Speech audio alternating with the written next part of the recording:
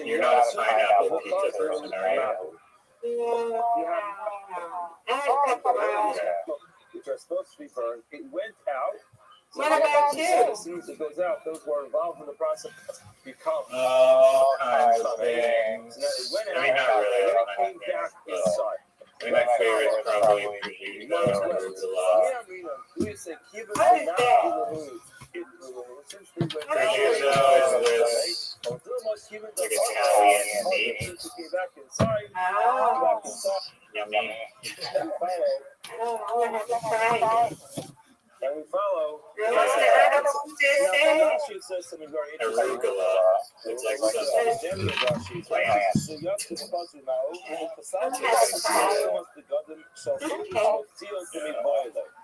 I don't mind. I don't mind. I love plant stuff. The clothing and the people who are involved in it. And then Rashi came as a hugger. What do you have against pineapple pizza, Riser?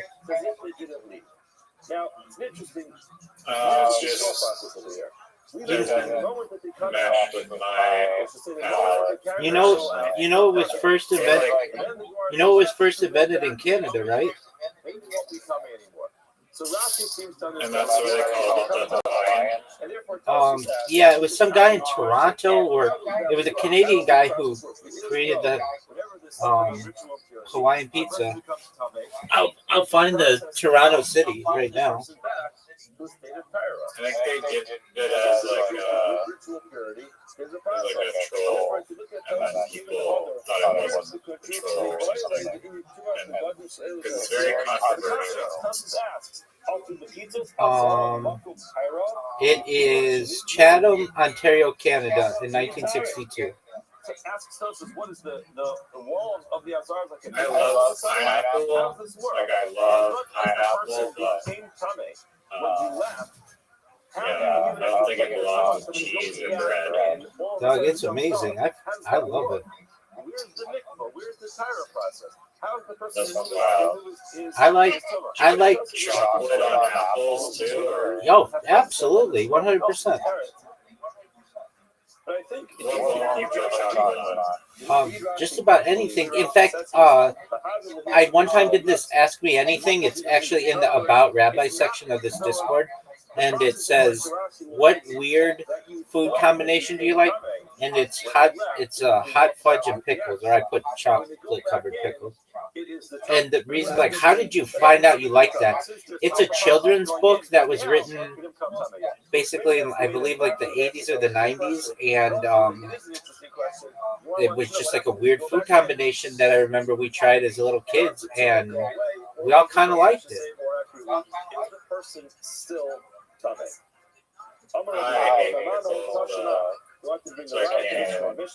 I probably hate it. So maybe. I mean, chocolate's good with like I everything. love pickles. You don't like pickles? No, I absolutely despise pickles. I'm a pretty picky eater. Pickles are good old man. Hey. Oh my God, I love pickles. Do you like, Mr. Aquarius, dill pickles or like sweet pickles? Or both? I like both. I like dill pickles. Same I here. like the sliced pickles. I like them on like a salad or a sandwich. Same here. And I love going to a deli when they give you a pickle alongside. That's like my favorite. Yeah. You're going to say that once a person goes out, it becomes tame, and if someone's there, it stays there. Where's the best pastrami sandwich? I like a place called Otzi Kosher, but that's just because it's kosher. In LA, the most famous is probably Cantor's Deli, which is on Fairfax, but it's not kosher, but it's very famous. It's a Jewish deli, but it's not kosher. But it's where a lot of famous Hollywood stars go. Now in New York City, there are two really famous delis. One's Jewish, one's not. The Jewish one's called Katz's Deli, and they have very famous pastrami on rye. And then there's it's called the Carnegie Deli, which is maybe one of the most famous delis in the world. and that one is not a Jewish deli; it's just a regular deli. But they have a very famous pastrami on rye. But I like my local. There's a market that I think serves an excellent pastrami on rye. So that's where I get mine. But there are some other famous ones. Now, anywhere else in the United States, there's something called, sometimes it's called kosher style or New York style, which is not kosher, but it's like Jewish, like a Jewish deli. So you'll see New York style, which is like code for a Jewish deli, or it will have a lot of Jewish delicacies, but it just so happens to not be kosher. So if you ever see that, that's kind of a tip off that it at least might have a Jewish touch if it isn't kosher. And oh, absolutely, a big old pickle. Really? 100%. Pickle with everything. So says the Gemara, if that's the case, that the Azara is in insulation against this Tumah, so the same would be true if you go back in. Because again, the Tumah is dependent on the axe. So they're outside the Azara, they're outside the Azara place, they don't get the insulation of the Azara, they become Tumah. Those who are inside the Azara. I'll give you the answer in. They're insulated, they're going to be secure, they're going to be pure, and they can't become tummy even though they're holding onto an axe. Says the Gemara with a riot from here that if you go back inside, you will remove the tumah from yourself. I'm the ideal candidate. There's no doubt because I stream more than anybody else. But if you weren't going to choose me, you'd pick some really hot chick. Explains the reason why those people inside don't become. I mean, it's just the old adage, sex sells. So why not pick a really attractive person? Now, if you never leave the camp, you can't come especially back. on the internet. The reason why those people don't accept something has nothing to do Now they gotta be willing to do right now. some crazy stuff. For the right price. That's not the Obama's no filter, which is the type of person I need. Yeah, but I mean, for the right Steve-O type of character. for the right price, you can get anybody to do anything. So what was he asking exactly? Where it says to go to the keeper of it, but bid back closely. What happened over here is people were pulling it out with these poles. So again, Rashi explained this. What Rashi explained, that what happened was, look at Rashi, it's about 2/3 of the way down the page. Did I keep the lip about closely? Okay, but how do you make it go viral? You'd have to advertise it a lot because you wouldn't want the same like 5 people always making the decision, you know, for the inside the Azara for some reason. The person. I know I'm not making sense. Like you want a diverse group of answers as opposed to just the same, you know, small group of people to make decisions. But I mean, you hear people do this all the time. Influencers they say, chat, what should I do? Chat, what should I do? So it's just basically a poll. Anybody who's involved in removing this animal, bringing it to its burning is going to become tame. Yeah. It doesn't make a difference whether they're touching the animal or not. They're outside. That's why I don't know if the single creator is like unique enough. I don't know. There's already streamers asking their channel to do this, which is people religious, or like consistent and funded by some transaction fees. There's no like competition. How is it religious? Like I just meant like in a sense that it's like very a consistent thing. Para refers to the paraduma, which is the heifer that was used for purity of someone who comes to Tali May, someone who comes to contact with the corpse. They need the paraduma to purify them. How far do you think it'll go if Zoot and Bitcoin and Bomb are involved? I think if Zoot is involved, then Bitcoin and Bomb plus Oh, it's doomed from the start. If Zoot's involved, he's not like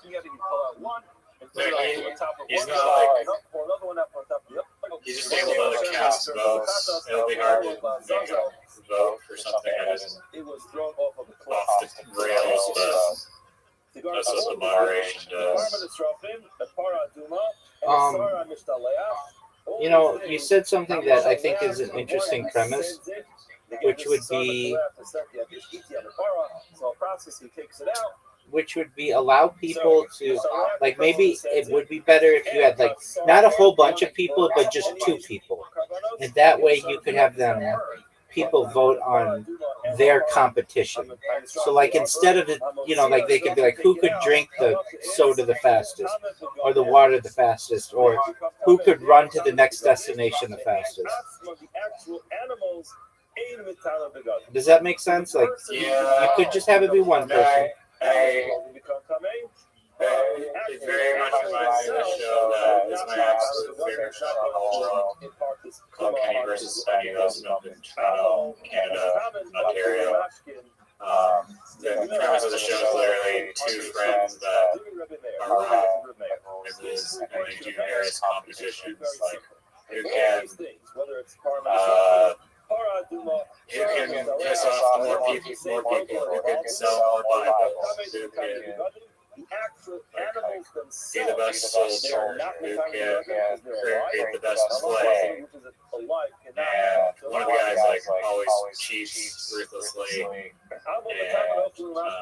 the other guy usually loses. And then if the loser has to do a humiliation, which is usually something extremely vile, like rolling in a hamster ball, dog shit in it, down a giant hill, or something even worse than that.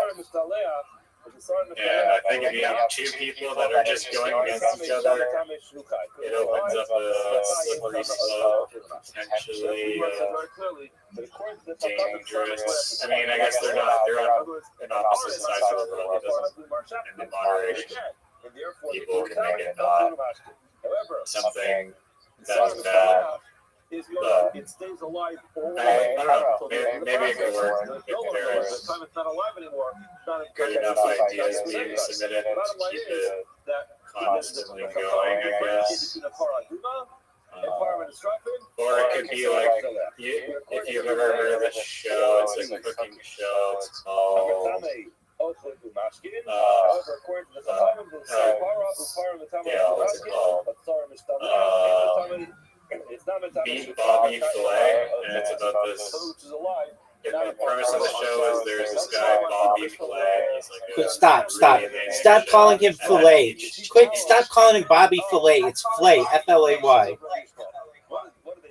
Whatever, I've never seen the show, but in that show, I'm sure, as you know, it's like step up and see if you can beat Bobby Filet at cooking a meal, and then usually like 8 times, at least out of 10, Bobby Filet wins the go, and it's like, can you dethrone Bobby Filet? So potentially it could be like that, and then you have like a main creator that is like the go creator, let's say, and then other people, creators, will get flux, and then flux is people trying to take them down, see if they can win the vote. Was their video better than Obama? Did they win the competition? Now that is an interesting hybrid marriage between those 2 universes. Okay. So, could you do one where you had Zoot go against Bitcoin Obama? Which would be like a dead body. Absolutely. It could be Zoot. It could be any single creator versus Bitcoin Obama. It could be Bitcoin Obama versus any creator. And some Mr. Beast style competition, digitally across the world, doing God knows what. To the level of being an avatar. So what the Gemara is saying over here is,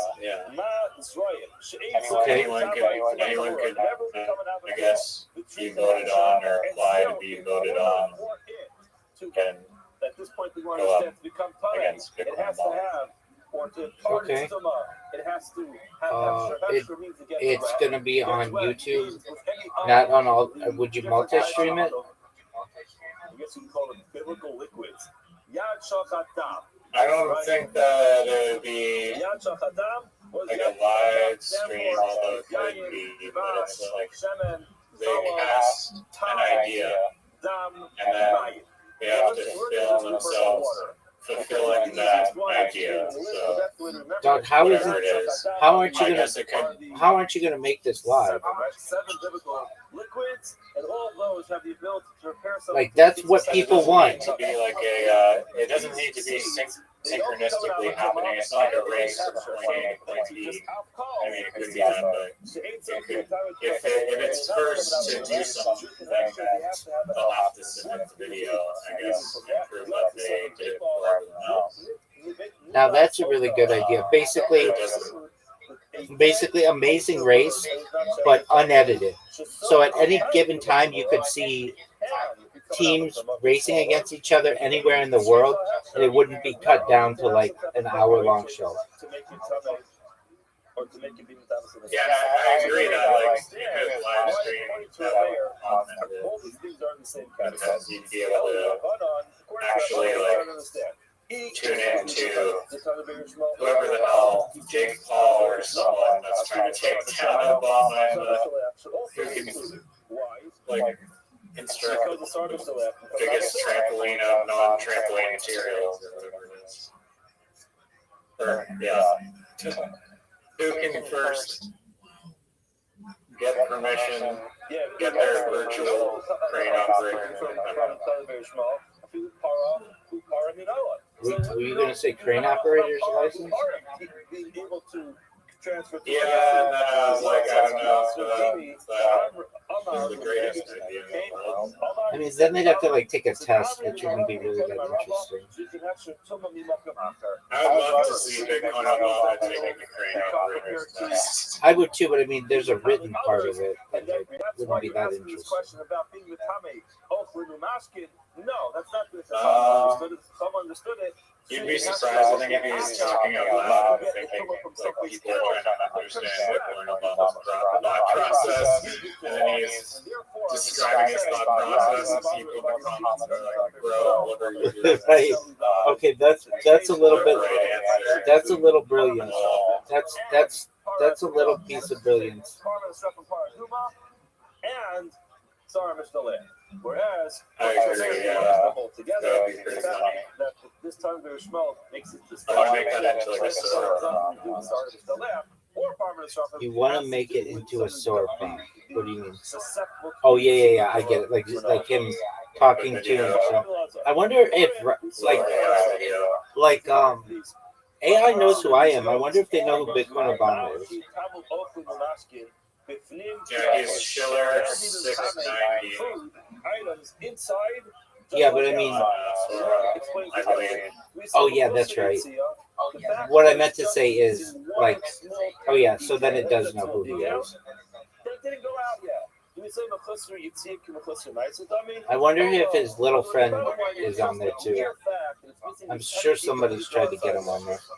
He is. Yeah, I made like multiple. I made reels of him as an alien on top of the pyramid in Egypt. Countless other reels. All right. Do you think that Bitcoin, Obama, I mean, what's stopping him from saying, I will not continue if you don't pay me money? I mean, I'd be like, yeah, I mean, you're a core component of this project, and that's how you gain popularity and sponsorships. And of course, you're going to get a fair share of the pie, and we'll do our best to make sure that everyone involved is happy and it's a sustainable project for everyone. Do you think that's going to work for Bitcoin Obama?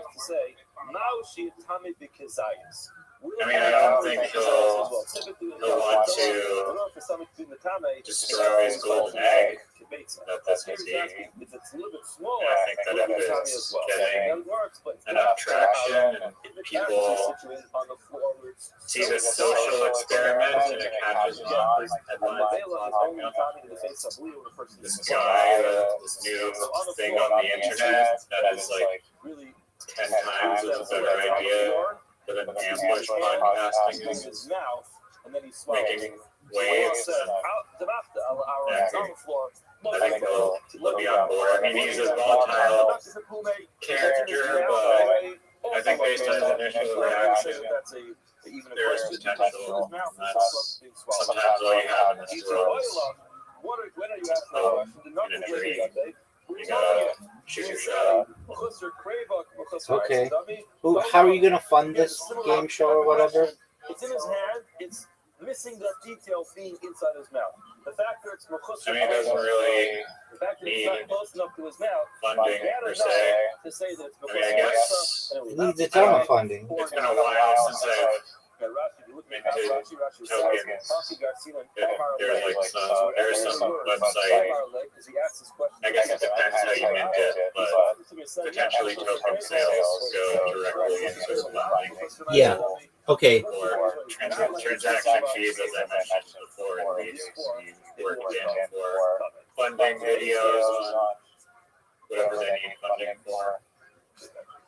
Now that makes sense to me Sponsorships. because you're going to have people who have really good ideas, but you're going to need funding to be able to do those ideas. So again, the opposite of what we saw before. Yeah, I mean, I would argue that sometimes, there are many examples of ideas and internet trends that have come up that are very low cost. One of them is the Sway Lee song. I don't know the name of the song. First, I probably did it by singing in my head, but I don't want to sing in my head. It's called Black Beatles. There, I say these sometimes. That's not Sway Lee. That's not Sway Lee. That's Ray Strummer. That's Ray Strummer.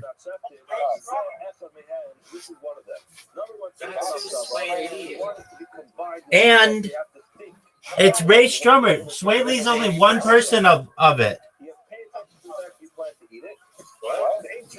Ray Strummer is a band, or it's a duo. Yeah, Sway Lee is part of that duo. Okay, but he didn't do it on his own. You need to give credit to the other person as well. Here clearly says that no, even the size of the egg. I love it, Mayor. Let's assume this. Okay, well, if you want to be precise about how I define my artist as Black Beatles, you're more than welcome to. And thank you for pointing out that so that the audience in the future, 5 million years from now, will know the true origin of the great Schubert song Black Beatles. I appreciate you highlighting that. It's Sway Lee and Slim Jimmy. Yes. But I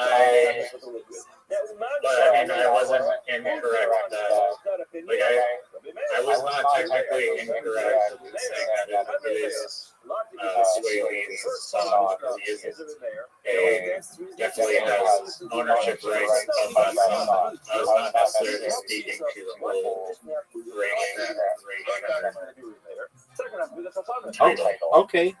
Okay, I can live with that. Yeah, so anyways, there's a very viral trend of just recording people standing, like freeze recording, like you stay still like a statue, and then people are doing all these kind of like crazy, like Matrix-y, outrageous, like action film type of poses, and then it's an interesting little videos of people walking around, people freeze framing. That costs virtually $0 outside of the cost of the song. Is many people will sell them. And So now what we've done is we've Yeah, this I- together. Now, Perhaps maybe some person purchased a cell phone so that they could go out and do the race rendered Black Beatles viral TikTok challenge or whatever, but I'm not sure the percentage of the population that is. Another example is the milk crate challenge. I mean, I don't know the retail value of milk crates. Honestly, this is a pretty poor example. It's super dangerous. Go to the milk crate store and purchase a bunch of milk crates, then it could actually be costing a lot of money. Dude, the milk crate challenge. I agree. It's very dangerous. And I'm not for the milk crate challenge, but it is a viral, somewhat low cost trend. Another one is like the bottle flipping. Another one is the ice bucket. Just jumping a bucket of cold ice on your head. That could be something that people vote on and want to see, or God knows what they drink. Okay, so you start. My overall point is that you start with very low cost video ideas. Like Mr. Beast, he didn't start out with $1 million budgets each video. He gradually worked his way up progressively. A very common epic ladder and ladder. So,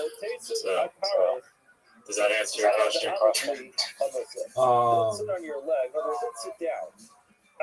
I mean, I don't think it's a bad idea. So I think that it has potential. It is something though that you need people who are, if you're going to do it, they already have to be established streamers, right? I wouldn't say streaming is a requisite, as I said, but just content creator in general. Because the challenges, like I said, are not necessarily synchronistic challenges, but they could be synchronized and make a live stream eventually. You can do this math test or whatever, like who gets the multiple choice test questions correct the most or whatever. Who can do the best or going out of the giant cardboard box or something. What happens if while the person is doing the challenge, your coin that is supporting them runs? And we go straight to second level Tumah. What does that have to do with this? I'm sorry, I don't understand that question here. Oh, sure. So you said that you're basically going to crowdsource the expenses for this project through a coin, right? Through transaction fees. Okay. And also potentially merchandise sales. Okay, fine. What do you do if you say to the winner, like, hey, if you win 100,000 of our coin, and then as you guys are doing the challenges, the coin ends up rugging, and the $100,000 ends up being like worth like $1, and then that's actually a great idea that I haven't even considered. Not rugging the coin, but literally offering, albeit inflationary rewards, which are generally frowned upon, but it can be justified if there's enough growth potential behind the token to warrant the inflationary rewards. If you believe that you're getting more value than you're giving out, and it can be a net positive. Obviously, you have to be careful and not just give someone half of the supply for winning the Oklahoma on a piece of paper contest. It could be used as an incentive, the tokens as well. But I was initially just thinking strictly for voting and speculation. The prizes is a good thing. But again, that could be funded by transaction fees as well. Right, I know, but if your coin, and other sponsors. if you're It doesn't necessarily have to take away from supply. if your coin though, as the competitions are going, gets rugged, then that might cause the people to just be like, "Oh, I'm doing all of this for nothing," and then they just quit. So basically, There's a matter of risk with literally everything in existence practically. If it goes to zero, then we're all gonna be screwed. no. You could say that you make The it. United States would crumble tomorrow. The GDP drop to zero, right? It's like the thing that's kicking it down the road is like the fact that there's a whole bunch of value behind the country and a whole bunch of manufactured and businesses that are all operating inside of that country to produce value. And there's the value of like what you're building, basically. Okay, sure. If you think the entire Federal Reserve System will crumble while this coin is being conducted, then yes, I'm in agreement with you. But what I'm saying is that there's far less of a chance that that happens versus somebody just doesn't like your project and rugs your coin.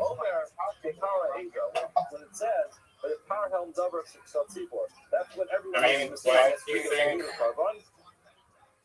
Like someone can just rub the coin. They could manipulate the market to be able to screw over your project, to be able to get like to be able to get fame. Like, hey, did you know that competition's going on? Yeah, I'm gonna rug it. I'm gonna rug their project so that the people who think they're gonna win actually get nothing, and it's gonna be hilarious. No, it's okay. We're at the second cat. How do you know it was out of all three? Yeah, I mean, that is a very valid concern. So Which what? is why with greatest crypto, it's doing it with a fair launch so that there's not a centralized group of people that are disproportionate amount of the supply. I feel like that's kind of the way to mitigate it, basically, is you have like even distribution or potentially, you don't release all the supply at once. It can only be like burned and I don't know, whatever safeguards in place to not have it be manipulated and controlled by a small group of people that have way too much control over the project. Well, I was just thinking that you could fundraise with your coin, having all of the proceeds of the tax or transaction fees go into a pot that becomes the collection for the winner, so that no matter, even if the coin rugs, the winner still gets what they were competing for. So, like, say you are able to collect $100,000 for this pot. At the end of the competition, the winner still gets that $100,000. They don't get perhaps some rugged coin. Yeah, tokens that are valueless. Exactly. Which is funny. I know we've talked about this before, but there's that meme of that. I mean, and like they're just like those video game competitions that happened in like 2012. That would be like the winner gets $100, second place $50, third place through 10th place gets 25 Bitcoin each. Wow,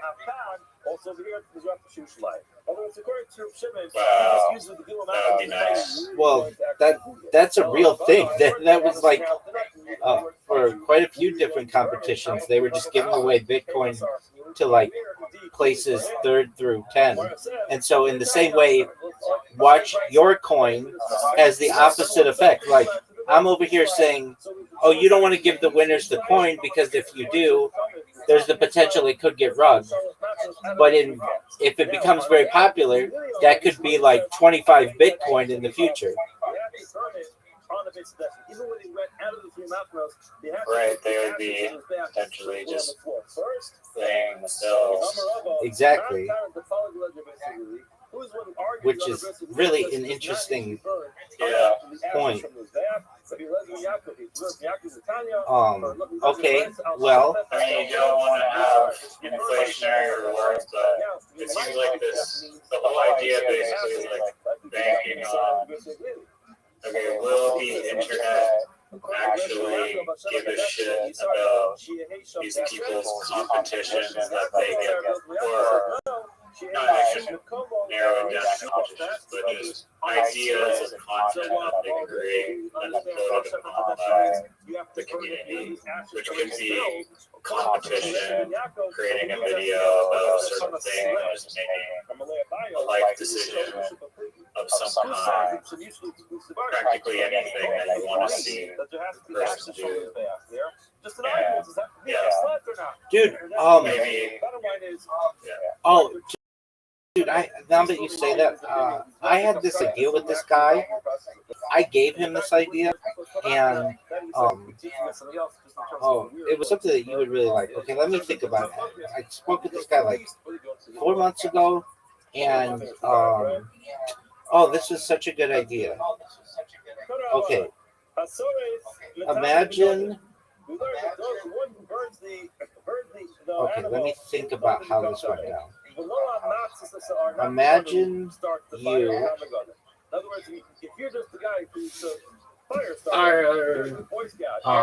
you have a project, and you want people to promote the project for you for a low price, and you want quality content. Basically, what this was a marketplace that you could put out jobs like Craigslist or ZipRecruiter or Indeed or something, that you say, hey, we've got this project. It's called the greatest cryptocurrency in the world. And what we're looking for is people to make a 1-minute video.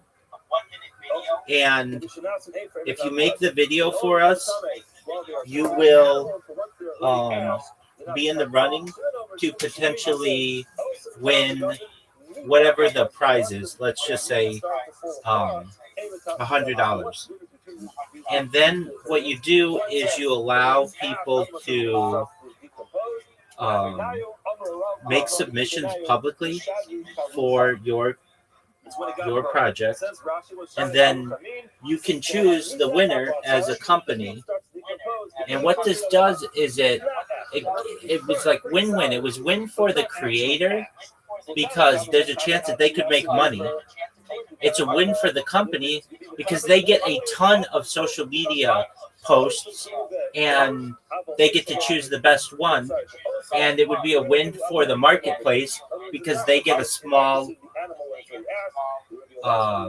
benefit, like a small fee from the competition being hosted. So basically for $100, you might get 1,000 people who make submissions, 1-minute videos, and all you have to do is choose the one that you like, and you give the winner $100, but you're going to have maybe 1,000 people who have posted about your project on their social media. It's like this extreme. Does it exist, or did you come up with it? That's it. Isn't it amazing an idea? Yeah, it is an amazing. That's fucking amazing. Did you came up with it? Yeah. So this guy, he was in a.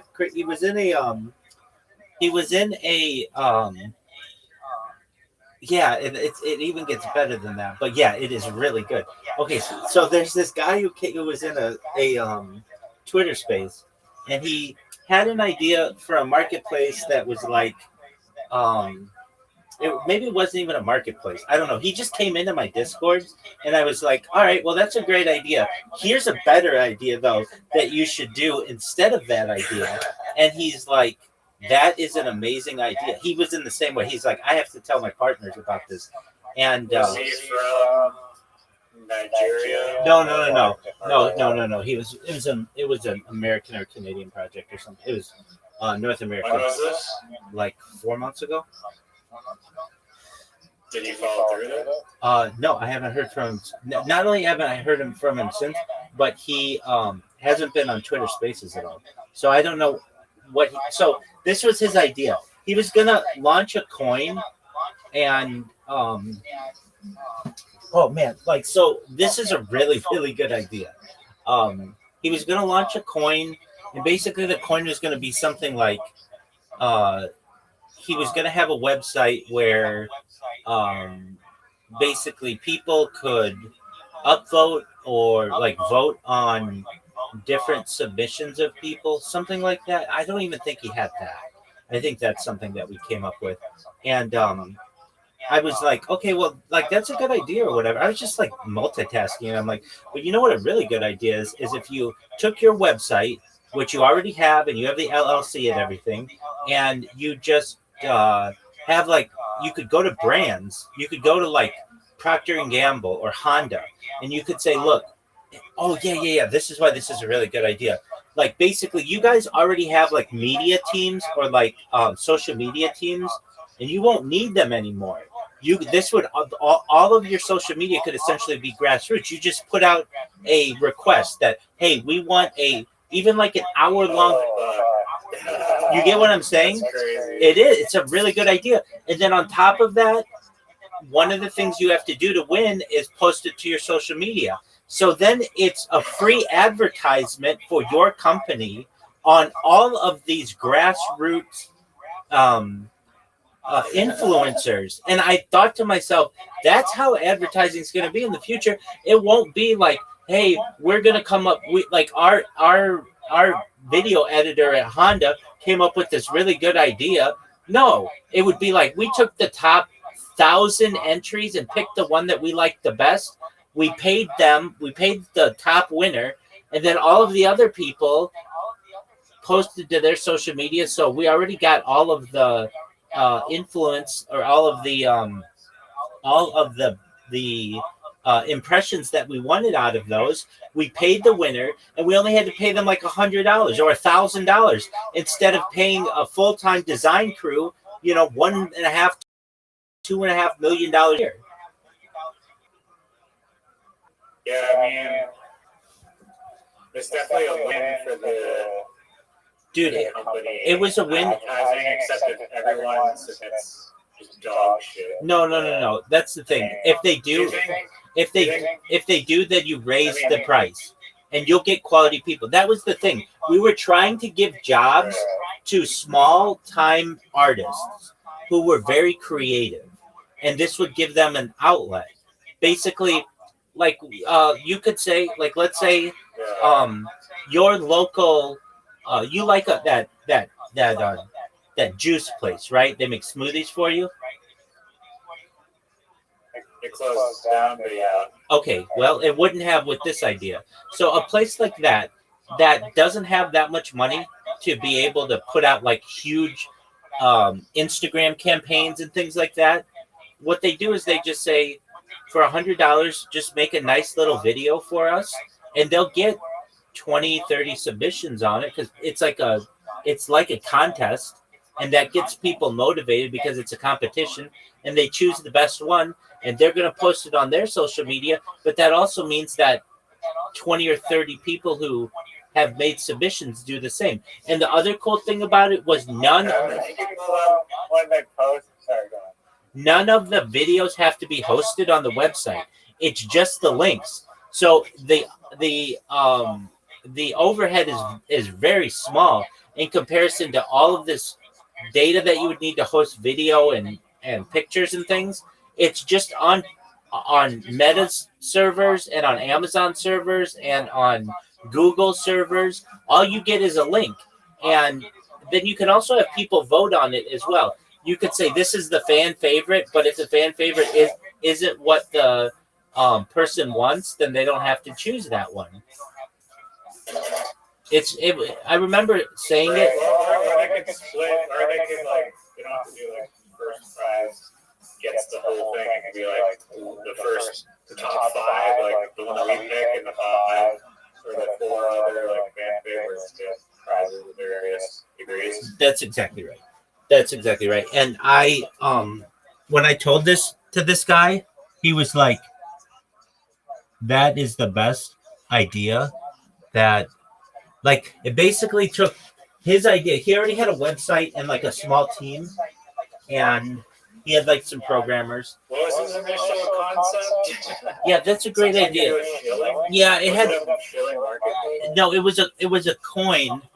It was a coin, and it wasn't a marketplace to my knowledge. Like, I brought that into it, but basically he wanted to have a thing where, like, basically people could vote on content, something like this. People could vote on content, and then a winner could be given his cryptocurrency. And I was like, okay, well, that's cool and everything, but why not just pay them in cash?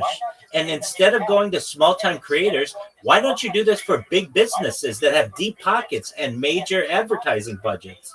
And it's going to save them money. I mean, can you imagine how good an advertising campaign would be if you are on 100 different influencers, like artist influencers pages, that it's just there organically because they made a submission to you 2 months ago and it's still on your page, even though you didn't get picked. You're still proud of the work that you did, so you're going to keep it up on your page.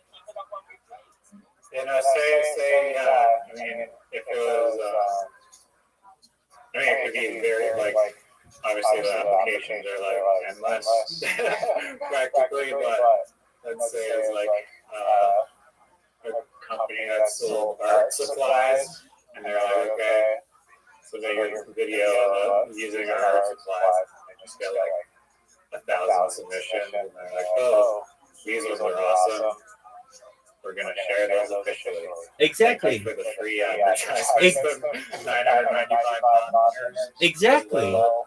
Exactly. And then when any one of those people posts a video being like, oh, I'm submitting this for this advertising contest, then even more, like, potentially just infinite branches of people will see that and also attempt to create their own submission.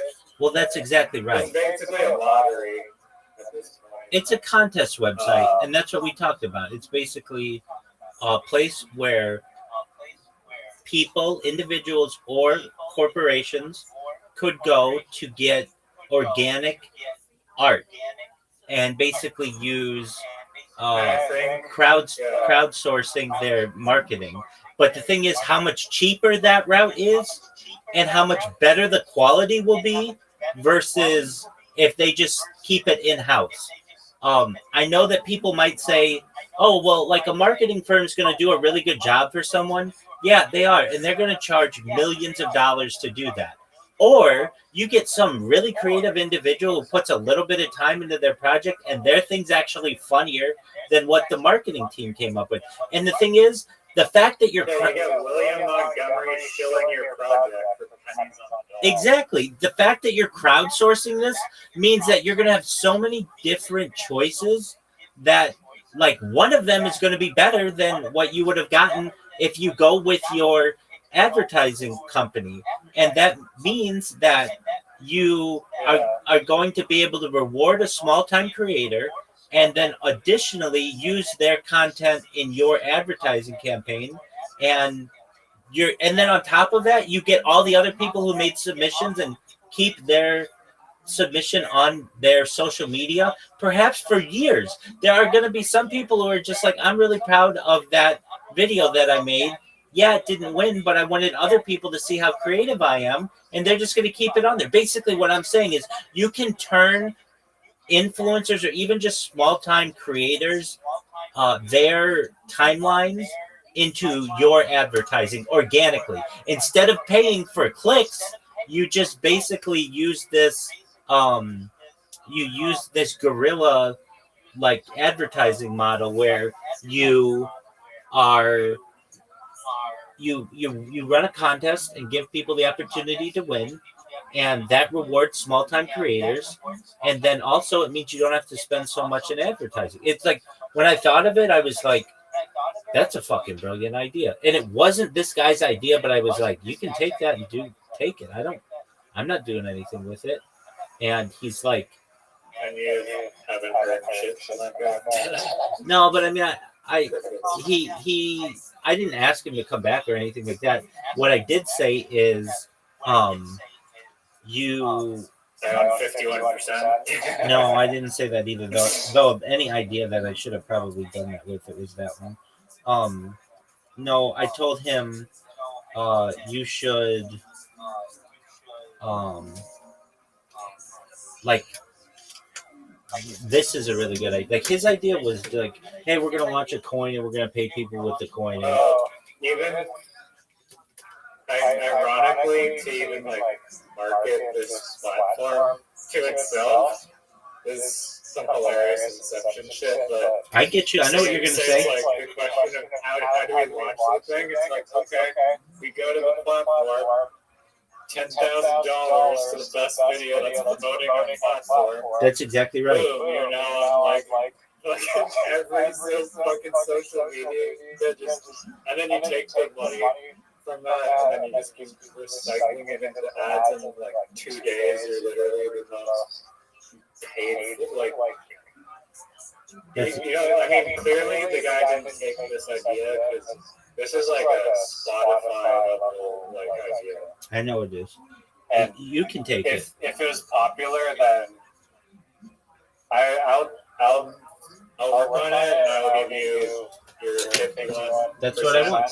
That's what I want. 100%. We're 50, even though we're always 51-49, baby. 51. Better in friendship. What's the line? This is hilarious. Oh, it's undefeated in bowling, undefeated in friendship. Yes. That'll be the motto for this goddamn thing. Well, it's a. Because I've heard a lot of shitty ideas from you, and I've heard a lot of great ideas from you. This is possibly the greatest one. I honestly, like, as you were saying it, I felt like I was exiting the Matrix, and like my whole life was just like Truman Show or something, because it's just like, how does this not even exist right now? I know. It seems like it makes so much sense. And also, one little point about it is like, as a service, like you could, if I'm assuming like Honda may not want to waste time reviewing 10,000 submissions, so potentially you could charge them and just weasel it down to the top 50 for them to pick or something. Well, the idea with that is that's where you would have people vote on them, so that they just have to vote on the top, or they just have to look at the top 10 or whatever and choose whatever one they want. Oh, yeah. Very good one. And then on top of that, that gets people to say, hey, vote for me. And they're going to tweet about it and be like, like getting their friends to come to your website. And it's just think about how cheap it is to advertise this way. Okay, imagine you had a coin and you just say, man, we need people to find out about our coin, but nobody knows about it. Hey, guess what? We're just going to offer $1,000 of our coin or $100 of our coin, which is basically nothing to us. And we're going to get a bunch of really good videos from independent creators. And the thing that I really liked about this idea is it helps artists, because there are a lot of artists out there who are really talented, but don't have a way of making money. So literally you could be an artist on there, and all you do all day is just make little YouTube shorts that are attractive and cool. And you could literally make a lot of money doing that, because you're going to get some companies that really want a lot of submissions, and they're going to offer $25,000. And you know why they're going to do that? Because it is such a cheaper way to advertise than it is to do an Instagram campaign or a Google AdWords campaign. A Google AdWords campaign, if you don't have that's assuming that the end user doesn't have a pop-up blocker. Let's say you're able to get your just an Instagram campaign and they get eyes on it. They just scroll right past it. They don't look at it. But if somebody's posting something organically, voluntarily, of their own volition, not only are people going to be interested in it, but it's going to stay on their page for long periods of time. Yeah, no, you hit the nail on the head. People are definitely going to pay way more attention if it's coming from a creator that they actually follow and somewhat care about. That's exactly some forced advertisement. That's exactly right. It did raise a point. Kind of seems like almost potentially a double-edged sword, where it's do people want to invest the time in creating a very good video, which potentially would take a lot of time and potentially money to create such a video, for just the lottery chance at winning? If there's 2,000 entries, it's am I going to invest 5 hours of my life for this lottery chance of winning? Well, so here's the beauty. Here's the beauty of it. Here's the beauty of it. No, we talked about this. You're going to have a company. I'm just using Honda, but you could have McDonald's or whatever, and they're going to get, 2,000 people who send entries. But then your little Shake Shack or wherever you get your smoothie, they might only get 15 entries. So basically, if you want to make a lot of money, go for one of the big ones. But if you're just looking to pick up a small job and you know that you're a good creator, go pick up one of the small jobs.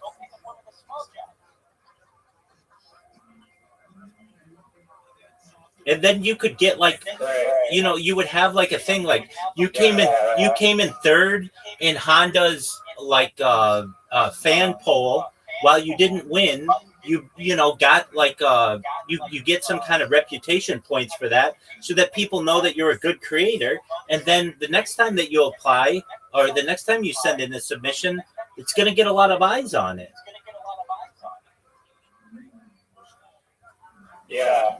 Because there'd be some algorithm in the feed, I guess, that will show you other people's submissions to various biddings, I guess you could call them. Well, you would just see. It's almost who do you think it's most comparable to? Reddit. It's like Reddit in a lot of ways, because Reddit. Yeah, Reddit doesn't host a lot of the content that's on it. It just has links that are embedded that you can see what's on the other side, and you can click through and go to Instagram or go to Facebook or go to TikTok or whatever. But Reddit doesn't have to host all of that stuff.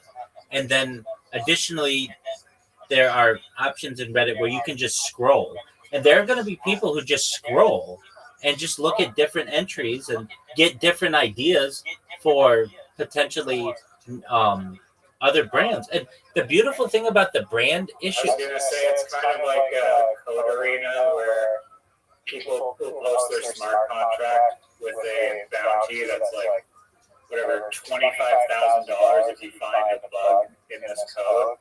And since it's open source, or the platform is open for anyone in the world to audit, you get all of these eyes on it, and then the result is that you get, because you've opened up the aperture to a bunch of different participants, then you get an actually secure, based open source power product where it's highly secure because so many people have gone over it and checked it, Okay. So it's this, you use the power of numbers, like in the old saying, 2 brains are smarter than 1, or whatever, and then you're getting a higher quality product, more robust product in the end. Excellent. Okay. Monetization benefits. And okay, so yeah, it's similar to that. And a beautiful aspect of this is my whole conversation with this guy was recorded. So, I mean, let's say it just blew up and became the biggest thing ever. I could literally say, hey, I gave you that idea. Here's our conversation. And if you don't share the proceeds with me, then the whole world is just going to see that. Yeah, exactly. You're going to look like shit. You screwed me over. I have the protection of my streams. Like basically, it would be like saying, like you came up with the idea. Insurance. Exactly. So it's win-win for me. Like, that I could, and I'm not saying I would hold this guy hostage or extort him. I would just say, look, people are going to see our conversation, and they're going to see that you had an idea that was okay, but was just like everybody else's idea, and I gave you this idea, and yeah, you ran with it and blew it up, but people are going to see I'm the originator of that idea, and so it's in your best interest. Didn't you say, though, go take it? Didn't you say take the idea to yours? I did, but I'm fine with saying that because when he goes to his origin story, it's going to be, I'm going to be the person who came up with that idea, and people would demand, hey, you got to share with this guy. Like the lady who made the Nike symbol. Yeah, just a good human will. Yeah. Exactly. The lady who made the Nike symbol, I think originally did it for like $26. But then because it became so popular, Phil Knight was forced to give her, like, at the time, like $100,000 in stock, which made her a multimillionaire by now, like easily. So she got taken care of. And basically, I would expect the same thing for me. Like, look, I came up with this idea. I said you can run with it, but I didn't say I fully signed this over to you by any means or anything like that. I mean, I don't own the idea. It's a good idea. But if anything, I can say it would be like saying eBay started or whatever. And it would be like PayPal. PayPal started with, let's say, Elon Musk and Peter Thiel. Well, imagine if there was a conversation of those guys at a table with some unknown third party, and the unknown third party was like, hey, wouldn't it be cool if you could do your banking online with like something? I don't know, let's just call it PayPal. And they would be like, yeah, that sounds like a great idea. And then if you could go back to that conversation and had it on video, it would be like, dude, you guys owe this guy. And he might even have an argument to be made that he should be considered, at least to some extent, a co-founder of the organization. I mean, I'm not sure if the law necessarily would back you up on that. No. Wait. As a social peer pressure. Exactly. So you could easily say to them, okay, I'm not going to sue you over it. It's your company. But just know that you're going to look like a bunch of assholes. And I have it on video on 20 different streams that I gave you this idea. So give me a cut of it, or you're going to look bad. I'm not saying that I'm going to publicize it. It's already publicized. But if you don't want to lose in the court of public opinion, you will cut me into this. Interesting. Well, it only. You told, I mean, yeah, it's just the right thing to do. Well, people, and I'm not extorting them. And I'm. They can have their own thing or Well, whatever. I would not screw you over. Well, exactly. Well, no. I understand that, but even these guys, it's in their best interest to take care of me, because if they didn't, my video is out there. Their founding stories out there. When they're writing their books in the future about how did you come up with this idea, they can't lie about it. It's literally on video. I have the video as my evidence. Or they'll have the Satoshi's vision battle where it's like, okay, you don't want to comply with my chain, then I'm going to just launch my own chain, and we can duke it out and see what the people decide who's the real OG Bitcoin or not. And then it's going to be like, do we even want to risk that? Is that battle worth fighting? Where the guy who came up with the idea is just going to squash us, probably once people realize what the truth is. Just one moment. The lady who made Nike, how much is she worth today? The Nike swoosh. How much did she do it for? So this lady, Nike paid $35 to for this, and um and so they did this in 1971. But in 1983, Nike gave her a gold swoosh ring with a diamond and 500 shares of Nike stock. So that's estimated to be like worth $3 million now. So they made her a millionaire. Basically, they took care of her. Did they have to? No, but they knew it would be a public. Uh, there would be public outcry if they didn't take care of her. Now, that's a lot different. They had already started the company, and this lady just did a good logo. With mine, they had some other company that was different than this, and my idea was like, hey, you guys should just make a marketplace that does this, and it was like all these ideas were coming to me at once, and all of that's on video. So there's an argument to be made that if you guys don't want to lose in the court of public opinion, then you better do what Nike did and cut this person into it. And if you're really smart, you'll give him 51% because it was his idea, and just recognize that he'll take care of you because his video is worth more than your marketplace.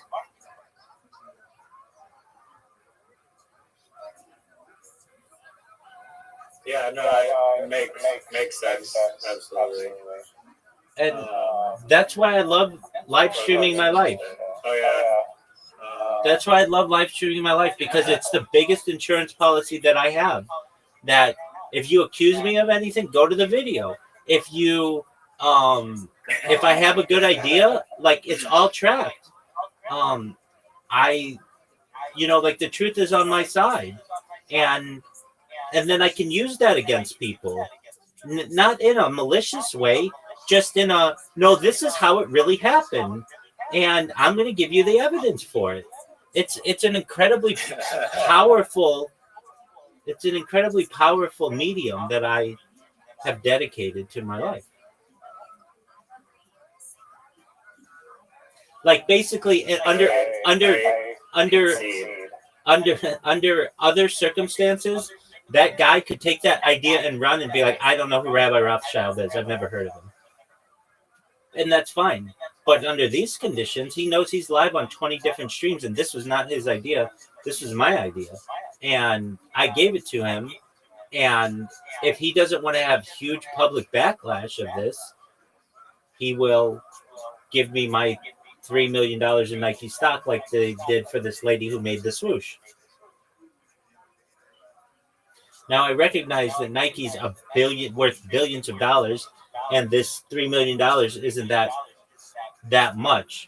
But also, this would be like me saying these guys who were like making, I don't know, which is kind of like the origin story of Nike, making like, the original Nikes were made with like waffle iron. They were thinking, hey, we're a waffle iron company, and I come in and say, hey, you guys could use those waffle irons to make the soles of shoes, and I bet you could sell those shoes to athletes and all over the world and make like one of the top running shoes in the world and go through all of it, and then they'd be like, oh yeah, okay, that's what this lady would have been doing.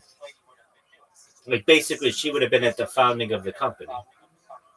But she was not. It was already established. So I don't know. I don't really care, frankly.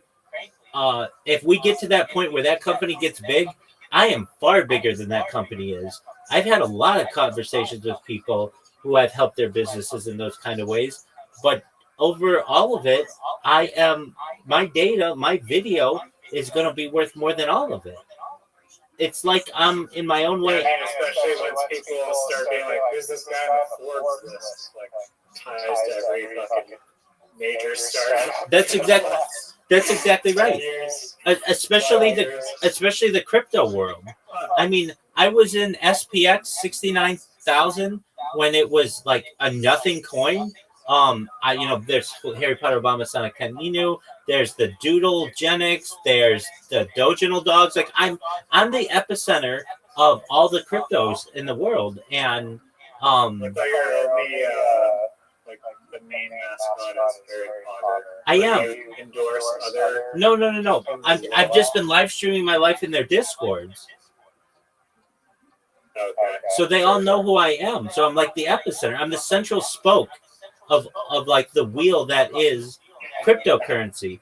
So you're absolutely right. Like there's a thing, it's called a coaching tree. I don't know if you're familiar with this, but it's the idea that like all the coaches like eventually work for another coach and they get connected. So like I don't know, in hockey it would be like the manager of the Toronto Maple Leafs. Maybe he was the assistant manager of the Edmonton Oilers, and then before that he was just like a I don't know how the hockey works that well, but basically like everybody worked under somebody, and there it becomes a coaching tree, and then you have one coach who like spawns all of these different coaches, and I would just be like that central coach who spawns a bunch of different businesses. Like kind of like the paradox of like who teaches the teacher that teaches the teacher how to teach teachers type of deal.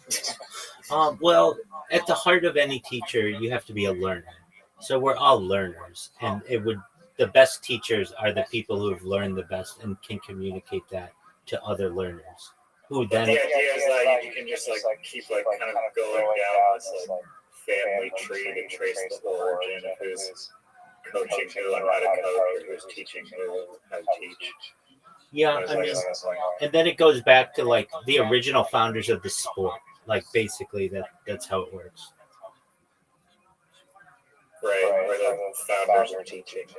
Well, that would be for teachers, but just in the coaching terms. So, but yeah. I think if you're going to describe this business concisely, would you say it is a would you say crowdfunding advertisement? Yeah, exactly. I was gonna say it is a grassroots crowdsourced advertising marketplace.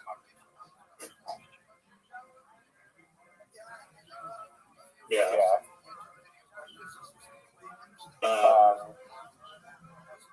Cool.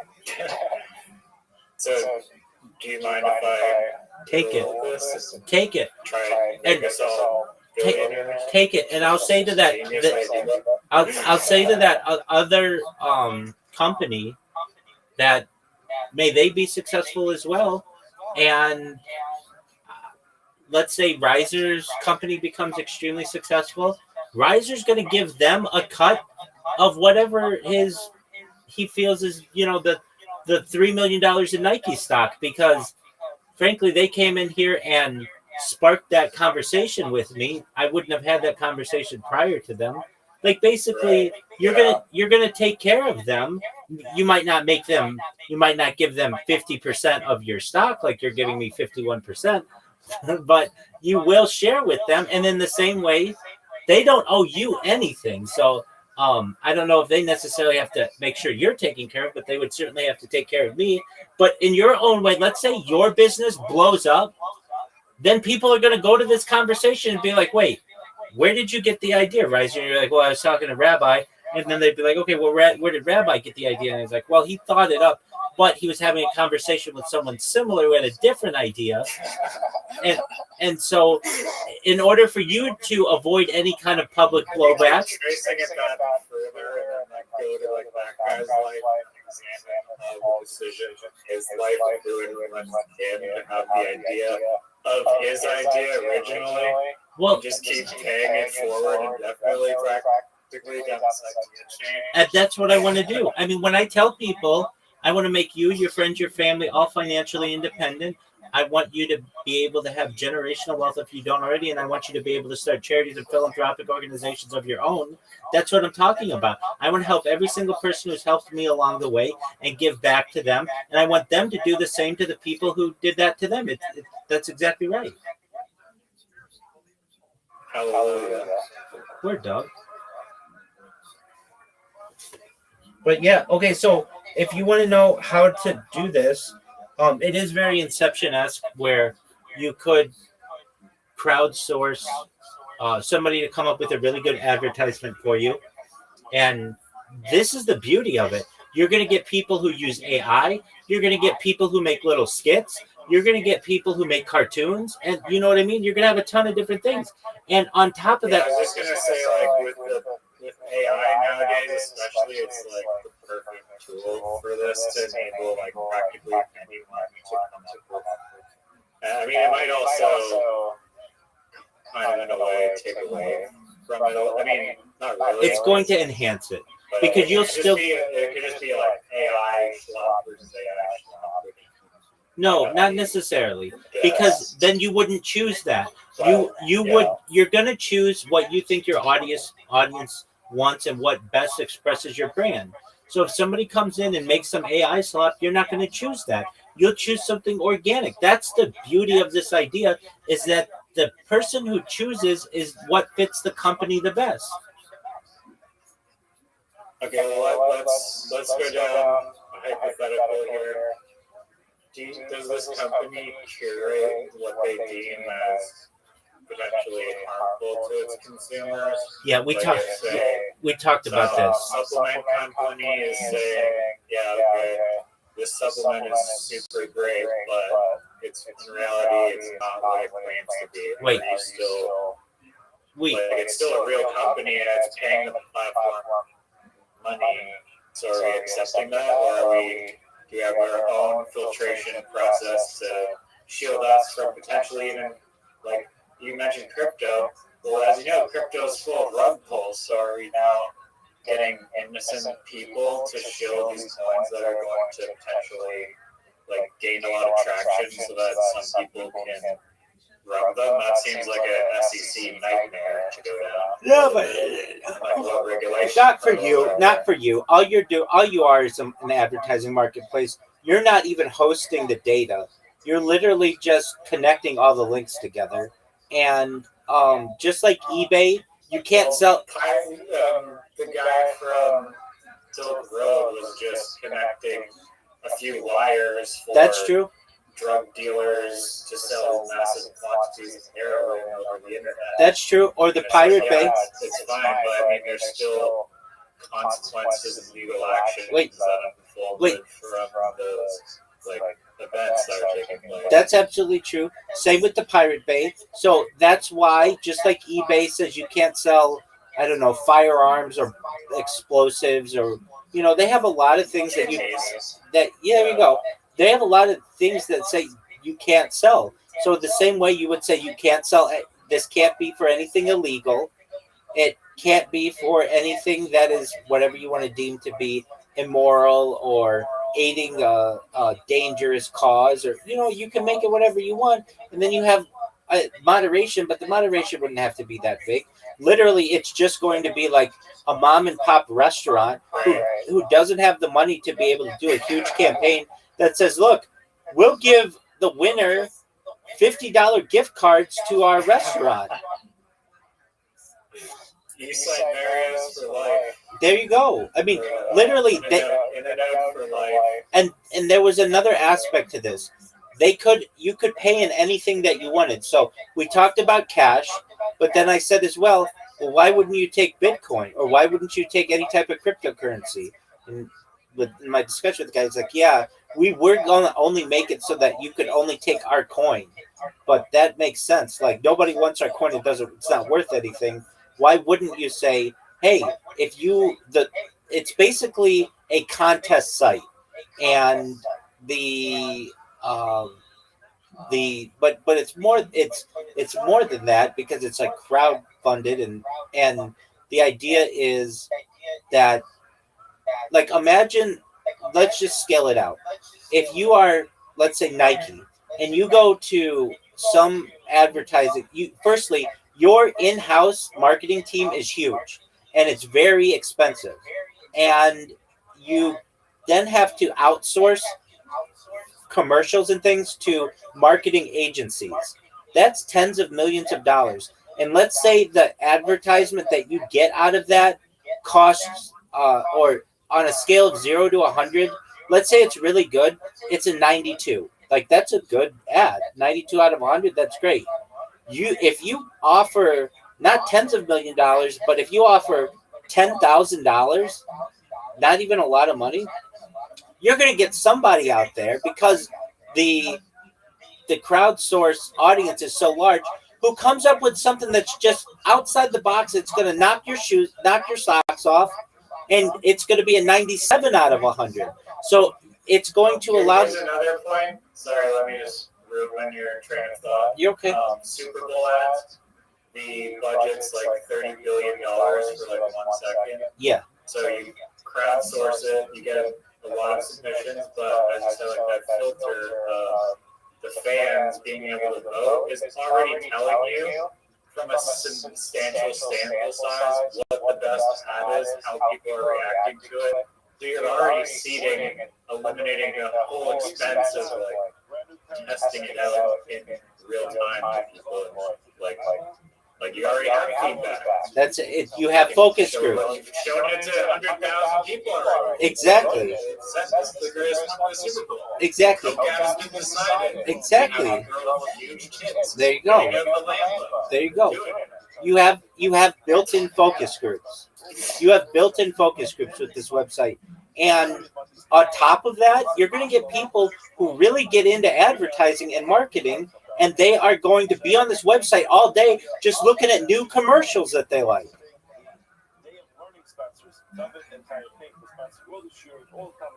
And why is that a benefit? Sorry. Oh, because it's more impressions on your brand, for your brand. So basically, like, you're trying to get the word out about what you're doing on social media. But the fact is, you're just going to get people who like your website enough that they're just going to be taking in absorbing all kinds of commercials all day. And if they like something, they're going to take that link and they're going to put it on their social media. They're going to share it. Yeah, the viral potential. It's it also, yeah, like the network effects of this is also just like unbelievable. Like it's probably 10 times greater than trying to ambush podcast people, you know? Absolutely. Well, wait. Like ambush Hold on. Multiplied on like a crazy level because the amount of social media outreach is just insane. Hold on. Ambush podcasting. Greatest idea possibly ever. Ambush podcasting is still an excellent genre, and I still am the founder of that. But I wasn't chopping that down at all. I'm saying that this is like I agree. So I remember talking to this guy, and I said, this isn't $1 million idea. This isn't $1 billion idea, but this is literally $1 trillion idea. It essentially will kill all. It won't necessarily kill, but it will significantly reduce the marketing departments of the Fortune 500, but it gives them more opportunity to be able to spend more, and their advertising will be more on point. And so that's what they want. They're going to save, like, it's going to be really easy to go to McDonald's and say, look, you spend, I don't know, $500 million a year on marketing, and your marketing team costs you $50 million a year. We're going to say that you only need a marketing team of $5 million a year, and you're going to be able to reduce your marketing budget. If you want, you could even just use the money that you save to add to your marketing budget. But what you do is you're going to have more focused advertising, which is what you want. And they're going to say, that's exactly what we want. We want better advertising. And really, at a certain point, like if you know how these marketing agencies work, and I've worked alongside them, it's basically creative people, they're called creatives, in a room, and they come up with really good ideas. But frankly, that's only like 5 or 10 people. Why not use 500 to 1,000 people to do the same work?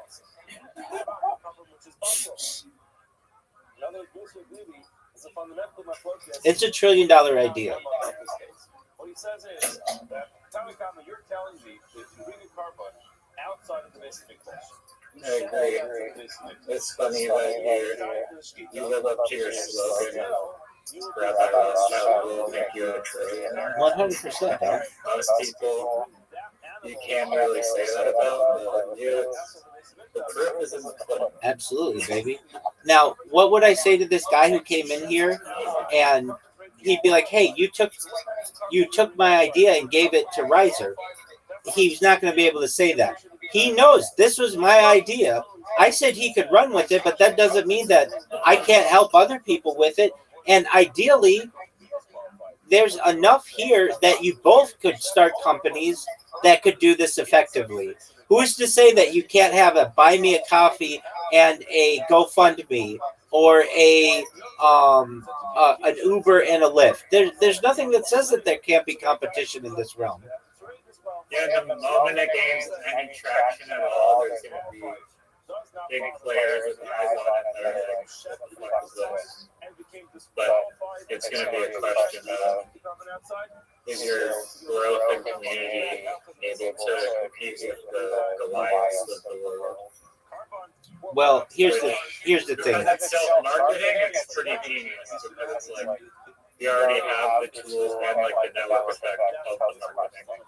And it's just like the foundation of like anything. It needs to be successful whatsoever. And it's just a website. It's not like you need a bunch of server space or anything like that. I have another really excellent. No data firms required. Nothing like that. Yeah. The one thing that you might have to do, like I'm sure that there are things, but you'd have to protect yourself against botting because people will bot this like crazy, especially when money's involved. You will bot it yourself. Absolutely. But the only person allowed to bot. Exactly. But here's the thing with it. Even if somebody bots something, at the end of the day, it's the company that's going to choose what they like. And I remember talking about this with that other guy, is there will be something in the terms and conditions that says the company can do with your creation anything that they want. They just have to, like that's part of it. You're submitting this, and if a company likes it, they can take that idea and use it for something else. Like basically, that's art. It's like if you come up with a really good idea, but you don't win, and that company uses it on something else, they're allowed to do that. You don't own anything in this world. So the idea would be that, but if you did win and the company wanted to, let's say they liked your 30-second commercial, but they had to get it down to a 15-second commercial, they can edit it down any way they want. So long as they pay you, then they can do with it what they wish. And obviously the platform takes the money first as a deposit before the post. Yeah. So wait, this was the brilliant part of this. So Matt, you know how I said that you could take, this guy wanted it, you had to take his cryptocurrency. And I was like, I wouldn't do that because like basically now you're competing with Bitcoin and all that other shit. Why not just accept Bitcoin or any other cryptocurrency out there? Here's the beautiful thing. You know how I gave that story about first place for that video game competition got $100, second place got $50, and third through 10th got 25 Bitcoin? You know what I'm talking about? Yeah. Okay, in the same way, you could, as the platform, say, you know, we're going to take 10%. That's what I think I said. You as a platform would make a lot of money doing this too, because you take 10% of whatever the contest is. So let's say the contest is going to be $100,000 giveaway. Well, then to post it on your website, it's $110,000, and then you take $10,000. But what you could do is for someone who says, look, we have a cryptocurrency project. We don't know how much this is going to be, if it's going to be successful or whatever. You can say, what's the grand prize? And they can say, the grand prize is going to be $1,000 in our coin. Okay, if you want, as a platform, you can say, all right, we'll take $100, the 10% in your coin, and then you can run the contest any way you want. But what that does for you is it diversifies your your revenue streams, and you might have one of these coins become the next Ethereum or the next SPX 69,000 or whatever, and that makes you more money than everything else combined. I mean, I don't disagree with that necessarily. I think that there should be at least a brightly colored neon banner. And obviously, like here's the thing, like the website itself has to curate and have an algorithm that's feeding people like different advertising opportunities. So it can be filtered by category, which is beautiful. Doug, of course. Of course. Filters will be so key in this. You can do it. You can buy newest, but the filter aspect is like a given. By newest, by largest to smallest, smallest to largest, newest to most to oldest. Yeah, certainly categories. Expiring soon. Exactly, all that shit. I mean, but really good filters and searches, and like whether somebody's looking for a video or just a meme or a picture or whatever. But you've got to imagine, like from the meme verse, like imagine you're I don't know, Burger King, and you say we just want a really good meme. Do you know how good people would come up with memes for Burger King if they were going to be paid $10,000? Do you know how creative people would get? Even though like it's just a picture, do you recognize that like this would be, and then Burger King is going to have this all over? It is, and then it's going to go viral because not even like video advertisements, just any picture advertisement. Exactly. And then people are just going to post this, and then the meme becomes like a type of advertising for the company. Like, okay, so on the radio, okay, there's this thing, it's an unwritten rule, but basically, like, once you become a big enough company, or in the news in the United States as well, the company does not want to have to pay for advertising anymore. Basically, it feels that it's so big that it should just have organic advertising. So they'll come up with, like, I don't know, just something in the news, like Tesla. How many Tesla ads have you ever seen in your entire life on television? 0. But Tesla's a big enough name that they just make that are newsworthy, that organic advert for them on both television, radio, and such. And what you're doing is the same thing. Basically, you're saying that your meme is so good that people don't even consider it advertising anymore. It's just become part of the nomenclature or part of the collective consciousness of the internet. So that it is subconsciously telling people, go to Burger King or buy Burger King or whatever, but people are using it in text threads as jokes. That's what you want to do. Like, basically, not have to pay for advertising clicks. Have the people do that for you.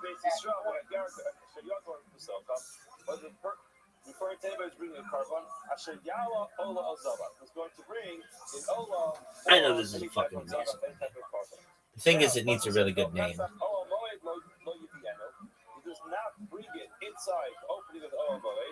I like how Riser just went dead at someone. That's baller. That's baller, Riser.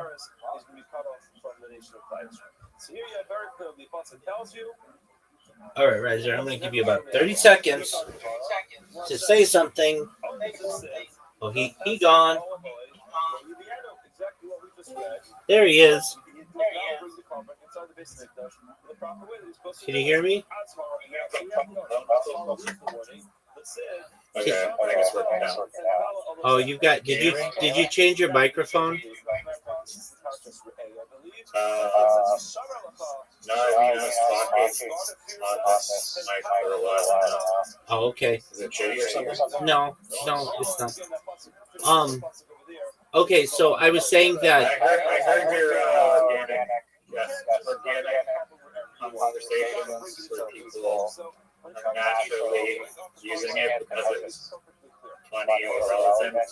Exactly. is a selling.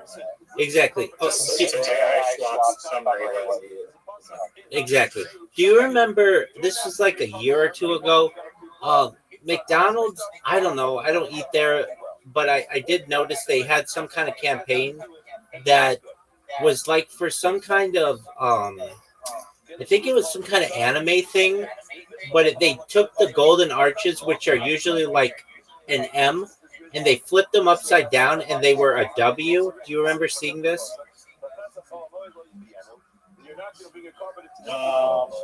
potentially. Okay, well, I mean, even there's been a lot of McDonald's, like basically, like, I don't know, like, in just barely twisting the word McDonald's or the logo to make, like, Whopper Burger or whatever, but it's literally like upside down. Yeah. okay, right, but okay, so they had this campaign where they were doing something and they took the M and made it upside down. And then what they did is they partnered with like YouTube or Twitch or Kick or all three or something. And whenever you typed a W in, like when you were like W for win, you know how people do that in the chat, it did the upside down McDonald's, or it could. And so people would do that. And so subconsciously they're getting all these advertisements for McDonald's, but they're not even recognizing it. And McDonald's isn't paying for that.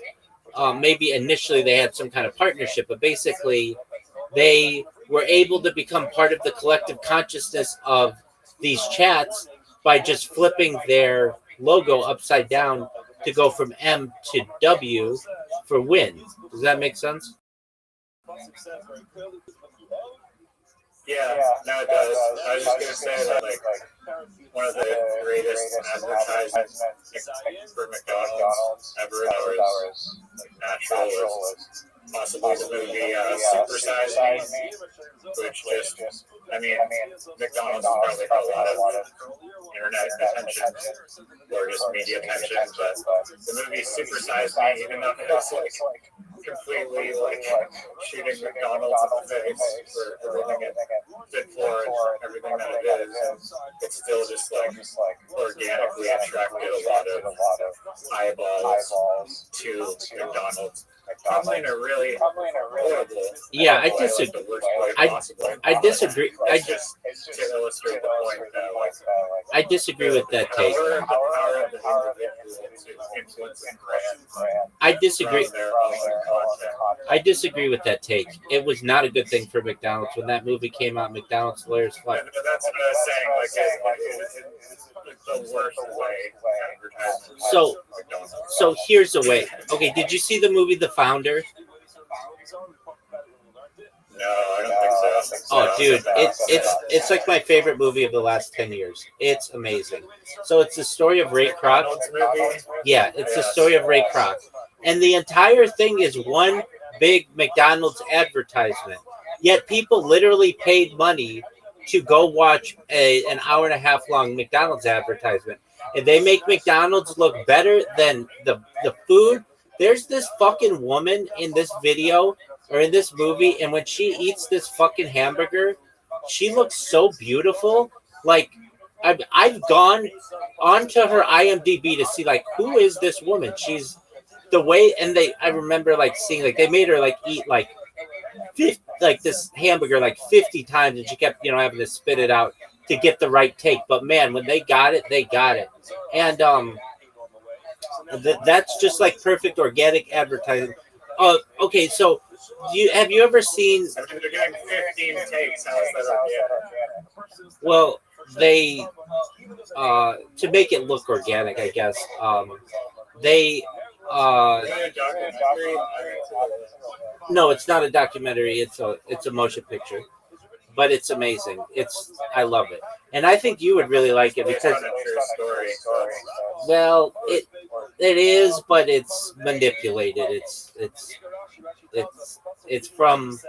It's how Ray Kroc stole McDonald's from the McDonald's brothers, and it shows Ray Kroc in a really good light, but does not show the true story of what really happened. Basically, the McDonald's brothers were supposed to have 1% of McDonald's equity in perpetuity, and it was a handshake deal, but there was like no proof of it. So, for example, if that conversation had been camera, those McDonald's brothers could be like, "Hey, you fucked us out of 1% of ownership of all of McDonald's," but they didn't have it on camera. With that being said, I mean, this isn't a wonderful example of this, but it is a pretty good example. Have you seen The Office before? I know you're not in love with it, but there's one scene where. I love The Office. Oh, you do? Oh, apologies. I did not know that. Maybe it was somebody else I was talking. Okay. Why would you? Because we don't talk about it a lot, and I love that show. I've seen it like a billion times, and I've listened to the podcast, all kinds of shit. Okay, so there's an episode where everybody in the office. You're cutting out. Can you repeat that? Are you cutting out, or am I cutting out? You're cutting out because I can hear my other device. Can you repeat that? I can't hear you if you're talking.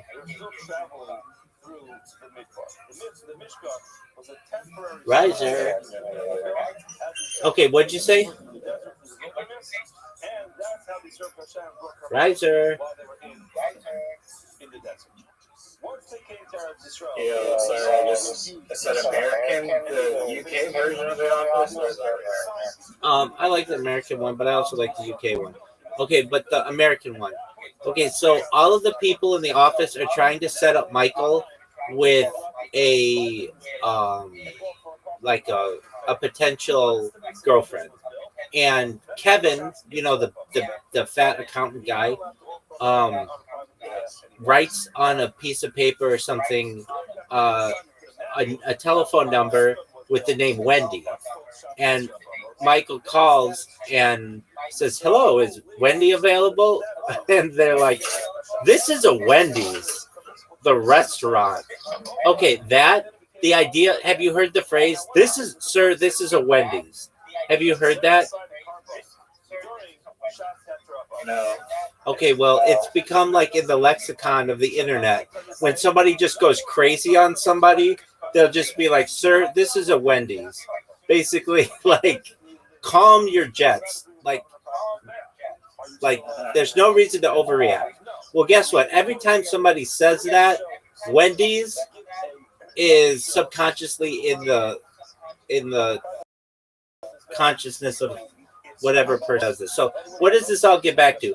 To this website. Basically, you're going to be able to crowdsource a lot of these ideas much easier. You don't have to pay some giant marketing company that's going to get you an 85 out of 100 or 89 out of 100 or a 92 out of 100. It's going to get you a 99 out of 100 or a 98 out of 100 or 100 out of 100.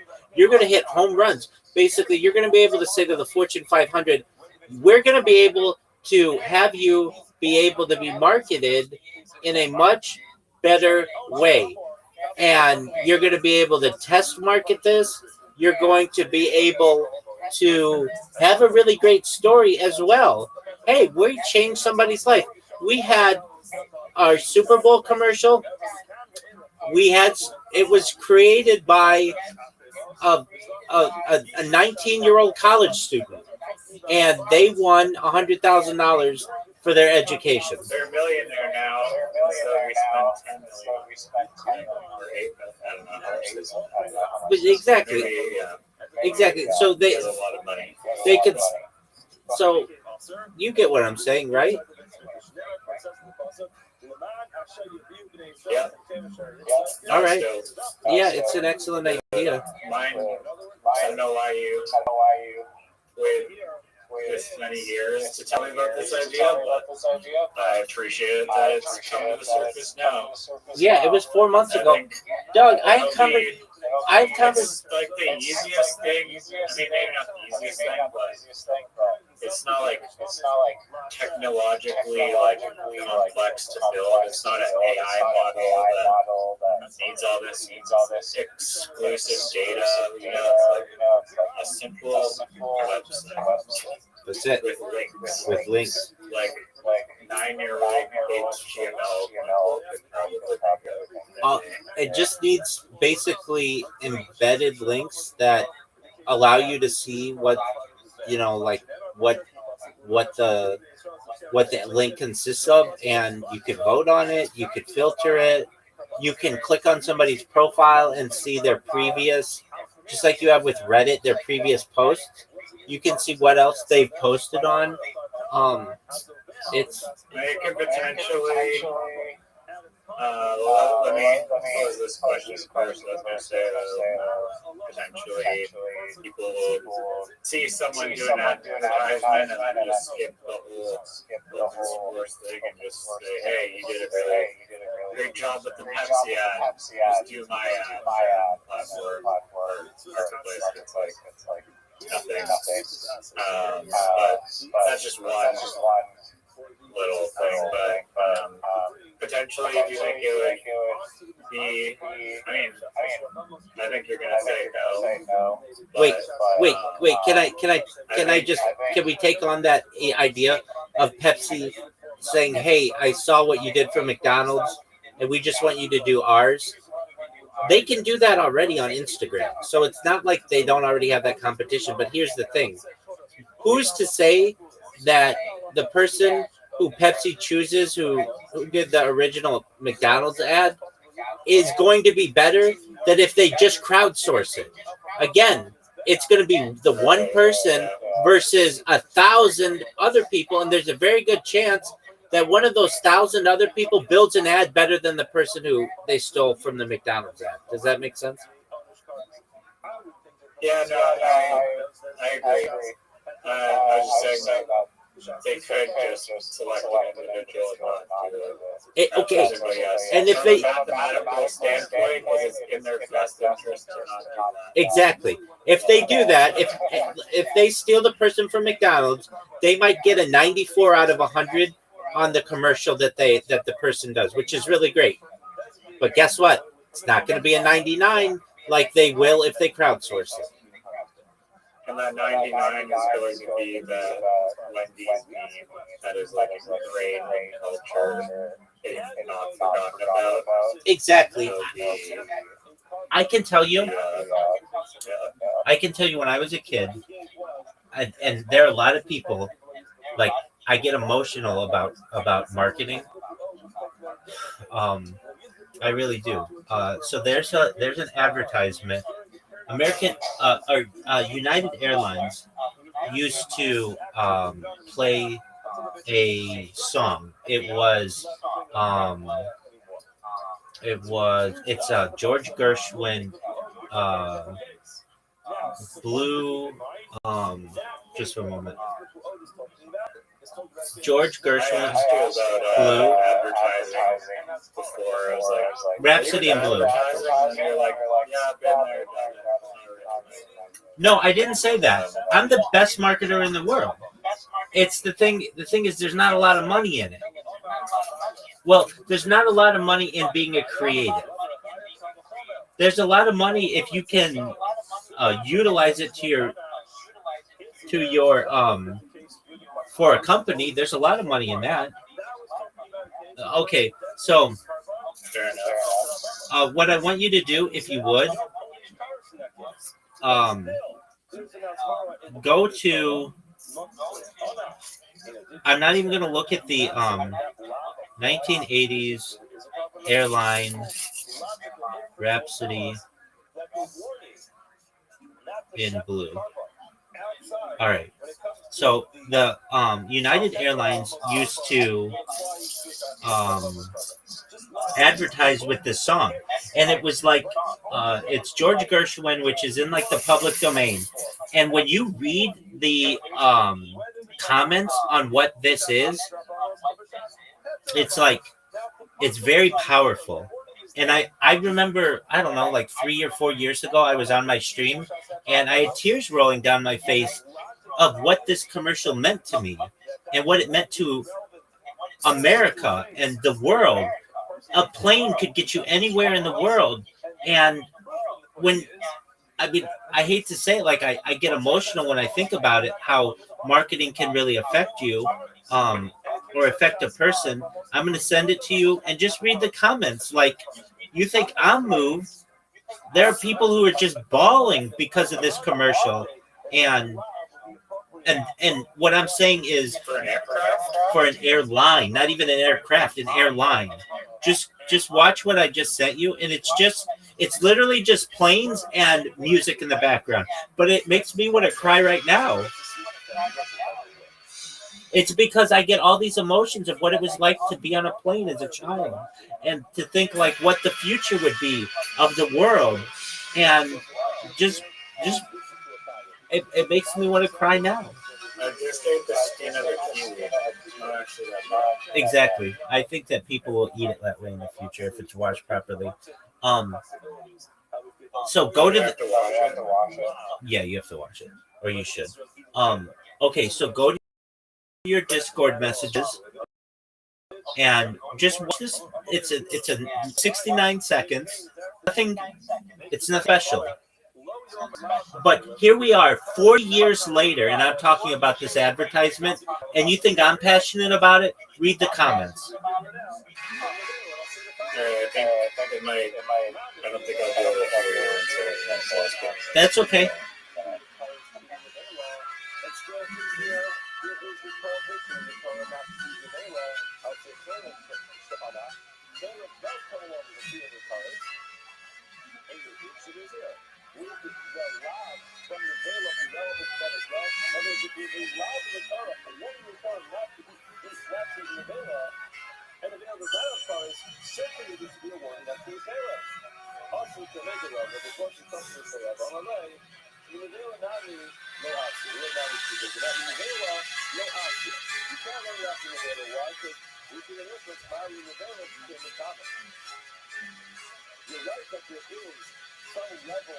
That's not the wall. What'd you say? What are you talking about? No, my dog's licking the wall. Dog, just watch it. I'm reading the comments. I don't understand why people are crying right now. Like this is not on a scale of like 1 to like the last or the final moments of Air Bud movies. It's like a 1 in my. I understand. I think that song are people saying how like there's in some other movies that has like a lot of meaning. So, I mean, I'm crying right now. It's there are a couple other versions of it, but the thing that makes it brilliant is there are no words. You can show this ad anywhere in the world, and people understand. It's about flying in a plane. So the one that sticks out with me is I believe from 1988, and you're gonna be like, I don't get it. That's okay. You didn't live through it. But when you recognize that, like, to fly in the sky is such an amazing gift that we have that we really we take advantage. We don't give it a second thought, but like the generations before us did not have this ability to be able. I mean, you'd have to risk your entire life to be able to travel, and now it's just so easy. And especially in 1988. Okay, go to the one I just sent you in 1988, and I'm not even looking at the comments, but I'm sure they're going to be the same thing. They like this brings tears. Oh, comments are turned off, of course. But the thing, yeah, just go to it. So that's how you used to be able to just send your kid. I can remember we would be on a flight to like the East Coast, and people would just have like 7-year-old kids on the flight, and they were going to see their grandparents. Like things pre 9/11 were much different. It used to be pre 9/11. Pre 9/11, parents would buy a ticket for their kid and just get them on the plane, and then the grandparents would be on the other side. But I can remember my parents would like just keep an eye on these kids, to make sure that like nothing happened to them. So you're gonna be like, I don't get it. I don't get that commercial. I understand you don't get it. You didn't live through it. But if you lived through it, there are those of us who are passionate about advertising, and it brings a tear to our eyes.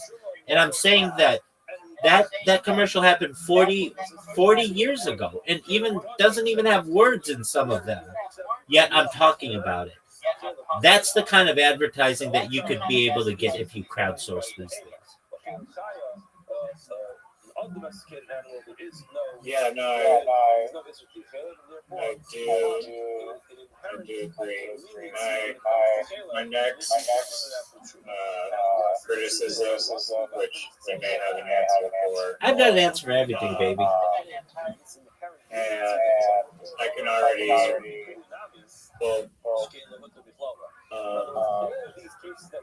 I think perhaps, and this could be because I'm very biased about social media, like on my Instagram account, I don't want to post pictures that are not related to art, and on my cryptocurrency Twitter account, I do not want to post non-crypto related currencies. Or non-crypto posts. And I'm wondering if this contest method would perhaps deter big creators from doing it. And I understand that they may have totally different viewpoints on the content that they put out, especially for contests where nothing is guaranteed. Some of them could be like, yeah, I don't want to put anything out there that I'm not getting paid for. Or other people could be open-minded and be like, hey, I'm doing this contest, here's my advertisement for the new pastrami pickle deli sandwich. It's the greatest thing ever. You should go check it out. I did a really good job. So I'm curious how you think how incentivized bigger creators are, and I do like that the platform is kind of like this Robin Hood platform of giving back to anyone in the world potentially, and so maybe it's a good thing that large creators don't want to taint their feed with some lottery contest post where it would make things look like perhaps cheap or something, even though it could be they're just exercising their creativity. Yeah. So just create a burner account. Your question is like 14 minutes long. So just create a burner account. It's fine. No one says it has to be on your main account. Okay, well, someone famous like Johnny Depp creates a burner account to start doing these like little Honda CRV contests. People are gonna see that it's not Johnny Depp either way. But I guess if your primary goal is just not obstruct your main feed, just get on together. Exactly. But that wasn't really the question. The question was like how receptive large creators are going to be to this type of platform. Do you think they'll participate or be incentivized to not participate, or same rules basically for any person on Earth? Yeah, they're going to love it. It's going to be free money to them. So basically, they're going to be able to say, all right. This can be bad though, because someone with 1 million followers can go post a shitty video and they say, to their fan base, go upvote it so that I get a prize. And then how are you gonna? No. So here's the thing. How are you gonna deal with that? Here's the thing. No matter how many votes your project gets, no matter how many votes, that doesn't mean that it necessarily wins. It's the company that chooses. So they can have 100,000 people vote on their thing, and they will only win the fan contest element, which doesn't have the grand prize. It's just basically a feather in their cap, which is great. It's like Reddit karma. Okay, so you've got a lot of Reddit karma. It doesn't necessarily do anything for you. But the little guy who comes up with a better idea and the company chooses that as their choice, that person's going to win the money. And that's what matters. But when you think that it's better to have multiple prizes at the top, I guess you basically, it would really kind of you can do whatever you want. You can do whatever you want. The voting system, if you're rewarding prizes to what users voted on most, would have to all be elected by whoever at the company. And that way it's just the best advertisement. No fan influence. Wait, that's the beauty of it. It's But be rigged too easy. wait, that's the beauty of it. But it's in the best interest of the company to also give a smaller prize to fan input, so that you do have a marketer or you do have an influencer who has 100,000 followers push their audience to your website. So let's say, how would it break? How would it? It would be positive. You get free chilling. Exactly. Next to nothing. Exactly. So how could you do it? You could say, hey, our grand prize is going to be a $10,000 grand prize. That's to the winner. We're also going to get $1,000 in cash to the fan vote, which is a serious contest. And what is your platform going to make? $1,100, because you're going to make 10% of everything that the company runs for the contest. So, they're going to have $11,000 in prizes, $10,000 for the grand prize, and $1,000 for the vote, and you get 10% of that. So all in all, to the company, it's going to cost them $12,100, and they're going to get 99 out of 100 advertisement that people are going to be talking about 40 years from now. It's win-win. And on top of that, they're going to have huge influencers who are going to be sending their audiences to your website to vote for them in a popularity contest. It's great. You know, what if they submit a really shitty video, though? And that's just there now on the internet. Well, you can always hide. Still advertising technically. So No. You could. Well, there's that idea, but you can always hide it. You're the one running the contest, so you do just like with a tweet. If you tweet something and somebody sits in there and bashes you, you can say hide this tweet or hide this response.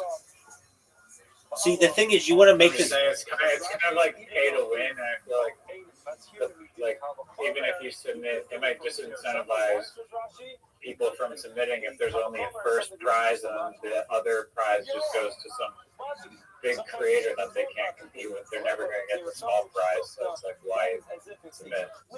Wait, you're thinking of going only for the big contests. They're going to be small mom and pop contests that if somebody puts some work into it, they're going to win. And then that means that their profile is going to get more badges and recent wins. And if they have a quality app, their social media like will grow as they the bigger the company is going to promote their social media as well. So there's a huge incentive there. If you get a freaking retweet from the that's exactly right. Like you're going to go viral, so there's huge incentive with that. That's exactly right. And only crossed my mind right now. And imagine you're watching the Super Bowl, and in the corner it says "courtesy of @Riser" on X. Do you know how big a deal that would be? Wait, do you know how big of a deal that would be? You know that you'd get every creator on the internet basically who would be like, dude, I could be in a Super Bowl commercial. Yeah, it's the Pepsi win the Jets in America. But it's like the Jet is the Super Bowl commercial. Well, I mean, you wouldn't even need to. If Coca-Cola said, look, we're not going to pay anything for anybody's content, but we will put your handle in one of our commercials, you get 100,000 people who came up with really good Coca-Cola ads. Yeah, and then how the fuck do you sift through all those? Like, I guess there's a cost to that, like Coca-Cola. No, you don't. You have the audience sift through them, so people will upvote and say, I like this one or whatever, and then you have a marketing person who just looks at the top 100 and is like, okay, these are really good, and then they bring them to their team and say, these are the top 10 that we like. Let's choose one, and then that's the winner. It's really not hard.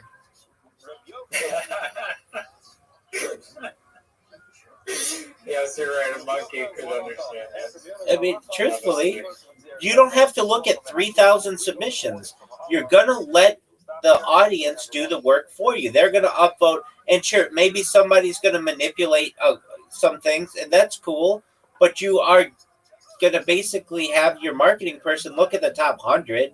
So that's like there's a good chance that you can get some small organic creators in there, and if they have a good ad, that thing's going to take off, and it's going to be really upvoted highly. And it's like the top comment of Reddit. Sometimes somebody's got such a good top comment that people write below it, thread closed. Nobody can come up with something better than this. And you're going to have somebody who does that with their social media post. And on top of that, you may have someone who's like, let's say they come up with a really good idea, like whatever you said. Coca-Cola, girl, big boobs, Lamborghini. Okay, cool. And they submit that on a Monday. And then somebody comes in on a Thursday and just takes their idea. The crowdsourcing of this can say, look, the one that came up on Thursday just stole Monday's idea, and we have proof of it because it's on this website. So don't upvote Thursdays, upvote Mondays. Yes. Do not follow the influencer that's literally copying the idea. Exactly.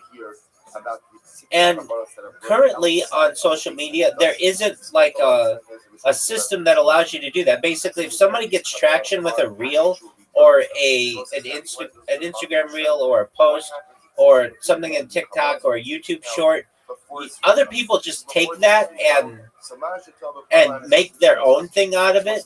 With your system or whatever this is, you can literally say, yo, dog, you stole this idea from this person. They put this submission in on this time, but if it's different enough, then other people are going to say, no, it's different and it's a better ad anyway.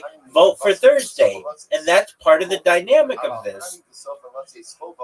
And at the end of the day, their vote doesn't fucking matter at all. It's what the corporation likes.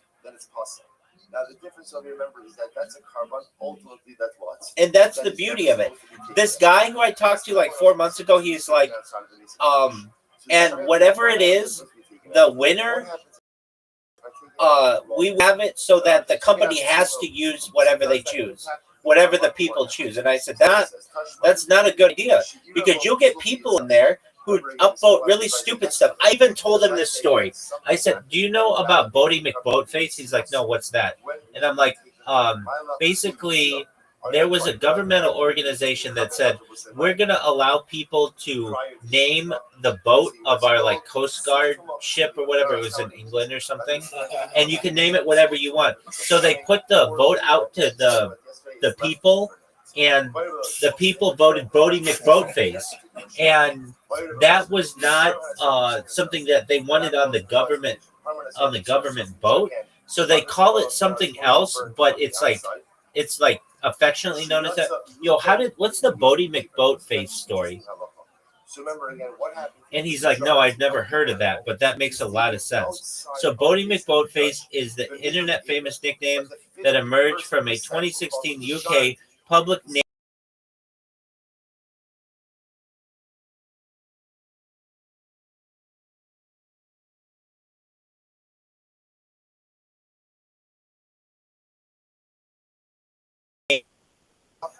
of Shackleton or Discovery.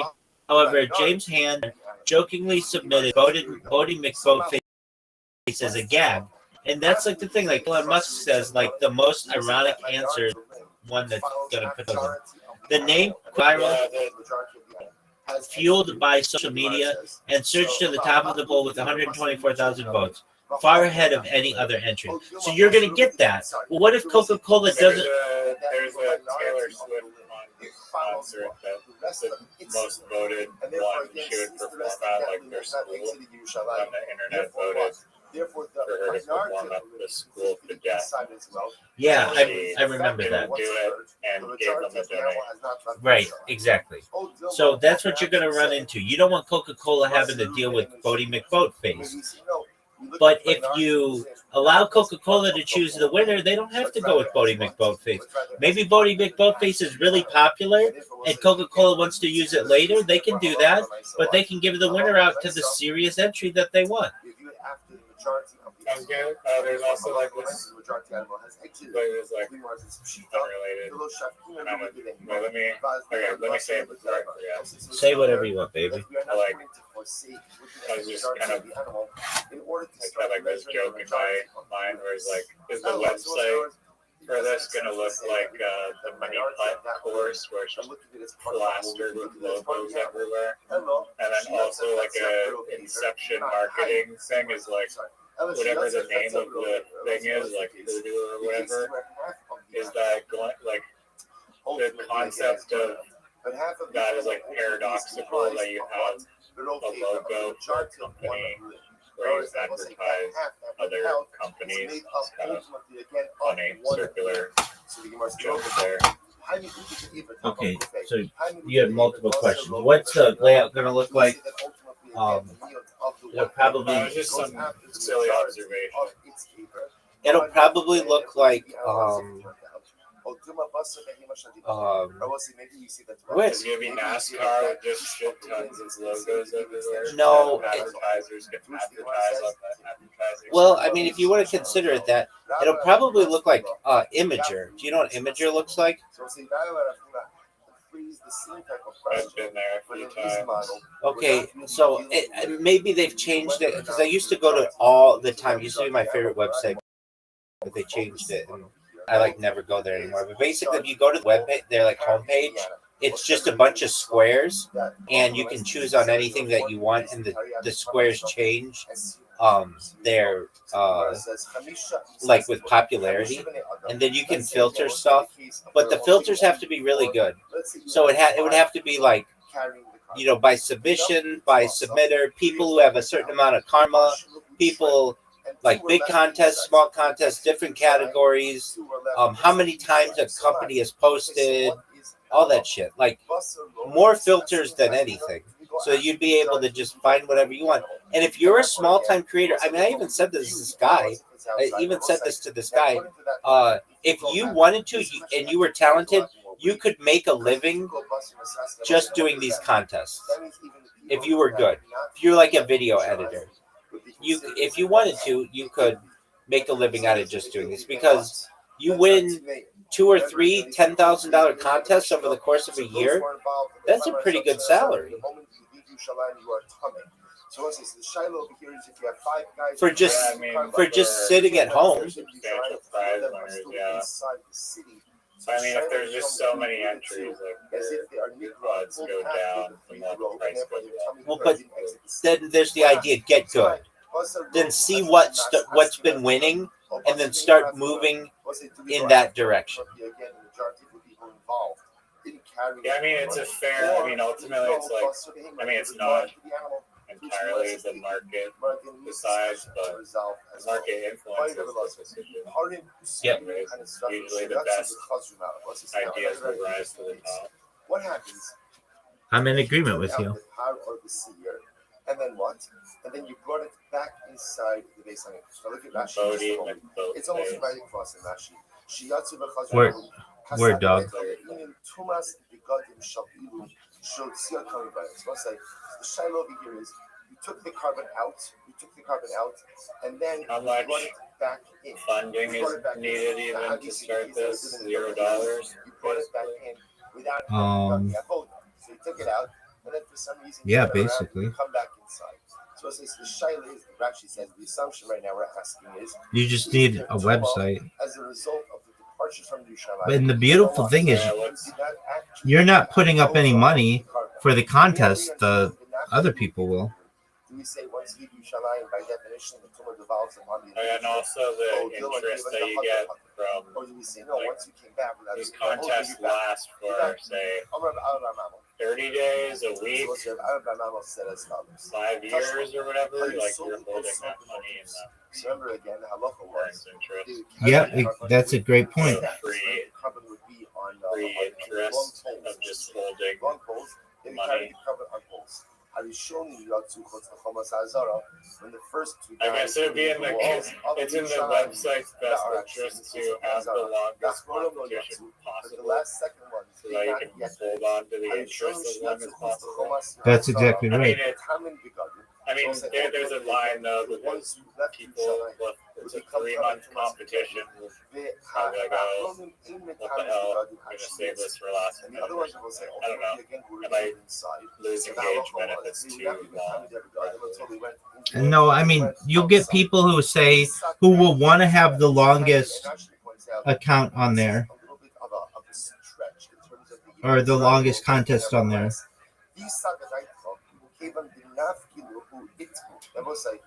If you assume that the moment Which companies do you approach first to pitch this to? Small- In particular, like do you go straight? I mean, the thing is, you like before you even approach Coca-Cola, like chicken and egg scenario, you need users and you need those like that user base for people even like be aware that the thing exists. So how do you actually get the ball rolling for this whole thing? Yeah, I mean, you could just start with a small mom and pop startup and say, hey, we want you, Local restaurants. yeah, we want you to just host a contest.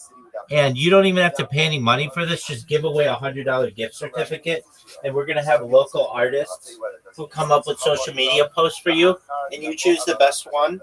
And you don't even have to give out money. You just have to give out like a little food or something like that. And you're gonna get people from all over the community who come up with really great advertising, and it's gonna be grassroots. Why not? Because even the lashon of the pasuk itself is Yeah, you will need moderation to moderate the companies and moderate videos being submitted. Not really. I mean, a little bit, but here's the thing.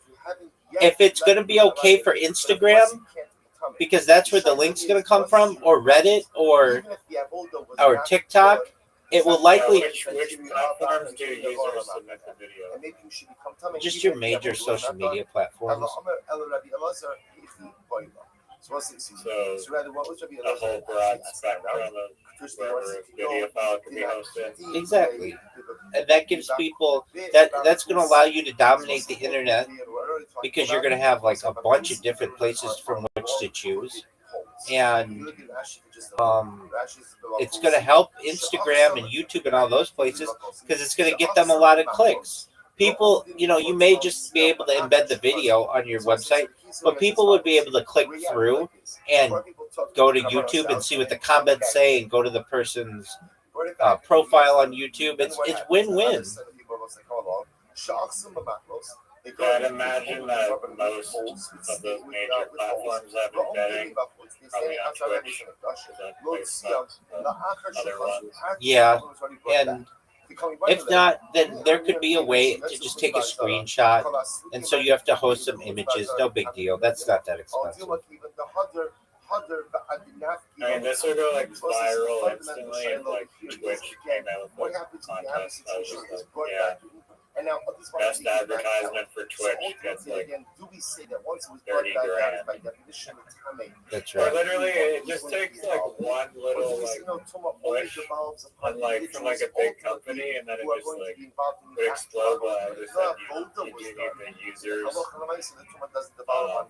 to begin with before that happens. So I'm just wondering like the fastest way to get there, and yeah, I mean contacting. Okay, so it's a maybe I feel like food isn't the most ideal. I mean, it could be, but just because the menu items might be difficult to actually like showcase or something. But there's a billion different types of businesses, I guess, that can use advertisements, taxis, or whatever.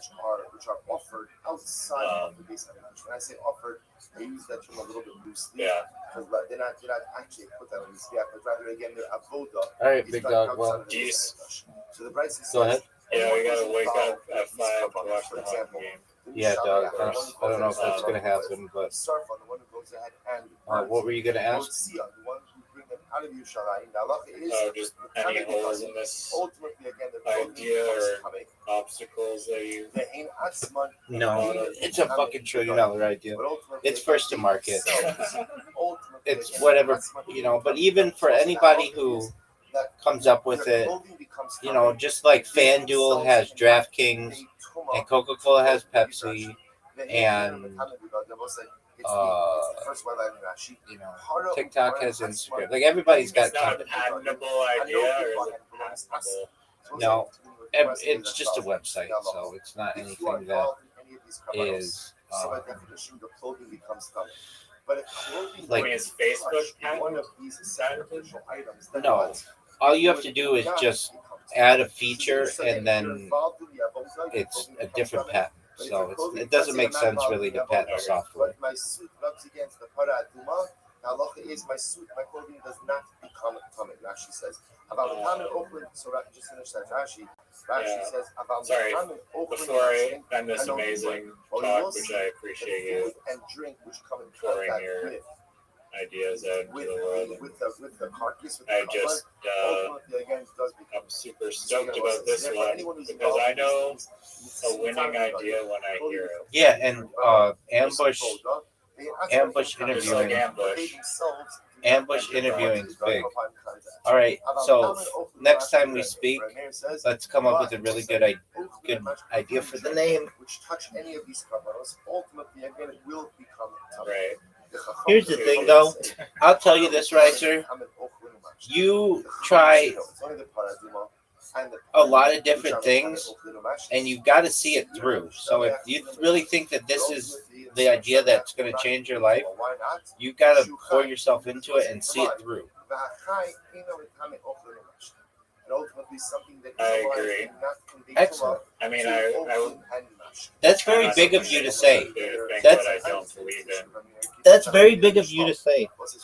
So I want to commend you for recognizing that. The fact that I suck at committing, or that the idea is good. No, both. That you recognize that you suck at committing. But the thing is, you've got a good head on your shoulders, so you can commit to something and become successful with it. You just putter out. And I think that you sound motivated. I think it's not necessarily like. I think belief drives a lot of my behavior, and if the belief starts to fizzle, then I'm gonna spend my time elsewhere. But if the belief is like, I didn't really know you back then, but literally for like, I mean, arguably like since 2017 to like 2023, for like 6 years of my life, all I was doing was Chainlink, decentralized Oracle network, blockchain insurance, and like just deep into different applications for blockchain insurance, and just like obsessed about that like on a daily basis. like forest fire insurance, vineyard insurance, shipping delay insurance, like all these types of insurance. I was just deconstructing them to their bones, figuring out, oh, hey, instead of basing it on the wind, we should base it on the SCADA data of like the computer, and then what are the consequences of that, and like, oh, this could apply to all sorts of renewable energy things. And I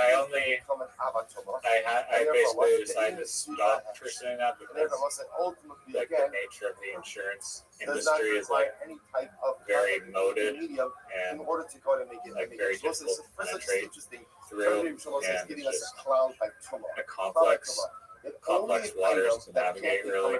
I get it. I'm saying that you have a $1 billion idea with the greatest cryptocurrency of all time as well. And all that took from you is to literally go into X spaces and promote it. And that fizzled. Like, but that's a $1 billion idea too. Yeah, no, I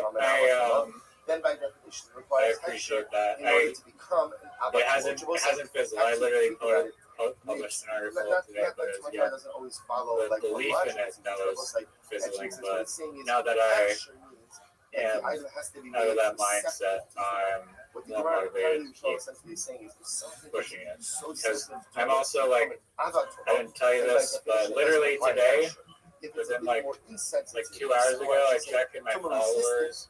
There's one guy with like 57,000 followers who followed me, another guy with like 30,000 followers, 32,000 followers that followed me. And I just see that like these are not like small little people that are following me. And they're following me because there's words on my page that are appealing, basically, that somehow they construct in their minds and form an idea of what the premise is, that they are at least curious and fascinated enough to give me a follow. So that's great. Little shit like that kind of makes me feel like I'm on the right track.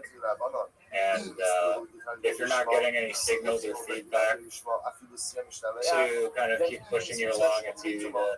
Yeah, I mean, you have like you're either like the like I don't know, you just have like very thick skin. It's like you do not like seem on like the surface ever to get like upset that you haven't gone viral or whatever yet. You're just like, it's all a matter of time or whatever. The universe will work itself out. But I bet you there could be, if you fucking had 1 million people lined up, and it was just a competition of who starts turning your life 24/7, and then just like who's gonna last one another. I don't know how many people would be standing, like out of the 1 million people, would be standing after like 4 years. Like you are, well, thank you. Thank I know you. a lot of people would just give up after like day 3, week fucking 1, week fucking 3. It's like the Mr. Beast competition, just axes and fucking into the fire pit with all these people. A year, like 98% of the people are gone after like a year, and then it's just like they're really like insanely like dedicated people that are left. You're exactly right. Well, thank you for your high praise. I can tell you, it would be one thing to say, "Oh, I've made it 4+ years. Oh, like I can't wait for it to be over." Fuck no, I'm the opposite. I get stronger every day. I love it more and more with each day. I appreciate it even more than when I first started doing it, and have committed to this for life. The other guy in here, he the spirit man, he wants to do it for the rest of his life.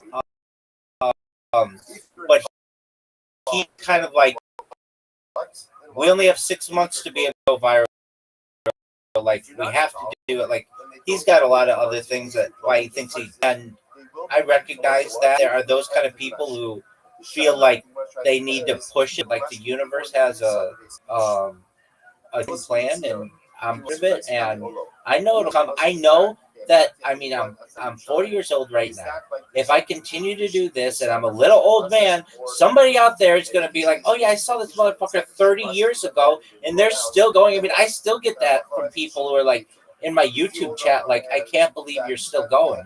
You're absolutely correct. I am still going. And when I say that this is what I've dedicated my life to, I mean it. But I also know that the benefit of this is so huge. In addition to like, oh, I have like an archive of my life, it can make me, it has the possibility to make me the richest person ever, the most desirable bachelor of all time, and the most famous person ever, and the most memorable person in history. Why wouldn't I try it? Do you think? I mean, I don't think this would happen to you, but it is like an interesting phenomenon. I find like that, like an absurd amount of fame and fortune, like really can like twist people into going down very like mental instability rabbit holes, like Britney Spears or Macaulay Culkin, or I've recently seen reels of Shia LaBeouf just acting like a complete maniac jackass and not really being too sane. And it's almost like a curse in a way that is like people or Justin Bieber. Even though I don't think Justin Bieber has had, I mean, he probably has had a shitload of mental breakdowns from the fame, but it's just like at the very least, his fame is like seems like really annoys him based on how he treats the paparazzi, being like he's just pleading with the paparazzi to just leave him alone. But they're just like stalking him everywhere. God, that makes me like paranoid. But I'm not too worried about it. Their fame depended upon people, depended on them doing concerts and like being in the public. Like mine, generally, I mean, I do have quite a bit of footage of me live streaming IRL, but generally I could do this for the rest of my life from just hotel rooms. Like I could, basically remain as anonymous as I want. I just, basically go outside with a mask and people might not necessarily know who I am. It's like, I don't have to perform in concerts. I don't have to make myself that open to the public if I don't want to. But I want to. I've got a good head on my shoulders, and I think I'd be able to handle it. But anytime that I don't want to be on camera, I can just turn them off or leave. It's like there's nothing that I say that I have the longest stream in global history. That I don't. I mean, I eventually want it, but that's a lot of stress. I don't want that. I want the most amount of data in global history, and that's what I have. Right.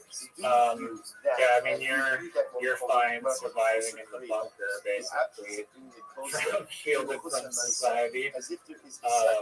That snowboarder Olympic athlete that like turned into like a cartel member and had like a huge FBI 10-year manhunt. Apparently, some guy on YouTube was like, the police are very patient, and they're like, we don't think that this guy is gonna like last in like a bunker in Mexico. Like he stands there like a sore thumb because a 6'4" white guy living in Mexico. Like he's gonna just like slip up and we're gonna catch him. And I think that, I mean, he did get caught like 3 weeks ago or like a month ago due to insider information. But yeah, I think most people, I mean, it's also an interesting conundrum. And for me personally, I feel like digital friends on the internet, like such as yourself or the other people I talk to that are worlds apart from me, like I find the relationship over the internet to just like be like incredibly fulfilling, even though they're not in the same room. But some people that grew up socially isolated and only have like internet have like very poor social skills, and it seems to like affect their life potentially more than someone who is interacting with people in real life. I just find that phenomenon kind of strange. Do you have any? Sorry if you want to go to sleep. No, you're okay. Yeah, I have, you guys on that? yeah, I mean, I have generally been a popular person IRL. Growing up in school, I always had a lot of friends.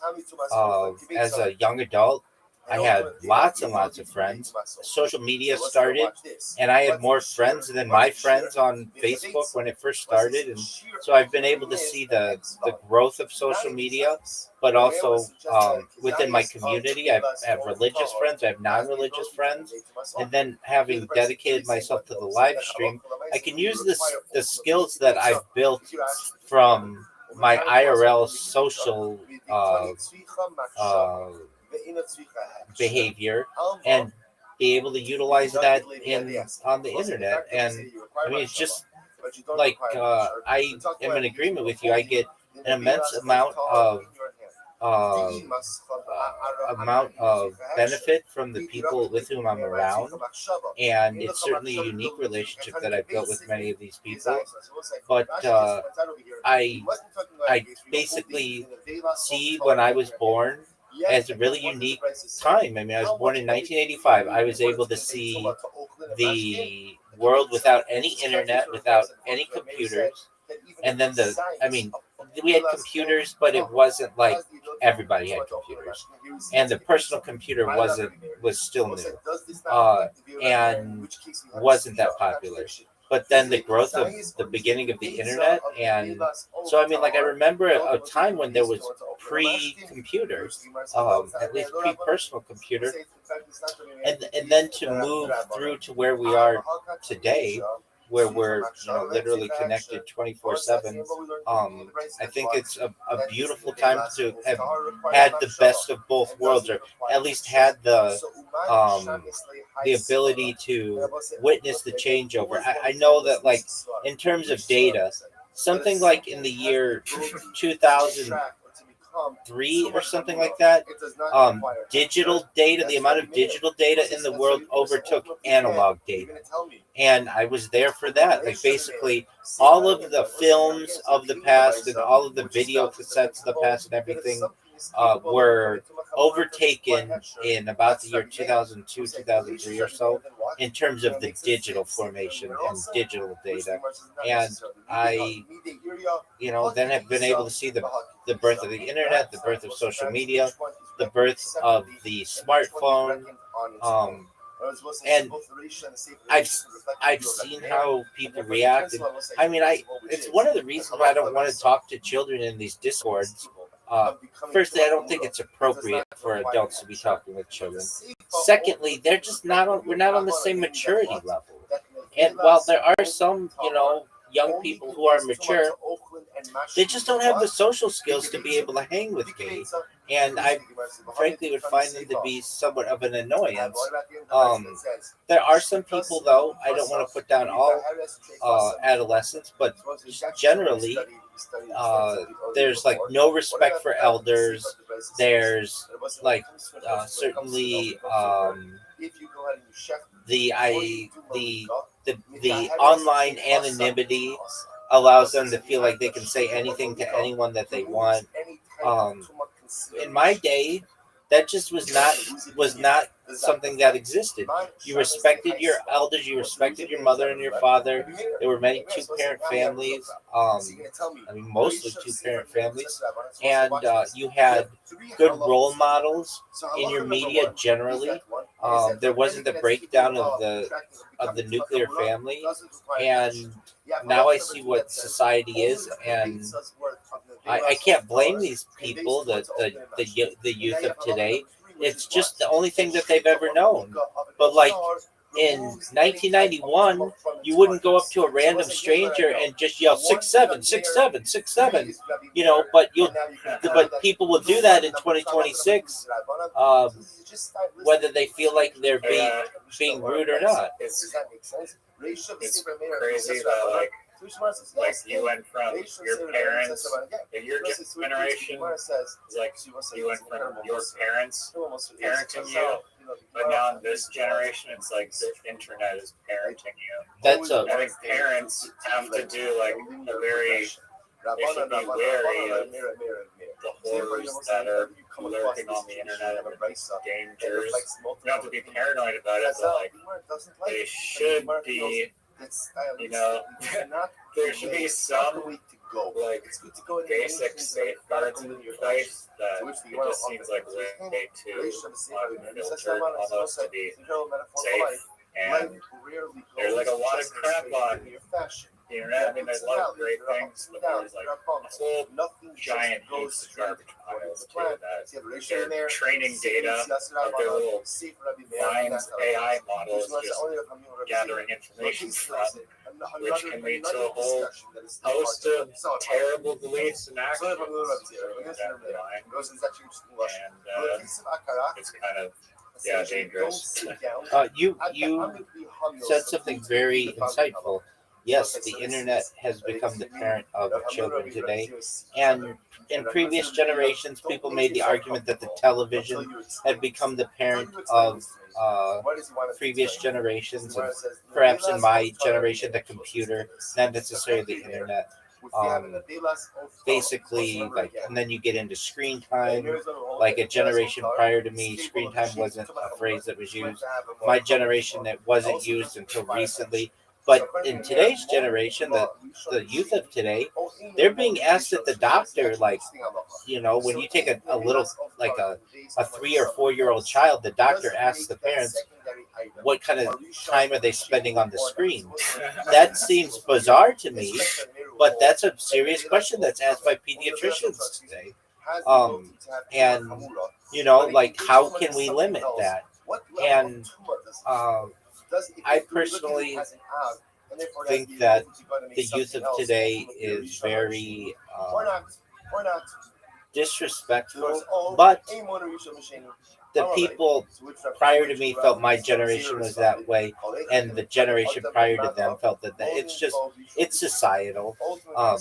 But there's certainly a breakdown in when I was reading or I was listening to something on Roblox today. Like, I've never played Roblox. I don't really know anything about it. I think I really don't know anything about it. I want to say it's like Lego, but that's Minecraft, which I really don't know too much about either. But Roblox has its own currency. I know that. I know that it has microtransactions. I know that. And I know that the average player of it, I think like 40% of all Roblox players are under 13. And to me, there's a major issue to allow a child under 13 to be able to be on the internet in like chat rooms and in like groups. Like, do you know how manipulative people can be in these things, especially if there aren't safeguards that say you have to be like, this is only a chat for 14, like people under age 13. It would almost be like, imagine kids on the playground who are talking in circles, and then all of a sudden a 40-year-old person can come up and just talk in that circle and use any language that they want. And then an 18-year-old kid can come in there and just, or 18-year-old adult comes in there and just starts yelling, you know, the N-word or using the term bitch or something like that. Like, it's the Wild West. It's absolutely the Wild West.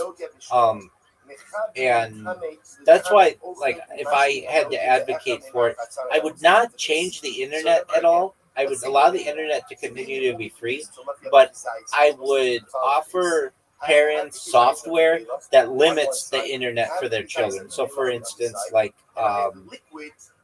you just, it would use optical character recognition software so that you would just never see the term fuck anywhere if you were a child, or the term, you know, any of the cuss words.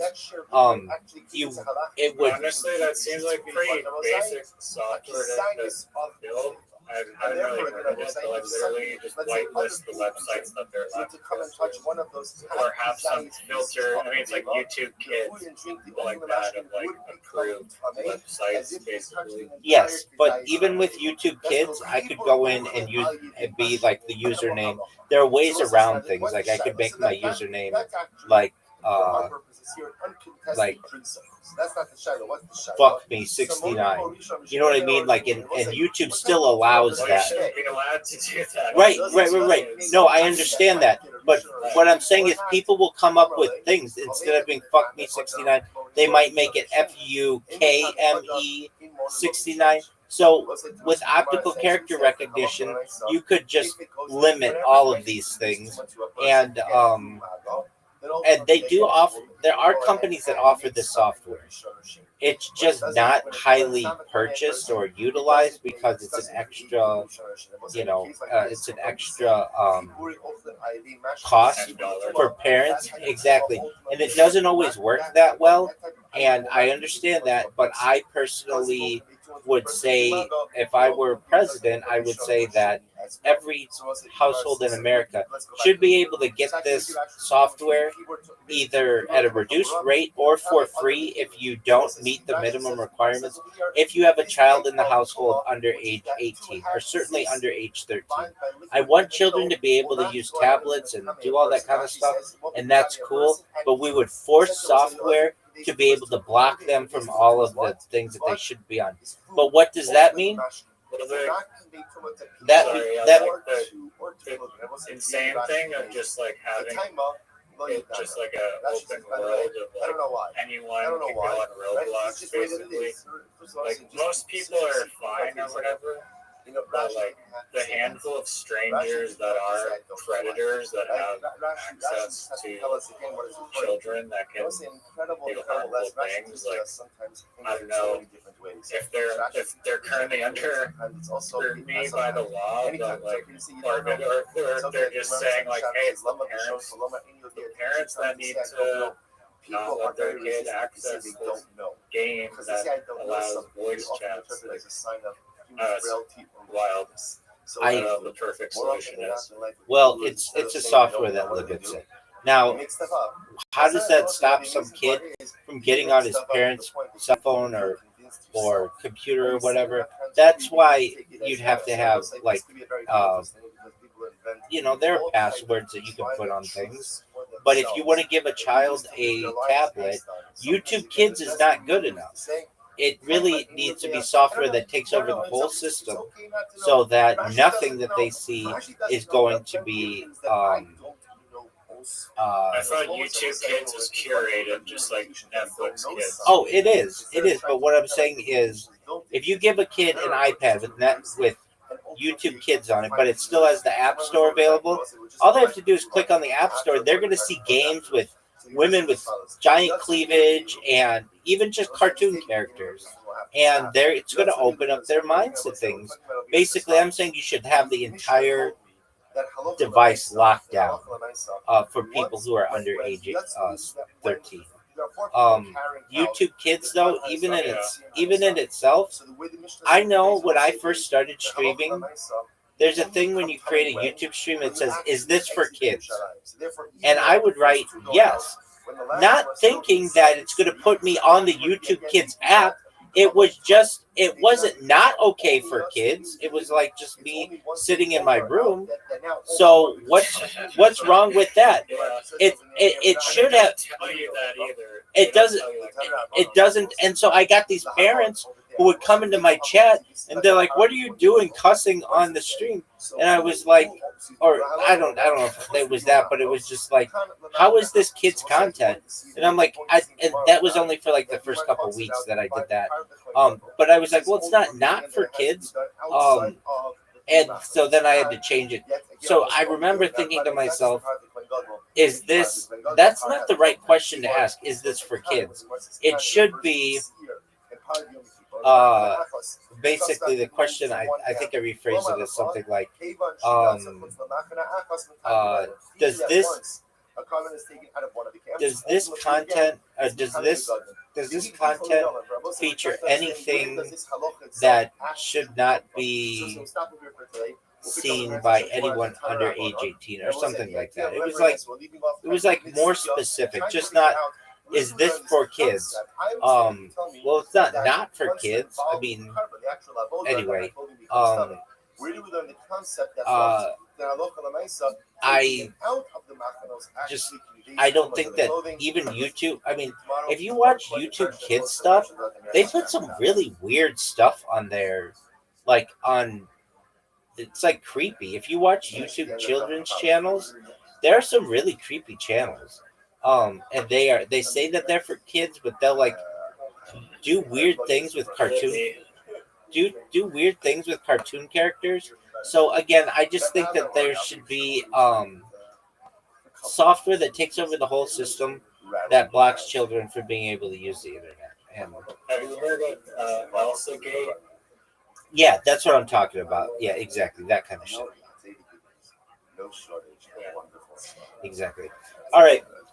We're going to leave it at that, my friend, because I've got to watch the United States kick ass at 5 in the morning. Yeah, right. I'll look it up I'm on. actually going to be up because I have my alarm set, but I was just setting it to like, set for like 5:30. Because I don't think I want to get up at 5 exactly. Yeah. I'm not even going to say it. It's like, there's. I know if I did, I would just fall right back to sleep. But you never know. I might awake at like 4 in the morning and then I might actually watch it. So you never know. If you do watch it, come. The discussion.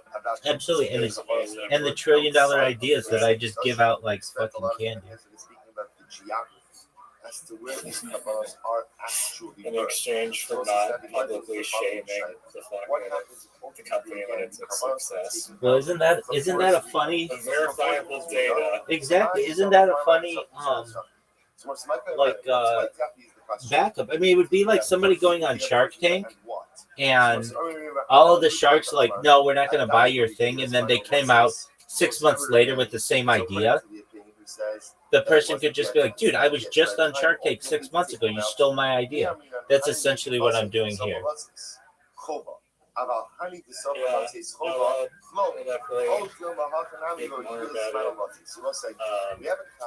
sure hopefully tomorrow. You've had a lot of amazing ideas. This one is like right. And it's crazy that it just doesn't exist. Yeah, I agree. Like, which is like astounding to me after I digested the idea. It's just like, why? I don't know. I do not know. All right, Biggie. Take care, sweet dreams, and USA, peace. Shout out to Riser, everybody. My love to Yitzio. Are you not talking about the fact that you put the carbon out of the way?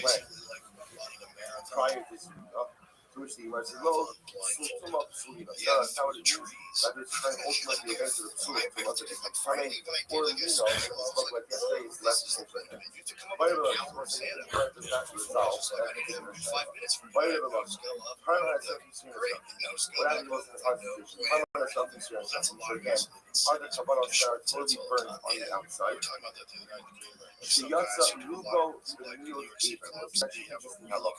So remember again, what happens is the majority of the animal is taken outside of the the meal even, but the 51st of the majority is represented by the minority of one particular race. So the idea here is 51% of the animal is now exiting the Yerushalayim. What happens? That 51%, that last piece of the majority, is made up of the minority of one of the wings of the animal. So the Gemara says, here we go. So now, what's the halal?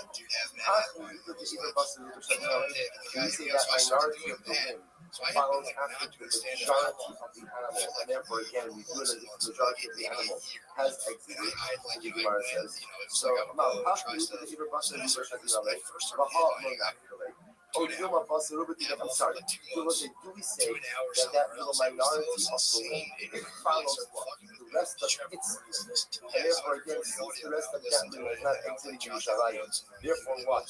Therefore the minority of the room is considered inside as well, which also means de facto what's occurred. The majority of the animal has not left Yerushalayim. Oh, Dilma, or perhaps you say, maybe you say, no, we look at the minority of the limb not as part of the whole limb, but rather as what? But rather as part of the attached to the animal. And therefore we'll say, again, in this particular case, therefore, halacha l'maisa what? Halacha l'maisa, we do it after the majority of the animal, and therefore halacha l'maisa, the majority of the animal has exited. The one is pshita, the lo shakina lu'ud anymore. Va'adina basa lu'ud rava. So it's clear that we are not going to forsake looking at the majority of the animal in order to start measuring the majority of the limbs. It doesn't make sense to say that we look at the minority of that limb and look at it as part of the whole limb. We look at it as part of the animal. Ella, shiyatza chatzia b'roketer, not hi. Ella, shiyatza chatzia b'roketer. What's the case? The case where half of the animal ultimately again as God, but half of the animal ultimately is comprised of what? The rope acre, of the majority of one limb. For example, say that half that went out is made up ultimately again of one limb. So the Gemara says, "Robo one. I need to be the acre top of the limb. I need to be the acre also rope acre shakila." Do we see that ultimately again the yield of the one acre goes after the majority of its acre? Behind that, and if we view the animal as if it went out. Maybe we say that that piece of the limb is considered to be an extension of the animal as a whole. Which the Gemara says, this is Gemara Rabbi, so since I don't have the same type of question, but in his model, we're not really dealing with whether or not the majority of the limbs of the majority of the animal, but rather what we're focusing on ultimately is the majority of people carrying the animal. What's number again we saw that said that there were 4 people used to carry out the Gemara as humans. Here we go. So the Gemara says, Hamisha b'nei Adam. Let's say again, we'll see the case of where although you only need 4, let's say you have 5 people carrying enough to lost up, 3 of them went out, who partially tripped, and 2 were left inside. So 3 exit Yerushalayim, 2 were left inside Yerushalayim. So what is the halacha? Basar lo, this question has been to go after the majority of people carrying the animal, and therefore again, therefore we would view the animal as if it's outside. And we'll say that according to that logic, if you go out, this question actually carries a lot more weight, because if you go bust in the house, what does that mean? That means even the people who have not yet left Yerushalayim would be considered as if what? They did then what? Then they are tmei. Remember again, it's according to the Yisrael, so those who are involved in the primary from the moment you leave Yerushalayim, you are coming. So what's this? The Shiloh here is you have 5 guys carrying the carbine. 3 of them exit Yerushalayim, 2 of them are still inside the city. So Shiloh becomes, do we view the 2 as if they are nigrad, pulled after the 3 rope, and therefore they're coming in and didn't exit the city? Or not? So Mike, also go as I'm not asking as we are. Or Basar was it, do we go after ultimately again the majority of the people involved in carrying the carbine? Or do we go Basar we would go after the animal, which the West is needed. But again, this question is unresolved as well. By the results, Harin is shooting and is such a shiratsu because another very interesting case. What happens if you took out the power of the seer, and then what? And then you brought it back inside the base. Now look at that shit just a moment. It's almost right across from that. Shiratsu b'chazrulahu. Hasadadait kamu'inin tumas God shokshuru. Shokshuru coming by this. That's like the Shiloh here is you took the carbon out, and then you brought it back in. Now, obviously, the case that we're looking at here is you brought it back in without having done the avoda. So you took it out, and then for some reason you turn around and you come back inside. So this is the Shiloh. Rashi says the assumption right now we're asking is is there Tuma as a result of the departure from Yerushalayim, even though what? You did not actually do the avoda of the carbon. Miyamin and even did not do it. Do we say once you Yerushalayim by definition the Tuma revolves upon the individual? Or would you like even the 100? Or do we say no, once you came back without doing the avoda, you're back. You're back. Amr al-Ramam. So al-Ramam says, Tashma. Are you so good or so good? Remember again, halacha was they would carry the carbon with steps, right? The carbon would be on long poles, long poles. They would carry the carbon on poles. I was showing you Yatsu was the Chomas Hazara when the first two guys would leave the walls of Yerushalayim that are actually in the case of Yazara. But the last section one did not yet be. I was showing you Yatsu was the Chomas Hazara, the common beginning. So I said ultimately again, but the ones left Yerushalayim would become coming to us because the Ba'achonim in the common beginning actually. And the other ones will say ultimately again we remained inside. So the halacha was they were not in the common beginning until they went outside. These sacrifices, I would say that this actually and Rashi points out that this is a little bit of a stretch. The Gemara is right, but we'll go through nevertheless. These sacrifices are even enough to do. I will say that if you assume that the moment they leave Yerushalayim, they will come in front of it. Even if they subsequently come back in, enough to because that body then ultimately again, even those who are still on the inside, ultimately what should become Tamei as well. So it's like if you guys have me over here, if you say that it's just automatic departure from Yerushalayim that makes you Tamei, whether you come back or not, then by definition, what you are suggesting over here is that once the process of departure has begun, and the first two are on the outside, and the rest of the last two should become Tamei as well.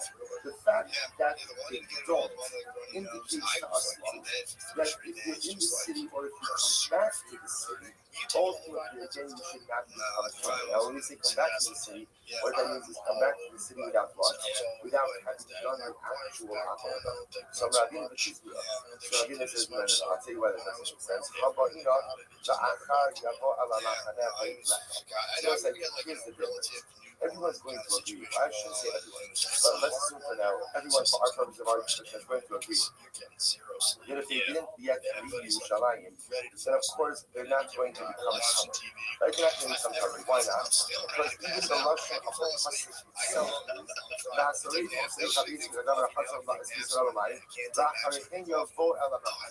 so the Acharitin Yavol Amachna was in this what? Means that halacha l'maisa you were outside and now you're coming back on the inside. So everyone's going to agree that if you haven't yet left Yerushalayim, then of course you can't be coming. The shayla is once you're out, even if the avodah was not done, was not satisfied the criteria of Acharitin Yavol Amachna, and maybe you should become coming even if the avodah was not done.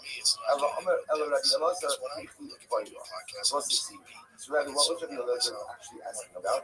First, he wanted to go to that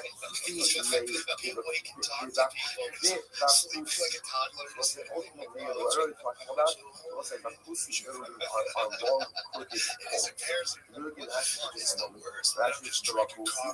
Sha'aksam, not the Bakusi. Sha'aksam the Makos. The only courts not see on the Akash cousin. So it's the piece here as follows. The way I have it like this. People talk to cover ourselves and then play back in.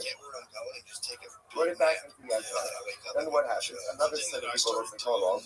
Shock some amount. They go in and they take all of the carbon with poles, with poles. But only in the Bakhmut, they're standing outside of the Mikdash. Road Siyam, the Akash Shechaz, after the carbon was already brought back. Becoming one delay. I'm here to make sure that's a Khutbah Zara. Call us sleeping man, you can't get in the Khutbah Zara in Tamil Garden. I'll do my even the 100 Adinaf kilometer. So this is the fundamental Shiloh here again. What happens if you have a situation is brought back in? And now I just want to take it back out. So ultimately, again, do we say that once it's brought back out, by definition, everyone who's going to be involved in it, or do we say no? Someone only develops upon individuals ultimately who are going to be involved in the actual avodah. But if not, Boza was done, then halacha l'maisa that someone doesn't develop on individuals as well. So turn around on it. So again, the Gemara does not seem to resolve that. We're gonna find some kind of resolution for all of these issues. Turn around on it. Para, Rice brings always stuff like Para represents the Parma stuff. Para is Para. Sira Mishalea is the Sira Yom Kippur. Sira Mishalea, so what the halacha is, Hamishalea has certain balancing Hanan because. So what's like in all of these cases, remember the common denominator over here is that Parma stuff and Para Azuma, Sira Mishalea are all kabbanos which are offered outside of the base. Actually offered, they use that in a little bit loosely, because they're not actually put them in the but rather again they're avoda is done outside of the base. So the Bryson says anyone who was involved with these kabbanos, for example, the Mishaleach, one who goes at a center of the cliff, Sarfon, the one who goes at and burns it, or Tzia, the one who's bringing out of Yerushalayim. The halacha is Kami Begadim, ultimately again the person becomes Kami. Vehim Atzman in Mitamin Begadim. But ultimately again they themselves, ultimately again the Atzman in Mitamin Begadim. What the halacha is that their clothing becomes Kami, but they themselves should not convey Tuma to clothing. Look at Rashi. Vehim in Mitamin Begadim. What's like it's the first one line in Rashi. Hara Uparan Atzman in Mitamin Begadim. Hanotim Bahen Belom Atzman. What's like with the Muslim as follows.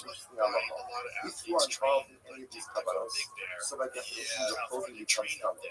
But if clothing were to touch one of these sacrificial items, then what? It would not become Kami. So it's interesting again, if you're involved in the avodah, your clothing becomes Kami. But if the clothing, let's say I'm not involved in the avodah, but my suit rubs against the Para Aduma, halacha is my suit, my clothing does not become Kami. Rashi says. About the time it opens, Rashi says about the time it opens, I know he was.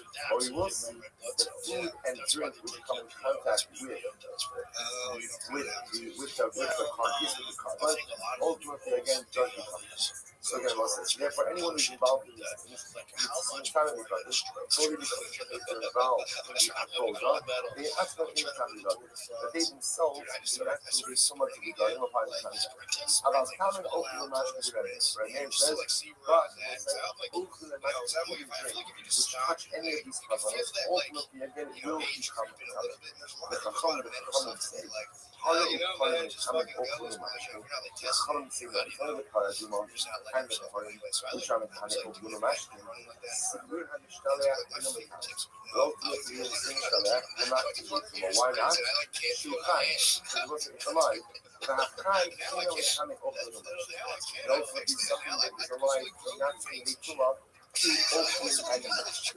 So Bishop on the other hand, was the friends of the Bishop and people telling him to be small. Was it the American sheep and what is it to be small? What is it? The time to be small.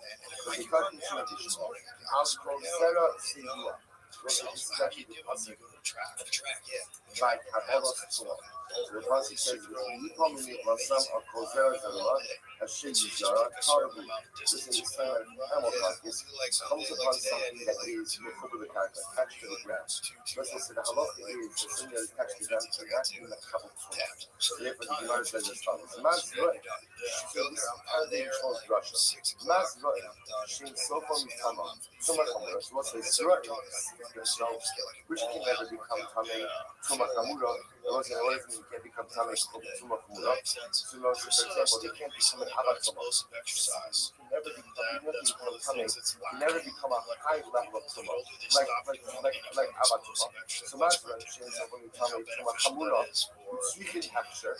That was in require capture. Capture was in his mind. That in order for seeds to become Tame, they must first come in contact with a liquid medium. If we become in contact with one of the seven liquids, that then they are hooked. They are receptive. So the words after again, we drop principles. After coaching yourself on becoming Makamura, speaking of that, therefore, most like any item which ultimately again can't become a Tabatama, also requires texture in order to become something. Also requires contact with a liquid in order to make it tumor receptor. What is this come to explain? Not just send the Devas old color. What's it comes to its cartons of a kosher bird. She's so far becoming to my computer. She was like this can become an Alakama. And therefore, what? And therefore, what's like ultimately again. does not require any type of contact with the liquid medium in order to go and make it. So it's just interesting. Sunday Shimon says giving us a cloud by Shema. That only an item that can't become an Abba Shema ultimately again requires hash. If it can't become an Abba Shema, only an item that can't. If an item can become an avatuma, therefore it does not require texture in order to be a kavatuma. If an item can't become an avatuma, then by definition it requires texture in order to become an avatuma. Which will say, actually, think about it, makes not that Tumatara doesn't always follow like a logical sequence, but we'll say, actually, what it's saying is, texture means that the item has to be made receptive to tuma. What the Gemara from Tanya Yisrael essentially is saying is that something is so sensitive to tuma that it can become an avatuma, then by definition it doesn't require texture. If it's a bit more insensitive, or actually say tuma resistant, that it can't become an av, then by definition it requires texture. So the Gemara says as follows. So what does it mean to exclude the case of Oftar, the Velas of Tar, because the Velas of Tar has the ability to become an avatuma, therefore it doesn't require texture. So we'll say, using this same logic, Rabbi Meir would say, that the Seir La'azazel also has the ability to be mechanic something. Why? Because the Seir, like the Velas of Tar, also has the ability to become an avatuma, primary source of tuma. Therefore, again, it shouldn't require texture in order to become something, and therefore, what it will say, it should convey ultimately tuma to contact. Hello, Rabbanon. Right, brother, say, finish the Rabbanon. If the whole behind the Yishmael, then even since that should convey tuma. Unless they don't hold this base, after the para or para niyama. They will say that even by para, by the para instruction, from where do you know that they can take tuma, which the rises to us and Amar and Mara, you see here, Sweeping action tuma mimakum. They will say ultimately, then what are we talking about? We're talking about items that require action tuma from somewhere else. Not items that themselves can be kept. So essentially what it is like this. When you tell an extra tuma, we're talking about the fact that in order for an item to become effective to someone, it requires some type of tuma, so that the external tuma prepared for the process. The simplest example of that is contact with the liquid. Contact with the liquid ultimately again makes something receptive to tuma. Therefore, the Rabbanon will say, what's the list that we're talking about over here? Of items that require action to move up the market. Of items that ultimately again require tuma preparation. But these items like Siyam, like Karet, and like Siyam have nothing, ultimately I will say can become coming and don't require any external preparation to this happen. Fine. So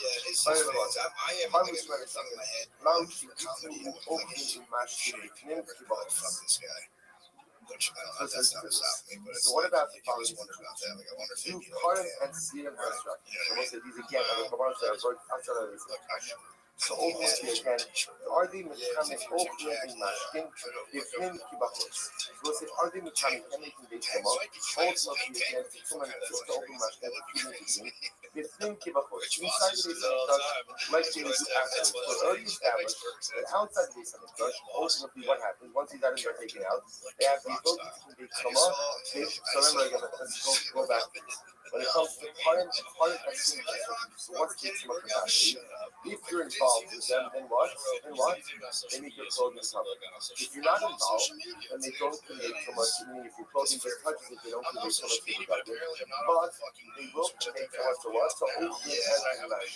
The Shana on the west side is, do they convey so much to open and lash outside of Yerushalayim? Or can they convey so much to open and lash even when they're inside the base of the church? Tell me, Olo. Do we say about the fact that not taking the blood outside of Yerushalayim? Is that like this something deficient in the sacrificial process or not?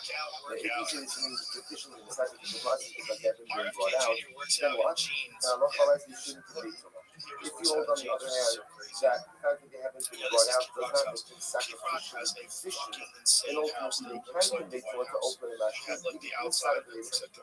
So what's the value of the after he asked the question, answer it. No, we will say the lack, I should say, the fact that the covenant has not yet been taken out is the equivalent of the covenant itself being sacrificially deficient, and therefore halacha l'maisa again is not conveyed. And both sides, this actually seems to be the conclusion that everyone agrees on. And as much as we said before, that the part of stuff and assuming stuff and taking outside of the base and stuff have the ability to take a tumah to the clothing of those parts engaged in it, have the ability to take tumah to open the mashing that just touch it. That ability to take tumah is limited to when? For the covenant taking outside of the base or outside the Yishalayim. It's still inside of the base, inside the Yishalayim. It does not convey tumah. And that seems to be Allah for the Maisa. The Velas of Tar, so if you have the carcass of a kosher bird, Velas of Tar, the mayor, Mahu, she gives up because that. So we'll say, according to the mayor, what happens if you have a kizayis of an Velas of Tar? Of Tar, you have the carcass of a kosher bird. So let's remember again. So does that have the ability to convey tumah to other food items through a kizayis? If you have a kizayis of the Vedas of Tar, and the kizayis of the carcass of a kosher bird, does that kizayis have the ability to convey tumah to other food items on it? Which the Gemara says, well, what's the case? Look at actually this moment. Mount let's not fire right up on the bottom. You have a mayor opening a match on the kizayis. The Rabbanon goes to Baruch. The Ami needed to cut the tumah, but either. The kizayis ain't to do a tumah, ela the base of Dio. About the Ian Maza, let me share the kizayis. Ela the mayor of our culture, somebody coming to us, Amura. So what's the case? What's the case? First was the Makala Arab with the Bible. So it's like if the kizayis of the coming is sitting on the ground and a food item touches it, then both like that's not a China Bible. Remember again, we already learned this. And interestingly enough, the Velas of Tar only conveys from the house, the base of Leo, only when you swallow it. I just interesting about the Velas of Tar. It conveys tumah to your clothing as a result of swallowing. So if it's sitting on the ground, it doesn't convey tumah to anyone or anything. So you must watch the case. The not to be convey will divide it. You have it in the mouth. Obviously, it's not a shayla either. Why? Because it's something that conveys tumah under those circumstances. So Kiti Bala, that's what is the shayla? Do not give maybe a name. Let's see, well, what happens if I'm holding a kizayis of the Velas of Tar in my hand? So what's the shayla? Mechusar Keva to Mechusar Nice Dami Olo. Let's see, so what's missing over there? I'm holding that kizayis of the Velas of Tar in my hand. What's missing on one side? What's missing is moving it, bringing it close to my mouth, bringing my mouth. To do with you that, as we do that one called the absence of bringing it closer, as if there is a sacrificial detail that is missing. Oh no, or not. Do it once the bus divide on the pashta, where it answers it on the base. Mechusar Treva. Hunting trips. Love I don't know. I mean, that thing is so like. my answer is that no, you but then if Trump's going to be like, yeah, he gave up classified, then he's letting him know it's classified. So I'm telling the cat's out of the bags. But saying ultimately again of the lacking of a sacrificial nurse. And then also the mercy suggests that in this case where it's holding it, ultimately again it would convey to us to open and mash. So you must gave out classified information. That means there's real data that aliens are real. That's the only thing you could draw as a conclusion from that statement. Yeah, right? Yeah, you would think. I would try to say aliens are real. You shouldn't say that because it's classified. When it comes to an Avelas or Tar. Yeah, it is, but that's such a crazy. Trump was trying to keep it classified. One of them was as follows. I really think well, yeah, they are, but I can't say number one, it ultimately again, in order for an Avelas or Tar to convey Tumah, there has to be Machshava. What is Machshava? Machshava ultimately means that I have Kavanah to eat. I have Kavanah from food. Look at Rashi. Tzricha Machshava. Yitzari Pakos, Yirai Semer, La'ash, and Pakos, the base open. The Kabbalah is talking about this. Actually, we're going to see that Kizayis. And remember again, just keep in mind, right now, Mir Shail is dealing with Kizayis, not with Kizayis. We'll see in just a moment. So number one, it requires Machshava. That's being Tzricha Hechsher. So we'll say again, as we said before, Kizayis, oath, Tar. Kizayis Devas Tar does not require texture. We'll say why not? Why not? We told us before. Why not? Because halacha l'maisa, remember, anything that has the ability to become an avat, we call it ab. Tuma kamura, ultimately again does not require texture. Next, tami tumas open kibitza, and ultimately it has the ability to convey tumas open.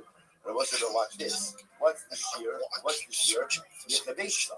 What's the shear ultimately is an X value, not a kizayis. The Rebbe was suggesting that a kizayis of Medevas Ol Tahor has the ability to convey tumas open. Here the price is clearly saying what the Rebbe said, that halacha l'maisa, you require ultimately a kibetza. If you're actually for just a moment, ומתאמת tumas open mikibetza, לזיktani tzvicha machshava, ve'ina tzvicha hechsher, alma, so the fact that we say you require machshava, but you don't require hechsher, we're talking about a case where you're holding the velas of tar in your hand. The must from the ara anai or to the hechsher. The directed labels are my tzika machshava. In the machshava, you don't use it. I kind of debate it in his eyes. Rashi just put that over here. We must be talking about a case where you're holding the velas of tar in your hand. Yet again, what the devices say? How much of it do you need in order to convey tuma to Oakland and Mashkin? Kibetza. This country the mayor said that even a kizayis of the velas of tar has the ability to convey tuma to Oakland and Mashkin. Here we see it's a Kibetza. My love, Mary, also does this not reflect the view of Rabbi, in which case we have a sira, contradiction? Is it a kizayis or is it a Kibetza of the velas of tar that ultimately conveys tuma to Oakland and Mashkin? Which the man says, no, it's not a mayor. We'll say, in fact, it's not the mayor, it is the Rabbanon. I have a hard time on the Yerusha, Tzvicha Machshava, and Tzvicha Hechsher. Or a second, but we learned at the beginning of the race that what? That this Velas of Tahar requires Machshava, and doesn't require Hechsher. So, Uman Hashanis Le Hai Svara. And I want to say, ultimately, again, who was the one who told us this Svara? Which Svara was it? That if something has the ability to contract, to become Summa Chamura, it does not require Hechsher. That's Rabbi Meir.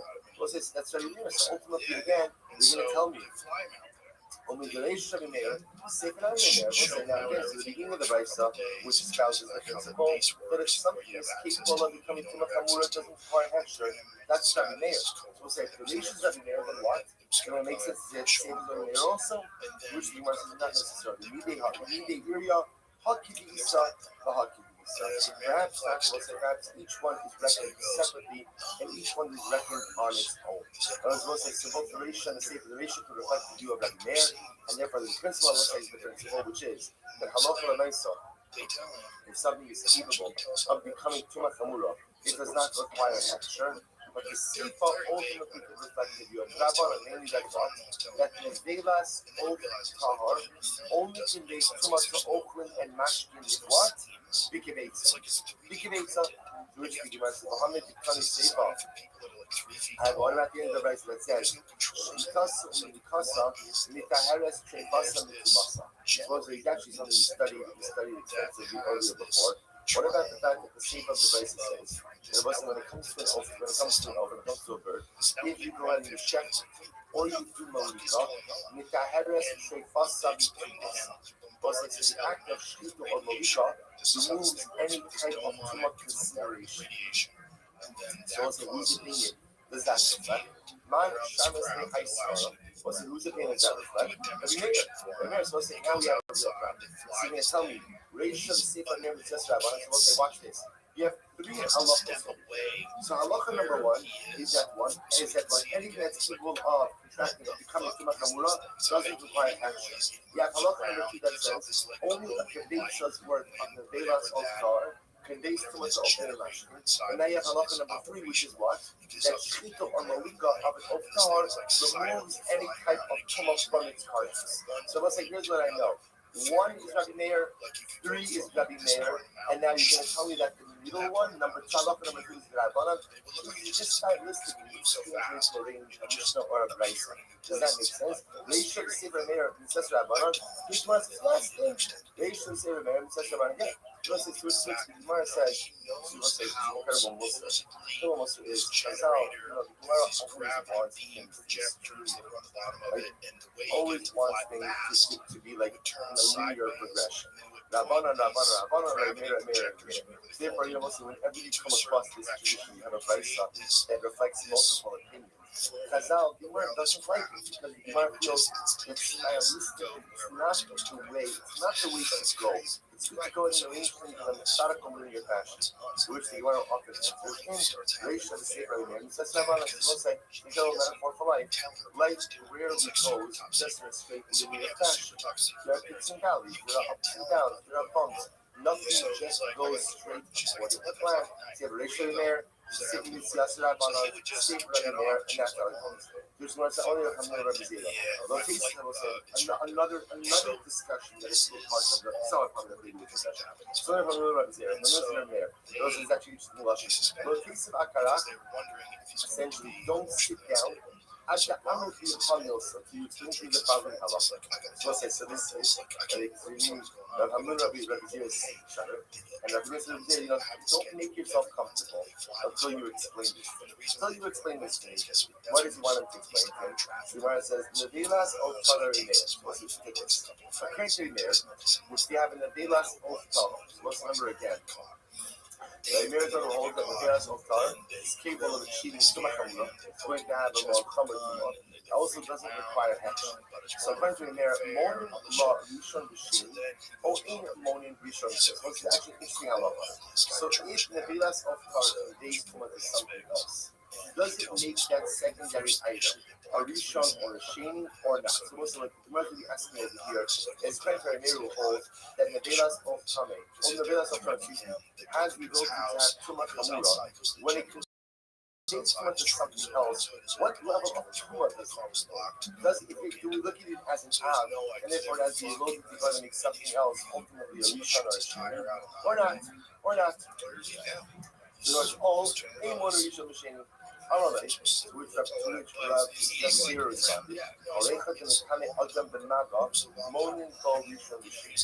ultimately it says whenever you have an item that conveys too much of a person to matter to contact, that type of tumah will make something else a rishon or a sheni.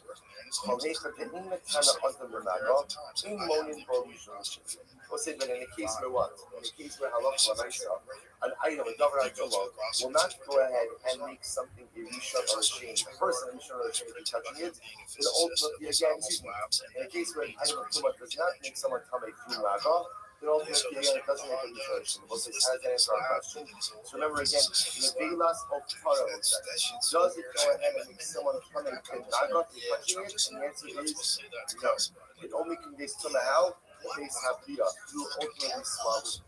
Therefore, halacha l'maisa, because it is actually made too much in maga, therefore, even though, according to the mayor, it is a tumah chamura, it will not make something else a rishon or a sheni. Next, why am I Rabbi Zera and Rabbi Bar Kahana? Well, I'm relating Rabbi Abin Bar Kahana. So Rabbi Zera asked the question of someone. Here we go. This time, there's actually a fascinating piece. This time, Chibur is open ayedi mashkin. Chibur the tumah kala, getting Chibur the tumah, getting tumah Chibur the tumah chamura. So listen to this. You have the following situation. You look at Rashi actually this moment. Chibur open ayedi mashkin. Look right by that goes about. Rashi says over here, Chatzi Zayis Nedilan the Chatzi Zayis Nedilan Umash Ketopea Be'erza, the Nogia B'Shneim, Mechadrim L'Kame Open Umashkin HaNogin Be'echa Min HaChatzar Eros. Listen to this. So remember again, let's say Nevela. Nevela is only conveys to Mafia B'Kizayis. Let's listen to the following case. I have half the Kizayis of Nevela on one side, half the Kizayis of Nevela on the other side, and I have liquid in the middle. And the liquid essentially in between the two pieces. There's a concept said in Gemara of Chibur Ochen Al Yidei Mash, which is that if you have two halves of Nevela that have shared liquid in the middle, that shared liquid actually creates a halach between the two pieces to create what Rabbi a kizayis of Nevela. And therefore, again, I will say if something, let's say other food and drink, were to come and touch one of those half kizayis pieces of Nevela, the food and drink, the open mashkin, would become tamei as if we touched the entire kizayis of Nevela. That's called chibur open al yidei mashkin. Incredible halacha. So we'll say, now, what's the shayla? So that's actually, for our purposes here, uncontested reason. That's not the shayla. What's the shayla? So monin or rishon, we'll say, what type of tumah does it convey? does it make the item that touched it a rishon or a sheni or not? Amrle, alecha to the kame adam monim bo rishon sheni. Ema kame adam in monim bo rishon. Rothschild, which the Gemara essentially says that halacha l'maisa, if it goes, whatever item conveys tuma to a person, again, through mago, then ultimately again it will go ahead and make something a rishon or sheni. When it doesn't, when it's not a Tamiya person, it doesn't make a rishon. It was saying a case like this, although we say Tiburin Open Ayadi Mashkin is Kibur Tuma, that type of Tuma ultimately again will not, that type of item will not convey tuma to a person. Because it won't convey tuma to a person through mago, but ultimately it doesn't make a rishon or sheni as well. So we'll say let's go back to it a little bit. So actually look at this moment in Kibur Tuma Kame Adam B'Teilu. So we'll say Rashi says, Gemara says over here that this type of tuma, which is that two halves combined by liquid in the middle, will not go ahead and be Makame a person. Rashi says it won't be Makame a person and Keilu. Such I will say the only thing today's tuma is what? Food. Open and mashal. Will not convey tuma to people or to clothing. I will say the end of Rashi is amazing. The time up, no yadana. Rashi says, by the way, I don't know why. Right? It's just the way that it is. It's also just such a see. I'm trying to say something. You know, Rashi didn't have to say that. Rashi didn't have to say I don't know why. Right?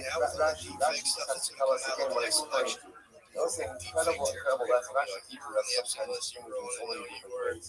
Rashi also not sometimes. Anytime. It's okay to say you don't know. It's okay. Remember second Shabbat says Lama B'Shon Lama in your day. You tell to say I don't know. People are very resistant to say they don't know. Because to say I don't know something, we often interpret it as a sign of being frailty and weakness. So what do? More often than not, like people do is instead of saying they don't know, what do? They make stuff up. And sometimes also, the amazing part is you can make stuff up to the point that you can even feel convinced yourself. Now you say it enough times, hopefully you begin to take it as hemes. And I will say this can be a very dangerous thing because people invent all types of contrived truths for themselves that they used to live their lives based on. Sometimes, again, the best thing you can do is to say, I don't know. And it's okay not to know. Rashi doesn't know. There are plenty of things that I don't know also. In those moments of us, we're confronted with our human limitations that we don't know something. Instead of trying to pretend like those limitations don't exist, the better approach is to embrace it and ultimately, again, to find humility. So one goes a little bit like this. We'll just go back to the two lines. I have to record the parsha talk afterwards. So you might say as follows. Yatsu Ilu Bilu. So as I just take the beginning of this, we'll have to stop. Yatsu Ilu Bilu. Remember, we're talking about here as follows. The Mishnah told me that halacha l'maisa, once when Yatsu Ilu, when there are four people carrying out the part had instructed to see in their instruction. So the way the Mishnah seems to will say is that halacha l'maisa, you only become coming when you actually exit Yerushalayim. Therefore, even though the first two go out, when the last two are still inside the city, ultimately, again, they do not become coming. They do not become coming. Only Yatsu Ilu Bilu, it's only once they both are out that now all four become coming. So that Gemara just says over here, where do we know that from? You learn Lahavon over there. And I was later on when you see this is by the power of the Kohen Gadol. What does it say? So who Lahavon Omer, who's the deal Machanos? So we'll say we're going to see tomorrow now that Gemara talks about by the power of the Kohen Gadol. Says ultimately again that it has to be done outside of the Machanos. Yet again, I will say over here. Now, by the time the power of the Kohen Gadol, if the power of the Kohen Gadol, power having done in that seaboard, so it's like kind when you want to kind of reverse the seer and power of the people. Not going to happen. It talks about being moved from one camp. Lomar Lachon, Avon, Shiyasa, not going to happen from kind of Gadol. Teaching that once, a carbon is taken out of one camp. Ultimately, again, it's the kind of the Gadol. The equal from another, but also we're trying to understand where does this halacha itself actually come from. So we'll stop it here for today. We'll pick up a Mir Hashem tomorrow at the Tanur Rabbanon, and we'll say the idea of remembering us, we're leaving off kind of mitzvah, trying to figure out where do we learn this concept. I understand if you tell me that once you're involved in the carbon, the actual avoda, that avoda becomes stomach. Where do we learn the concept that what? When I look at the Mesa, taking it out of the machanos actually conveys too much of the clothing. Tomorrow, I'll record the person and post the person about the Mir Hashem after that. April or May or something. come on, you're paramount. No, you're more than that. You're paramount plus, he cracked. And for the lawyers to release this statement without even talking to me is really surprising. The host also noted there's been a long, very famous exception to the equal time rule, and that exception included talk shows, interviews with politicians. Interesting. So that makes it interesting. We looked, we couldn't find one example of this rule being enforced for any talk show interview, not only for my entire late night career, but for anyone's late night career going back to the 1960s. He said, Ware said that Carr has not gotten rid of that exemption section talk show hosts yet. Maybe CBS was worried that this is a rule that the government could crack down on that, although no one has ever done that in the past. So this is a different kind of government, right? Obviously, it's a very adversarial relationship with CBS, or at least the Colbert Show has already. Yeah. Right at the top. What party is Tallarico? He's a Democrat, and Crocker is Crocker. She's Democrat too. So it was like, oh, they're running against each other. Exactly. Yeah, okay. Tallarico's my guy. He's a guy. His story's very interesting. And his story was that he had this kid that was very troubled in his class when he was receiving counseling. Anytime it's in the budgets got cut. They cut off counseling, and this kid started get or get the benefit of the buzzer in some school that happened before the event, so the media is not brought on their staff. And those cases, the Kohanim do not get the benefit from the high. They don't get to the high. Remember? To try to remedy this problem. I'm not saying that's jammed up for something now, or like they were someone claimed they were in his office. He said something kind of like disparaging about like a black guy. He's a very mild-mannered looking guy, right? Yeah. There was I don't know if it has to do with that had some type of benefit to a person. Right? So but there was a kid who was about another politician. All he said was like, I didn't know what's going on with kids. There was a benefit to the this person, like, therefore, I don't know. Kohanim do not get the benefit from I thought it was going up against a mediocre black guy. Ola Smith was the lowest mark. How about if we have an Ola that was brought the lowest mark? We know that an Ola, when it's Ola back, and Ola that was brought the lowest mark is not the Mishnah. I believe so also the Bible. Even though the owners do not get credit for the Ola, it still is a valid cover. We just still need to, the owners still need to bring up an Ola, but it's still a valid cover. And therefore, even though the Bible do not, that's a way to get people to not vote for the Bible. Yeah, kind of sucks. The influencer said it. The influencer was like, I worked on his campaign, and he was like, if I knew I was going up against this strong black woman, I wouldn't know if I was going against a mediocre black man. And the guy responded being like, nothing about me is mediocre. That's what Ola Shafiq, whether it's an Ola of a man or a woman. But again, bring it down because the topic is Ola Shafiq. I was saying, this is not specific to only men, but it was included in Ola by women. Those highs would also go. And that Ola Shafiq the violence, however, if we have a permanent protection college, those kids, along with the rest of the animals, go to the owners, who do not go to the owners. The bottom is top of the Ola, the other touching touches. Those we go why? It's the top of the you might know when Nixon started telling us about in the podcast talks about a high level Ola that goes to water. You might know Ola, for example, but Ola, so Kohanim do not get the benefit from the buffer of the Ola, because actually the Ola, the buffer of the Ola is not obviously there. Even so, the Pasuk says that the Ola high does go to the all you have to do is just not say the black market. He's just talking about politicians as mediocre. That happens to be black, but it's mediocre.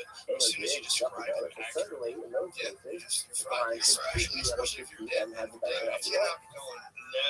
Yeah. He's a religious guy. And then Richard Disclosure, but also we'll discuss more in detail. Don't come and try to put them on the folder from the Isaiah, which is what Rabbi tells us right. If you look at the Rashi, it's correct to Rashi every word in the Gemara. So, death must be not from us. Don't say that he can disprove his logic because when it comes to an Ola, the Basar is gotten by the Mizbeach, but the Mizbeach does not get the order. The Pasuk also goes to Yeah, and it's also you can now, this one, the country does the Dhamma is up a ton of Sarah and the Leader, and they're listening, so we should use the same logic or to refute the logic why the Kohen would get the order of country. Now, the Asian of Asian is all the whole muscle, right? You can't use it because the Mizbeach never is up to the Kohen. Right? So you can't say they don't get in this case, and therefore Barnes is also not getting it. But the Mizbeach is never going to the Lord. If it's never going to the Lord, we can't use the same logic. Right? The other well, hold on. The Tabakoma is we can still use the country Tabakoma, use the country. Not again, we'll get it in a bit more detail in the Gemara. And then you can bring the family in. Tell her about it. Hold on. Now we're going to break down the pasuk. Again, the pasuk is discussing Olam. The pasuk specifically says that the high of Olam goes to the Kohen. The pasuk says, "Kohen Amakir of Olam, Kohen Amakir of Olam, or Olam Shirikik of Kohen Yehuda." Okay, Olam Shirikik. That's what it's called in Olam. It's not the Olam Hegdish. That is coming to exclude the Olam that belongs to Hegdish, and we're going to define what this is in a moment. That's what we do. Olam Shirikik. To exclude Olam Hegdish. It's also Not Olam Shirikik. Because no, it isn't. I agree. Olam Shirikik. This is exclusion and praise, but it comes to exclude the Olam of Hegdish. And again, we'll discuss this as well. Okay, now we're going to break down in that order. We're going to discuss Rabbi Yehuda's Shita. What does it mean by to be Olam Hegdish? Why is that excluded? So my father Olam Hegdish. What does it mean to be Olam Hegdish? I'm going to see them I'm going to see if I go. The Olam Haba and Hamosar. The Yehuda says, the Yosef says, it's excluded an Olam that comes from Mosar. What are Mosar? Let's look in Rashi and Mosar. This is the second and third Rashi in the Gemara. The Kol Hashem is going to be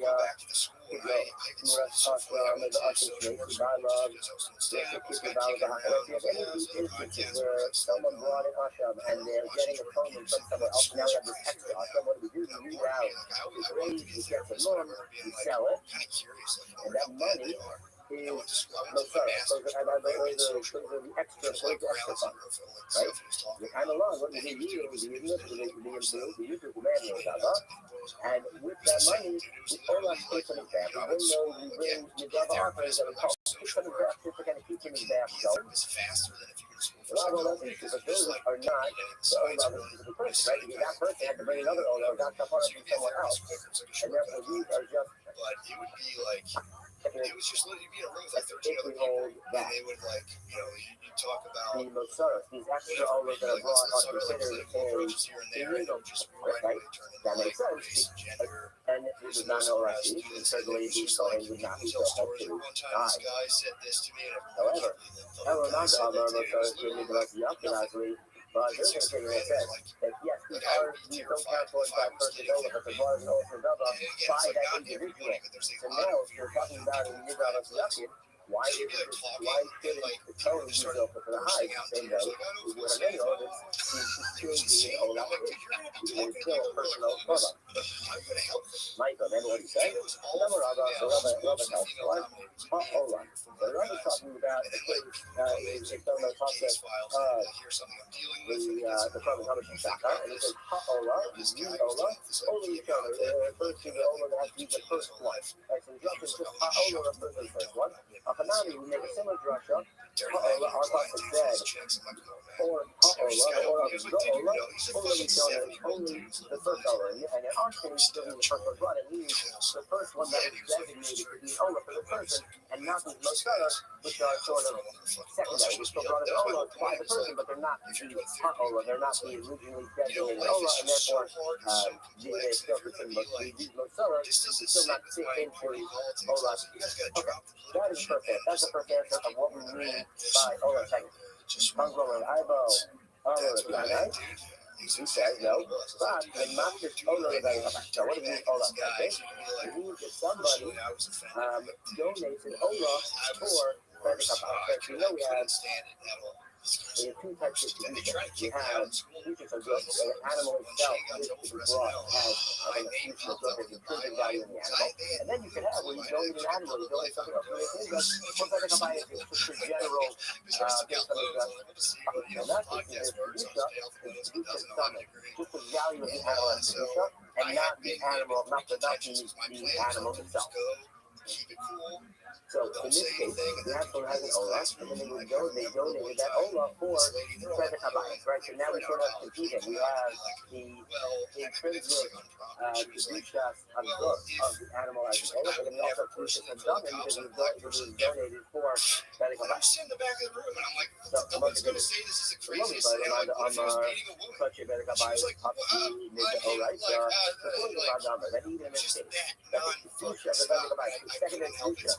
Focus on the animal, even though it already has kedusha for good, and that is still going to go like this. Now we have multiple kedushas on the animal. And for them, I understand that certainly it is now tzedek habayis olah, and it is tzedek habayis olah. It is not personal olah. It's not olah. Therefore, it is excluded. So I understand the point for that, Madam. However,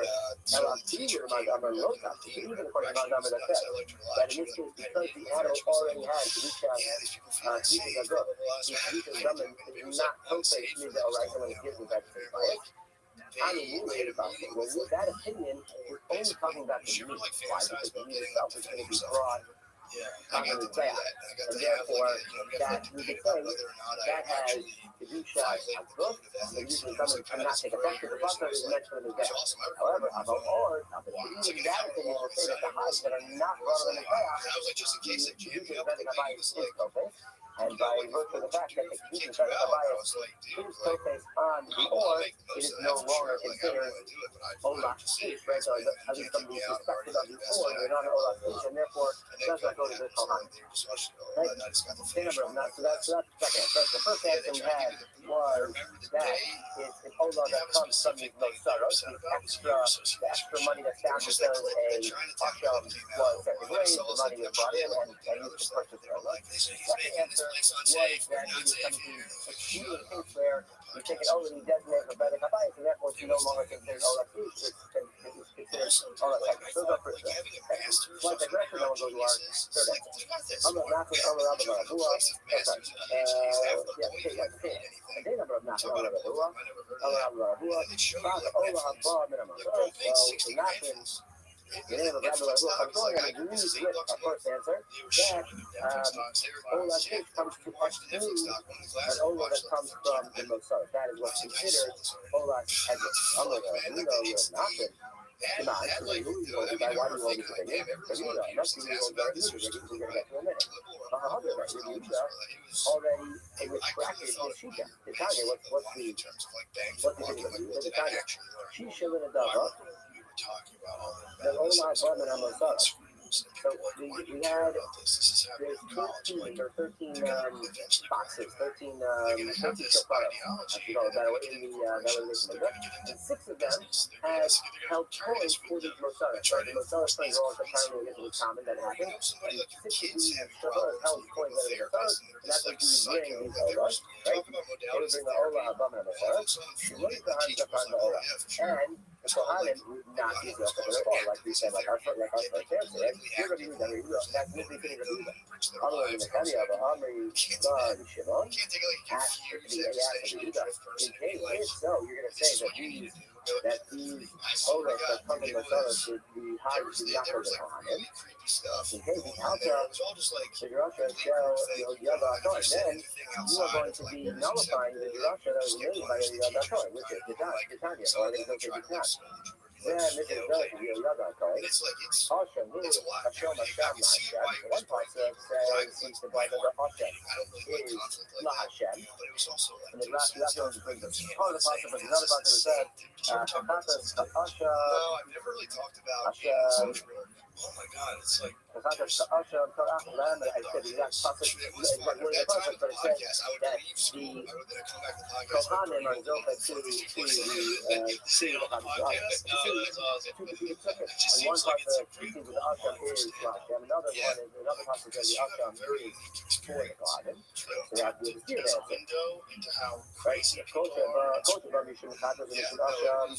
It was terrifying, man. And then the weirdest part is like after What do you do? We're talking about when we have these Masara, and they come from the Chatas and Asham. So what do? You let them get them on, you sell them. What happens to these coins? You buy Yukos for Olos, you purchase Olos. Above Lashem, the new goes on the Mizbeach for Lashem, and Olos on, and the skin goes to the Kohanim. So we see clearly here that the Drasha of the Yoga is that when we have the Olos brought from the Sotos, the Kohanim do in fact, we keep getting these going. So this would be a negative our first answer, a negative of not putting the name of Rabbi Baruch. We agree that that would be excluded as a college. All right. Ella, my movie. Okay, so okay. I'm a Taco. So now, what do you exclude from Ola Tig? So when we say Ola Tig from Ola Tig, what does it come to exclude? It doesn't come to exclude the Masala because of the Drasha of the other time. All right. This is now our third answer. So the Nakis Nefasa, which is the case where someone is Nakis all of his possessions, and according to the opinion of the Yeshua, which is not. I'm not just in the Nefasa, and the Hemos, how you see that in Be'ah. Let's say someone is Nakis all of their possessions, and within their possessions, they have certain animals that are going to be brought as a carbon. What do you do? It was a nightmare. I remember like saying this Like, was very, like, Polos, I've been outside you of Walmart, take these male animals and you sell them to people who need to drink and Polo. The Kegos, you not really sell them to first woman. Take the female animal and you sell them to people who need to go drink and woman. Okay, so now the animals are used for Polo. And what about the money that you receive in that purchase? You can return a hotel, that money is given to the Lego stuff for that purpose. Okay, that's first thing. Now we're just this is getting a close. That would be true, no? That's not the case. No, don't sell the Zakara. All of the money brought has come to Torah in the Kegos, right on the Kegos. That cannot be brought as a Torah. You can do the second Shlamim, so you sell those to people who need to bring a cover Shlamim. And what do you do with the money? In this case, we have to do the Olos. And now, you buy Olos with that money. And the funniest part was like, Shana Plus, and then all the other possessions, you know, those are those that everybody buy. Now, even according to the opinion of Rabbi Yeshua, the Adam, Olos, they show, even according to Rabbi Yeshua, who you see, so when someone says, I'm not this all my nefasa to the Beth Gabayim, we can split what that designation is. It doesn't all have to be just the value, but we see Rabbi Yeshua holds to cover up the animals that are right for carbon, are brought as a carbon, and the animals that are and the other possessions are sold and given for Beth Gabayim. You see that in the designation, we have some that are given to us, some that are brought on the death, and some that are given to the Beth Gabayim. Right? So I mean, it's process. But this is only the lead. Like the lead was brought on the the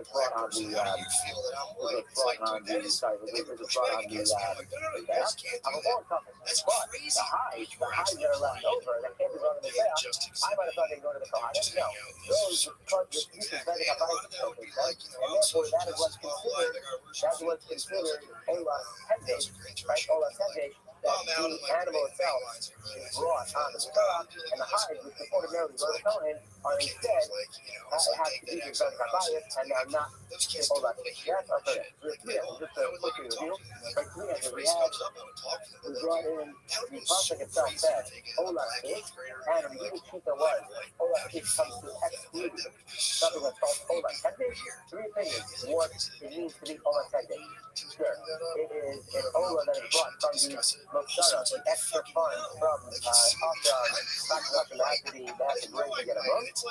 So those are considered property of the death and not Ola Hedge. So those hides do not go to Kohanim. Or you say it's a case where someone takes the Ola offering and then mocks that Ola for Bedek Habayis. So again, they appropriate that for that high with Kedusha Bedek Habayis, and therefore it is Ola Teged and not Ola Ish, but not Ola Kohanim. The final answer that we had was somebody who's mocked it all their Nechasim, and within their possessions they had animals that are run to be brought in Ola, or other animals that are sold to people who brought them, and then with that money they're brought, you're brought, an Ola is brought, and in those cases, those are Ola Hegde, because the hides do not go to the Kohanim, and instead go to the person. Okay. Now, when you look at but now we go back, we had a second opinion of what Ola's fish came to do. That was the opinion of Yehuda, Omer, Kava Ola's Davis. He told us Ola's fish comes to speak Ola's there, to learn how. Why would Ola's fish eat a ger? Why is a ger not an eat?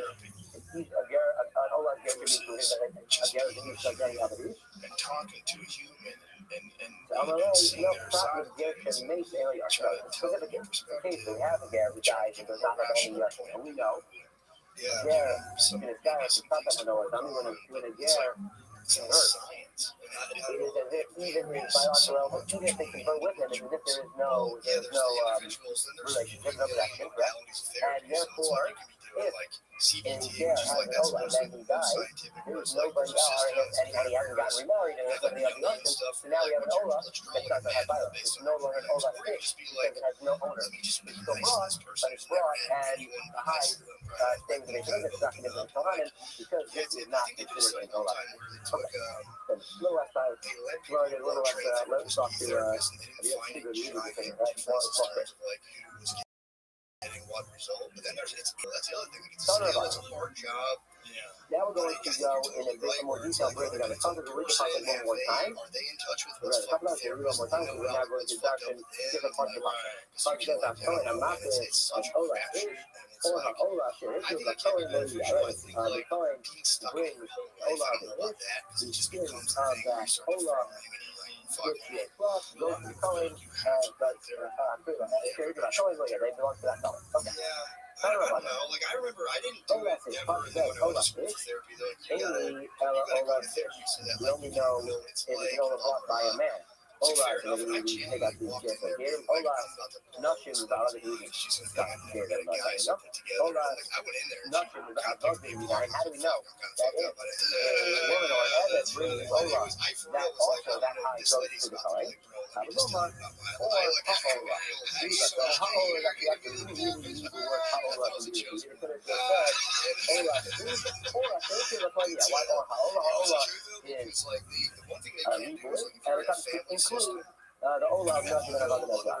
In Kane, not have a lower Ola. And why do we say Ola? And what is going to discuss?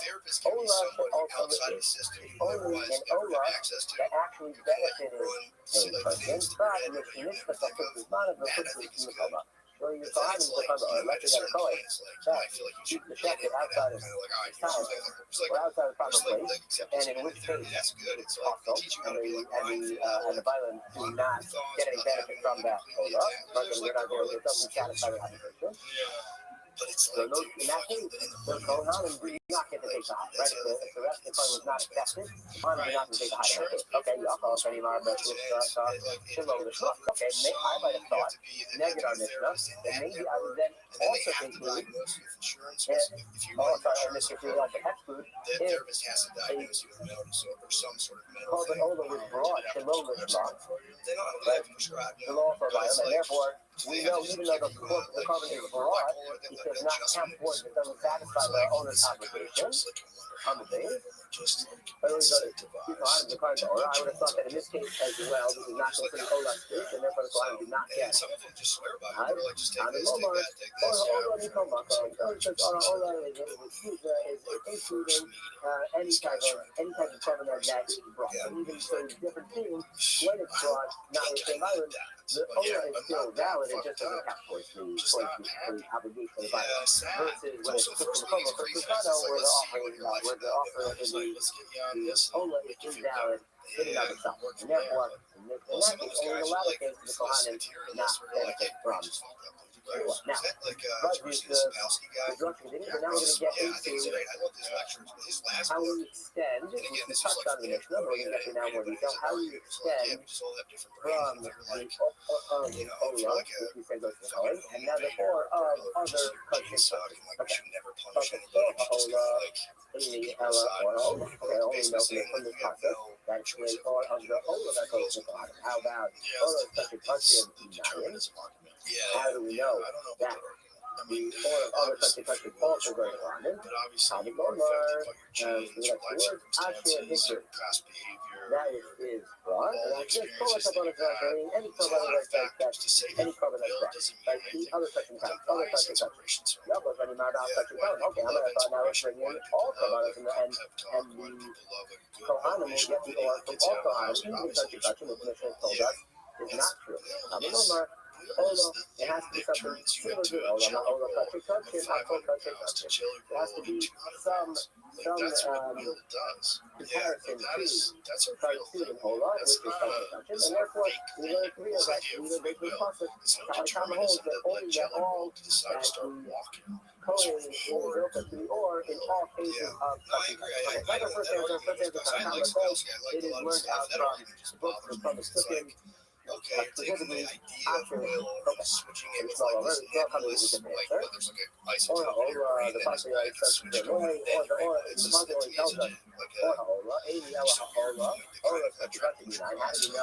other countries the Kohanim benefit from the or itself? It's really just how the Ola, it's also touching on this one. Not Ola, for example, with Ola, we have the Ola, with the Kohanim are not built into the Basa, the Basa obviously is very government.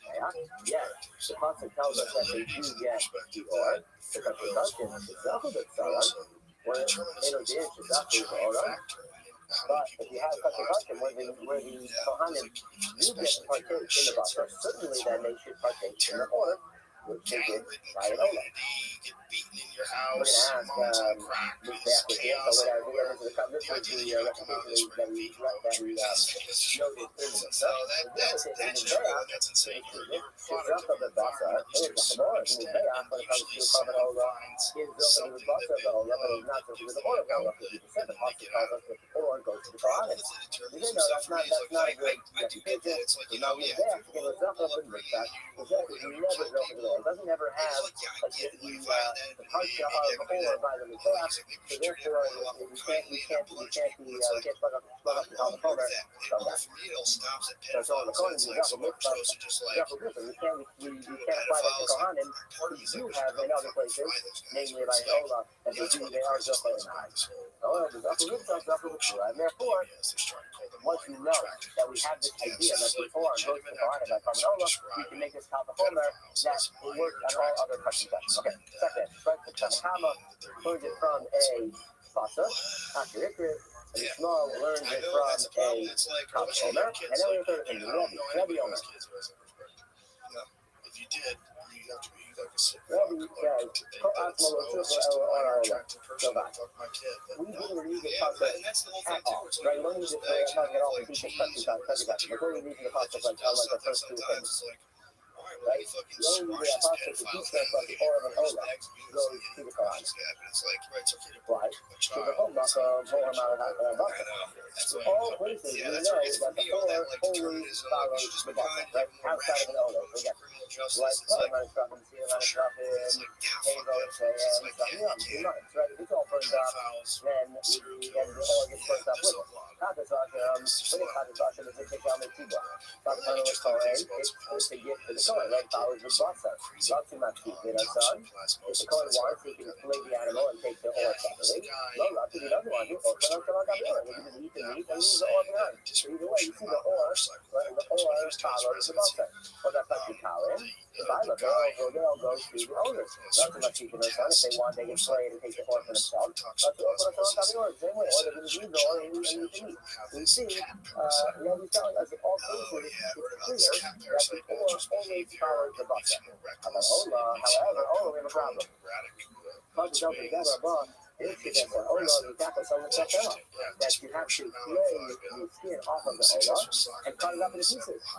So now that the Pasuk tells us that you have to separate it from the Basar, yeah, but when you have to have the Ola, I might have thought that the Kohanim are not Zohar Noah because there's something different here. This is unlike the other Karbanos, where the Ola is always connected into the Basar. Here, the Torah tells us they must be flayed and separated.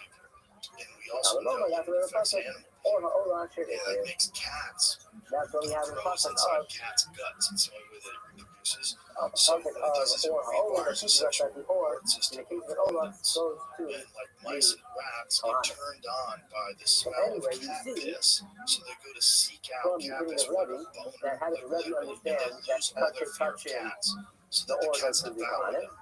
So when the cats devour them, then that parasite is now inside the cat's It gut, all which is keeps the where it Karbanos, reproduces. wherever the Basar goes, So that's the why I Or tell will pregnant follow. women And you therefore, should we don't never need touch any cat cook, we don't need the pasta, like Tanakama, we don't need a Kalapoma, but it's all, it's just standard logic is that it follows the Basar, and in fact, the Pasuk was only needed to teach us the non-standard case of Ola, that the high still goes to the Kohanim. Places where people have like outdoor cats.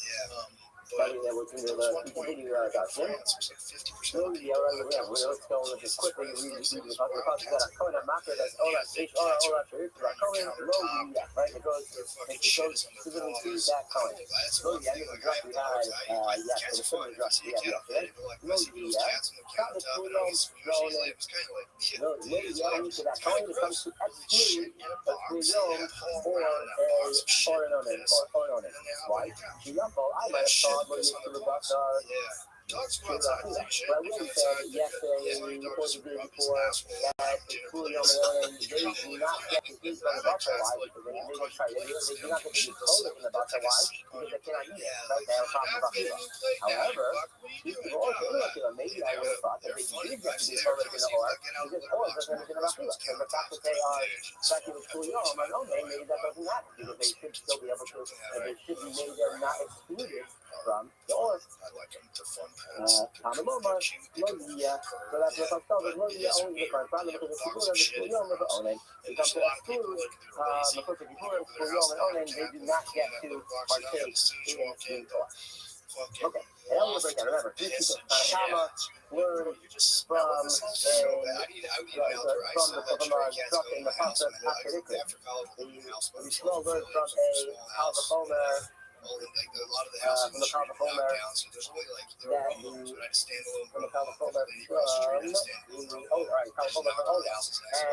and Rabbi learned just generally the Basar, the or always follows the Basar. Okay, now we're going to say why doesn't each one hold by, not all of them, but why some don't hold by the others. Tanakama, not a good name. Why did Tanakama have the structure? Why did he also use the Kalvachomer? We do all the time. This is also the Kalvachomer, so the Kalvachomer. Right, you're right. Tanakama could have held out the Kalvachomer, but he wanted to actually hang it on a Pasuk. He wanted the structure of the Pasuk. Okay? But he's not. Okay, and Rabbi Shmuel, he doesn't use the Pasuk Hashirikut as Tanakama. What did he do with that phrase Hashirikut? But with Kuyom, the Onen, he comes to the Jimmy Joseph.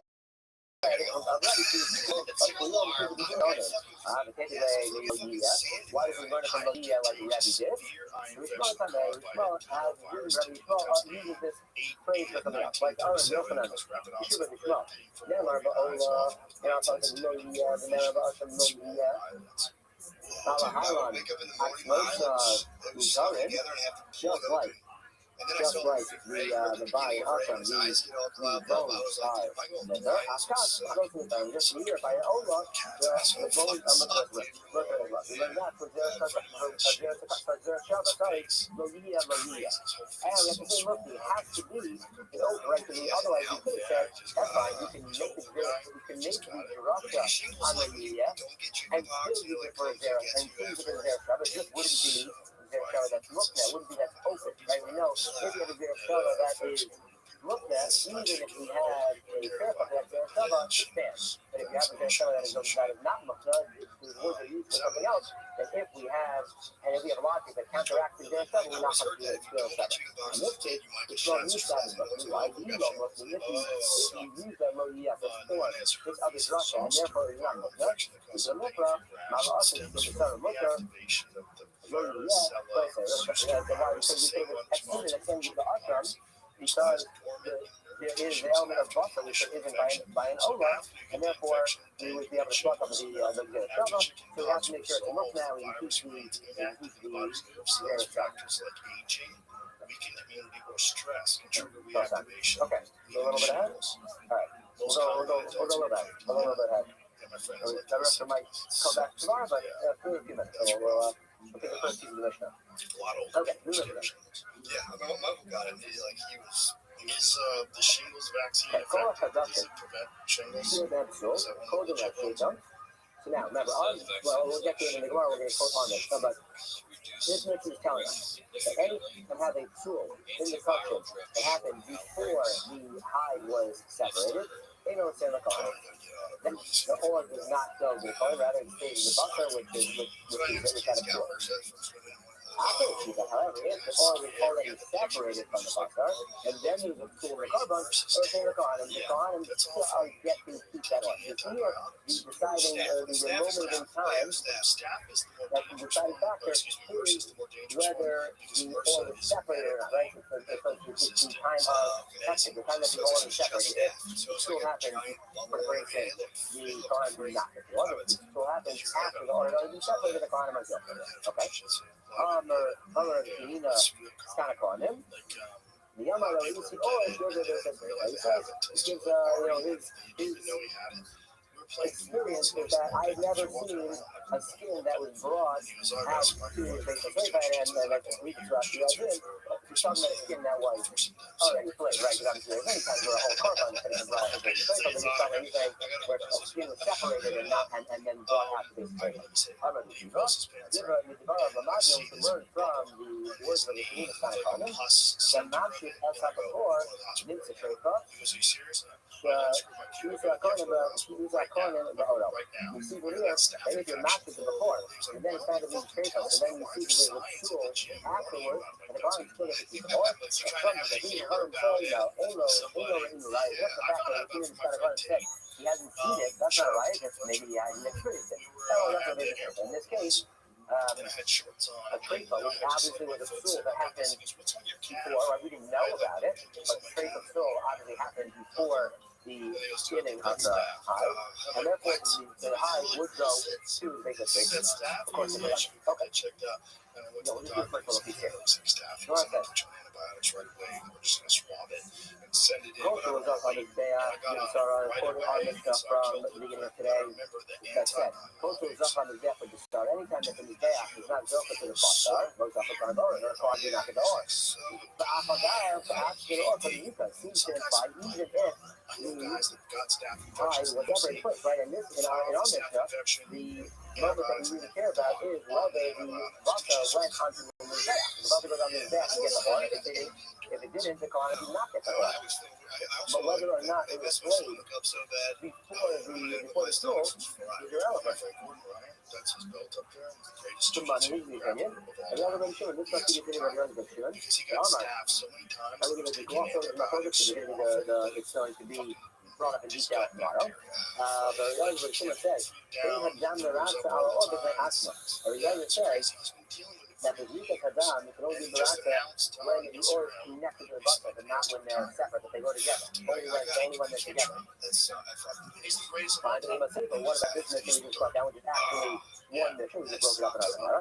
In the Seifa, it says, Go a coaching, she is a tool, coding a shaker, in our Kohanim, rock a shaker, or Kohanim, which again, now, the exact point that we're worried about is whether the tool came before or after the hide was skinned. Now, often we're ready. This case now, for the Rebbe, the Amar, Adam, and after all the answer, the Rebbe says, and you can have the shrifa that is not here, the hide, even when it is not connected to the buffer, right? So if you skin it first, and then that's when it happens, the tool happens to the buffer, so you can't, so there's no buffer, right, for the Rika to be not here, but the Rika can be not here for the orb by itself, like you can do. I think when I Now, sell, Rachel does for the lunch for us. Well, we have two different authors on our mission, which obviously we do not like.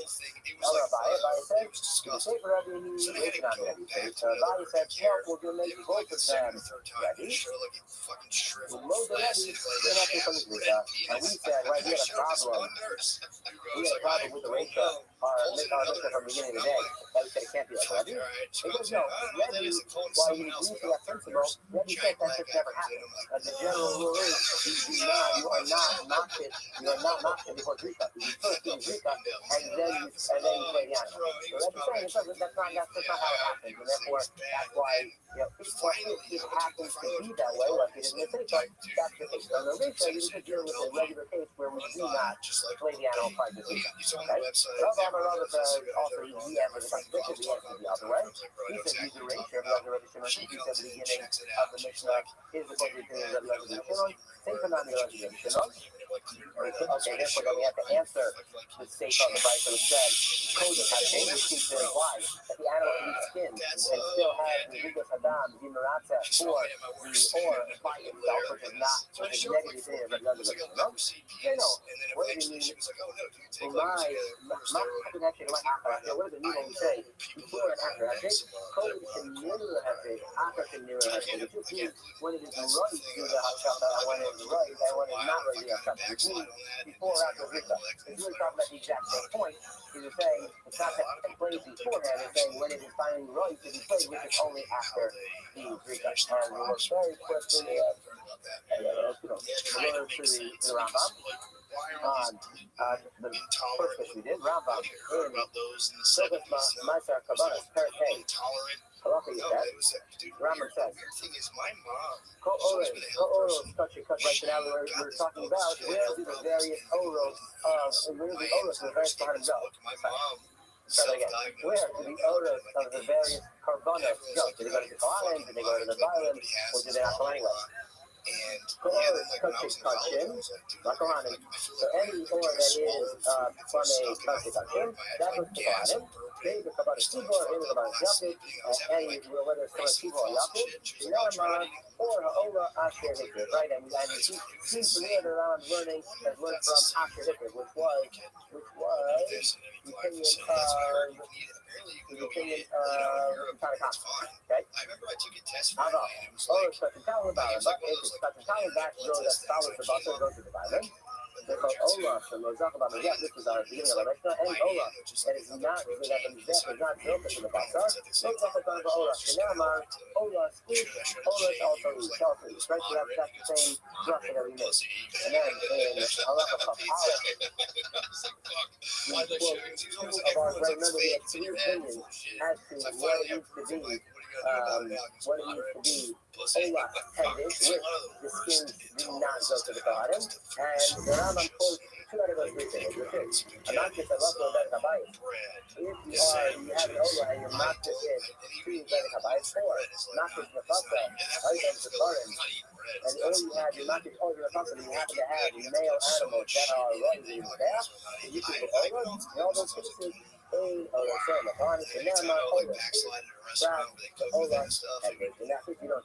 see, the Rabbi sees both of those keepers that those are considered Ola Kedid, but does not hold by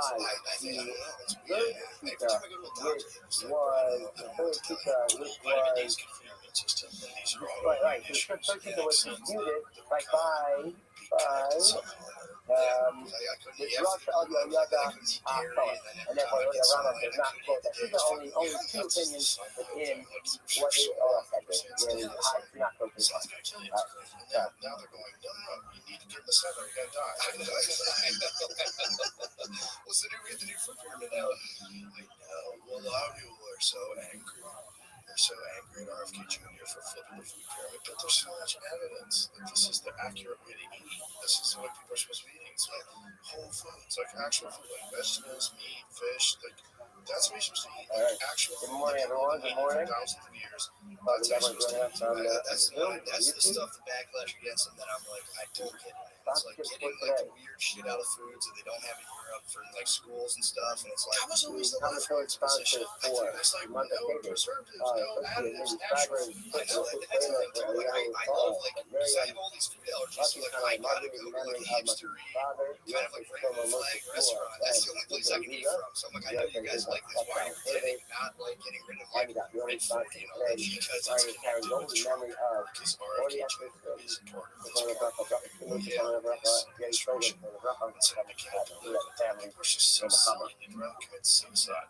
They'd rather poison themselves than admit that he's right. It's insane. So just give him one. Like, all right, that's actually a good one. Just that resistance to recognizing maybe this person that I don't agree with because he's connected to this other person that I don't agree with. Maybe that's some good points. And maybe if that person that was like someone that I aligned with ideologically at the same point, I'd be like, yes, thank you. Yes, these preservatives are terrible. Yes, these dyes are terrible. Yes, this is bad for you. Yes, you should avoid things. Yes, other countries have banned these products. Why do we have them? Yes. Especially like if you have kids, it's like they worry more about that than like your kids not eating a bunch of crazy bullshit. It's like just like let it go. You can be like, all right, like I don't like this, but that's fucking right. I like that. It's like I'm gonna go on that. It's like, yeah, people that aren't religion. Don't religion. Bullshit for science. Let science they treat it as if this is like a doctrine and a dogma. And if you don't support it, you're a heretic. That's the wrong view. It's like, do you know those people, these scientists? Like a lot of them are fucking severely compromised. They're compromised by financial incentives. They're compromised by academic incentives. They're trapped in these systems where you're forced to have groupthink. You have this top-down control. The people that are at the top are controlled and connected to these pharmaceutical drug companies. They're pushing these ideas like, this isn't all green and everything that they're doing. Everybody's love scientists, man. Yeah, I wasn't scientist. It's ridiculous. And the science shit is like, I can go this or go outside with masters. I know you need to understand statistics. He's like, are very serious understanding of statistics that actually make sense in those studies. And I never was able to do that, but it's like, you read those studies, like, oh, look at this, it's a graph, everything's going up. And it's like, yeah, but like, what was like the percentage of this and that? It's like statistics is real and magic.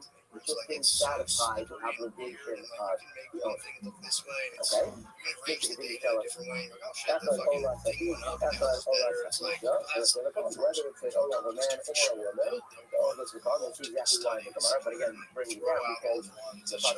efficacy. You know, for side effects, they throw out as many antidepressants like years and years ago, and I think they were allowed to do as many studies as it needed to show basically what they wanted to say, which wasn't even good. It was like 50%.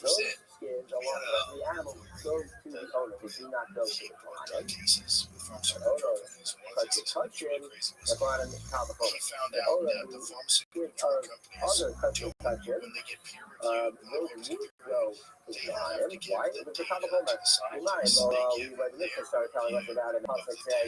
the scientists, and then it gets peer reviewed. That's like, that's crazy. So great about the study that was like, if you drink one glass of wine, you'll be healthy. Yeah, that was complete bullshit. That was made by body of science. That was like good by the big alcohol companies. It's completely false. And it was so evil. They were like, dude, let's go from cutting alcohol every day. Or else it was control. It was grape shit. And it's also just like, you fucking grape shit. Also, you take resveratrol to get something that should the amount that you get in supplements is like far exceeds a glass of wine. You have to drink the whole bottle. Yeah, true.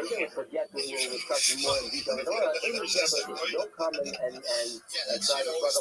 I remember it telling me that there's no fucking way. That's true. Yeah, well, you hang out more, you're less lonely. I think there's something to the relaxation of alcohol that really makes you feel better. As you feel better as part of your having a better life and having a better, a healthier mind. Because there's something about people that are just riddled with anxiety and thinking about things all the time. People out there that are just, they don't have the tools to navigate this. Okay, they're all there. Let's say so we should never use the same logic or to repeat the logic. Why? So I agree or such a subject. Now the Indian will talk about the Indian death or the whole right? You can't use this because a mistake. A mistake never is no to the heart. Right? You can't say they don't get in this case and therefore aren't off in a head. But the mistake is never up to the heart. If it's never up to the heart, we can't use the same logic. The Kabbalah we should still use the Kabbalah. We'll get it in a bit more detail in the Gemara. Okay. Well, bring down.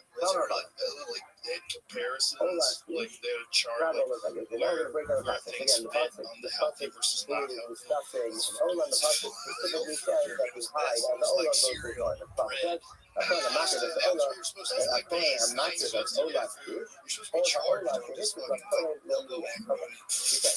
Ola is back in the called Ola. It's called Ola Hector.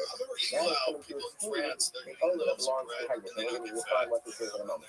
Good review, that's an easy thing. These are that Ola is to exclude Ola Hector. Yes, you are used to review the owner. Not Ola King. So no, I agree, Ola is. These are exclusion I think, but it comes to exclude the Ola of Hector. And again, we'll discuss the exclusion as well. Okay, now we're going to break down. We're going to discuss Rabbi Yehuda's Shita. What does it mean by to be Olas Heged? Why is that excluded? So my thought Olas Heged. What does it mean to exclude Olas Heged?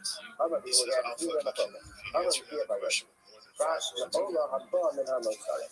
So the Yehuda says that the Yehuda says to exclude an Ola that comes from Mosarek.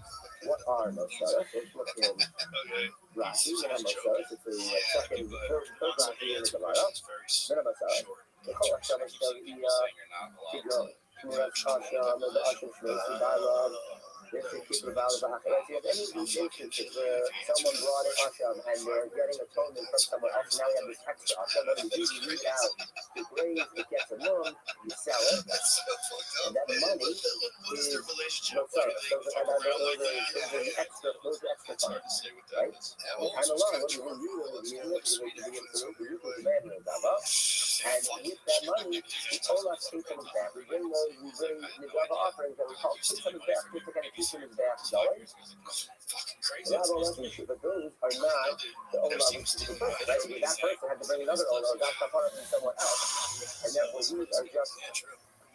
If nothing ever happens, if we hold that. Nothing happens The from all this. extra Olas that are brought are considered a communal, right? That makes sense. And this is not an Ola too, and certainly these Kohen would not be felt that too. However, but there's an opinion that says that yes, you don't count towards that person's Ola, but the bar is an Ola by that individual. And now, if we're talking about in Midrash Yaakov, why shouldn't the Kohen be built for the high the same way you do it on any Ola?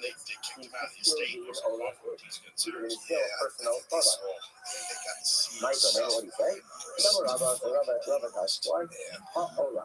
The Rabbi's talking about the case, it's on the process the Prophet Muhammad and it says Ola, Ola Rishona, refers to the Ola that has to be the first one. Like the Drasha is Ola refers to the first one.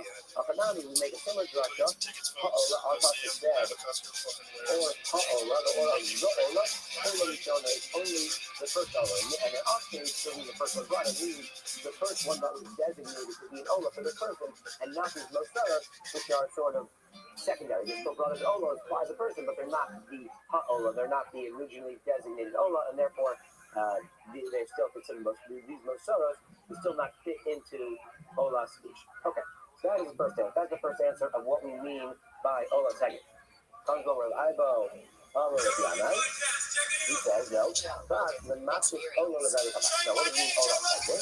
It means that somebody donated Ola for Tzedek Chabad. As we know, we have two types of Kedusha. We have Kedusha, the animal itself is to be brought as a Kedusha, there's intrinsic value in the animal. And then you can have, when you donate an animal, you donate something else to the Kedusha, or Tzedek Chabad is just for general, based on Ekdash.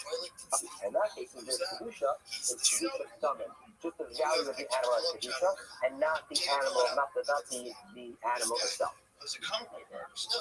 So in this case, you have someone who has an olah, and then they donated that olah for Tzedek Habayis, right? So now we sort of have competing. We have the intrinsic kedusha of the animal as an olah, but then we also have kedusha on because it was donated for Tzedek Habayis.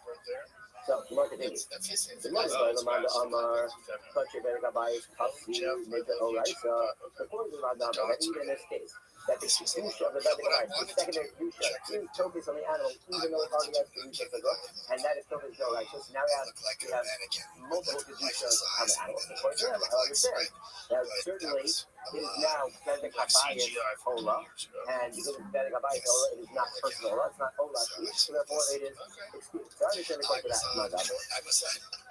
However, even the question of that says that in this case, because the animal already had kedusha are good, the kedusha damin is not so safe to use the Oraisa when it gives it that bias. I mean, really, well, that opinion is only talking about the meat. Why? Because the meat itself is going to be brought probably back. And therefore, that you can say that has kedusha aguf, and the kedusha damin cannot take effect because the buffer is meant for the back. However, or even that opinion will say that the hides that are not brought on the back, the kedusha Tzedek Habayis is separate, and by virtue of the fact that the kedusha Tzedek Habayis is focused on the or, it is no longer considered Olah Fish, right? Or the piece is talked about before, it is on Olah Fish, and therefore does not go to the Kohan. The number of nuts, so that's second, right? The first answer we had was that it's the Olah that comes from the Motzara, the extra money that's found because a Hasham was second raised, the money was brought in, and that used to purchase Olah. The second answer was that it is coming to exclude a case where you take an Olah and you designate for Tzedek Habayis, and therefore it's no longer considered Olah Fish, it's considered Olah Fish. Those are first one. Okay. Slight digression, then we'll go to our third answer. I'm not knocking Olah Rabbi Baruch.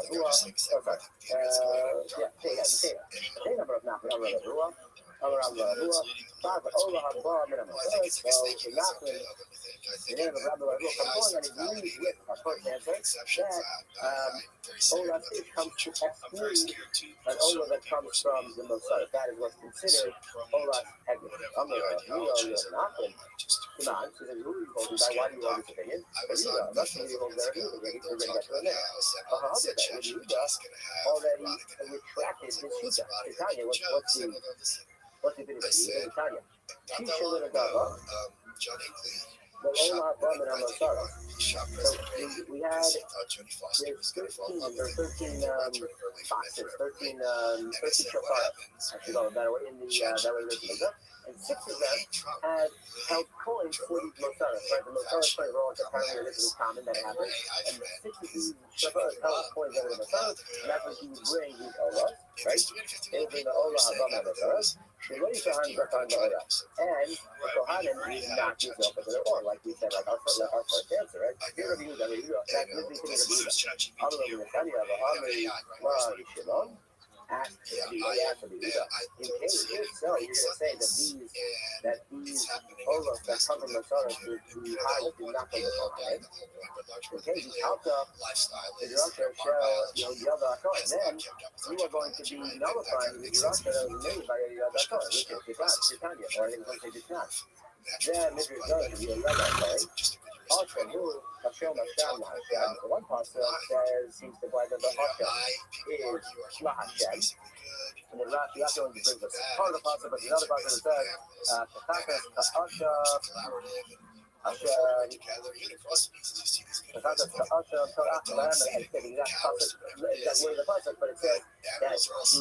the Kohanim are Zocha to the Hashem. Two could be the chicken. And one part of the Hashem is left. And another part of the Hashem is for the Kohanim. So we have to dispute that. Right. Kosher, but you should have to the Hashem. What do we do? We're talking about we have these Motzara. and they come from the Chatas and Asham. So what do? You let them get a move, you sell them, and what happens to these coins? You buy Yoka Olos, you purchase Olos, above Hashem, will meet those of the Mizbeach for Hashem, and over the Kohen, and the king goes to Kohen. So you see clearly here that the drasha of the Yoga is that when we had these Olos brought from the Kolos, the Kohanim used that to keep the Zohar. So this would be a negative our first answer, a negative of not the name of Rabbi Barua, who agreed that that was the excuse for those second topic. Okay, I'm a Chicago. So now, what do you exclude from Ola Tree? So when we say Ola Tree from Ola Tending, what does it come to exclude? It doesn't come to exclude the Marcellus because of the drasha of the Yadar Khan. Right? This is our third answer. The Pule, the Nakit, the Fasa, this is the case where someone is not all of his possessions. And according to the opinion of Rabbi Yeshua, which it's not. I'm not just with us, behind the Hemos, who's got in Mizbeach. Let's say someone's not with all their possessions, and within their possession, they have certain animals that are going to be brought as a carbon. What do you think? Another Omer, the Kohen, you must be tough, they Olos. You take the male animals and you sell them to people who need to bring in Ola. The Tevos do not need to sell them to Shlamim. Take the female animals and sell them to people who need to go bring a Shlamim. Right? So now the animals that you put about it, keep the man. What about the money that you get received in that process? Usually in Shana Pastel, that money gets given to the return that's just for Sadaka purpose. Okay, that's perfect. Now we're going to do the general purpose. Now that you're sure, Omer, the Kohen, Aksam, you say, no, don't sell this to Kohen. All of the male animals actually get brought as covenant Ola. In the cave, that cannot be brought as an Ola. You do the surface Shlamim, so you sell those to people who need to bring a covenant Shlamim. And what you do with the money, in this case, you have to do the name Ola. And now you buy Ola with that money. That's the other person, you do the and then all the other possessions, yeah, those are going to be bought. Now, he's Rabbi Yeshua, even according to his opinion of Rabbi Yeshua, the other Ola ratio, even according to Rabbi Yeshua, who sees that when someone says, I'm not taking all my nefashim to the Beit HaBayis, we can split what that designation is. It doesn't all have to be just the value, but we see Rabbi Yeshua holds the carbon of the animals that are right for carbon are brought as a carbon, and animals that are and the other possessions are sold and given for setting up. We see that in the designation, we have some that are given to Hashem, some that are brought on the back, and some that are given to the setting up. Right? So I'm really about that. This is only the news, like the only news was brought on the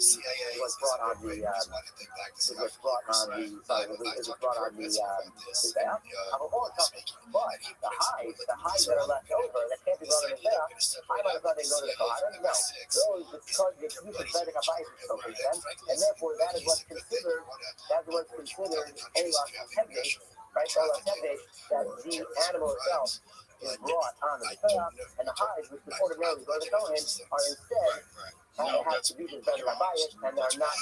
Hold on, that's our first. There's three answers. Just a quick review. Right, three answers.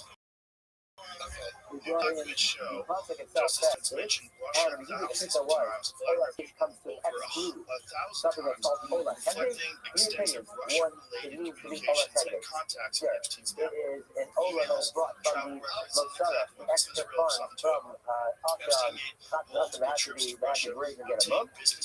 So those are considered property of the Mizbeach and not Ola Tevdesh. Those hides do not for the Or the same case where someone takes the Ola off and then matches that Ola for Beit HaBayis. So again, they co-face that for that hide with the use of Beit HaBayis, and therefore it is Ola Tevdesh and not Ola Tevdesh, it's not Ola Kohanim. The final answer that we had was somebody who would not fish all of their custom, and within their possessions they had animals that are running to be brought as Ola. or other animals that are sold to people who need from them, and then with that money they're brought, you're brought, an Ola is brought, and in those cases, those are Ola hedges, because the hides did not go to the Kohanim, but instead go to the business. Okay. For like almost a century was blackmail. Now we look at the, but now we go back. We had a second thing, what Ola is can do. That was the opinion of Omer. Father Ola he told us Ola is comes to his Ola here. So we're at.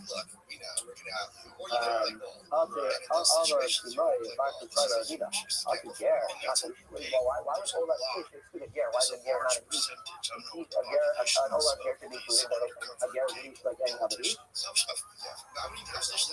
Amalei no track with Ger can make any specific case we have a Ger that dies and does not have any Ger. We know Ger in his guy if cut up into a dummy when a Ger converts. It is as if even his biological relatives, even if they convert with him, if there is no relationship, no connection, correct? And therefore, if a Ger has an Ola that he dies, there is nobody else, and he hasn't gotten remarried, or there's nobody of the Russian, and now we have an Ola that doesn't have violence. It's no longer an Ola fish because it has no owner. It's still broad, but it's broad, and the hide staying in the destruction into the Kohanim because this is not considered an Ola. Okay. A little less, let's talk to, let's keep it easy to take it back.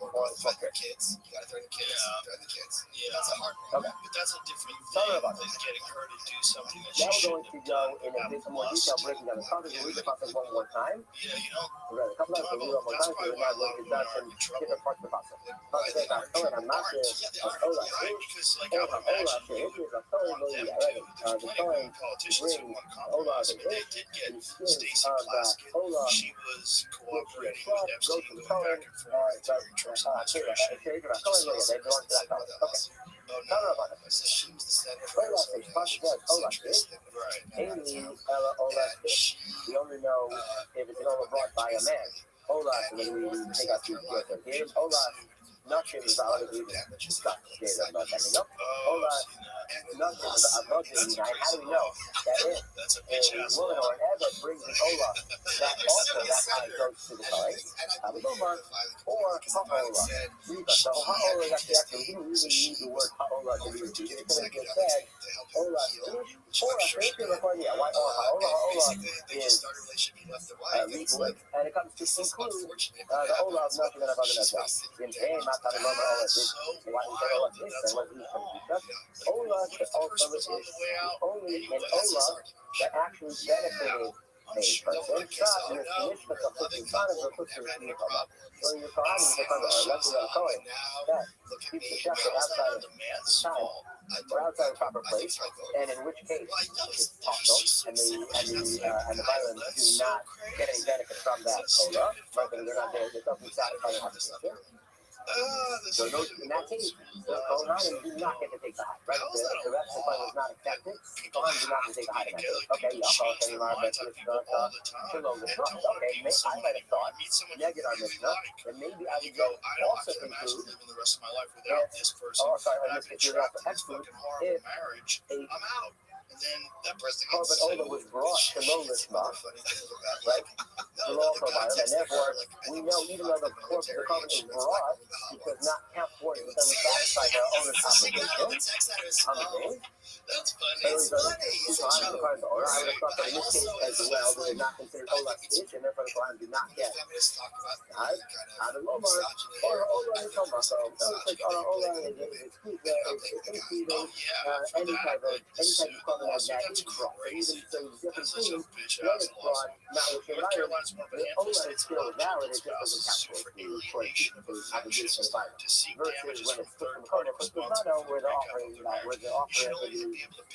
Ola is invalid in and of itself, and therefore, in that case, only the latter case the Kohanim not benefit from. Now, but the now we're going to get into how we extend, we touched on the Mishnah, we're going to get to now more detail, how we extend from the Ola, which we say goes to Kohen, and now the or of other participants. People decide they don't like people all the time. That's why divorce is only know from this concept that about it today, or of the Ola that goes with on it. How about Ola such a touch in how do we know that the or of other country also goes on it? Talmud Omar, we have the word Asher Hikrit. That is what? Well, it's just call it about it, and any covenant that's any covenant that's right? Other country type. That was only not our country code. Okay, I'm gonna find out let's bring in also about it here and the Kohanim will get the oil from also on it, even country touching is just told us is not true. Ola, it has to be something similar to Ola, not Ola country touching, not cold country touching. There has to be some comparison to Ola, which is country touching, and therefore we learn here that we learn basically the common holds that only that all that the Kohen is Zilcha to the or in all cases of country touching. Okay, that's the first answer. First answer is Kama says it is learned out from the book, the son of Sukkim, specifically after. Okay, we scroll over. We scroll coming to the different answer. Or the possibility says the possibility tells us or how do we know other countries actually use Kohanim better than the Kohen well? It's using the Kalva Ola, and it's also fundamental. Not Ola, we had a Kohen Ola. The Kohanim are not built for the Basar. The Basar obviously refers them in the Messiah. Yes, the Pasuk tells us that they do get the or, the country touching, exactly the Messiah, where it is exactly the Ola. But if you have such a culture where the Kohanim do get to partake in the Basar, certainly then they should partake in the or, which they did by an Ola. We're going to ask Ms. Bath here, so what I'll do, this was the recommendation that we noted in the Mishnah. The recommendation Ms. Bath could disprove it. The Zilcha of the Basar, or Ms. Bath, when it comes to a Kohen Ola, is Zilcha of the Basar of the Ola, but it's not just the or the Pasuk tells us the or goes to Kohanim. Even though that's not a good lesson. Now, Ms. Bath, it doesn't ever have the hardship of or by the Ms. Bath, so therefore you can't plug up the Kalvachomer from that.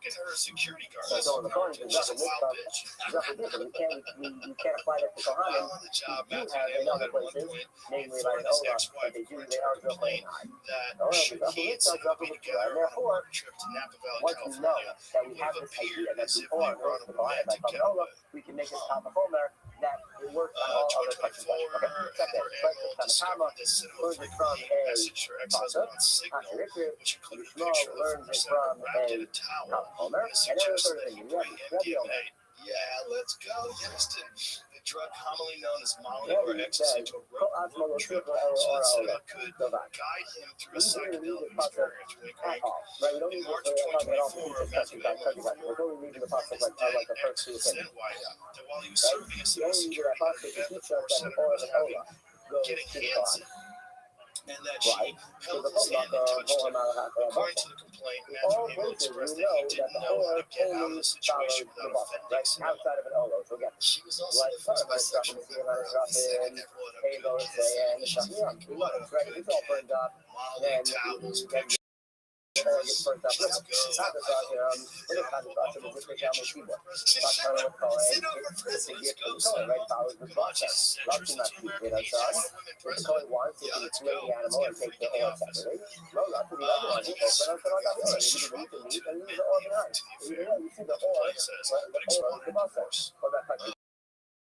He's struggled to admit to the affair of expressing after the court reported Matthew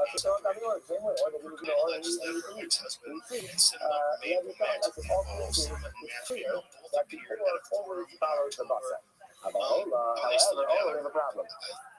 But it doesn't matter about that Ola is that you have to play the skin off of the Ola and cut it up into pieces. So now that the Pasuk tells us that it has to separate it from the Basar, I might have thought that the Kohanim are not building Ola because there's something different here. There's something different going on, unlike the other Karbanos, where the Ola is always connected and stayed with the Basar. Here, the Torah tells us that it must be played and separated. You get the ritual, I don't know, still like get the taste, just or without I the say it, hangover. They've got everything. that's what we have in Goldens, the process of IPAs, light brews, even this new lime and salt project one, which or makes it Ola that refreshing. teaches us that before Whatever the mood and calls the teacher for, Ola they've got the goes flavor. to You can find Athletic Ohana. Brewing at over But anyway, you see 75,000 grocery stores or from liquor the thing stores, of Rabbi bars, that and how does Rabbi restaurants understand nationwide. that kachin Or you can grab some the of their or goes to limited the release Ohana. stuff directly from their That's website. Go to standard in any case. athleticbrewing.com/Rogan, The Kavanos, find wherever stores the near buffer you, goes, the oil or will follow. get And brews therefore, we shipped don't need any right cook, we to don't need the your pasta, door. like Use Tanakama, code we Rogan, get don't need 15% a off your California. first So online it's order. just standard logic Near is that it follows the buffer. terms and And in fact, condition and the certain pasta was limitations only apply. needed to teach us Athletic the Brewing Company, non-standard fit case of for Ola all times. that the high still goes to the Ohana. She's a freak. We continue God's We name. don't have any problem with men to do Let's that. go quickly read the Well, Pasuk. we do. Those two types of people that want to be leaders. Whoremongers and pussy hounds. I prefer the pussy hounds. Don't leave your wife alone. But I prefer them because at least they're just trying to get sex. They're not trying to blow up the world and conquer and like they want to be king as Tarzan or something. Why? I might have thought when you see the bus Is allergic to pussy. Said yesterday or the day before that is cool on they do not get to eat from the buffet live because they get excited. They do not get to be close to the buffet live because they cannot eat it. Right? They have a problem with Akiva. However, maybe I would have thought that they do get to be close to the horse because the horse doesn't understand Akiva. So the fact that they are stuck in a cool yom or no, maybe that doesn't happen because they should still be able to, and they shouldn't maybe they're not excluded from the horse. Disrespect to her. So that's what I'm talking about.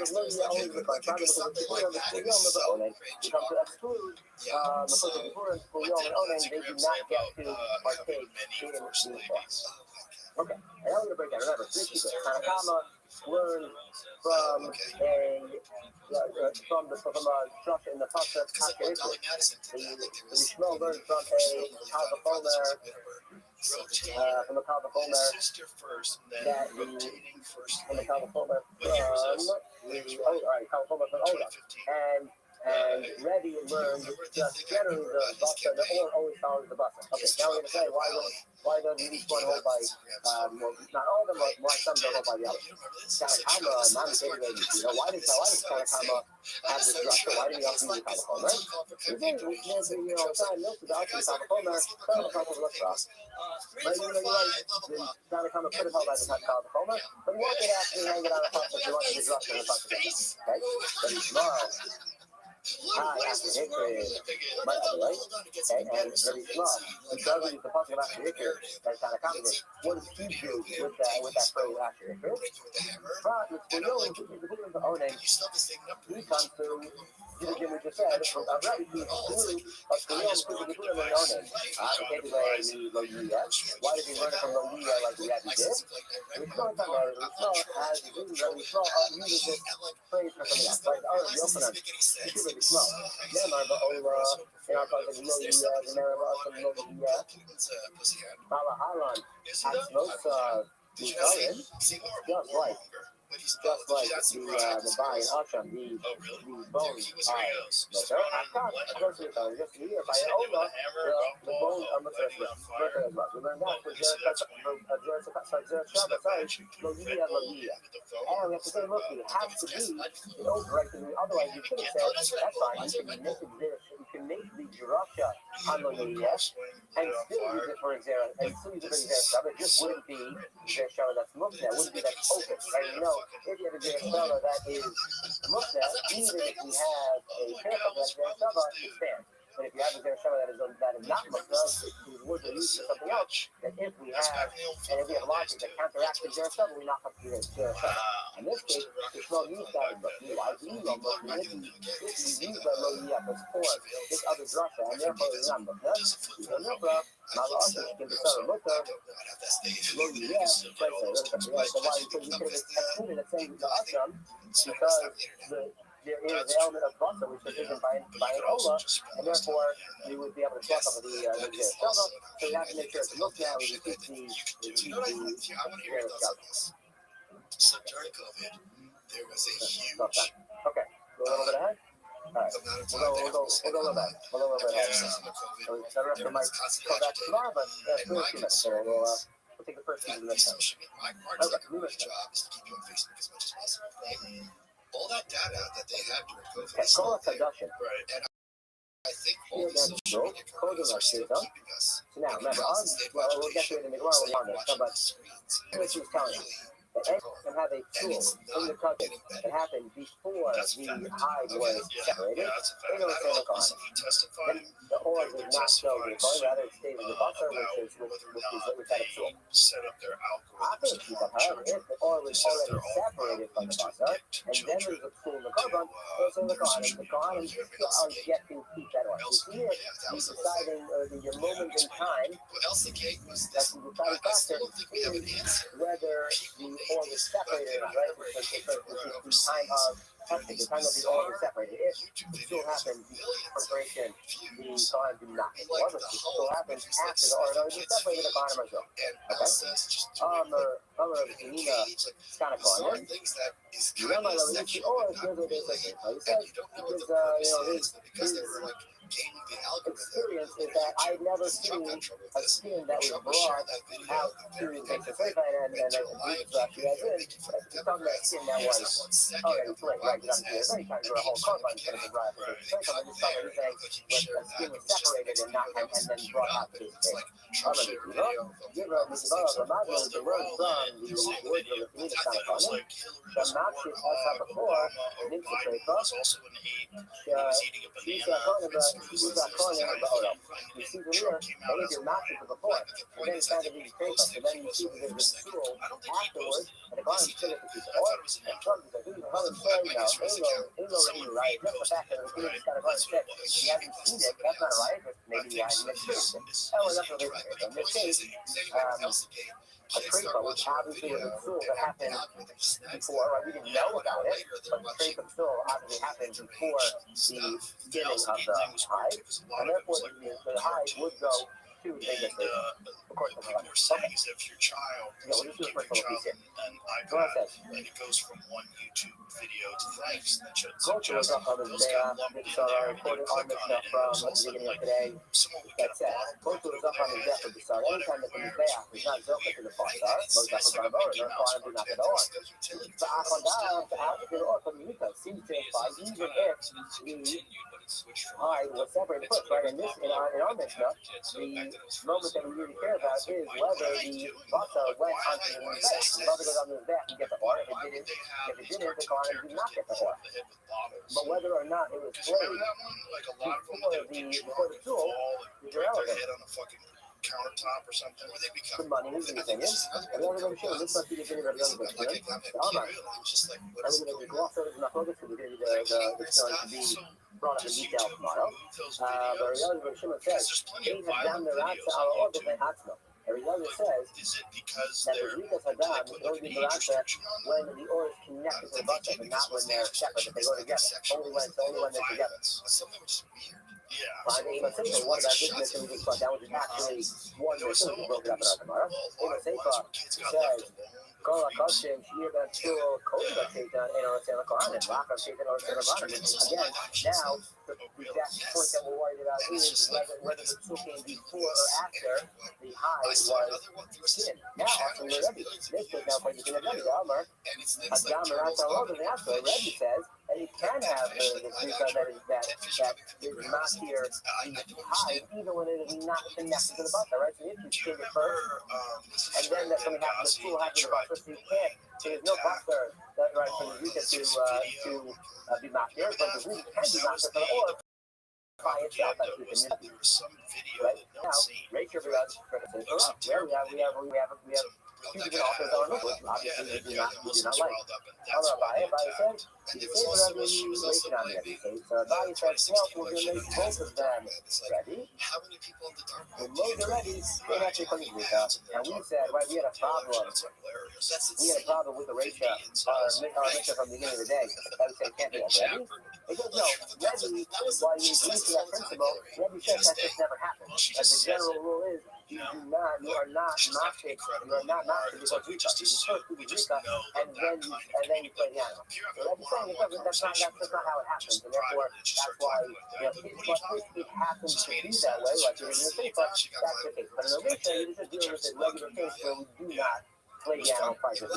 Okay? Rabbi says also he has a competition, he has to be out the way. He says we do rate here, he has a Rabbi Shimon. He said at the beginning of the Mishnah, here's the course opinion that he has a Rabbi Shimon. Seifa not here, Rabbi Shimon. And we said, okay, therefore then he has to answer the Seifa of the Brisa, which said Kodim Hafshay, which seems to imply that the animal can be skinned and still have the Rika Hadam, the Maratza, or by itself, which is negative opinion of Rabbi Shimon. They know. What does it mean? My fucking actually like after. What does it mean when we say before and after? I think Kodim should never have been, after should never have been. It means when it is right to do the hafshaka and when it is right and when it is not right to do the hafshaka. Which means before or after Rika. It's really talking about the exact same point. He was saying it's not that it's played beforehand. It's saying when it is finally right to be played, which is only after the Rika. And we'll very quickly we'll go to the Rambam. The first issue did Rambam in Hilchos Ma'aser Kabbalah, Perek Halacha Yud. Rambam says, Kol Oros, right now we're talking about where do the various Oros of the various Kohanim go? Where the Oros of the various Karbonos go? Do they go to the Kohanim? Do they go to the Baalim? Or do they not go anywhere? Kol Oros touching, like Kohanim. So any or that is from a touch that goes to Kohanim. Then it's about a Tzibor, then it's about a Yachid, any whether it's from a Tzibor or Yachid, Yamar, or Ha'ora after Hikid, right? And it seems to me that I'm learning from after Hikid, which was the opinion of Tanakh. Okay? Ava. Oh, it's Italian, but it's Italian that follows the Basar goes to the Bible. They call Ola, and Mozak about Mozak, which is our beginning of our Mishnah. Any Ola that is not, so that the Mozak is not built into the Basar. Mozak about Ola. Shinamar, Ola, Skin, Ola, Shalfari, right? So that's the same structure that we make. And then in Halacha Aleph, talking about something that personal, that publicly. Remember, we have three opinions as to what it needs to be. What it needs to be. Ola, Hegdish, which the skins do not go to the bottom. And the Rambam pulls two out of those three opinions, which is a mattress that loves to Ben Kabayit. If you have an Ola and your mattress is two Ben Kabayit, or mattress Nefasa, right? That's the fire. And or you have your mattress over the Nefasa, you happen to have male animals that are running in the bath, and you can do Olas, and all those things, Ola Sam, the Barney, and now not Ola Steve, the Ola, and that's what you don't do. You see, the Rambam seems to hold like both of those teachers that those are considered Ola Seged, but they're not hold by the Sure, but like if you're dying of cancer, your body's rotting out. I feel like just like right. The third people were disputed by times where I think assisted suicide is probably a good option. There's no way you're going to be activating and therefore the Rambam did not quote that. These are only two opinions in what is Ola Seged, where we do not go to the point. All right. People like Blair White were not moved. They have gender dysphoria. It's perfectly appropriate to call them she. It's otherwise very disturbing. 5 minutes later, when it becomes a political issue, it's anyone who just puts on a dress. Right. So the point that Kelsey's been going on with Canada is now they're going after people who are depressed. Right. They're going after people who are disabled. They're going after kids. And the darkest thing that's happening over there, which they're importing here, is that old people are extremely expensive for the system, right? If you have socialized health care, I don't know what the number is, a huge number. Towards the end of your life, you're racking up those bills. So there's a huge incentive for that government to get you off of their ledger. So now they're having this movement where let's all get together and have we're all going to go kill grandma. 5 minutes ago, if you don't want to go to the West, you want to kill grandma, you're a bad person. Now, if you don't want to kill grandma, you're a bad person. You don't want to end this way. You're such a smart person. Die with dignity, blah, blah, blah. It's not always chemical stuff. And in Europe, they're having teenagers who are depressed. And you know perfectly well, I've been listening to this, though. It's not a slippery slope, it's an elevator shaft. Is this this is the back door. Is that financial incentive? It's huge financial incentive. Think about it. If you're old and you're $1,000 a day and the government's paying you, if I get rid of you, look how much you're saving tomorrow. And you're, you don't want to work to your family. You know what? You don't want to have them sitting by your bedside. Come on. It's happening here. New York just passed it. It's 14 states. It's making no forecast. New York just passed it. You see, Rabbi is just trying to figure out a way to use his budget. This budget is higher than the entire budget of the state of Florida, which has 3 times more people outside these cities. Yeah. The budget for look it up. The budget for New York City is larger than the budget for the state of Florida. Yeah, I'm pretty sure it's true. We should look it up. But I was reading an article about it today, unless the article was completely full of shit. They were saying that it's several $billion more for New York City than it is for the entire state of Florida, which has roughly 3 times as many people living there. Is that true? I just gotta go back here once a month to do Goodfellas, and I can't believe I'm saying this as if we're New York, but I like LA better than it hurts me physically. What's wrong with New York? There's no eye-popping amount. Insider called Insanity is up around $11 billion from the current 9%. Yeah, the record $127 billion budget proposal on Tuesday. The socialist leader, city leaders' plan includes a whopping 9.5% proposed property tax hike. 9.5 hike on New Yorkers, which he claims to be a last resort, while allocating another $1.2 billion for migrants. It's the Florida budget. Scroll down a little. Okay. Wow. That's what. All I got to say was about the New York. Yeah, it's comparable. Holy crap. So it's not 3 times more, whatever the fuck it is, more. No, 3 times more people, right? That is true. Okay. Yeah, triple per capita. So the budget of Florida House is $113.6 billion, $215 billion, and the New York proposal is $127 billion. So it is more. So New York City their budget is more than the entire state of California with state of Florida with 3 million more people, or 3 times the people.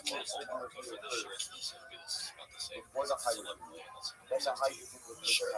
The point is, it says it's up 11 billion for the entire year. Well, he's not. He's like the amount of migrants is crazy. There should be $0 for immigrants. I don't think you can have 0, because if they're going to be there, you have to feed them. You have to do something about them. Literally, if you don't feed them, they're going to be robbing stores. They have to keep human beings need food. What are you going to do? Get them jobs. How are you going to get them a job? Get them a job in Guatemala. When you feed them, give them food, get a job. I want to take jobs. The whole thing's a mess. The whole thing's a mess. One point is you can't just throw them away. Unless you're going to remove them from the country. Right. Unless you're even if you want to put them in jail, that's not cheap. Right. That costs a lot of money. So what are you going to do? I remember Piers Morgan had this amazing interview with my favorite British politician, Diane Abbott, who was a really special Nazi. And in the UK, you have the government, which is the majority party, and then you have the minority party, which has a shadow cabinet. So if there's a Secretary of State, the Democrats would have a Democrat. I have to deal with those issues. And she was their shadow secretary of student liberation. And he goes down.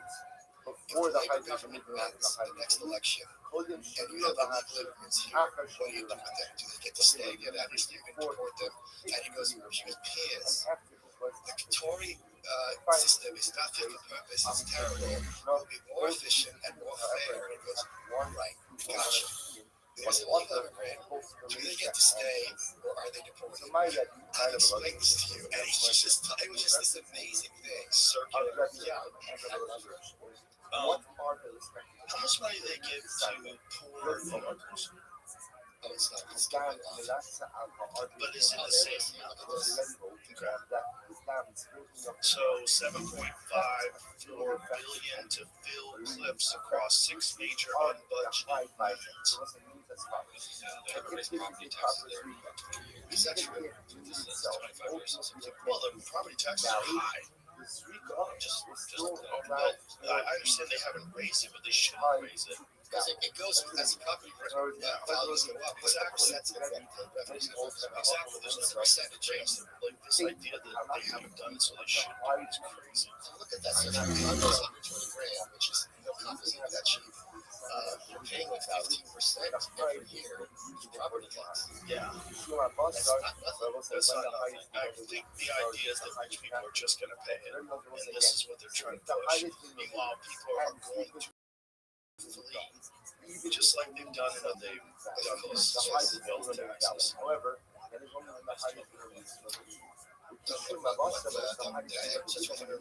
then Nolan Bumps will code the big code it's $20,000. Paying $14,000 to $60,000, but that's a condo that's assessed at $120,000. Good luck finding a condo assessed at $120,000 in New York City. $14,512. For that particular condominium unit, from $15,000 to $16,300. Oh, I see. That's right. That's 12% on $120,000 now to a $55 million condo. Really wealthy people are responsible for a large percentage of the tax income in New York City. I think it's the upper 1%. See, I think the upper 1% of New York City are responsible for 50% of the tax revenue. Something crazy like that. See what the actual number is. So the thing about that actual number is those are the people that are going to leave. Because those are the people that they own multiple properties in New York City, and then he gets all this tax, and it winds up being an excessive amount of money. And then they're planning on taxing people if they leave. This is like what they proposed in California. They've also proposed this, I think, in the Netherlands to try to stop people from leaving, but you still have to pay tax. France was the exception thing where when you was leaving, you try to do something. They're not just trying to steal them. Top 1% of New York City income, earners paid 48% of the city's personal income tax liability in 2021. The most recent year with detailed data. Why is the most recent year 5 years ago? PIT share equates to roughly 11% of New York City's total tax revenue. PIT accounts for 23% of overall city tax collections. So it's a lot of money. 48% of the city's personal income tax liability is an enormous amount of money. So property taxes are 5%. That's where they get all their money from. Which you understand. You can't take the price they build. Right. But if you're jacking all that up, top 1% paid 40%. PIT shares may have declined post 2021 due to lower capital gains. There's something I like. So Kim and Kathy Local had this thing where now they're trying to streamline. I'm sure there's some catch to make it easier to build. Because they're understanding if the rents are high, demand increase in supplies and lower costs. So if they do that, I think that's a great thing. Obviously, check out something. Right. That's definitely good, but these homeowners, they don't like that kind of leadership. I'm much more concerned about he has someone on his cabinet, proposed in his cabinet, who's concerned with decarceration. And the principle is we got too many people in jail. Now, maybe that might be true, broadly speaking. Apply that en masse and on a case-by-case basis. Who are you going to be letting out? Because I don't think this claim people used to have that, like, all these people are in jail because of weed. They're not. It's certainly not in New York City. When I was on a grand jury and these weed cases came along, they tried to indict them. They're just like, we're not taking part. This is BS. So, you gotta get to what's the guy who was on the court says they give 40 vests. Much like North Face, the whole thing in face trying to get yes. So, for you to be in jail in New York, it's not nothing. Right. Yeah. And why? Why would they want to do this? Because their principle is the system or society, whatever you want to call it, whatever the term for it is making people who are marginalized desperate. So they act out. So instead of putting them in jail, the Chips know what is the argument. We should be working with them systemically to kind of normalize and make productive citizens. What's their plan for that? And you have welfare programs, you have different training programs to throw money at them. And here's the thing, I can understand that argument maybe if someone's stealing bread to feed their family. I have never understood how really works on going to hold a woman down and do bad things to her. That's not a thing. I just randomly punch people in the streets or throw people in front of trains. That's right. It's like it's not because you're late taking your job interview that you're substituting in front of the 6th train. It's dark. It's very dark. But LA is not as dark as this. I think in LA there is this sense of hope. Because people I talk to in LA, everyone I know knows someone who's been broken into. Like the home invasions, a lot of them are up in a huge way. I'm just comparing different kinds of cancer. And I'm saying the cancer in LA is better than the cancer in New York. Yes. Because I remember growing up, and not that long ago, in New York, there'd be this, like, find some new neighborhood, and there'd be some, ice cream store, some sock store, whatever, a button store, cool fucking spots, and it'd be fun adventures, walk around, just walk into places, and that's true. Is it? Yeah. You can't open up some weird store in New York and it won't the rest of the roof. The crime is through the roof. It's miserable. LA has these little pockets, which I enjoy seeing. So what's the solution for New York? Wrap this guy's out. Do you think that it ever turns around, or do you think it keeps going in the same general direction? And do you think the powers that they want it to go in this general direction always turns around? So John Lindsay was mayor in the late 60s during like the summer flood stuff. You had sexual assaults with him. Back when Rabbi Trump was president, and Ford, the headline of the New York Post was Ford in New York City dropped dead, and that cost him some votes and possibly the presidency. But New York has these, I don't know what the cycle is. It's really hard to wait. You have to have a dictator. You have to have a Bush. So, at some point, here's the other problem. There's two issues. One is a lot of people could left. They used to be playing beat from New York because New York was its own thing. Now it's Florida. Now it's Florida or Austin. Yeah. And New York isn't New York anymore because my secretary, public speaker, she had this question. There's a lot of things you can say about a city that's full of rich people. You can say it's good, you can say people bad. You can't say it's interesting. And unless there's a space for young people have nothing to lose, who are going to bring culture and innovation, artists, broadly speaking, not just the painters, but artists. It was Williamsburg, it was Bowery before that, Hawkinson, Magic.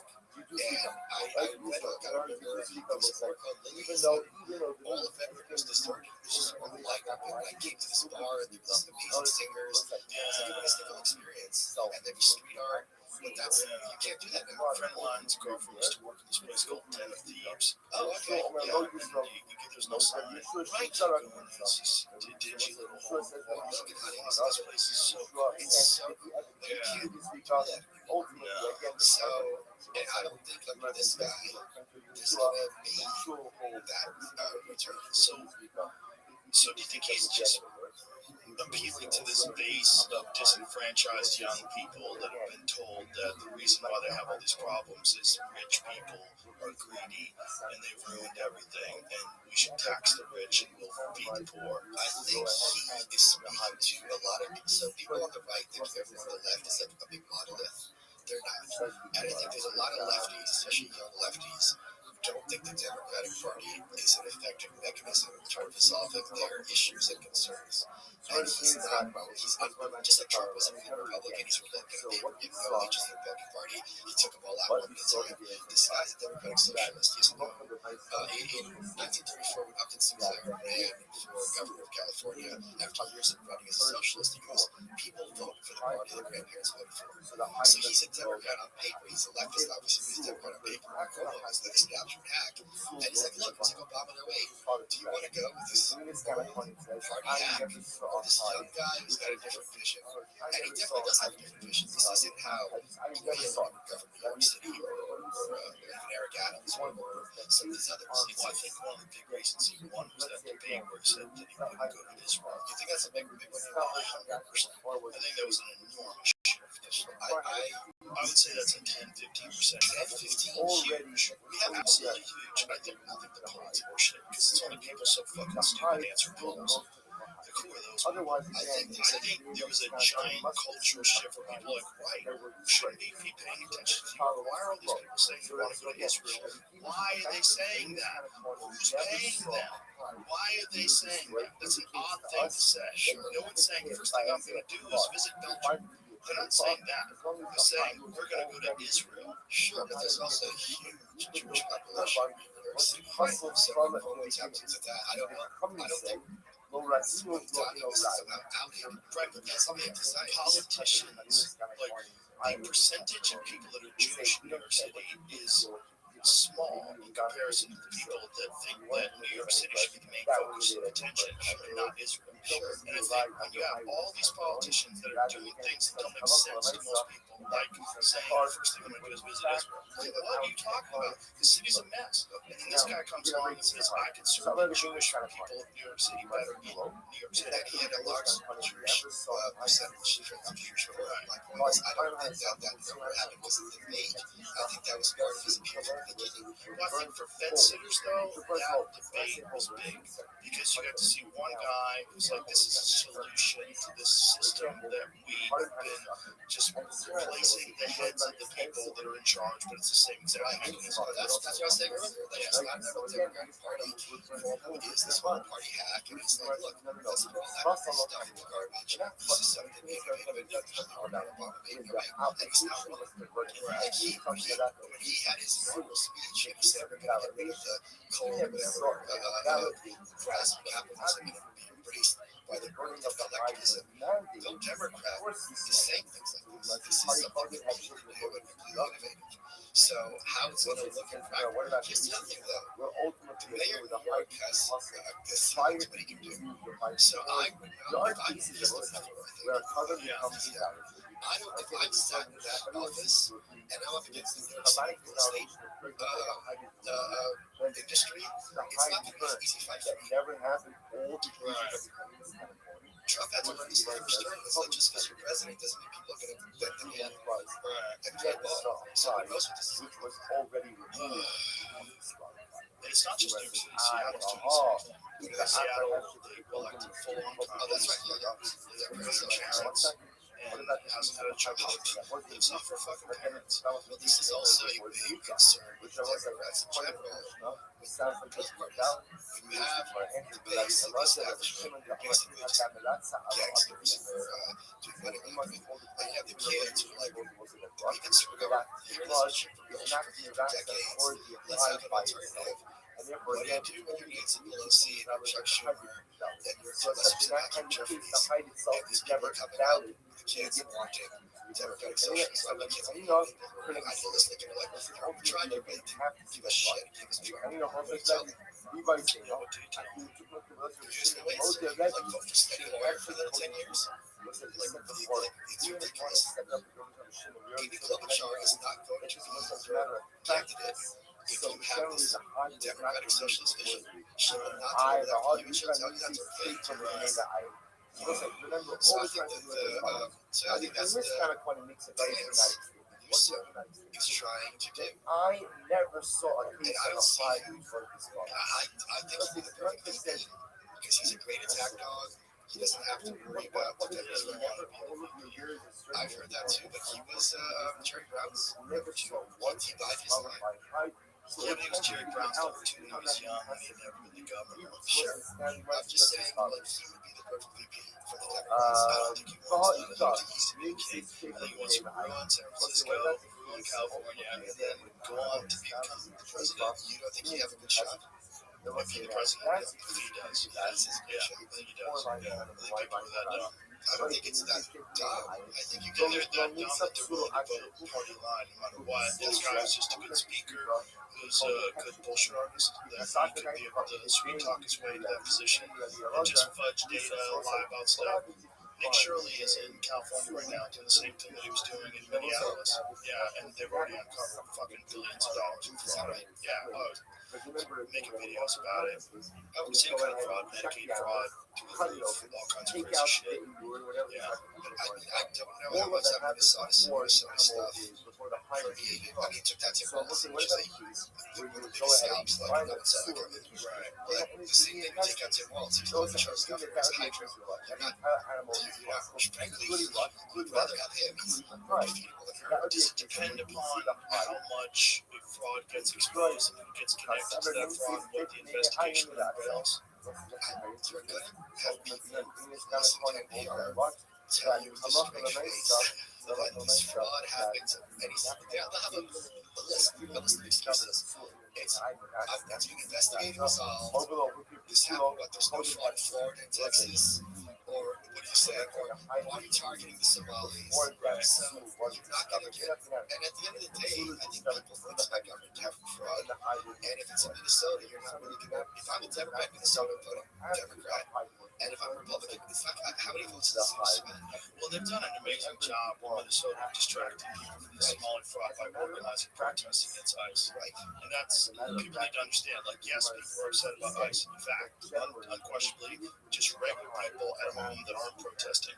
But that protest is not just organized, it's funded. It's heavily funded, organized. They had secret chats with Democratic congressmen, or Democratic politicians, rather, that were involved in this. They knew what they were doing, and they did it because they wanted to distract from the fact that this fraud was being So I think they do regardless, but yeah, it certainly serves that They purpose. totally shifted the narrative. Yes. Nobody's talking about the fraud anymore. Everybody's talking about ICE being burglars. Yeah. So that's what I'm saying. If this more fraud exposed, I don't know that it's going to work against these. It depends on how the trials lay out. So if people wind up going to trial over this, if people wind up getting indicted for this, that could get more interesting. Because then you remove it from Minnesota and then it becomes this federal court thing. And so then it becomes mainstream public news if they do this correctly. If there is something there. But the thing is, you have to worry about if the judge is going to be complicit and the prosecutor is going to be complicit, like in the first process. So you got to fly that arrow at the police. Yeah, it's gotta go through the bushes, make a small hole. And then to try to make it into get, and then it'd be very easy for you to be like, I'm so glad this got exposed. Right. I promise you, as president, this will have America. And if you want to talk corruption, look at Trump and all these sweetheart deals, blah, blah, blah. Hillary was already throwing him under the bus and Epstein. You know, shit. Hillary's like, Trump's in the files thousands of times. Like, let's have this conversation. She started. Right. What does that mean, though? The file thousands of times, because he is the guy that was in contact with the FBI about Epstein. He did contact the FBI after Epstein was arrested and thanked them for arresting him and getting him, because that guy was a real problem. And he did kick him out of Mar-a-Lago in 2005. Which is factual or untruthful. So it's factual that his name is in the files. Yes, sometimes that can leave it for the person listening to the Right, that's all you have to say. Is all you have to say. We're talking to Donna Rollins. Okay. Because Epstein went to visit his show, went to watch a show in Providence, West Palm Beach. I did a search for the word retarded. And I wanted to get an email I found was saying, like, can you email me that photo of where I look fat and retarded? That's it. I mean, that's not even the, it's too Epstein. It's redacted. Yeah. Miller wants to know if you admitted they look fat and retarded. And the N-words in there are fair amount also. There's a lot of references to pizza. You know, I think there's thousands of references to pizza. And jerky. The jerky And grape soda. and grape soda. Yeah. So I agree. The thing about grape soda is grape is like what people do to get around the algorithm. They're discussing grape. He graped them. This was like 2011. I don't think people know that stuff. Right. And I think Epstein is one where he was like algorithms. Right, that's not an algorithm thing. Right, it's to code things. So I thought maybe it's a black thing, but then Grape soda. Oh, right. yeah, but then he's racist. There's like things like don't bring black people. Oh, really? Oh yeah, He says don't bring the black something to that effect. Yeah. Something to that effect. Please double check me. That's what he was saying. The guy was not a black person. Oh, no black girls. Interesting. I don't know. I feel that I'm concerned that there is this online, there's enough agitation like QAnon, we're all gonna have these mass arrests, and I don't see that happening. And I don't think you can do anything to force them to release the bad stuff if they. So what else is left? There's 3 million other files. Right? They said they released everything. Well, they also said there wasn't anything. Right? When Cash Patel's on here, so there's no videos, there's no evidence, there's no nothing. The craziest to me was when Pam Bondi said, "I've got the list." And I said to myself, and I talked to my friends and I'm like, I really don't think he had like clients list.doc on his desktop list kind of thing, right? So I believe he doesn't have them on the list. And she goes, when I said list, I meant blah, blah, blah. I'm like, you said list. Right, well, he had those binders. They were all performatively holding those binders. We have the files. We're going to go through them. Heads are going to roll. Nothing happened. And then Les Wexner, what did he say today? JB was saying he's got Congress. The first, God, this is many years. I've seen a lot of the accuracy of a bunch of missing files from specifically 1999 through 2001. Right. And then people are connecting that to 9/11. Yeah, I have 19 pre and post 9/11 are all missing. So Epstein might be found in 9/11. I mean, what's the context? I'm not saying it's impossible. Well, there's a lot of people that believe that Israel was involved, right?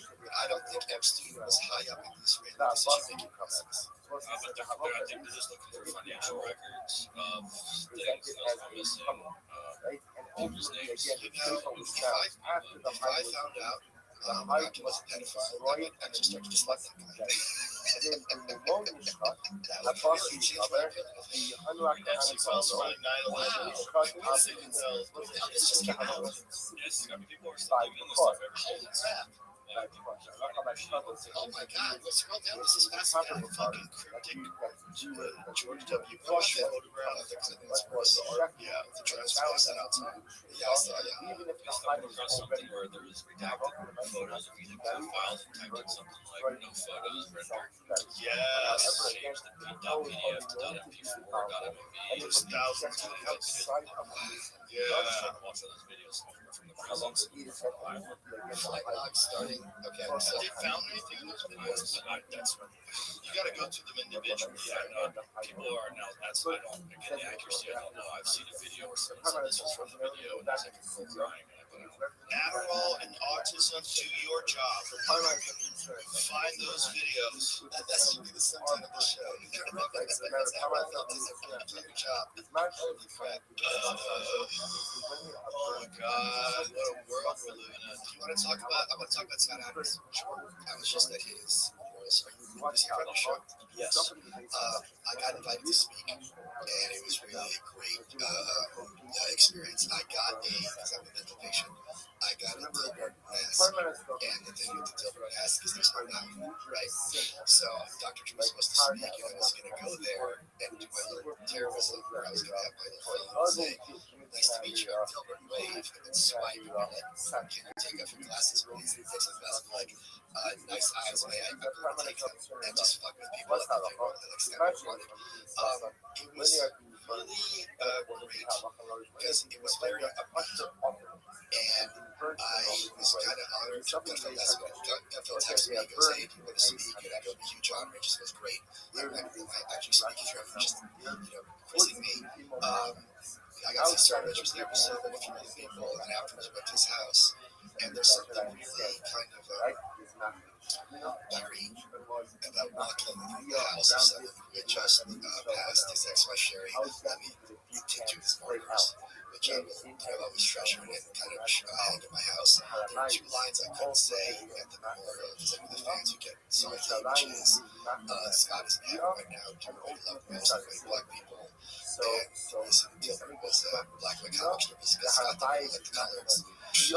Right? Because Scott is a humorist, just laughing jokes. Right. But I mean, it's just weird how much he still resonates, I think, with people. And I don't really have anything else particularly to say, but I just felt there was a moment to kind of commemorate this guy because he's really helped me out a lot in my thinking. Yeah, it's a real bummer, man, because it happens with all these cancer. He got terminal cancer. Well, he had it in January 2025, and he said, I'm going to wait for my stepdaughter to get married. She was there, and I got to meet her. She's a lovely young kid. To get married, and then I'm going to do it. And then he tweeted something out, RFK jumped in, Trump jumped in, they got this medicine, and they got him a few more months, and, so he got 6 more months. Point being, the main stuff, just because someone's terminal doesn't mean they don't have months left. You can do a lot in those months. It was funny, there was another cartoonist, I apologize for blanking his name, and he was friends with Scott for a long time. Scott had promoted his work once, and went from like obscurity to like a big name, and Scott asked him, hey, can you write the foreword to my forthcoming biography? And the guy's like, I don't have time. So anyway, Scott was that kind of person where he's just like, just because, I'm about to meet my maker, I don't want you to be morose. He's his brain is a complete masterpiece, because what he does is he goes through frame mindsets and instantly recalibrates them. One of them is, the regular framework is, I should be great at my job. And his reframe is, my job is to prepare for a better job. I was thinking about it that way, having that shitty job isn't enough, because just like the groundwork for something better. So when I spoke, I said the framework is, we're having, Scott, but the reframe is, we're having a party and Scott's really late. Right? So if you think about that in terms, hey, we're having fun, where's this asshole? Because he didn't want us to be there like hoping. He always was positive, always was fun, even during that day. So I thought, I just thought a lot. And he believed his death on the COVID shots. So he got a lot. This really bothered me, because he was tweeting that stuff, people like, shit, I got the shot. It's like, this guy's about to die. Like, this is your gotcha moment. This is where I got to go so moment. It's just, so he did not blame it. I'm very surprised that was the case. You saw what just happened. I met James Vanderbeek. I met with the mothership, the Greenwood. 48, 6 kids. The wife seemed very sweet, charming too. Seemed like a real chill dude. I haven't seen one person who's super nice. Not one person said anything bad to say about him, which says a lot from that kind of guy. So 48, man, that's scary. There's an unprecedented number of young people that die of cancer. In fact, there was a time when I was saved because it was kind of crazy, because it's proposing like what is causing these things. So why is it so happening as if no one knows? Yeah, right. Like, what could it be? What is this? Some fucking mystery. Could be anything. I'm not saying this. Oh yeah. What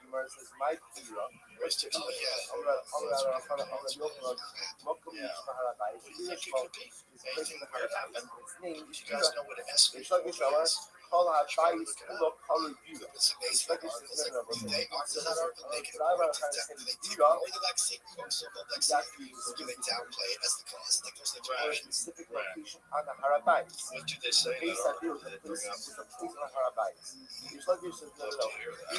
They bring up. General name for the really funny recently. And you can laugh at my face, and every while I've said this, I can laugh at my face, and you can feel free to laugh at my face. This is kind of nuts. Aspartame. My main method of hydration was Dr. Pepper Zero. It's hard to prevent. This is why I drink it. And I go to New York, and I load calories from my macros, and I switched to full sugar Dr. Pepper. So it wasn't caffeine. Somewhere and my thinking changed. And I'm like, this is, I go online, this is incredible. Thinking changed. I was putting on my feet. I was having trouble remembering words, names, just being speed how I speak is something that is part of my job, and I was having issues. I don't have to work hard, I couldn't believe someone's name was or I was having this whole scenario. Researchers linked high consumption of aspartame to impaired memory, spatial learning deficits, and faster cognitive decline in adults under 60. Yeah. Neuroinflammation, oxidative stress, aspartame metabolites can trigger chronic microglial activation and increased oxidative stress in the brain, leading to neuronal damage and potential neurodegeneration. Push that through. Rumsfeld. No. Yeah. So there's that. So here's the thing that perplexes me. If you're listening to this and you're someone like me who's living on it, just try for 2 days, right? Really. And you'll know right away. Because I also have this low-key anxiety. Like, it's like a one-out sentence there. It's okay. It's just life. So I thought just life. Nope, it's gone. Donald Rothschild, CEO of GD Serial of the late 1970s, early 80s, played a pivotal role in the FDA approval of aspartame, the artificial sweetener, in products like NutraSweet. So there was studies back then showing approval due to potential carcinogenic risks. Hayes approved aspartame for drive-through shortly after expanding into beverages by 1983. But with those studies, I think there was rat studies. That came like Alzheimer's. Well, So I just warn people as much as I can. Pretend or quack. That's fine. Just give it 2 days. lay off aspartame. And see what happens. Remember again, Okay. what What makes sense? I mean, there's no biological free lunch. You get something, it does something positive, it's probably doing something negative. If it's some novel potion that you're pouring into your body, it's probably something negative aspect of I it. was talking to Dr. Mike about this.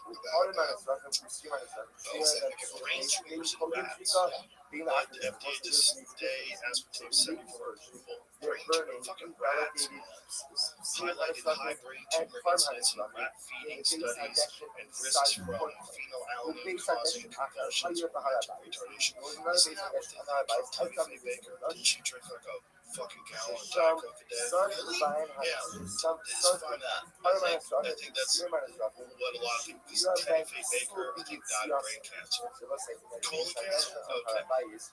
What's that? Well, that's not from her colon to her own.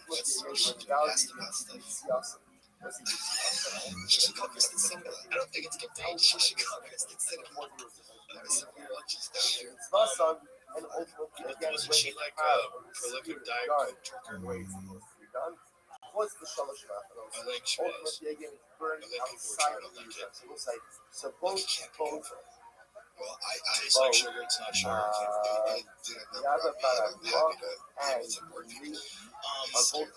with it. I like stevia. Like I like these drinks called stevias. They're stevia drinks, and it's 0 calories. Tastes good. Doesn't quite taste like sugar, but it tastes good enough. I'm just thinking my water is like full sugar. So does My daughter's like really good at reading labels and finding sugar. Sure, we're always supposed to drink one of those a day. I was eating protein bars this morning, going to my face did, and I just look at the label, and one of the ingredients I see is titanium dioxide. I'm like, I really? Interesting. Like, what? Yeah. So that's it, me now. Yeah. There's other protein bars. You don't have to eat that shit. I think they all have that. No, I eat carnivore bars. You ever had carnivore bars? It's just like fat and meat. The carnivore bars are great. They just taste like you're eating fat. And go ahead. Is that all the ingredients are? Yeah, I don't think there's anything fat in them at all. I think it's like that's what we know, and that will validate the bars. The question over here is as follows. What about yeah, I think it's pretty natural. I don't think there's anything. It's got to have a lot of salt or something. Yeah, there's some salt in it. So some That's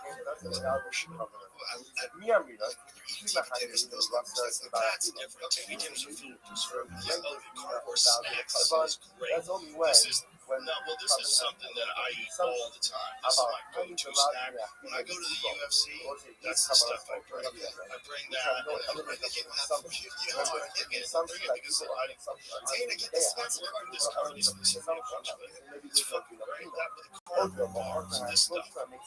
Purest meal ever, 2 ingredients. 20 grams of protein, 35 grams animal-based fat, 412 calories from grass-finished beef, shelf-stable, no refrigeration. That's what I eat. Okay, send it to me. Send me some guys. I have some. I'll send you some. But if I had some here, I eat those all the time. So I take them in the day, I throw them in my car. Right, 20 something. It's protein. It's got grass-finished beef tallow, so you get the fat from beef tallow. Some people don't like the taste of it. I like it. It's kind of mild or bland. That's fine though. Yeah, I'm just trying to get right. Yeah, nutrition. Yeah, but it doesn't make me feel bad at all. It feels like food. Like I've tried some other stuff. Like I tried those David bars. Oh my god, those bars I was having. So David bars, they have some weird fat in it that your body doesn't digest, like wheat chips, something like that, but a new version of it. And so when this company, when they were purchased, they got a monopoly on that kind of this whatever this ingredient is, and all these other companies they blocked it. These companies that were using it, they couldn't use it anymore. So a lot of people were like boycotting David bars. They taste good, and they have like a lot of protein. I think it's like 30 protein for like 150 calories. But the farts I was having, this is because your body's like, what is this? I had that same thing with protein Cheerios. Protein Cheerios. It wasn't fun. I was having trots. Yeah, just your body's like, hey, what the fuck are you doing? Just eat something like carnivore. Those carnivore snacks are delicious. It's just beef and salt. And some of those carnivore these snacks are, it's like a beef pastry. It's not even like jerky. It's chewy. It's delicious. So this is a lab engineered fat substitute called APG, manufactured by a little known Indianapolis-based company called Epig. After tinkering with the product formulation, the Fuel Sample website 2024 began promoting the bars at local bodybuilding shows and farmers markets. Right, so what does it say that stuff does? So find out what that stuff does, but it does something where your body doesn't digest the fat, like it doesn't turn into calcium. Or it will put it. And it can also compulsory glucose.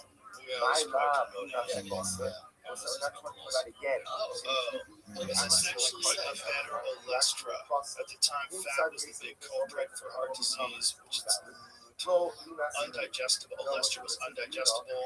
That was its key attribute. It passed right through the digestive tract, therefore wouldn't result in body fat.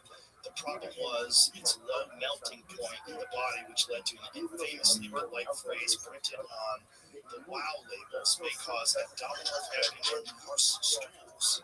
If you were shitting this stuff, well, the stuff that they give you stools, but it did give me like the devil's farting out of my asshole. I get it. That's not this farts. Yeah. Like when you have a fart, it's like a symphony. When you're old and you start having big farts, I kind of like it. I'm just like, I still got it. This was just like, for me, it was a warm time. My body was I think it's the worst time in general. Yeah, right. So, what is the problem with that stuff? Okay. And problems.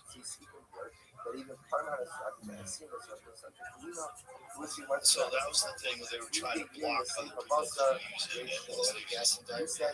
Bloating, gas, diarrhea due to sugar alcohols, the non-digestible fat substitute. That's it, which are poorly absorbed and can have a laxative effect, especially in larger amounts. Limiting intake to 2 bars daily to minimize discomfort. What makes you the I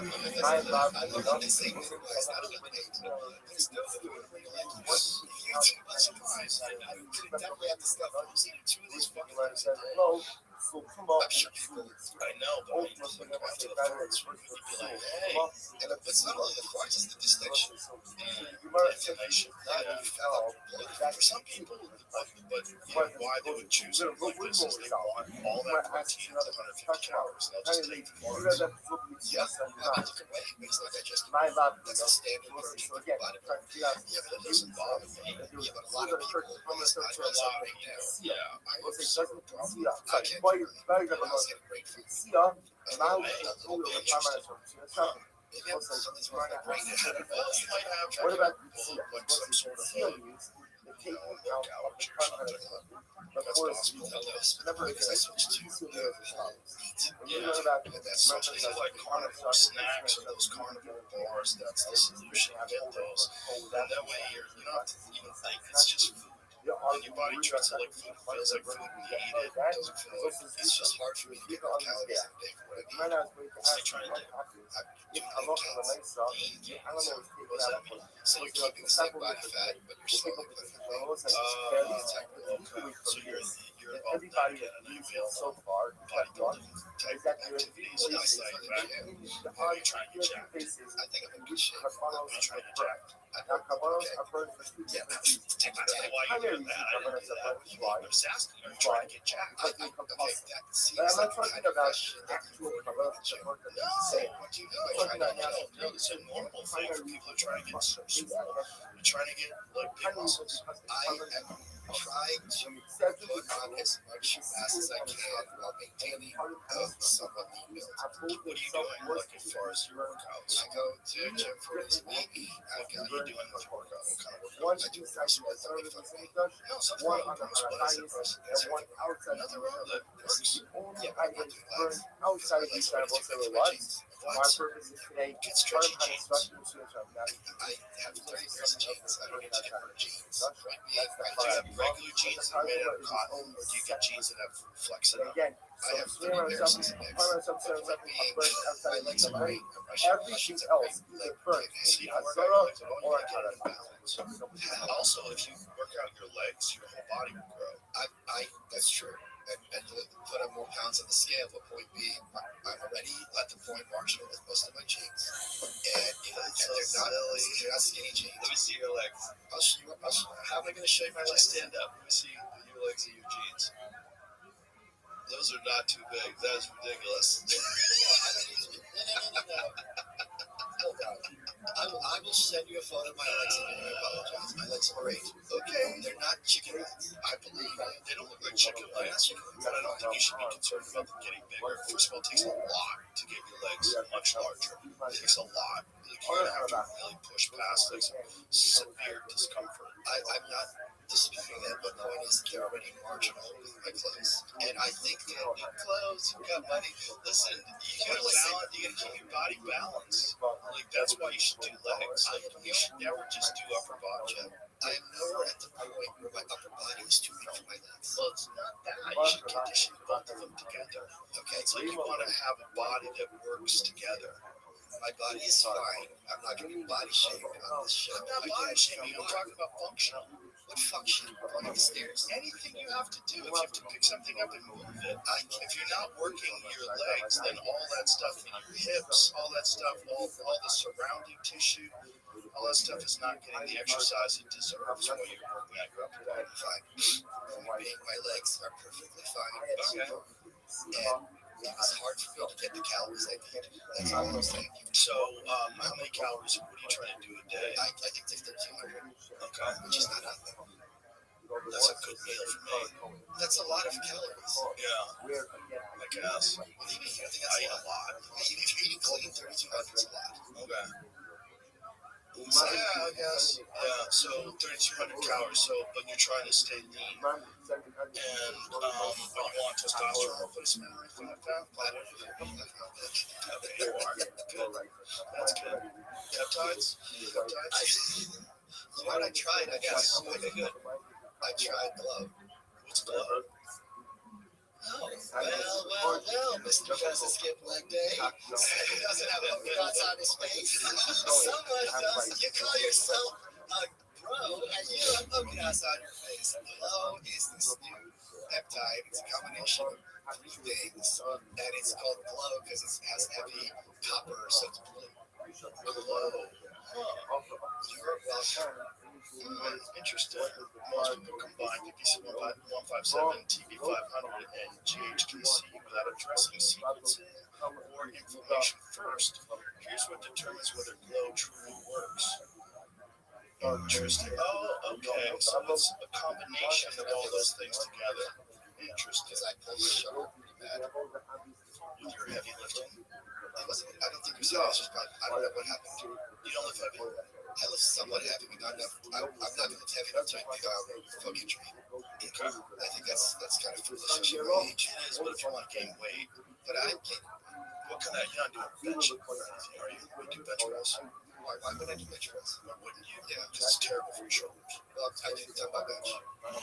That's slightly better for your shoulders, Okay. but that activity of having a lot of weight down here, I'm looking at 70s. That's not that much. it's a lot for you. Okay. All that weight back here, when you're right here, I think it's tremendous strength. What should I do for funny bets? You could do dips. Dips are fantastic for it. Don't go past 90 degrees. You can once you condition your shoulders to it, you can really do it. But dips are good. Weighted dips are really good. There's stuff that you can do, like just kettlebells. I don't do any chest exercises other than dips. Yeah, I do a lot of kettlebells. Most of my exercises are full body motion stuff.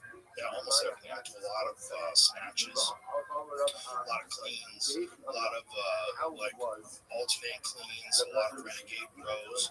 Everything I do is kettlebells. All I do is I know someone who's really knows the stuff, and I follow orders. Like that's good too. That's good too. My concern is always functional movement. My concern is always I want my body to work as one unit. I don't like isolating things. I think I do a lot of dumbbells, like incline dumbbell, incline benches, is one example. Or the other kind of stuff. But if you have shoulder problems and you're benching, there's a lot of people I know that just have completely eliminated benching. Is that right? Okay. Especially heavy benching. It only resolved this week, thank God. But you know what? It won't, if you're doing kettlebells, that's the weird thing about kettlebells. It increases the strength of all your activities. I found that people that do snatches, it increased their VO2 max and it increased their ability to do chin-ups. I used to do kettlebells. I had wanted to lift my workout, and I pulled out my back on something so fierce. It was a temporary, like almost like a cramp, but it was very, very scary. Do you remember what the exercise was? Yeah, I was doing swinging over your head. Snatch. Yeah. The key to that is warm-ups. Do you warm up a lot? No, I do warm-ups with the weights. Like I'll do 70-40% of my working set. What I would recommend is, you gotta, especially as you get older, you really have to warm your body up. And one of the things that I do is I always do 10 minutes on the air bike, get everything slightly sweaty. Then I do a lot of jump rope. I get everything fired up, and then I do a lot of mobility exercises. I do body twists. I do these things like wave. I get down to the bottom and I wave all the way up and I bend backwards and I go forward. I do a lot of twists. I get everything loose, and then I start with push-ups and bodyweight squats. I do 100 push-ups and bodyweight squats, and that's my warm-up. So all that stuff. By the time I'm done with all that stuff, now everything's warm. Now I can start working out. How many days a week do you lift? Well, I work out almost every day. Oh, okay. Occasionally I'll take a day off, but I work out almost every day. And then with lifting, it's almost every day. It depends on what I'm doing. If I'm hitting the bag, generally I don't lift weights the days I hit the bag. So that's maybe 2 or 3 days a week. So the other 2 days a week, I alternate between stuff like bodyweight stuff, like pull-ups, chin-ups, dips. I do L pull-ups where you stick your legs out straight, so you work your abs at the same time you're doing that. I do a bunch of different things, lower back stuff, a lot of back extensions, reverse hyper stuff, sit-ups on that GHP machine where you're going all the way down. Yeah, I'm just happy with the results, and I know that if it ain't broke, don't fix it. That's good. Yeah. As long as you're happy with yourselves, I would just avoid a lot of heavy lifting with bench press. I think bench press is so many people I know that fuck their shoulders up to bench press. I don't know a lot of bros who are gonna get angry. Yeah, I know. That's what I'm waiting for. What knows you bench, bro? But here's the thing: we did this Sober October thing where we had these stupid fitness challenges, and then after Sober October was over, we all got drunk. And so then we went out to my gym, and Ari, Tom, and Bert were all trying to bench 225. And I don't bench at all, and I did it 13 times. Like, I don't bench, and I just... Are you full of plates? No. Okay, that was No, they all got pinned. Yeah, 245 is no joke. Yeah, Bert can do it now, but back then, You can't casually do 2 plates. yeah. No, Yeah, but I did without ever benching. no, I mean, like for someone who works out or gets Right. if you're No, casual, you're going to get crushed. of course. Like, they thought they could do it. Bert did. Bert definitely It's did. heavy. Right? How much Yeah, is it? Bert's like 250. Yeah, That's a sure. Okay. Tom was bigger at the time, too. Okay. I mean, this was collapsed. It was Yeah, they got crushed. But the point is, it's like doing kettlebells will help all those other things because it just your whole body gets strong. It's not an unusual motion to do that. You know, you can do it. Yeah, I like the weights. Dumb weights are great. See, there's nothing wrong with weights. I just would be careful about benching. I think dumbbell benches is probably better than barbell benching, and I just think there's other ways to work your chest. Okay. Yeah, I talked to Russ. That's my guy. There's a lot of people that don't even agree with dips. Like my orthopedic surgeon that told me that I need to get my shoulder operated on 15 years ago, and I never did. He was like, "Gotta stop doing dips." I'm like, why? Because everybody I know that fucked their shoulder up did it through dips, and they're like, well, that doesn't mean anything. But I'm looking at him and his body. I'm like, Shut the fuck up. Look at all these gymnasts. Yeah. Do dips 24/7. Just build up to it. Don't do too much. All of it is like overworking your body. You have to like slow progression is the key. There is something fun about it. I love doing dips because you feel like you're flying.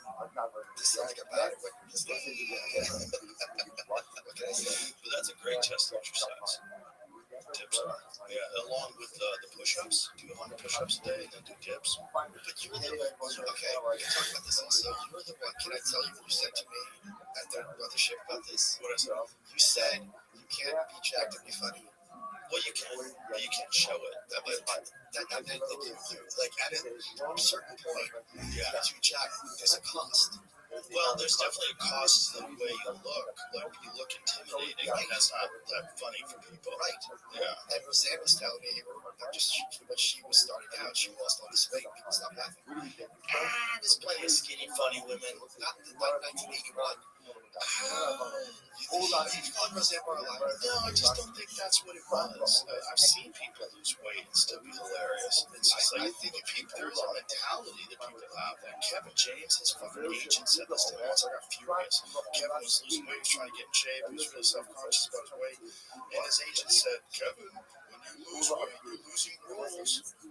But that's true though, because he's very much a specific character. So what? He could fucking do anything. He's a talented guy.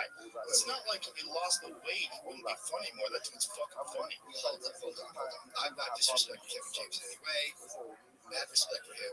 Mall Cop, greatest comedy of all time. It's a funny movie. I believe you. I haven't seen it. Point being, he is very much in people's mind a certain specific thing. Right. So if Kevin James stopped being that thing, I think it's going to be a lot hard for a lot of the normies to come over with him to a different paradigm. That's all I'm saying. Perhaps. It would be a challenge, but I think he'd still be hilarious. I do not think that he is limited by his weight. Okay, if Will Ferrell got like Hugh Jackman, do you think he'd have the same roles? Wouldn't necessarily have the same roles. He would still be very funny. Yes, he would. You know perfectly well that this It would be weird because he would be super jacked. Like if you got The Rock jacked, it would be weird. People don't know how to deal with that stuff. So the agent's not running up. Well, the agent's still not looking out for Kevin's health. How big was he that big? He was big and he didn't like it. He was worried.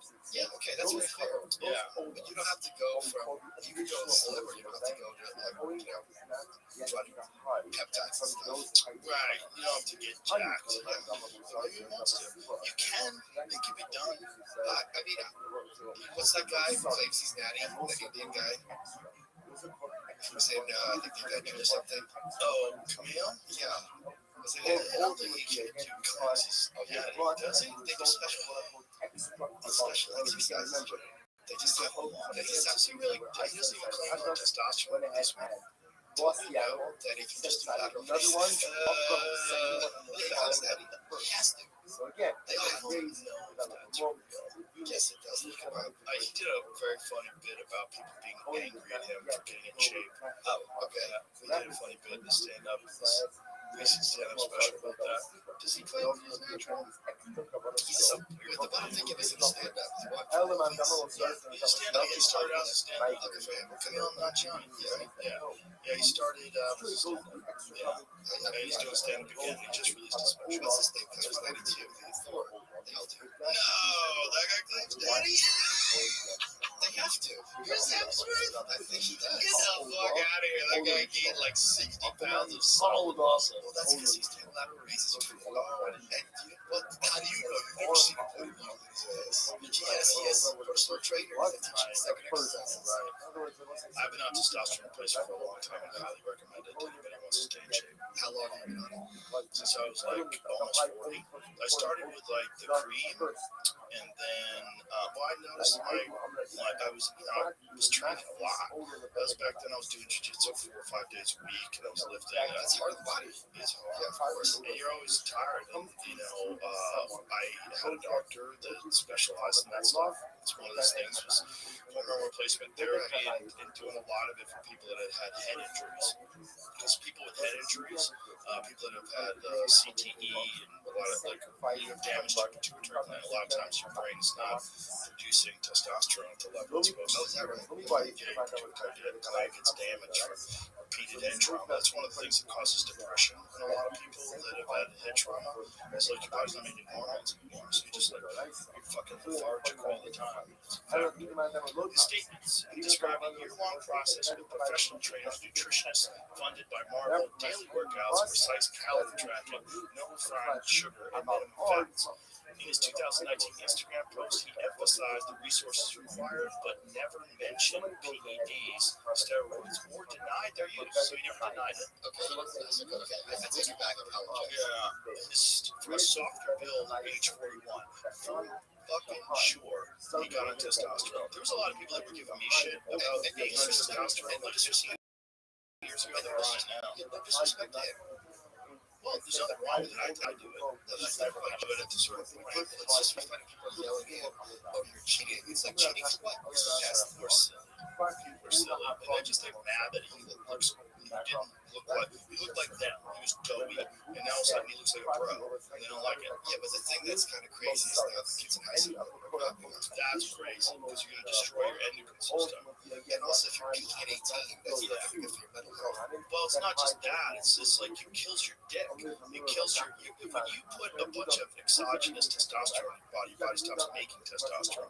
So say if you're on a cycle for like a month, 2 months, it will take you 4 months for your body to get back to normal. I think that's the ratio most people, if you're not taking like clomiphene or any of these other things or HCG or something that naturally ramps up your testosterone, I think they think that the number is like double the time that you run a cycle. It's also harder and harder. You run cycles, it's harder and harder. 100%, because your body starts relying on it and your endocrine system shuts down. And it's like, why do we have to make testosterone? This guy's got more than a normal human ever has. And so we just stop. And I think these numbers are further repeated kids. Well, they all want to be like an influencer. They all want to be jacked. You know, it's just like you don't understand the harm you're doing to your body. But it's also the kind of thing where it's just like, you shouldn't be comparing yourself to the guy on Instagram. Right. Or at the gym. Compare yourself to the guy in the plane. Next time you're in there. That's what I do. That's what kind of helped me. When I got on the flight, I'm like, how many of these people, especially my age, are in good shape? It's going to be 1 out of 100. Well, the other thing is there's, especially when you're young, there's plenty of stuff that you can do that's natural and super beneficial and not dangerous, like creatine. Creatine is tremendous. You're not going to be made. And no one's going to notice you. That's the thing. They're chasing the fame. That's so sad. That's very sad. It's very sad. I mean, some of these guys look better than Schwarzenegger when they're 17. It's insane. But it's just like, what's your future? Well, you're not going to have kids. Right? You're going to be sterile. You're not going to have any sperm. It's like, you know, there was that thing about they asked Olympians, would you give up like 20 years of your life and you guarantee you go to like 90%? Yeah. I know. But look at Lindsey Vonn. She knew that she had a blown ACL and she still skied. Is that right? Yeah, she blew her ACL out like a couple of weeks before the Olympics and still decided to compete and then shattered her leg with this horrible compound fracture. Oh, you didn't know about that? Oh, yeah, she had to get airlifted. She's had multiple surgeries. She's fucked for a long time. Her leg broke in multiple places. She's got rods and stuff in it. And leg breaks are really scary because your body doesn't necessarily always heal from those. Like sometimes the blood flow is not appropriate. It's not what you need. People get their legs amputated from those things. Yeah, femur breaks are super dangerous. I've never broken a bone in a body. Ever? I know, right? That's crazy. Yeah. And part of me's like, is this something I want to try before I die? Like, No, it sucks. Does it? It's like, how bad is it? Well, I broke my arm when I was 7.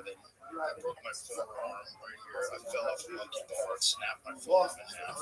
That healed perfect. When you're a kid, they just put me in a cast, and like 6 weeks later, I was good to go. I broke my fibula, the small bone of my tibia, in sparring. A friend of mine threw a back kick at the same time I was throwing a kick, and his heel hit my fibula, and we cracked that. But that was only a crack. I actually competed with that. I put soccer pads on it. Those plastic soccer, I taped soccer instep pads to that part of my. I didn't tell anybody. Because it was a Taekwondo tournament, so I had my hands on it. And so I put like a regular, these soccer pads, I taped them to my calf, and then I put foam on over that, and I competed.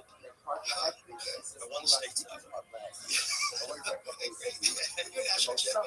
won the American Open, and I came in second place in the U.S. Cup against the national champion. I think I should beat him. I got a bad decision. But I never won the national championships.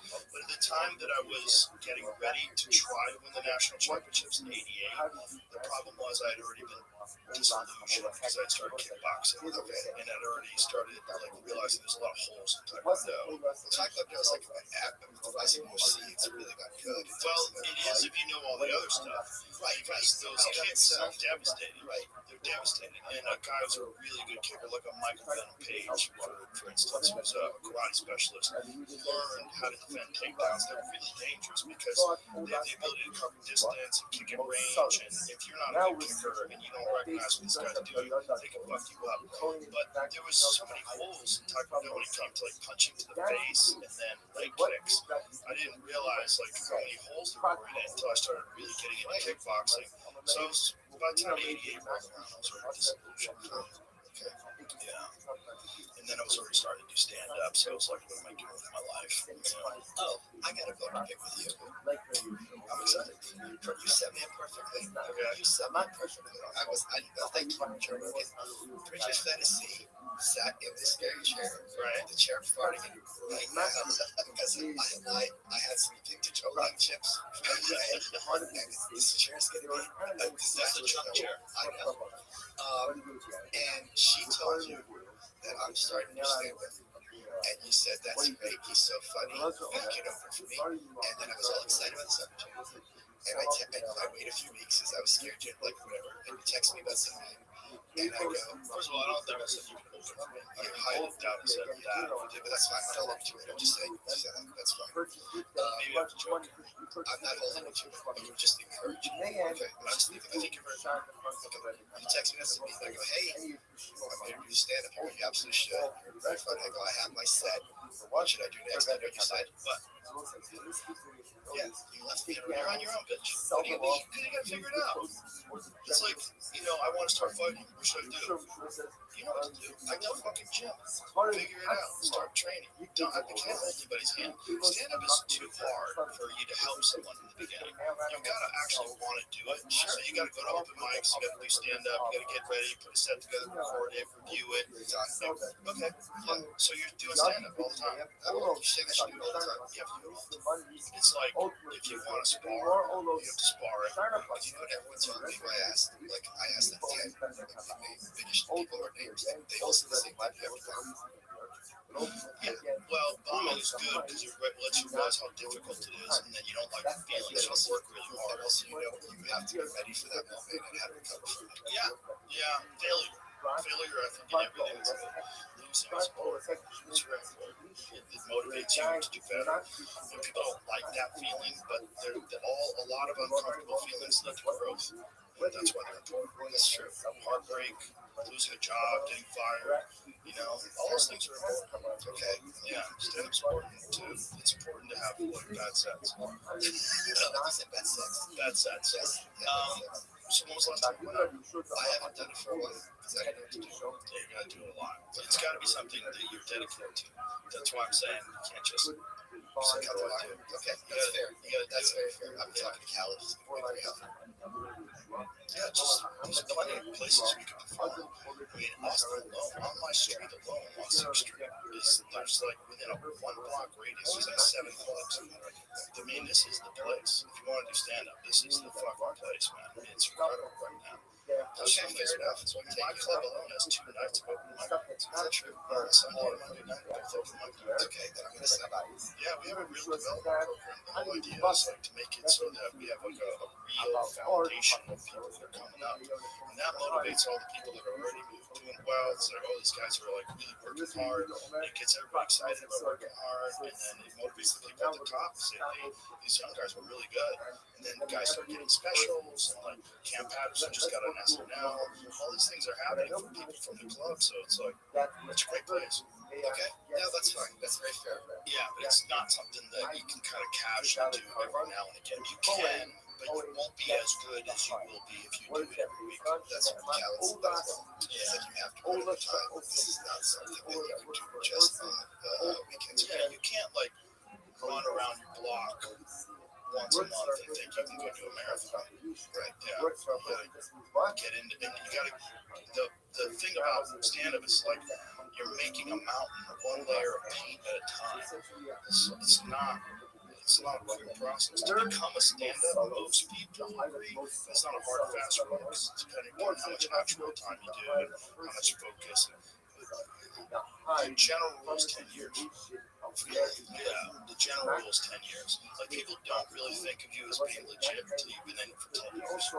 I don't know that I have 10 years. I don't know if anybody has 10 years. I don't know if the human race has 10 years. I see those robots in China that do fucking kung fu. Are there? Oh my god, they just did this demonstration, this martial arts demonstration with these robots on the stage. It's crazy how they've moved. I'm more worried about if anyone can use AI to engineer a bioweapon. Well, that's true. Because there's a piece, I got a guy, I forget his name, I apologize, where he was one of these big AI people, and he goes, if you use the paid for AI, he goes, I can tell it to write me code, and it also knows, like, aristocratic preferences, so it's better than hiring a person, and that's today. Yeah. So what's going to happen in 2 years, 3 years? Like, how do you regard yourself? I don't think you can. And there's a lot of people that are resigning from a lot of these companies that are saying we're doomed. Yeah. I'm not a doomed kind of guy, but that I think is a much faster path toward something happening than, robots come from robots. Well, there's also automated weapon systems that are totally autonomous. That's yes. The government's working on that, and I believe there was an issue. See if you can find this with one of the AI companies not willing to partner with the U.S., not willing to do something with autonomous weapons programs. I think it's Anthropic. Yeah, I think Anthropic was like, we don't think that's good, and all the other ones were like, let's go. Holy shit, yeah. Well, the thing is China doing it? They probably are. Anthropic is clashing with the Pentagon over AI use. Here's what each side wants. Anthropic's relationship with the Department of Defense is under review as the two sides negotiate over how the company's AI models can be used. Startup wants assurance that its models will not be used for autonomous weapons or mass surveillance. Oh my god, these pop-ups are brutal. The DoD wants to use use cases without limitation. according to Emil Michael, the Undersecretary of Research and Engineering. Holy crap. Yeah, so this is what they're doing.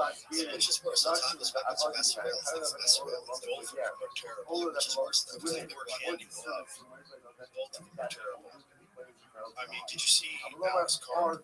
That interview that he did, where he was talking about Palantir, and he's like, we're going to, and occasionally kill people, we're using to kill people. Yeah, that's what he said. Right. But he was like openly saying, kill people. Like, this is what we're doing. Like, what? Did you see that big leak from Palantir, which I don't know if it's verified or not, where they were talking, Kim.com is the one who dropped this. Yes, I did see that Kim.com tweeted about it, but I didn't see if it was verified. What did he say exactly? It was a long thing. And it was very, because he said Palantir got hacked. He said he doesn't have, I don't think it was verified that this was legitimate, but those were the points he laid out, and it was extremely disturbing. It's not surprising that a private company can be more effective and efficient than the government at implementing what the government wants. A lot of the things during COVID wasn't literally the government. These corporations were more than happy to impose these kind of, if you don't get the vaccine, so-called, you're going to get fired. Well, they were all having bad deals. Exactly. They were more than happy to do it. Yeah, they were being sent to right. It was so fucking crazy. But the thing about this AI stuff that no one realizes except for the engineers that are deeply invested in this is that it's accelerating at this tremendously rapid pace that they can't really control. ChatGPT 5, I was reading this article, ChatGPT made ChatGPT 5. They essentially tasked the AI to make a better version of itself. Make sure that's true. I'm pretty sure that's what they're saying. Right now for free, if you put any photo on Rocket Magic, it animates it. And it looks realistic. Yeah, Like it's not. there's a video of me and Keanu Reeves doing kung fu in this room. Like he's dressed up like John Wick, But it looks real, I'm sure. it looks very real. It's like a scene from John Wick. It's like we're doing like movie style kung fu in this room. And the average person can't distinguish between what is outside is outside the window. Right. And for the human brain, they're going to remember it and perceive it as something that they had seen before. Right. It is a very scary thing. I remember something that clicked in my head, Survivor season 1. So it was like 2000, I think it was. Yeah. They had the second last episode, 4 contestants left, and they go next week on Survivor. And Sue turns to Kelly, and she goes, "You gotta vote out Richard." And I was on a message board at the time, and when the people think they're like, "Who do you think's gonna be eliminated?" One goes, "Oh, I think they're gonna vote out Richard." And Sue said, "We all heard that. This wasn't eavesdropping. This was a sound clip that they had left in. There was nothing else to hear." In fact, even more than Sue said to Kelly, and that was such a wake-up moment for me, like, holy shit, people really think they're on that beach, and they heard something they weren't supposed to. But you laugh. There will be people who tell you right now with a straight face, and I think they can pass my destiny that Trump said we should inject bleach. And Trump said, I'm praising verified people are nationalists. And you will play the tape, they will not perceive it, they're not lying. And I think that's a big hurdle for a lot of people to accept. People honestly are perceiving things that they're not. That's true. Yeah, and they're also only looking at headlines. That's right, looking at narratives. They get a tweet, they read the tweet, oh my God, I can't believe they're doing this, and then they put it down. They're too busy. They're not going to do deep dives. It's not that they're too busy, it's that their preconception that they're not running a true false filter, they're running a Hustle filter. Right, that's right. Trump's 1,000 times the Epstein files, there you go. What else do I need to tell you? That's it, yeah. Very fine people on both sides. I mean, Obama said that during the campaign. When he said that during the campaign, I'm like, that's crazy. Biden said that was his reason for running. You see in the Epstein files, someone said that Biden's dead. And Well, they also said that Epstein's alive. yeah, that might be real. I don't know how they pulled that off. Well, Here's the thing. Whenever I hear something that's out there, I'm not saying it's ridiculous. I always say to myself, what steps would need to be taken for this to be true, right? So if you're going to keep Epstein alive, and he's obviously extremely visible on his face and very known, how do you keep that guy under wraps? Would be the question I would have. you move him to Israel, you get plastic surgery. You think so? That's it. Yeah, look, Renee Zellweger looks different. But she's a fucking movie star. Like, she kind of ruined her career by making herself look prettier, right? No, she was Asian. She's got all those dead cheeks. She got all those big cheeks and her eyes are all like small. What did she do? Let's take a look. She's all puffy faced, yeah. Like, people said that Bradley Cooper did something, Hold on. but he came in here and looked fucking completely normal. Yeah. Like, it's just weird pictures online. Maybe one day he was tired. He wasn't really. She did something. So, like, Bradley Cooper looks exactly like Bradley Cooper to me. Yeah. Okay. Like, she did something weird. She was so cute. She looks like that guy in 2009. She was so cute. And is that a white lefty lady who's a podcaster? Yes, you do. The one who's a Real Housewife and now she's Oh, yeah. I don't know her name, but she's awful. She's a heel. She's a heel. She's great at that. I want to lock them all up right here. That's what she looks like. She's very angry. That's what she looks like. Let me see that again. Other photos.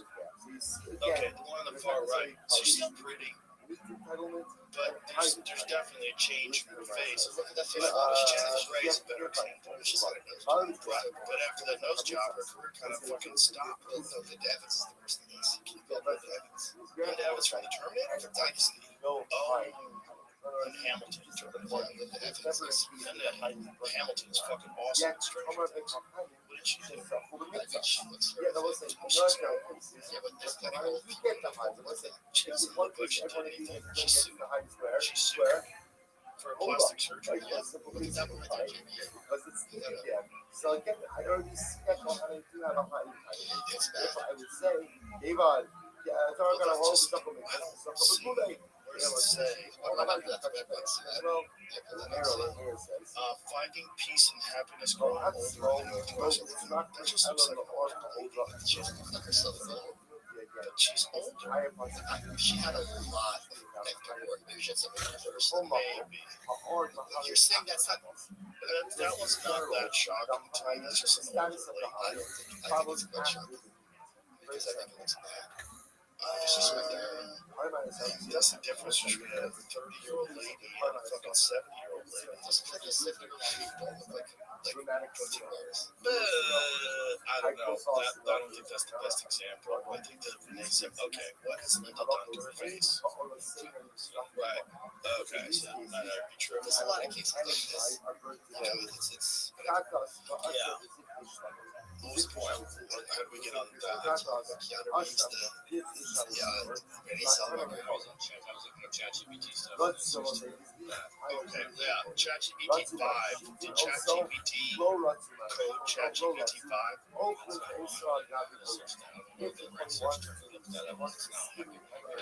If you ask that question, it doesn't. ChatGPT 5 makes it so better. There's something that I was trying to dig into. Because that's similarity. It's almost like self-correcting loops or something like that. I'm not anywhere with that. That's not the right. This was the concern about AI, was that eventually AI would become sentient and autonomous and would create better versions of itself, and it would do it very quickly. And I think we're in that right now. I think what you're getting from these engineers is an indication that the people that are deeply involved in this are fucking disturbed by the power of this stuff. They essentially say that they don't have a job anymore, they just kind of show up and it does the work for them. And that this is far more potent than what the general public is aware of. So, and getting better all the time. We're at the point now where Rock is a better conversationalist and better at perceiving nuance and humor than the average person. A lot of times, if I was and some creep comes in with some response, I would just say, hey, Rock, explain to this person such and such and such. I don't think Rock to be like a drug handler, and I do this every single day. But the point is, if I'm being humorous, maybe my jokes aren't that funny, but being Rock understands that I'm being humorous. This person is yours pretending not to. So what happens when the average person, what do they bring to the table? And it's what about artists too? Right? The AI art's getting better every single day. Like I did a work where I used AI for the cover. It's like, what are you going to do with it? And it's, you're going to have certain people who are good at like misogyny and having great ideas, but at a certain point, there's only so much you can do. Did you see what the Door Brothers did? They're these really good AI artists. They're the guys who do all the intros to the Kill Tony videos. Fucking awesome. And they just made like a Hollywood movie. And they did it in like a day. Right? With AI. See if you can find that clip because it went viral and everybody's kind of freaking out. They're like, Hollywood's done. Because this clip is insane. But it's so realistic. The other thing is, by the time we're all wrapping our heads around it, it's already 6 months. That's what's crazy. And it's far better than it was then. Let me see.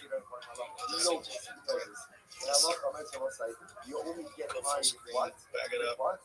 If Allah you have a portion of his consumption. If you don't have a consumption portion, you don't get the high. Yeah. I have a time and have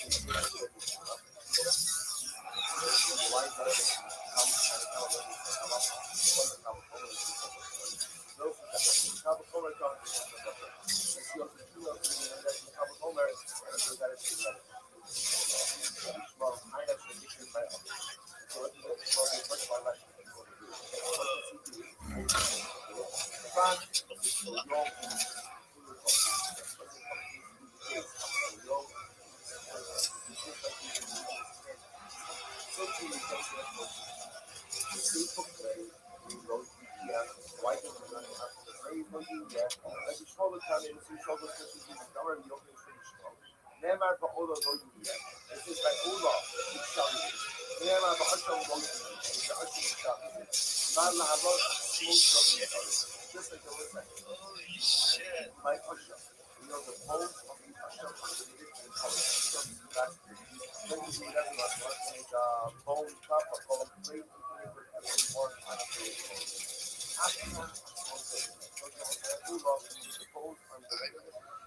I don't think it's a good idea for humans to catch. This is the other one.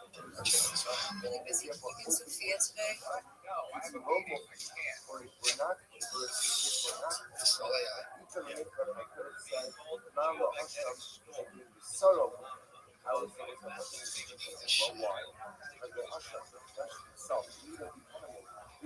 That's why the bones are therefore again not the subtle with the OGX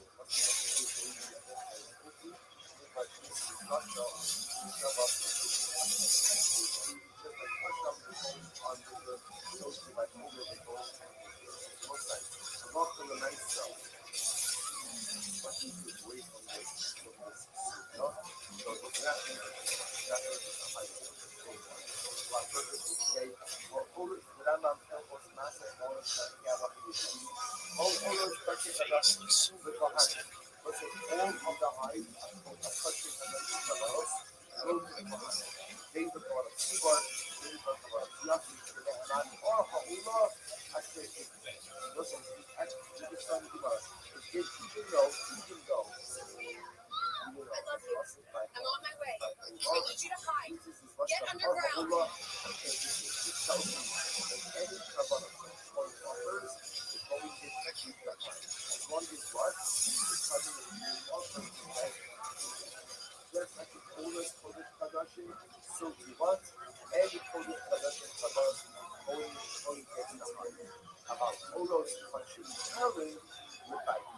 Ultimately, again, was at the heights. Ultimately, again, go to the ends. One last statement. The called Olash, Ozaka, Mizyak, Salah, Ozaka, Ola.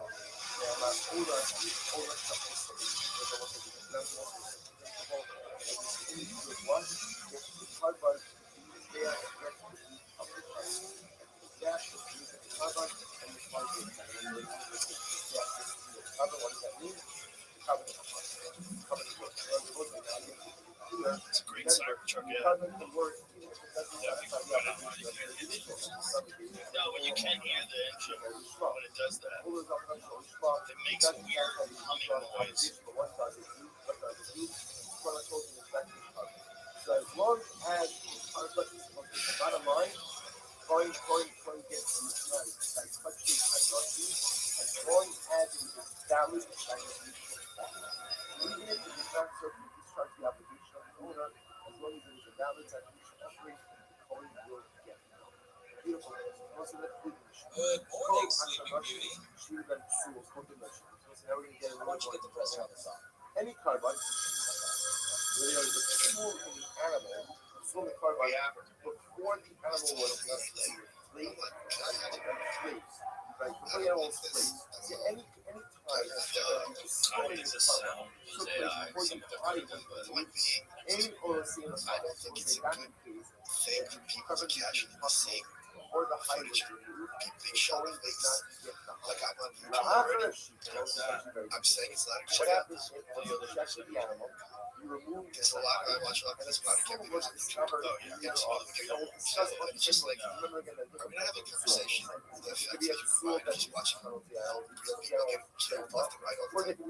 Especially young people. There's a lot. Like I don't see. But what happens if the soul is discovered after the animal was freed? Then all of a sudden, the fact that I'm ready to see this guy go over here. And the only was kind of fun and said, no mind, go back to our ship to this animal. The only was kind of fun and said, I never saw a case. In all of my days, I never saw a case of a hide that was taken out of the other I never saw a case You don't see anything wrong with just casually showing planes flying into buildings. Yeah. All movies do that. I don't think that's. Yeah, but the thing is, this is how you try to glorify. But they've always done that in action movies. I don't think to that level is to have anyone be able to make this in the drop of a hat. I'm not saying it should be banned. I'm just saying, I think at a certain point, if 24/7 you see dozens of people getting killed, it's going to have an effect on people's psyches. No question. And I don't think that's a good effect.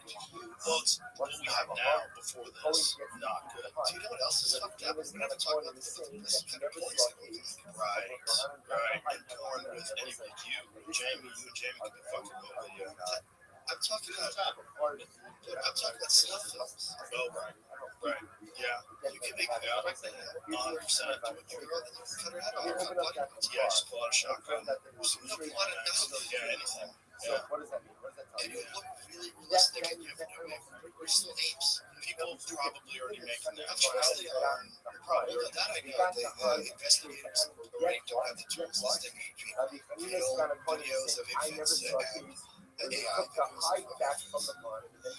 And this is, again, this has been a bridge that's been crossed. Like, no one knows what to say or do about it. Kind of just bad that it's here. Well, it's not just here, it's here in growth, right? And getting stronger all the time. And we're all just plowing towards the cliff. And what's going to happen when this kind of stuff gets matched up with psychedelics? Well, it's not just that. It's like what happens when this stuff starts running all of our resources, running our economy, running everything. Right? Because that's what's going to happen. It's going to be our government. Well, I mean, Frank, who was that, the creepy white guy? Creepy one? Who was that documentary people on? Robert something. I think his name was, he's an academic. He's putting up with people. And he goes, look, if I'm legal, right, and I'm decent, and I have people who are like Trump and people who are like Hillary. So if I just put out, hey, you should vote, and send it just to the Hillary people, I'm not on paper. Hillary. Robert Epstein's yeah, like, right, but then you're going to be getting out that little direction you want. Well, his concern is Google searches. Sure. So, like, if you search Trump, it's all negative stories. And you search Hillary, it's all positive. I talked to you also about the Facebook stuff. If you're promoting and that this group versus that group, they can nudge it very easily. Right. So that technology is already here to be used. And been used. Yeah, that's real election manipulation that's already legal and being used, right? For whatever reason. So, well, you know what reason. But Curated search engines are a real fucking problem if you're hiding certain information. Like, I noticed that during the pandemic, there was a story about a doctor in Florida that got vaccinated and then really quickly afterwards had a stroke and died. And I read the story, and a lot of people were concerned about it.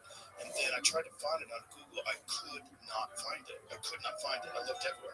Then I looked on DuckDuckGo, and I found it immediately. And then it was in the first page. And then somewhere along the line, DuckDuckGo got weird too. oh, Jesus. Yeah. So it's like they realize that people are finding things on that, and then I believe is DuckDuckGo curated, or do they just have open source? What are they saying? And then I started using Brave, and Brave was showing me things that other search engines weren't showing me. But then on the other hand, are they showing things that we have the problem with? Is it showing me things that are just not true? Right. But I was searching for a very specific story and I called it speaking. Right. You're definitely going to get a lot of that, especially if there's like, look, the Hunter Biden laptop story. They got 51 different former intelligence agents to say that it was Russian disinformation. Okay. Not curated in the sense of building a personalized filter based on user history, but it does curate results by ranking. Yeah, no, okay. Really avoid that though. That's curating. Indexing and filtering from hundreds of sources, including Bing. It has to put things in order. Provide what it deems relevant.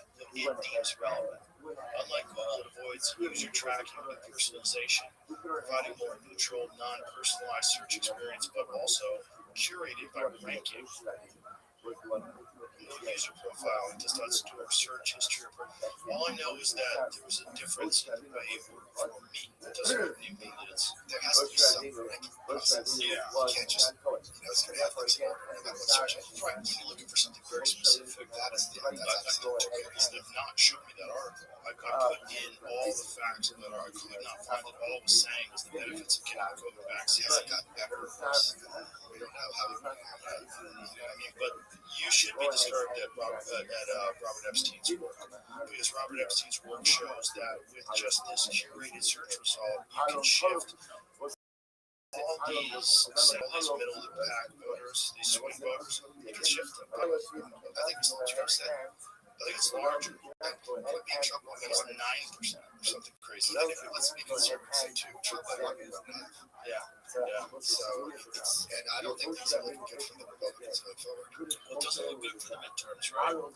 This ICE stuff is doing a great job for that, because a lot of people like moving towards fascism. And the recession of the economy.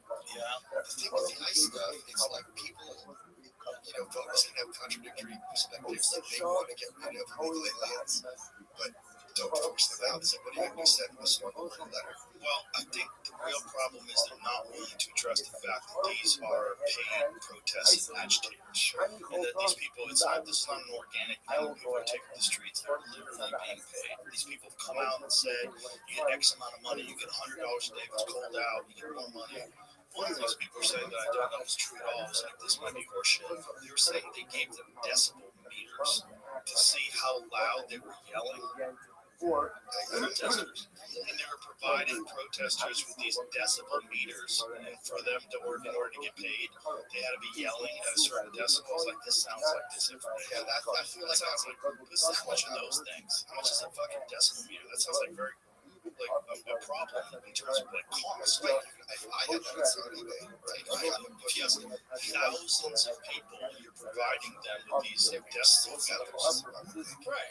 Yeah. It sounded like horseshit. There's a lot of horseshit out there. There's a lot of people that they do interviews and they just make up fake stuff just for clickbait. But the thing is, I think people are, I agree with you, over ICE, but it's like, what's your plan B?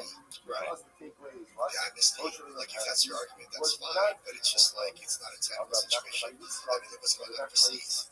Right. What are you going to do? Like right now, there's a guy who's running against Farage from the right camp. And it's like, you're going to bring up that vote. Like, there's no restore break. Oh, he's like, Farage is too soft. Deport them all, blah, blah, blah. It's just like how, fine, I understand that's your argument. Literally, how are you going to do that without mass enforcement? I'm not saying I'm for or against it. I'm just saying, what is your plan? It's easy to promise. If I'm in a country that's awesome, I don't want to go back to my shit home. I'm going to do whatever I can legally and sometimes extra legally to be sure I'm staying. especially people that they're encouraged to go there, and then they bend the laws in order to kind of hide their crimes. Right. One of the best things that happened to me was December 31st, 2024. So it was the beginning of 2025. I was on Twitter and you heard about these gangs overseas. And even me, right, so a lot of the future people was naive because when you hear the term grooming, I thought, okay, these high school girls have these, boyfriends who are from different countries and 30, whatever, and it's gross and whatever. And then someone posted the receipts of the legal cases. These are girls, children, 8-year-olds, 10, whatever, being violated and beaten with baseball bats. They were complaining to the police. The police said everything's fine. Like really graphic stuff. And I'm like, how stupid I was to think they remember what anyone else thinks of the group.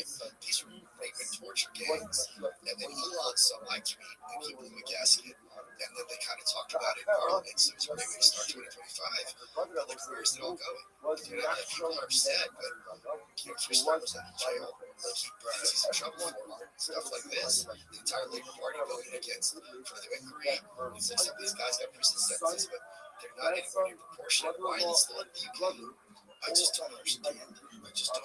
Like, what's the end game there? Right.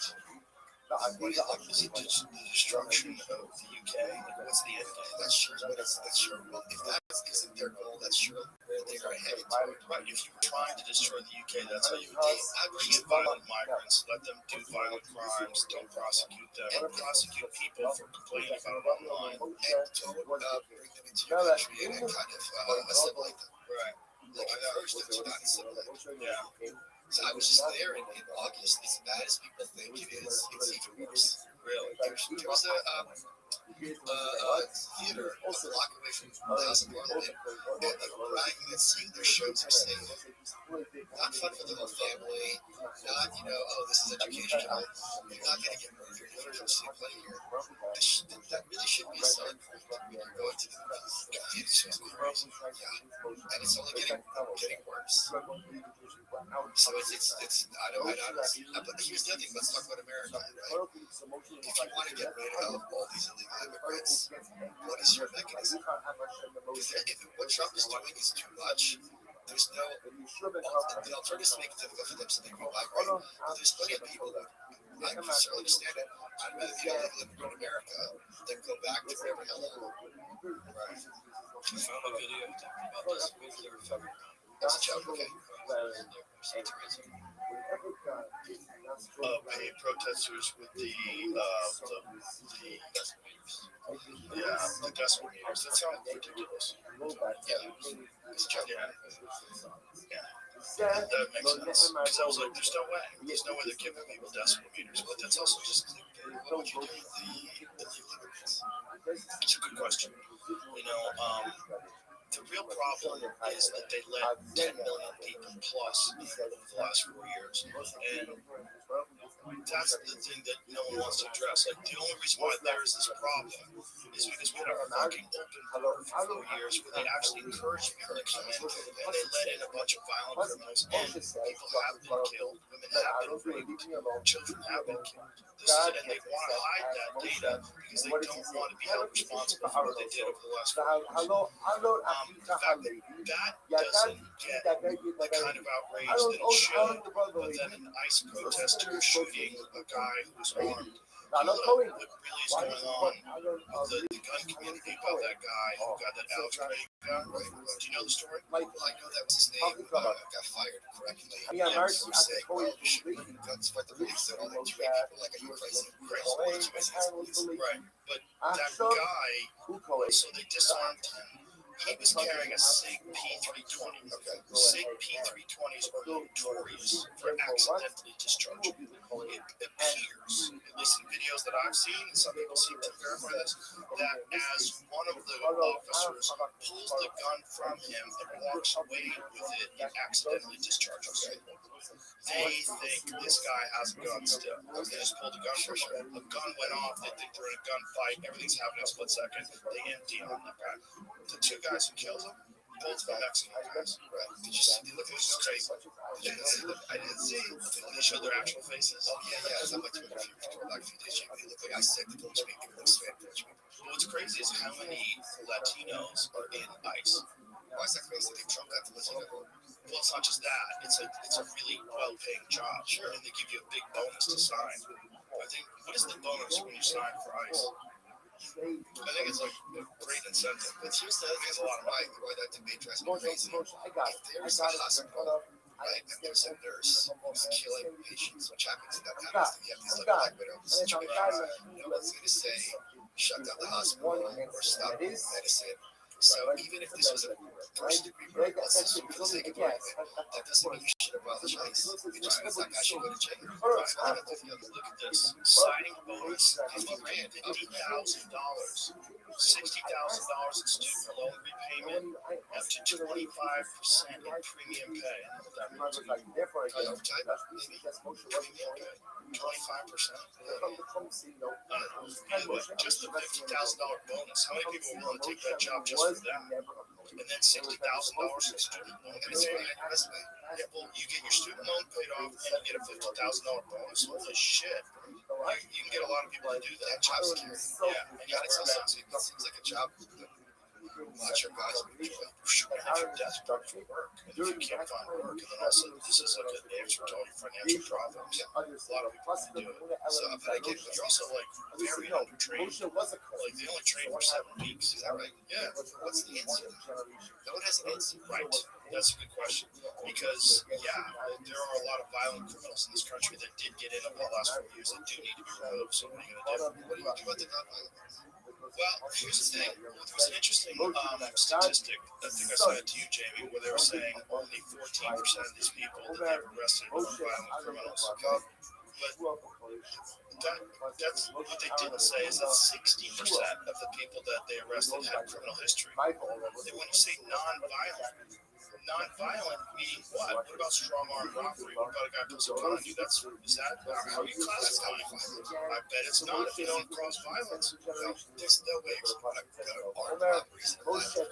If you do not cause violence, I wonder if they're categorizing it as violence. Like if you do not shoot someone, stab someone, beat someone, so you're not convicted of a violent crime. Here's why I committed robbery. Because they're doing everything in their power to make the gun violence numbers as high as possible. So there's any opportunity for guns involved that would make them counted as gun violence. Perhaps you could rob people with a knife. You know what I mean? Does that count? If you pull a knife on someone and you rob them, is that What's the considered complexity of violent? it? I think it is. I wonder. But either way, the misleading aspect of the article was that only 14% were violent criminals. But is that okay? That the other fucking 46% are breaking into people's houses and robbing cars. And what about that? But what about the 40% who just want to be here? Right, But that's the right. They all should be there. What are you going to do? Right.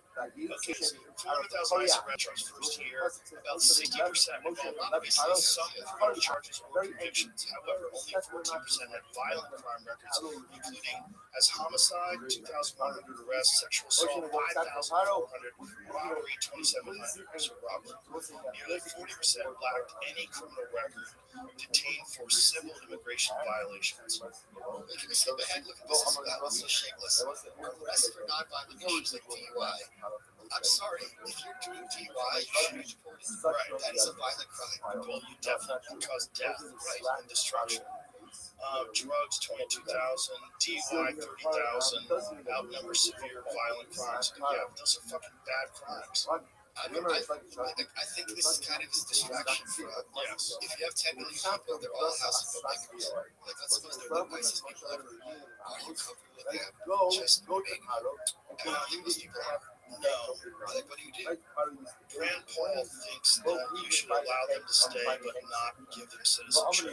See, if birthright citizenship went away, a lot of this would be solved. Right. If then you don't have eligible welfare, eligible Medicaid, you can pay your taxes and income, and not getting the benefits. People can understand that argument, maybe. Especially if you are illegal and then you come here specifically to have a baby and then your baby stay too. That's kind of crazy. That's a crazy law. I think we're the only country that has that too. Yeah. So China definitely does it. So, well, I mean, no one's really banging that from Chinese citizenship, to be fair. That's true. From North Korea, maybe. Yeah, so It is a problem that doesn't have like a clear-cut solution that would make both sides happy. That's for damn sure. well, I think one side's against it entirely. Many Republicans don't think it's worth kind of overturning our whole society, get these 10 million people out. I mean, if we had 10 million Canadians come to America, that's not going to change the country. That makes no sense. Right. Well, especially 10 million Canadians that could be violent criminals. If you just have an open door. They're not going to there's violent Canadians. Sure. German people say, do you know about my Staff Canada plan? No. I want to get the exact, I have the exact numbers on here. So there are, this exactly right, 41 million Canadians. Okay. Now let's talk about reparations. Right. So if I wreck your truck and your truck is worth $10,000, I gotta get you a brand new truck worth $10,000. That's reparations is restored. Okay. How can you have reparations for something as horrific as slavery? A check's not gonna do it because there's no amount of money where I can say, well, you know what, you are my grandma, it's fine. Right. 41 million Canadians, they've already demonstrated repeatedly that they don't want freedom through every action they've taken. 42 million African and Black Americans. So, slavery in the South was a horrific blot on America's past. So the opposite, slavery in the North, would be better. So we invade and enslave, hashtag enslave Canada, and every African American gets one Canadian, and that's reparations. And then you have everything about slavery or racism again. And the big names, you get the big names. So like Michelle Obama, you get that sad, right? Well, Obama is not African American, he's African, you don't get one. Do you think that's real? The Kenyan thing? Well, he's of African descent, his ancestors were slaves. Right. He's after reparations. Right. In fact, his ancestors owned slaves. That's how controversies.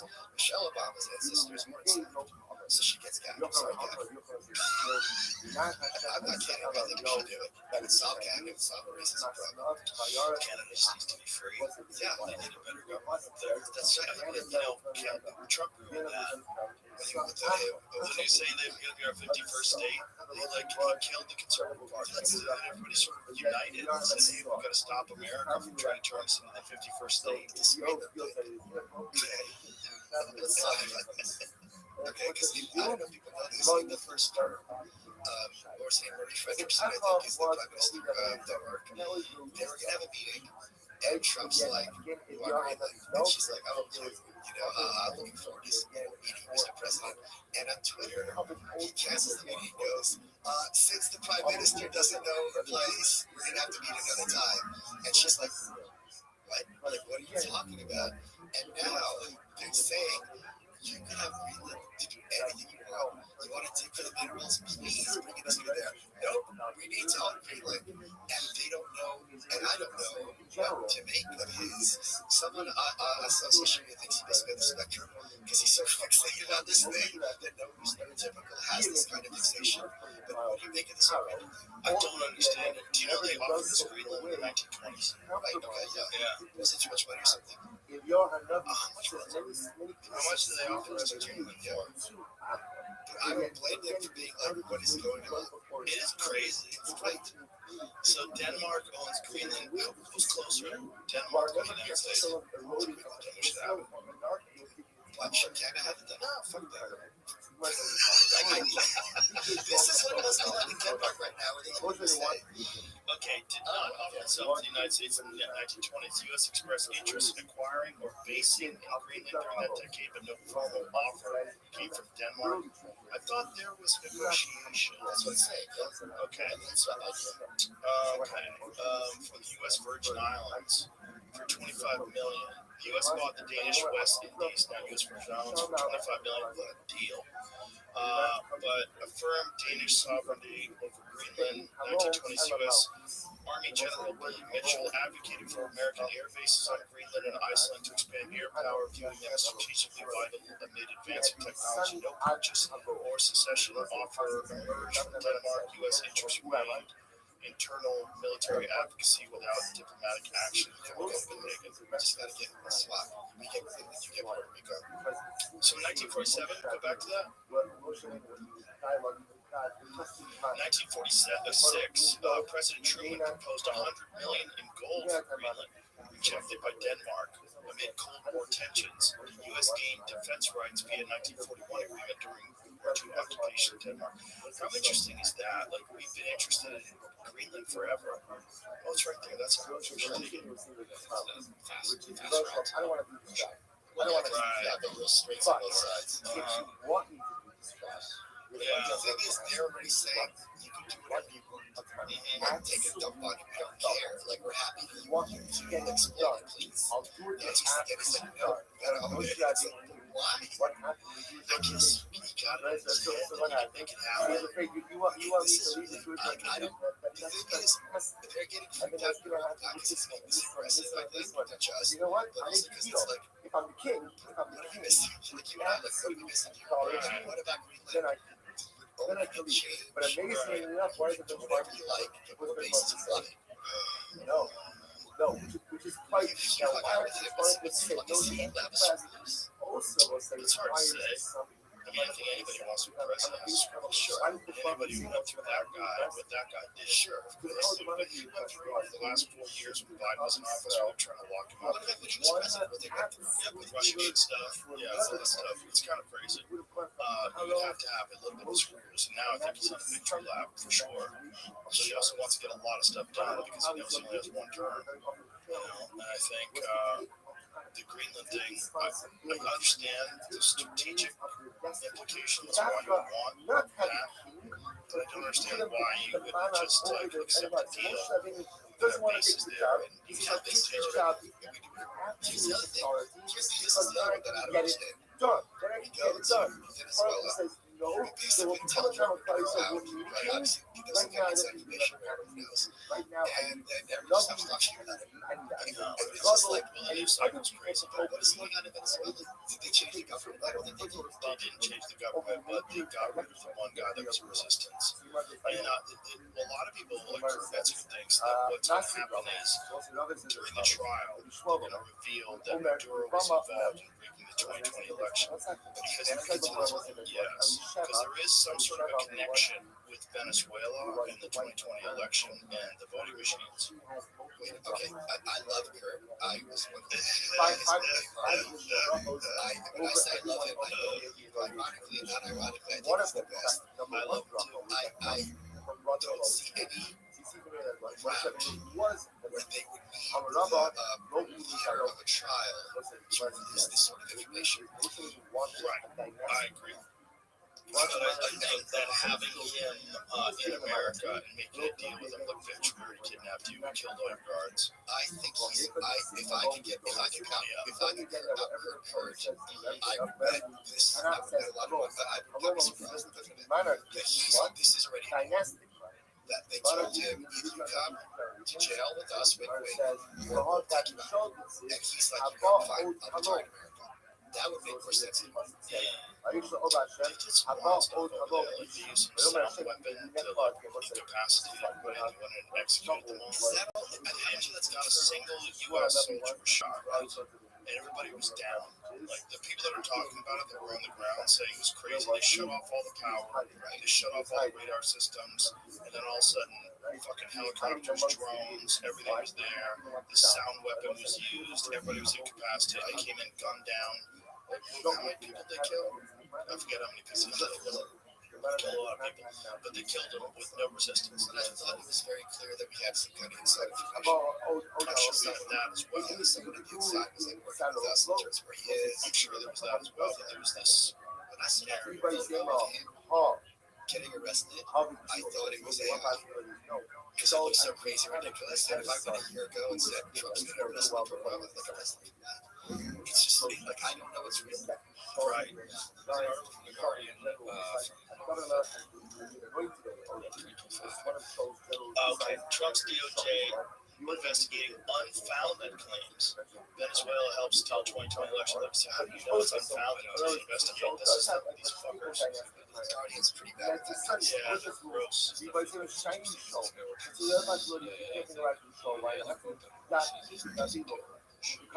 doubt. So he thinks it's bullshit. What you said. Yes, it's not that one. Sure you don't. You're the CIA. You don't dabble, make them. Okay. What else? This is what Kurt believes. This is not my theory. Scroll down. I want to see what the police say. I think it's about Yeah, what's the accusation? There's nothing about well, that would be contributing to the conspiracy. Yeah, yes. Mr. Ross. Yeah. They don't want to do that in the Guardian. Who knows? I would think I'll find out another awesome chapter of Game of Thrones. I still don't understand. It was a lot of people remember correctly that we should be doing regime change, but the regime didn't change. Right, we just got rid of one guy and kidnapped him, right? Brought him to America. Like if you get rid of Trump, Vance becomes president. You're not changing the government at all, right? So like, what are we doing here? I don't know. Discussion about democracy, about how McDonald's stole Venezuela's food. That was very widely accepted as right. That's accepted. There's keywords that are popping out as like the same stuff we hear in our election discussion. Now we see people checking federal polls later that evening, people saying that that's not what it did. Right.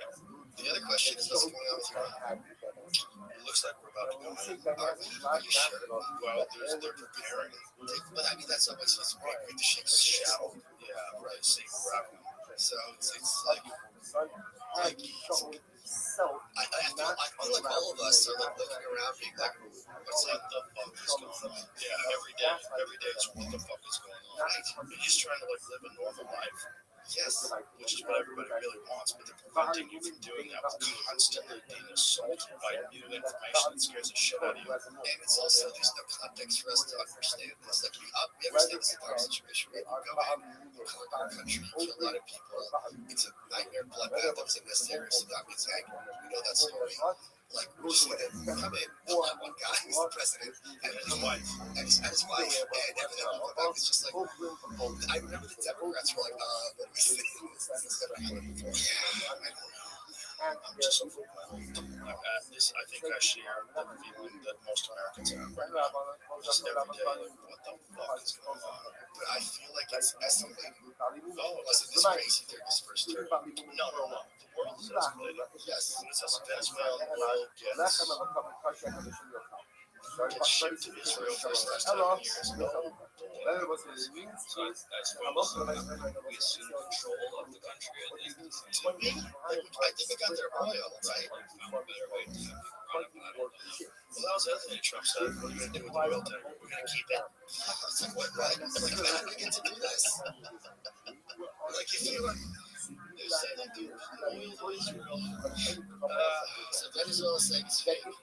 Venezuela plans to send its first shipment of crude oil to Israel in 17 years, part of opening up the country's exports following U.S. induction of President Nicolas Maduro. That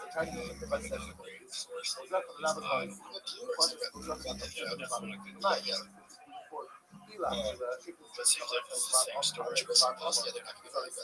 First shipment to Israel. I think all they're saying is they've restored relations between Venezuela. It's like probably control relations now. It's essentially the U.S. is probably in control of their oil distribution. I think it's expensive. Yeah. Still, like, what's the other thing? Is bringing in all these companies. They're all going to do, but apparently their oil is like very difficult to acquire. Yeah, their oil is not like simple, like Texas oil. Dig a hole in the ground, pull it out. It's like it's all. It has to be processed with all these chemicals. It's apparently like the consistency of asphalt. It has to be broken down. It's very expensive. This is why, the CEO of Exxon, one of the companies said that it would never work. That the infrastructure is not in place. You know, and Trump is upset at him being a negative Nancy. I think anytime we start to really whenever you start talking about regime change, it's something that's very scary. Historically, and it always turns bad. Yeah, like Libya and all these other places. So it's just like never good. But then at the same time, we're like, what do we do? Like, what's plan B, Gavin? Do you know what I mean? What's he going to do? Right? Senior Trump administration officials are about to maintain control of Venezuela exports for an indefinite period. Secretary of State Marco Rubio claiming that the Venezuelan active government headed by Delcy Rodriguez needs to submit a budget request before accessing the country's foreign proceeds. Whoa. So we just took over Venezuela, essentially. Just took over their oil. Yeah, but also the country. It's not the case that being oppressed as hell. Yeah, but the government essentially is like running that. I don't think we are. We're probably telling them what they can and can't do. No, I think that's the thing, that there's just the oil. Right. Can I talk about something fun? Yeah. I am finishing a project I'm working on with Joint Venture. Whoa. Yeah. So I'm excited to talk to you about it. What is it? So there's this band from the 80s called Rabbi that combined punk and country, right? And I was looking at this compilation that I got in 1990. I sent Jacob the picture. And I was staring at this photo trying to make heads or tails of this band because, can we pull it up? Let's show the photo, see what I mean by it. There are a bunch of kids kind of square dancing uniforms, no affect on their face whatsoever. And the singer, she's this Kelly Clarkson, and this big square dancing dress, just staring at the viewer. I'm like, are they joking? Like, what's up with these people? And I met them, and they were art school kids. They were not joking. They were there in that photo.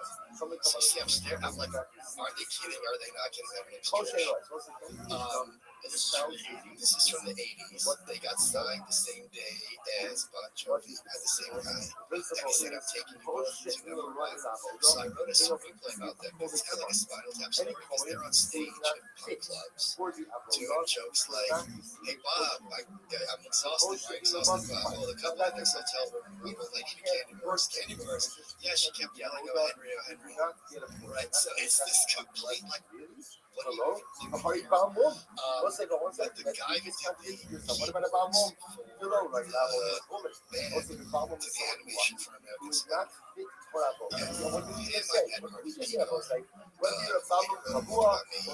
You see that guy that went nuts on Letterman? I'm so glad you know who Harvey is. Yeah, Harvey started as a comic book writer. He started the idea of writing about comics in the 70s. From off the streets of Cleveland, here comes American Spider. It's an ironic title because his life was not exactly very splendid. He was a father, kind of a miserable person. He hated people very much. And amazingly, when the film came out in 2000 and something like that, 2001, he flew back to New York to do Stern, and the producer of the film, Ted Oak, sent out an email that said, Harvey's in town with nothing to do. If you want to hang out with him, this is your chance. And I'm the only person to come up with him. And I go there, and he's on his bed, and he, this is spoiler alert, he died in 2010 on my birthday, which was not a fun email to get. Anyway, and he's like, yeah, he's got this really weird way of talking. So I'm really fucked up, man. And I point out to him, since everything in his life was a disaster, he has really got to watch release the weekend of the blackout. There was this big fucking blackout. He's like, oh, god damn it. And that was the weekend I had a fish tank, and I'm trying to keep that alive with my electricity, and it did not work out. So you wrote a book about me, and that screenplay fell by the wayside. But because it's kind of like Spinal Tap, you know, it's this kind of funny story about when you're young, and I was listening to this when you're young, go for it, be stupid, if you're gonna fail, it's okay, it's still something exciting to try and to do, which they certainly did. And now I'm like, wait a minute, this converts to a graphic novel very easily. This guy named Eric July has this whole kind of empire. He did a Kickstarter, he made like the first one. Called the Riververse, and the point where you don't have to go through DC or Marvel to produce your product. So I'm super excited about it. Again, I started this in 2000, and now it's finally 26 years later coming to fruition. So I'm also wanting to get done. I'm just really kind of, it's very intense because here's the other thing. When I was at Goals, and I had basically what was the opposite of a nervous breakdown. All the breaks in my brain slid into place, but I realized the story I wrote in 2001, what happens if you do all these things, try to reach and go nowhere, and those are my fears. When I was struggling, what if I end up like them, have nothing to show for it? And 25 years later, with that experience will run, I can pay my rent as a kind of great person. And if they were out today, they could probably be the renter because it's much easier as a band to kind of build an audience. But it's a very funny story, but it's also a very dark one. And it's partially true. So I'm just stoked that I get to, thank you. Always good to see you. Congratulations on the Facebook.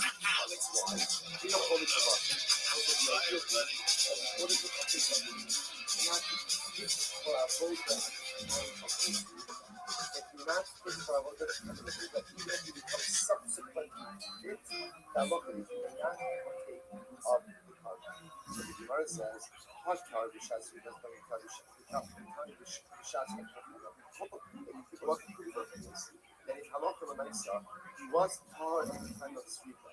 But what? Then became coming. Experience. Just Join my day job on the podcast by night. All day. I just at the time That's got a wild card boxing hat on, a Bruce Lee shirt. Come on, son. I'm not wasn't it Yeah, you got it all going on. What's happening? Great to see you.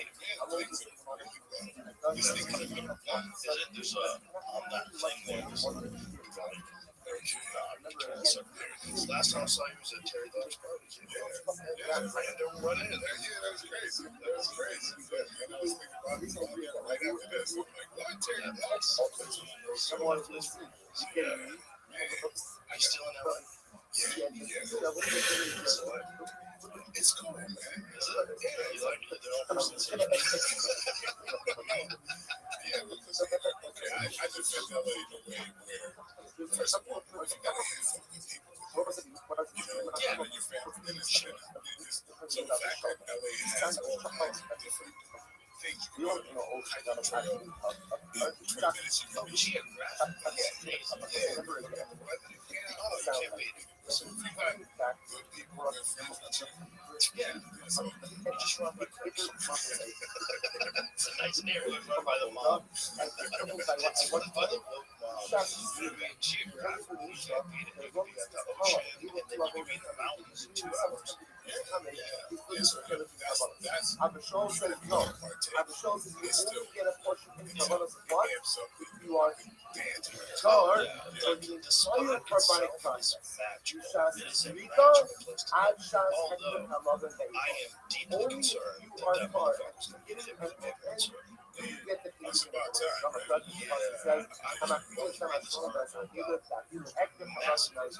California, and how often they're spread out, and the possibility of one of them happening over the next decade is very high. I try to do that too. Here we go. I think they have way better detection of that stuff too. It's better. It doesn't matter. It doesn't matter. They can't detect. Do you know what happened in Italy? A couple guys got arrested in jail. They were seismologists because the country rather, didn't understand the ability to detect it. They had a big earthquake, a bunch of people died, and so they blamed these geologists or seismologists. They wound up winning in court a lot of people because eventually the science was revealed. Like, hey, there's no fucking way you can really tell. But they hung these guys out. They blamed these guys for not being able to detect it. The last crazy 72 over 94. Yeah, it was 93. I came back from Delhi right after last week. I saw one of the sections of the highway that had collapsed on the other one. I'm driving by. This place. I came into LA. Why not? I tell the story about what happened during that 94 earthquake. Because it sounds like bullshit. Literally, I got up, ran out of my house, up my apartment at the time, jumped off the balcony, and watched it happen. Watched the house collapse. I watched the earthquake happen outside. It's like no bullshit. Everybody, so I thought, bullshit, before you got don't care. The old Dilma actually called me shots sweeter. Drive shots at the Dilma. What's it? The Shiloh is this. I was showing me you have to be car at the beginning and end. Catching my balance in the parking lot. Coming in the middle of the school, okay? And like, What does he oh shit, know? I gotta find You the car must to be get you car back what? in that parking building, right? Which And man I'm says, thinking, what's wrong? What's I'm wrong? Like, I've lost my gonna mind or something. I know Next thing that you I know, was with everything's shakes and the lights go out. Rabbi says, Everything you gets will black. miss halacha from Rabbi Elazar and Shimon. The Amar of the base says, I retreat back because I'm thinking the building's going to fall off. I was like, And I'm what like, that means we're going to wait a see minute. at the end of this. Then I got When we the sit down, look at the story from everybody else that was the first one. that experienced it. They said that the first thing that happened was the building shook and the lights went out. Well, I was outside watching. But So I'm outside when it happened. Like some kind of came out, jumped over. I don't even feel. Dude, did you have like the first rumbles? I thought it was. I thought it reacted to the like some kind of aftershock or something. No. What happened? The food don't come.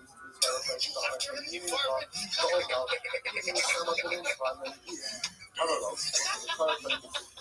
All she does is like you jumped up and you ran out of the house and I heard the door slide. And that was it. And then the next thing you know, everything shook. She was trapped in there because there was a closet door that trapped her in the hallway. So when I got back in the place, me and a friend had to try to find the door because she couldn't get out. But I ran out of that place before the earthquake actually happened. How dead. Good instance. I don't know what the hell that was. It happens to me because I don't even like telling that story because it sounds like bullshit. It really happened that way. In the car, I talked to the guard. I'm like, hey, when the lights go off? Oh, the shook, the lights went out. So you felt it happened before it happened. I bet humans have that. Animals definitely have that. They talk about Thailand, how they had that tsunami and all the animals ran up to the highest point of the island. They all just took off. It's like they just knew instinctively. I don't know. Nothing like that. I gotta say this, man. I've been lucky.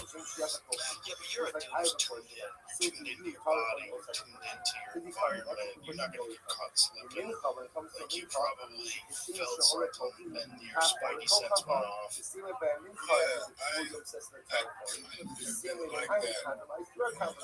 So maybe risky, so it might come up. I don't know much it's not compromising so much. Crazy shit that you How do you never see on therefore it's hard. That's the type of shit that you get. Yeah, and I was always the one that said, hey, let's leave. Let's get out of here. And hey, man, it was shit out that just happened right after that. Or I got the tech, like the predators. You know what I mean?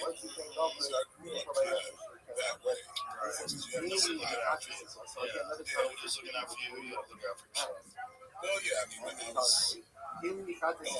was like almost a junior at the that you just like I said, my mom since I was 14, I haven't grown head since I was 13, 14. I looked like a grown ass man. Right? I was fighting in tournaments at 15 against grown men, like fighting heavyweight at that time. But I was always hanging with older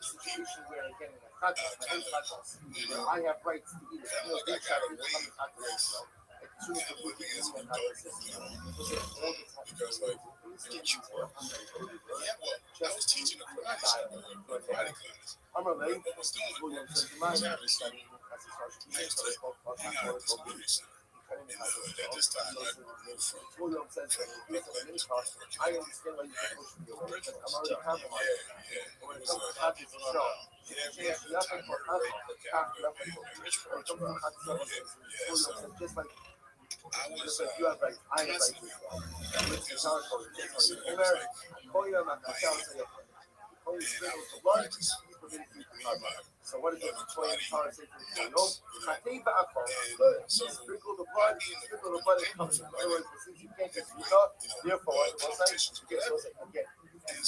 All we're soliciting to be a dialogue is the same idea. Namely, if you can't do that, then what? Don't get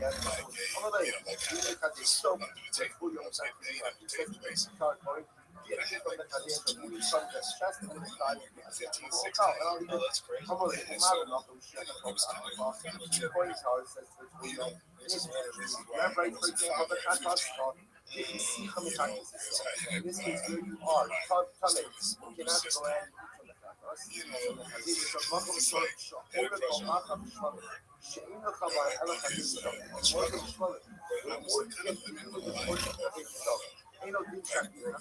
all the more so again I have to like to put section inside which is Rudolph says not insist the seven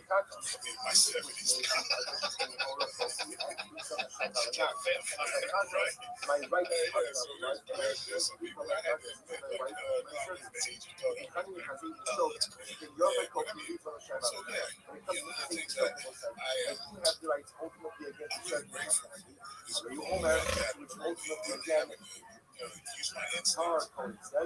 the Kohen has already says the Kohen is blood, he will get the shlomo. What the Kohen if you want, just tell him these things. You can't do things on that. That's a pull up, so it's all about none of the blood. Only you know the person has already smuggled. And of course, he walks out, and the owner is on his right. Somewhere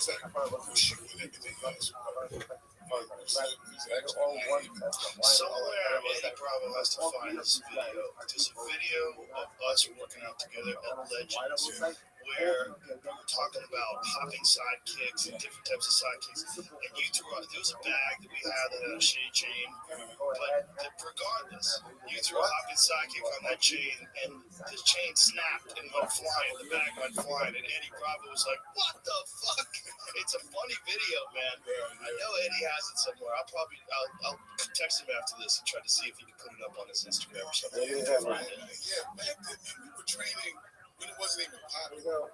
You know, I used to see you in the gym all the time. All the time, man. And you were, just think about this. Do you know it was 29 years ago, last time you interviewed me? All right. That's right. Good morning, everyone. Good morning. After the Bob Costa show, he took a week off and I guest hosted it for a week. Yeah. And at that time, you were already training with Maurice Smith. Yes, Maurice is one of the Commodore guests. sponsorship for I ended up training the with month Maurice of Smith, every time I go to payday. Seattle. First, you Mindy Schreiber. Train together. So, And it's such a push lama for Eliyahu Rafal and Miriam Monkey Kyle and Marguerite in memory of Monkey father Yosef Shlomo Moshe Shmuel. Then you kick the Yehuda. The yard side here tough out of payday. That's the only sponsor for today. Florence Davidson in memory of Rothschild The Bomb Squad. and Yes, a Bomb Squad was the first place late they breaking taught at. sponsorship. And that place Mark goes and down Alpha to Lustin, Legends. who are sponsoring To the other yesterday's Legends, that doc, was like Cook Olive, in, 101, in honor of Elsa's mother, Colby Cantor's 101st birthday, which was also yesterday, December 24th. So we'll give it extra dot. We'll sponsor. We'll give her 102 as well. So for next in advance for next year. Okay. Today's doc, Cook Base 102. We are picking up Cook Olive on the base. It is the second wide line. So, quick reorientation. Rav brought down a name, and Rav told us that Moshe Rabbeinu was a Kohen Gadol. And we're now going to go through a series of questions on whether that is agree with that. So, base today. Last one over. Base today. Lesson of Rabbi Sachek for the Shin Yocham. The parsha is talking is teaching us about a Balmon, Kohen Balmon, that is allowed to be touched. So, those words of the parsha. So we ask, in Nomu, Koche Kadashim, Lama Nomar, Kachin Kalan. If the Pasuk can tell me Kachin Kachin, why does it also need to say Kachin Kalan? In reverse, Nomu Kachin Kalan, Lama Nomar, Kachin Kachin. Why does the Pasuk have to tell us both? Why can't it just tell us one, and we'll know that a Baal is allowed to eat in all Kachin? Let's say the Pasuk did not reference Kachin Kalan. It only had told us about Kachin Kachin. And the Omer, Kachin Kachin is also that a Baal can only eat from Kachin Kachin. Why? Because Kachin Kachin are permitted for consumption for our Azar and for Kohanim. And we're going to get into that. That's where the questions are going to come. We'll take it for granted that by touching, they can't be eaten, or certain times can be eaten by Azar as well as the Kohanim. When you get that, that's the question brought down. So touching, however, what do you know from the Pasuk? Otherwise, Balmum can eat, Balmum can eat touching. Let's say the opposite. Let's say the Pasuk did not specifically reference touching and only said touching. The Kachin Kalan I would have thought that a Kohen Balmum can eat from Kachin Kalan. Why? Because they're at a lower level. They're more cows. Of the Kachin Kachin, they also. But I did not know that a Kohen Balmum can eat from Kachin Kachin as well. The Kachin Kachin, the Kachin Kalan. Therefore, the Pasuk said both Kachin Kachin and Kachin Kalan. Okay, here's some of the questions. However, that we said when we were bringing out our proof or why we need both sets of touching to be mentioned in the Pasuk, we said it's because the touching can be eaten both by a Zar and non-Kohen as well as the Kohanim. So, isn't that loud Moshe? Isn't the Zar that's been talked about Moshe? And we'll see in Rashi, it's actually showing up in Rashi, certain techniques that you need so I went through Lazar the land. So like that, we would have thought, went through Lazar, then Moshe Kamar. It must be talking about Moshe Rabbeinu. And where we know that from? Also, because of the Shok, right? Because we know specifically that Moshe Rabbeinu ate from the Chaz of the Shok in the El Hamilurim, which is Kachin Kachin. So we have an instance where we have a non-Kohen eating from Kachin Kachin, and therefore we would not have been able to make the same inference. So I'm not changing the Jewish answers now. No, but when we're talking about Hisham Bazar, it's not about Moshe Rabbeinu, because right, we're trying to defend Rod, but Moshe Rabbeinu was a Kohen. Now that we're talking about the Bama, talking about the Bama, the Zar, so the Zar is eating at a Bama, and only according to the opinion, that is Yesh Mincha. And again, let's look at Rashi, a little bit Bama Ka'ama. It's about 5 lines up in Rashi. There is a Lazar, the Bama is about Afro, Yesh Mincha, the Bama Ka'ano, Mincha Kachin Kachin, Mincha is a Kachin Kachin. The Open Shiara, and you're allowed to eat the Shiara in the Mincha. The Zar are eating it. And you hold him, the Bama Ka'ano, the Zar of it. Because you know that you don't need a Kohen to do a Voda by a Bama. So you know that a Zar is doing a Voda, and therefore you need to Shiara of the Mincha. And so we have an instance where Zar is eating Kachin Kachin. If we skip down a few lines in Rashi, I go to Mincha, consider Omer Yesh Mincha the Bama. Why only according to the opinion he says is a Mincha of Bama? We had a few weeks ago, maybe 2 months ago. If you don't hold that there's a Mincha, in the Kachin Kachin, we don't have any other instances where a Kachin Kachin are eaten by Bama. Why? You don't bring a Kachin Kachin. It's not in the Zohar. You can only bring something that you can bring a voluntary offering from at a Bama. And there's no nether in double Kachin Kachin. There's no only Ola and a Mincha, which again, Ola obviously none is eaten. And so we have to hold the opinion that it is a Mincha. Okay, so anyway, we deflect the question against that. So let's bring another one. It's the bottom line on Cook Oliver Day.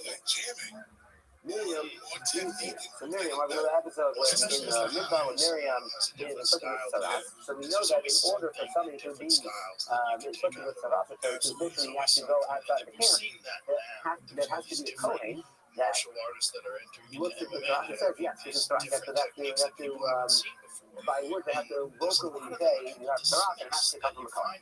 The question is, who is the Kohen that performs?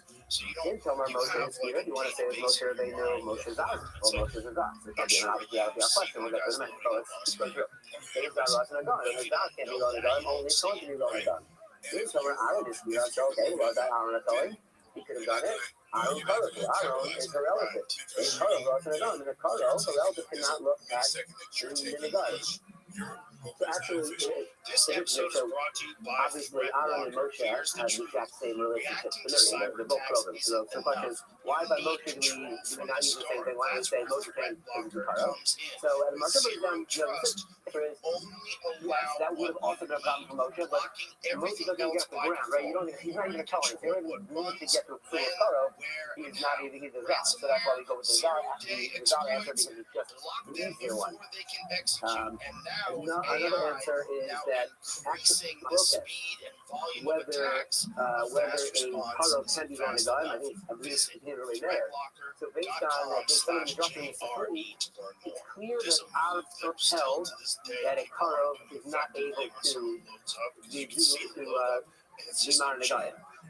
But it's possible that Moshe Rabbeinu, I'm not going maybe Moshe Rabbeinu is not holding the shita. Maybe Moshe Rabbeinu had a Paro can be held on him, and therefore he had to go to the full guard. And the final answer that I saw was very interesting. I thought it was interesting. Is that what exactly happened? Let's take a step back. What's actually happening here? Moshe, Aaron, and Miriam are out in the mikvah. Why? Because Miriam and Aaron were speaking Lashon Hara about Moshe Rabbeinu. So what's the reason why a Paro, why you think you should not be married to someone else?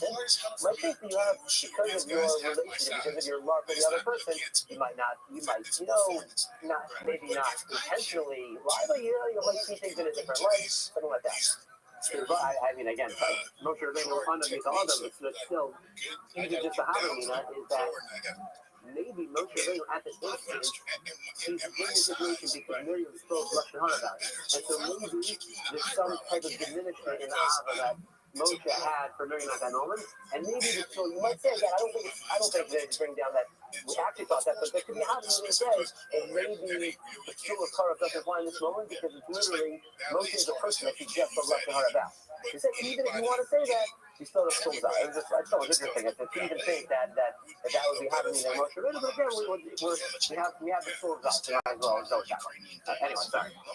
Tangent. I guess the holiday schedule. So little tangent. All right, back to the Gemara. Third line is. Oh, look, couple of girls will follow up on stuff. Rather, okay, we said who was looking who looked at the Zion of Miriam. Moshe Yizar, because Aaron is a color. Rather, covers of the follow up on the sparkle. Rather, is a great honor that the sparkle gave to Miriam at that point. Miriam, Osisha. And I'm going to person that I'm going to be I'm a color. I'm going to call the post truck. So Hashem is the one who's going to be mounted on for Miriam. Fine. So you can tell me we had a question from the new right from the beginning. Moshe Zar. They got run it on. We said specifically Moshe Zar. So obviously that is refuting the Rav that Moshe was the Kohen. I'm listening to Malcolm, so I said, no, Johnny Martin is on. Martin is different. It doesn't just need a coin. What does it need? Aaron is Bonner to say that Martin is specifically the Aaron is Bonner, not just the coin. And obviously, Moshe is not part of Aaron who Bonner. Okay, so just like that question. Another question on the Shita Rav. Five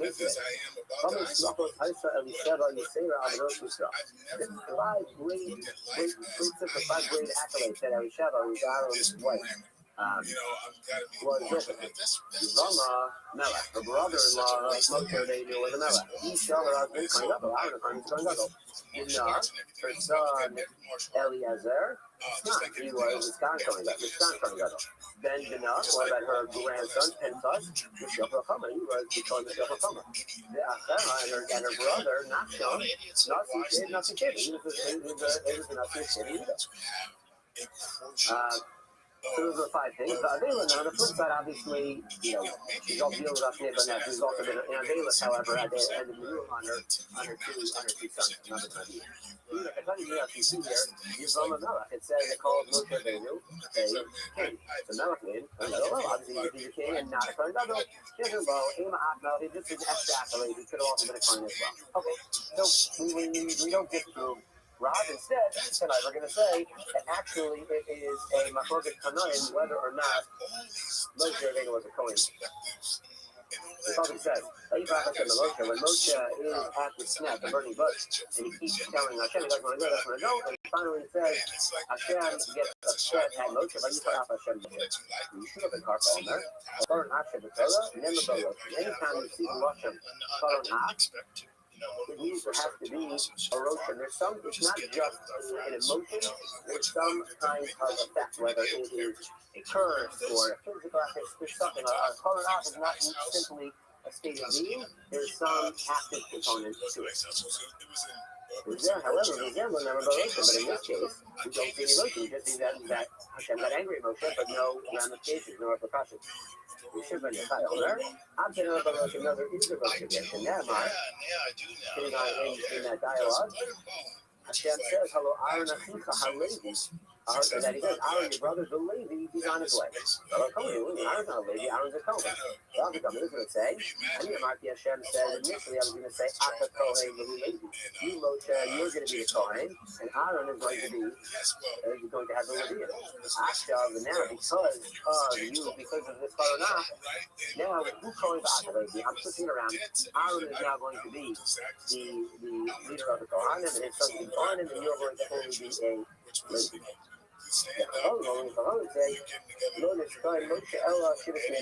No, the Moshe Rabbeinu was actually only a Kohen, he only served him, because only during this section of Namur was never intended to be a long-term Kohen. The children, the final, you see, the Pasukuna element like a Moshe, that Moshe Rabbeinu himself actually was a Kohen, so this is what we see this in the time. However, his children were not Kohen. That's where it starts. Moshe his sons will only be Sheva Levi, not Kohen. But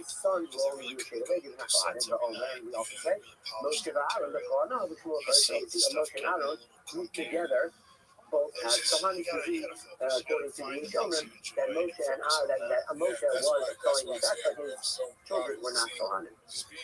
My home, and then we ask, why do we both check it? Why not just one? Just to say that Moshe's kids were Levium, and he was going. If he came over those, you might have thought that those would be sick. I would have thought that only talking about Moshe not being Kohen for those, but Moshe himself also is not a Kohen. So the Omer, we have to say Moshe not a Kohen. No, in fact, Moshe must be a Kohen because we see Moshe together as Kohen.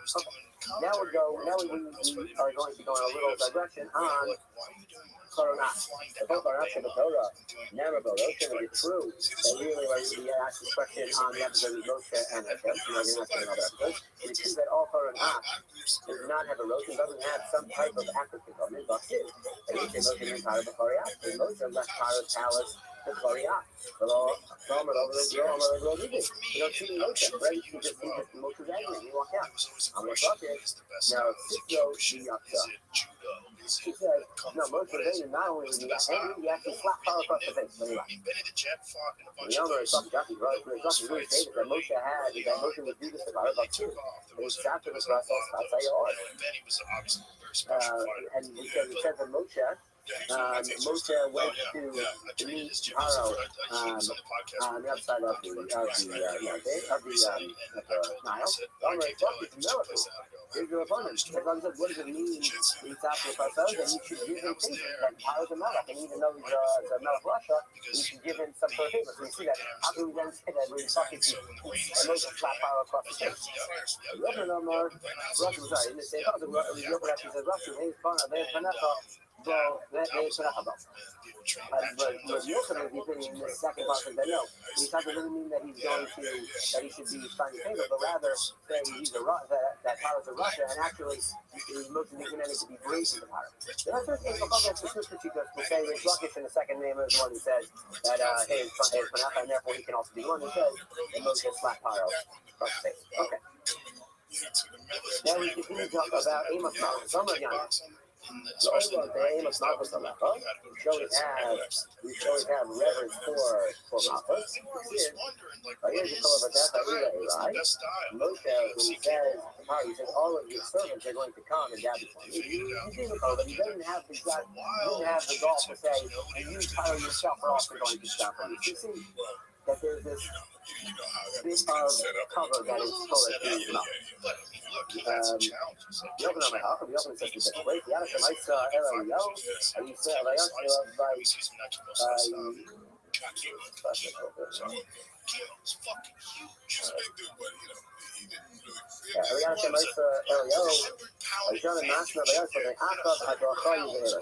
that Elio, even though another flush, that Elio went in front of him again to show cover, he covered the mouth.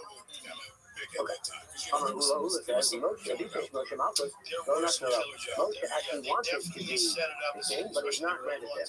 It's also, It it's is like, Al Halom, because when Moshe was at the nest, said, don't come, Hashem said, don't come from the close. The word uses the Lashon Halom. Halom, Ellen Malchus, and Halom is a Lashon Malchus, and Ramah, Governor said, we know Hashem Elohim, he would be shining at Halom again. Halom, they brought it to Halom, which is the monarchy, the Malchus. Muslim Rabbi. So Rabbi asked a question we just had earlier. Rabbi Shmuel Omer Yudroma Melech. We're talking about Rabbi Sheva said brother is a Melech. Most of they know it. Amar Rabbi no Amar Halom doesn't mean it's not just Malchus. It's Malchus that is lasting, that goes not only from the person but also to his entire progeny. But the kid Halom is it true that Halom is Malchus Moses Zaro for all Doros? Like how they show this is Have they had Halom? Have they had Halom? Have they had Halom?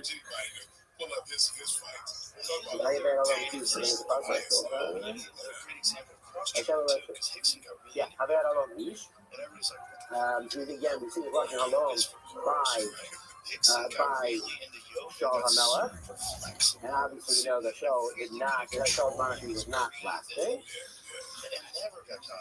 So we're going back in. Who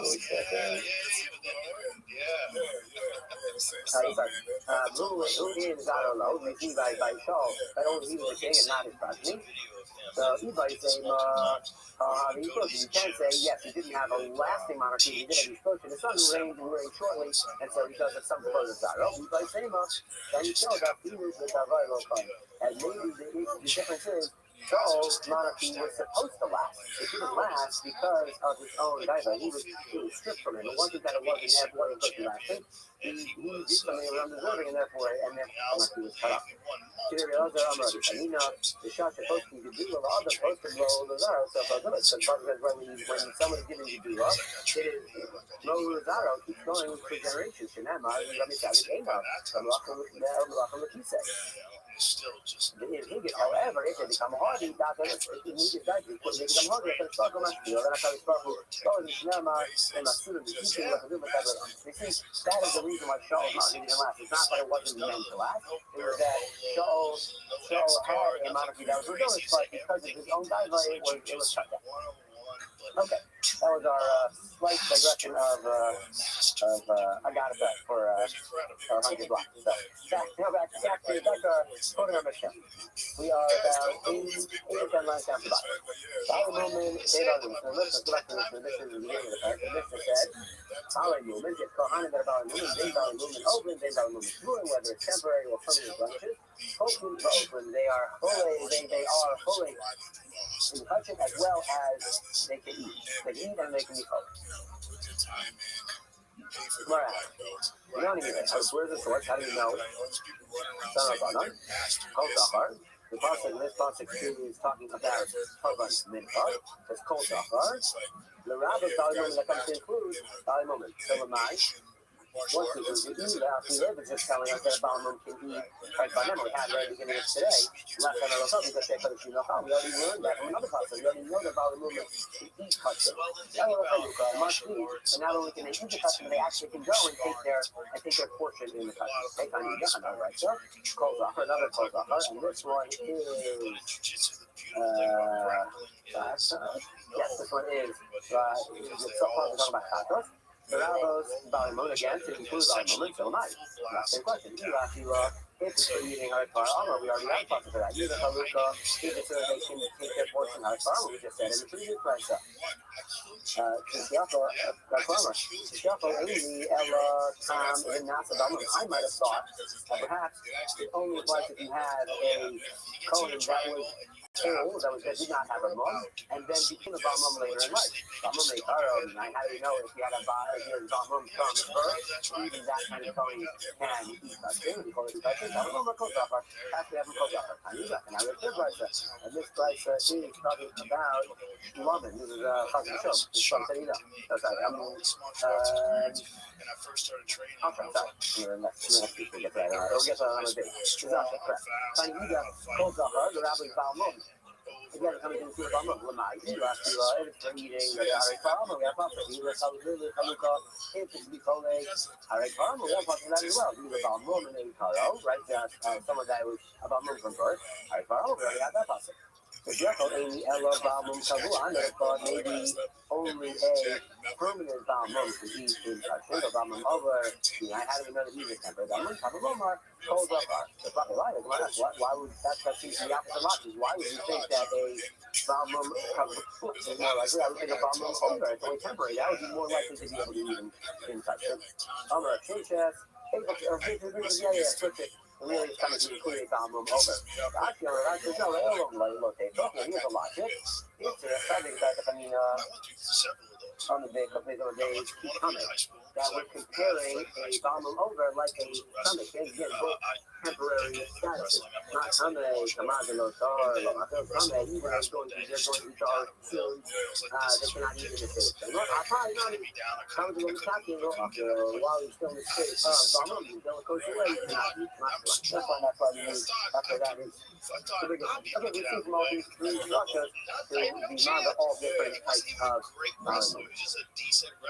Next piece in the Mishnah, Coach in Roy, Mishnah told us, Coach in Roy, Avoda, Ain't for the so the Kohen who's not Roy, who's not Roy to do Avoda, does not get to take their portion in the box. Okay. And then I remember the first time I bought Hello, that's true. That's true that somebody's not Roy to do the Avoda. It's not you started Avoda, because we just said Avoda. It's not cannot do Avoda. We just said they can do Kohen, and they can eat Kohen from the Kabbalah. I go right about the Kohen. Another difference here is Coach ain't no Roy. The difference is how Roy, but if somebody is Roy Avoda, they are correct. Okay, well now ask them how they come with the Kabbalah. People like that. Yes, in his comment, he said, I think 2 days ago, that you can. Is allowed to do Avoda for a public keeper. So the Avoda, but we asked the question whether they are Avoda, they can't understand the answer. They are not correct in the Kabbalah. We see that even if somebody is writing the Avoda, like a Kohen, who is coming, is doing the Avoda in public keeper, they do not, are not correct. He says, okay, now we ain't Roy Lakula, not Roy. Avoda, but Roy Lakula. Okay, so and therefore what's the vote of this, right? Because the Balmum is Roy Lakula, and that's correct, and if somebody's not Roy Lakula, that was not correct. Now we have to write Katan. What about Katan? Katan is Roy Lakula, the Katan can eat from the Katan, they ain't a bullet. And Katan is not able to get his own portion. Well, look at that. You can't make it. The only thing that's accurate in this is can't make inferences from the left of the mistake. Now we have. Okay, well now you're saying we can only learn what the split was in the Mishnah, and we're not going to make a difference. Well, let's go back to our previous cases. Oh, look at that color on the color. We can go back and say it before. Right? You should Sunday, right? If it's a great Sunday, tell me what to tell you, right? The only problem of saying it doesn't say Sunday, we don't have a problem with Sunday because it doesn't state the inference that we tried to make of Avoda is correct. You can't make that inference, and therefore it's not problem. Tommy is no longer a question. You should Balmum, and the question you had about Balmum, which you actually could have answered from the beginning, even without the Katan, is Balmum Achmanarabe. You say, yes, this is a principle. The general principle is culture and a right and a holy. However, Balmum has a step in which distinction because we have a very Katan, we have a drasha from the fuck, and therefore, the Balmum. Okay. Next part of the mission. This is right. Afilu Tame the Shas Rika is done. Then you tell us that even if you have a Kohen that is Tame just by the time of the Rika earlier on. However, he becomes taller by the time of the Hektar Chalavin. Still, he's not Kohen. Right? I might have thought that by the time they are Kohen and Hektar Chalavin, that the Kohen is now Tame. Sorry, he's not taller. He should be able to be Kohen. But the law along the Mishnah said no. Okay, the difference there, Hatzal or the Shad we can done him, the time is like a Chalavim, the inference from this Mishnah is that the key point of Tumah is at the time of Rika. So if you have a Kohen that is Tahar at the time of Rika, and then later becomes Tameh by the Shad Chalavim, it still can be Kohen. Okay, it's not sneezing, it goes on the shell, and therefore our Mishnah cannot be able to do the shell. The time you have a shell, what's on the shell's opinion?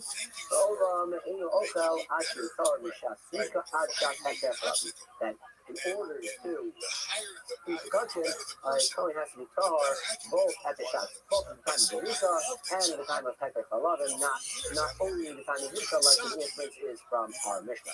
Makar has learned that.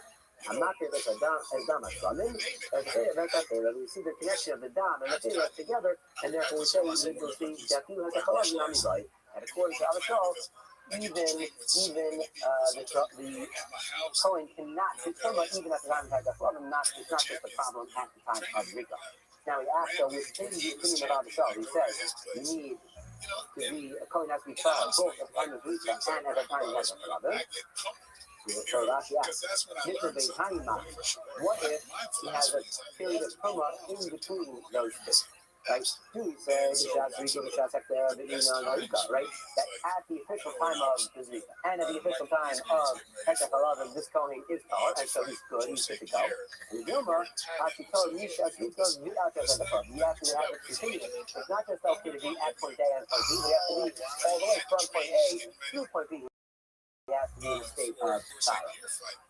And we don't know the answer. We don't know if it has to be continuous or just at each point. Okay. The second round, I'm like, dude, just whoop my ass. I feel so like.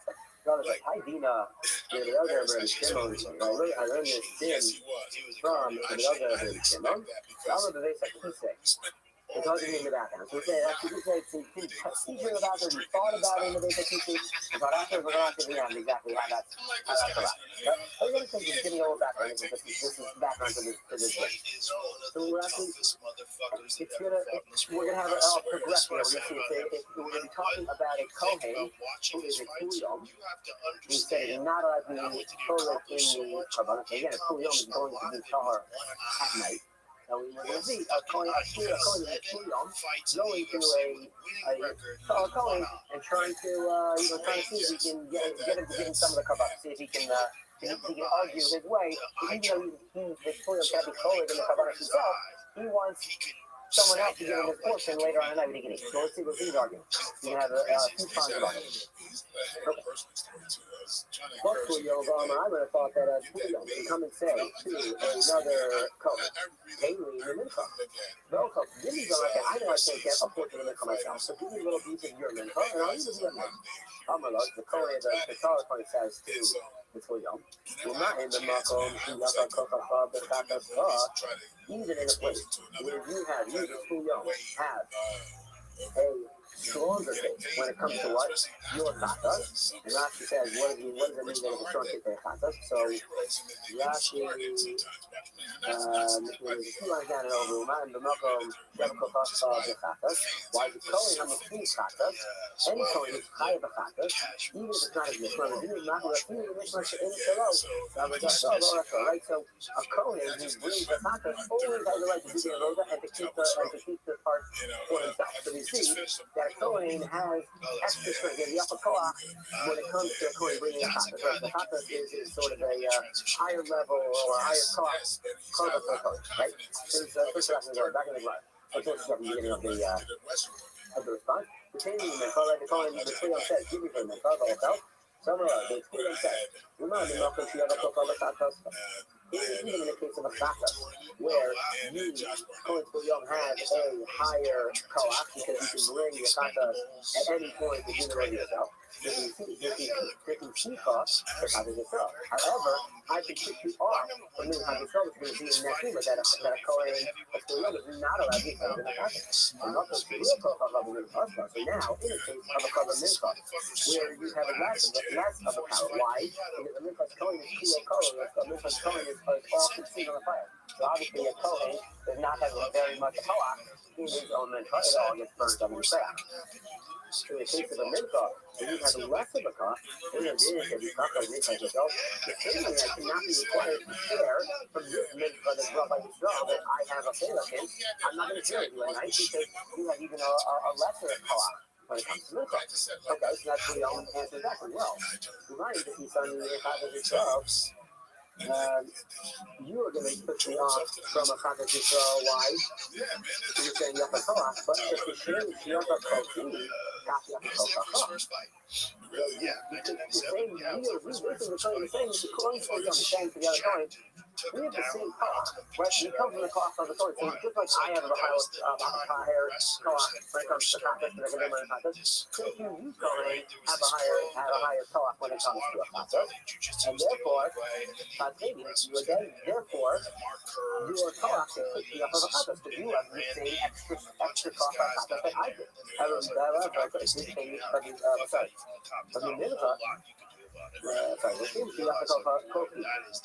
the truth. That's my pocket. However, the Minka, if you take your finger coating, just like you said, I have a lower cost by Minka, you also have a lower cost. You don't tell me you can come push me off with a Minka because I have a free cost. You also have a free cost. We're the same. We're both behind.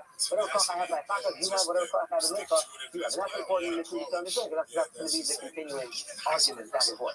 So rather, rather the Cohen says that, he says, all right, I can't get you a couple. I can't get you some logic. So he said, I gave her a concept. It says, what Cohen Hamakris Osok Losia, that the Minka goes to the Cohen that is Makris. So you know what? You want to come in? The fall crazy also. If you can come and be Makris, come eat. But since you can't eat, we can see the connection. So that's it. Okay. That was a Minka. All right, he's like, yeah. Now he's like, can we look at the Kuyon said, can we look at this? Okay, fine. And I lost on the Minka argument. So give me a little bit of your concept, and I'll eat with you tonight. On the right, so the Torah says that same type argument. The amount of Makom should be a Kofi in the case of my own Mincha, where I do not have a very strong Torah because I cannot, right? It's all, even on the back, I can't eat any of my own Mincha. This is running because I was able to push you off. I'm in such a show, even though I had inferior Torah. The other Kofi the Kofi, but now Kofi, where I have this extra strong Torah. In addition to the Kafar and having Job, then I certainly can push you away from having Job because I have this extra strength. Again, it's clear I'm saying back the same argument on my way. My aim should be Kisan, Minkas Yisrael, should be do a Kofar, Kakula Kofi, Kakas Yisrael, should change the other Kofar, Kakula Kofi. Again, we're the same. We have the same cost. So again, if you have the extra cost, I have extra cost. If you have the inferior cost, I have inferior cost. So that logic is not going to hold water. So he says, back on his own, comes to the pasuk. Ayomer HaKohen, and the fact that, oh, sorry, Lana. The pasuk says it's the Kohen that is Nefate. It doesn't go, that is the Kohen that gets to eat it. He says, come, you come do the service, and you'll be able to eat. And of course, it's fully open cannot do the service, and therefore, you can't eat. Okay? So he tries again. He's not giving up yet. Amalek. Kaylin, the Kohen Suyam says, Amalek, Kaylin, Chazir Shok. All right. Now we're just that I promised you. This is the Shvanim. So now he's all right, these are the Shvanim. The Shvanim that get to eat Chazir Shok. I'm sorry, the Kohen says, yes, from the Shok. And Suyam says, give me some of your portion, and I'll be able to eat it tonight when I am talking. Amalek. So the Kohen says, remember, Malcolm, she has a cook off of the fact of saw. In a situation where you had extra cost by a fact of if he sees five, he goes to job, may have to do so, because the job mother will go off the woman. So now, in a case of a woman where a Kohen has even greater strength, white and greater strength in the contest, in the upper hand,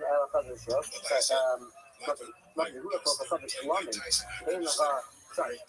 When you have lesser cost in Shlomi, you only get a cousin show, you only get a cousin show, in the Kabbalah cousin show, in addition, you can talk, certainly I get push you away. He says, no, you ask the Kohen to your answer back. Mine, because I need a Chata, you can push me with a Chata's wife, she can do a Kofi. I have less of a cost by a Chata's wife, because I can't feed it, it's on the Shadavon, I can't give it to my wife, and to my servants. So then, if I think the cousin show, you can be up a Kofi, so not for everybody from the show. I have to have more cost because of the show. I can share it with my wife and with my husband. I have extra cost by one. Very well, there. Then he has exactly the same concept. The Kohen Azilek, as a my woman, Loia. If the Kohen does his research, he gets his he gets his woman. The boss does also. Again, if you can come to the Lord, you can come eat, and since you cannot see the Lord, you cannot come eat. And what happens? Finally, the Kohen gives up. Kula, the Chabura, the Rothschild, he has all of his Kavachomas he's trying to bring are all, all for naught. And he has Onin, he has the Onin coming on his right, who also has no argument, because of the heart, the Snola, because of the heart in the end, and essentially, he loses out. And we'll have to get back. I did take a look, I know the Rav comment, the Rambam on Anita, so I have it if you have. Come on, yeah, well. Oh, it's right time. We'll have 1 minute. Okay. So all the arguments were for nothing. Asked, okay, he could have asked one more. There could have been a fourth argument that this Suyam put forward. Why didn't he say, Vimalay, before? Why didn't he say, all right, give me a little bit of this before, but okay, why? Shugamalay, he could have said that to Suyam, Mother Mucking Shurakoki the Fakas. He could have said right by Fakas, where you cannot give it to your wife and your Avadim, I put you off, yes, and this is the Mechatov Yisrael. I put you off from Mechatov Yisrael. Not with the other Kohen did before, but the before, the clear reason before is solely just the possession of the Kohen. Obviously, extra koach there. Ain't no difference. I mean, certainly I can push you off there because I have extra strength. And what's the film for that? Imam, if he's signing the Chatos, shake you koach, half the Kochi, and the thing is, before, you can see Yama Kochi, where you can say, again, we have the same koach. I also got your koach by before. You don't have a good koach over here. I mean, Omer, then to the Kohen who could have answered that.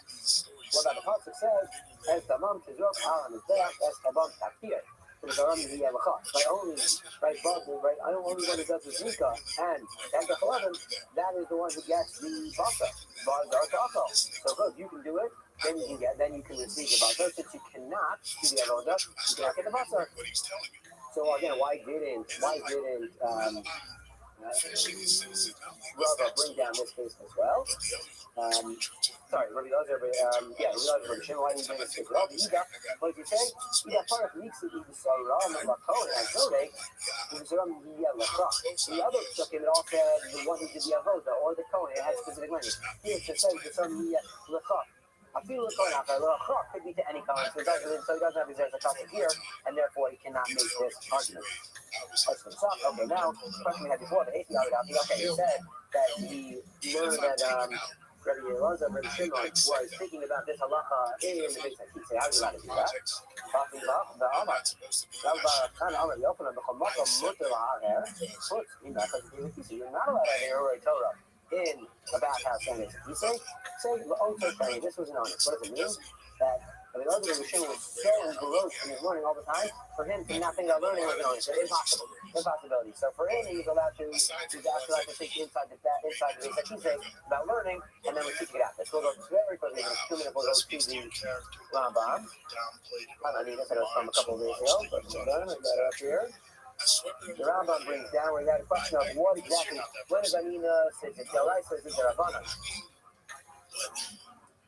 Okay, so Rambam says in Hilchos Diasoligas, Perek Beis, Halacha, Tes, and Yod. What is the definition of Onen? And it is the Yom HaNisa Bilvad, only on the actual day of the death. That's what they call the Onen, but that following night, the night of the Yom HaNisa, who only is yourself, and you are only from Nidra Abanan and still cannot even touch it, okay? And now, what about the other cases in Halacha Yod? Let's say the Tefillah is not on the same day as the Nisa, so from the period of Nisa and Tefillah, the person is in Onen and Nidra Abanan, and then similarly on the Yom HaTefillah itself. And you know Sophie's Lila. In both of the cases, the Lila is not completed. So on Yom HaTefillah, you are only in a Nidra Abanan, but it does not drag in that night of Anina. So when you talk about Kachim, and only on the day of the Yom HaTefillah, you cannot be Kachim on that day, but you can be Kachim on that night. Right, the Torah here. The Torah is all about it. You actually can see that and eat Kachim at night. Yom HaNisa. However, on the day of Nisa itself, the same also lack of Bokachim Mimin HaTorah, just like these are actually things touching during the day of Yom HaNisa, also lack of the Yahweh is saying the Rabbanan, you cannot touch him on the night of the Rabbanis, the Rabbanan. However, last piece, like we saw in our case, other than the Karban Pesach, you also have the Eretz, which is called the Kinnikon of the Karban Pesach, because it has to be eaten only that night. Karban Pesach, and Onain, is allowed to eat because it's only Animus with the Rabbanan, so you can't eat it after night. Because now that you're in the heavyweight division, so the knockouts are brutal, and you're going to get 3 or 4 more in the next couple of years, and then you're not going to recover from those. Well, I hope they take a page out of that because it's so non-manly, I feel, to just not say anything. Right. And All right. allow somebody you Good love morning, everyone. Good morning. to go down the road. I mean, that might be detrimental for them. Well, it was also Shab had another path. He was really good at podcasting. Yeah. He's fun. He's a funny dude. Right? Time to He's tell like, as a sponsorship podcast, for he's like got a great personality. He's month hilarious, of silly. pages. He's a big Let's giant see, silly Mindy Schreiber. dude. And like we would have so In the much fun. sugar He was food talking flame of about Eliyahu Rafal, but Miriam, but his Maki identity Power, and was so Marty, in wrapped memory of up Maki's in father, being a top 10 Yosef, UFC Shlomo, heavyweight. Moshe, Shmuel, He beat world-class and guys. Yosef Yehuda, and Yosef is Pascal Tebe.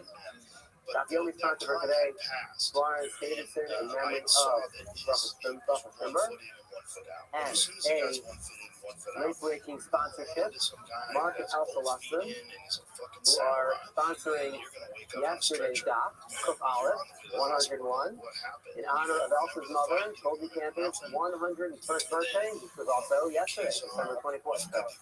So we'll give her the extra doc. We'll sponsor, we'll give her 102 as well. So for next year in advance, for next year. Okay. Today's doc, Cook Base 102. We are picking up on Cook Olive on the base. It is the can't sacrifice second wide line. Second wide line. So, quick reorientation. Because you're not on Rav brought down a name, and Rav told us that Moshe Rabbeinu was a coin gadol. And we're now going to go through a series of questions on whether that is the root of that. So, basically, last one on one. Basically. The pasuk is talking is teaching us about a balmum, kohen balmum, that is allowed to eat kosher. Those words of the pasuk. So we ask, in nomru kosher kadashim, lama nomar kosher kalim. If the pasuk is going to tell me kosher kosher, why does it also need to say kosher kalim? In reverse, nomru kosher kalim, lama nomar kosher kosher. Why does the pasuk have to tell us both? Why can't it just tell us one, and we'll know that a balmum is allowed to eat in all kosher? Let's say the pasuk did not reference kosher kalim. It only had told us about kosher kosher. You see, Omer, kosher kosher is also that a kohen balmum can only eat from kosher kosher. Why? Because kosher kosher are permitted for consumption for a zar and for kohanim. And we're going to get into that. That's where the question is. Now, let's take it for granted that by kosher kosher, they can be eaten, or certain times can be eaten by a zar as well as the kohanim. We're going to get that. That's the question brought down. But kosher kosher, however, kosher kosher, they wouldn't say, balmum, I wouldn't know from the pasuk otherwise that a balmum can eat, a balmum kohen can eat kosher kosher. Let's say the opposite. Let's say the pasuk did not specifically reference kosher kosher and only said kosher kalim. I would thought that a kohen balmum can eat kosher kalim. Why? Because they're at a lower level. They're more kal of the kosher kosher. But I would not know that a kohen balmum can eat from kosher kosher as well. L'kaf kosher kosher, l'kaf nomar kosher kalim. Therefore, the pasuk said both kosher kosher and kosher kalim. Okay, now here's another question. However, we said when we were bringing our food, or why we need both sets of kosher to be mentioned in the pasuk, we said it's because the kosher kosher can be eaten both by a zar, a non-kohen, as well as the kohanim. So, isn't that last Moshe? Isn't the zar that you talked about Moshe? And we'll see in Rashi, it's actually, bring up in Rashi of Shavuchu is zar v'lahem. Because after that, we would have thought, Putu is zar is Moshe Kamar. It must be talking about Moshe Rabbeinu, and where we know that from, right? Because we know specifically that Moshe Rabbeinu ate from the in the El Hamaluim, which is kosher kachim, so we have an instance where we have a non-kohen eating from kosher kachim, and therefore we would not have been able to make the same inference. No. Well, when we're talking about History of Zah, it's not about Moshe Rabbeinu, because right, we're trying to defend Rav, that Moshe Rabbeinu was a kohen. Yeah, we're talking about the Bama, we're talking about the Bama, the Zah, so if the Zah is eating out of Bama, and only according to the opinion that is Yesh Mincha. And again, let's look at Rashi. Robert Bama Ka'amar. It's about 5 lines up in Rashi. The Rizzi is out. Rabbi Amar Rak Afro. Yesh Mincha Bama Kano. Mincha is Mincha Kachi Kachi. Mincha is a Kachi Kachi. The Oku Shia, and you're allowed to eat this Shirai Mincha. But Zara, what does Zara? Zara, like, you hear one. And the Oku is the Bama Kano. So Zara, as you know, they don't need to tell him. You have Rosa. I Bama, you know, they're doing it. But then never eating Shirai Mincha. And so we have instances where Zara is eating Kachi Kachi. And we skip down to Yuan Shinachi. I go to Mincha to give it Omer Yesh Mincha the Bama. Why only according to the opinion that says there's a Mincha that Bama we had a few weeks ago, 2 months ago.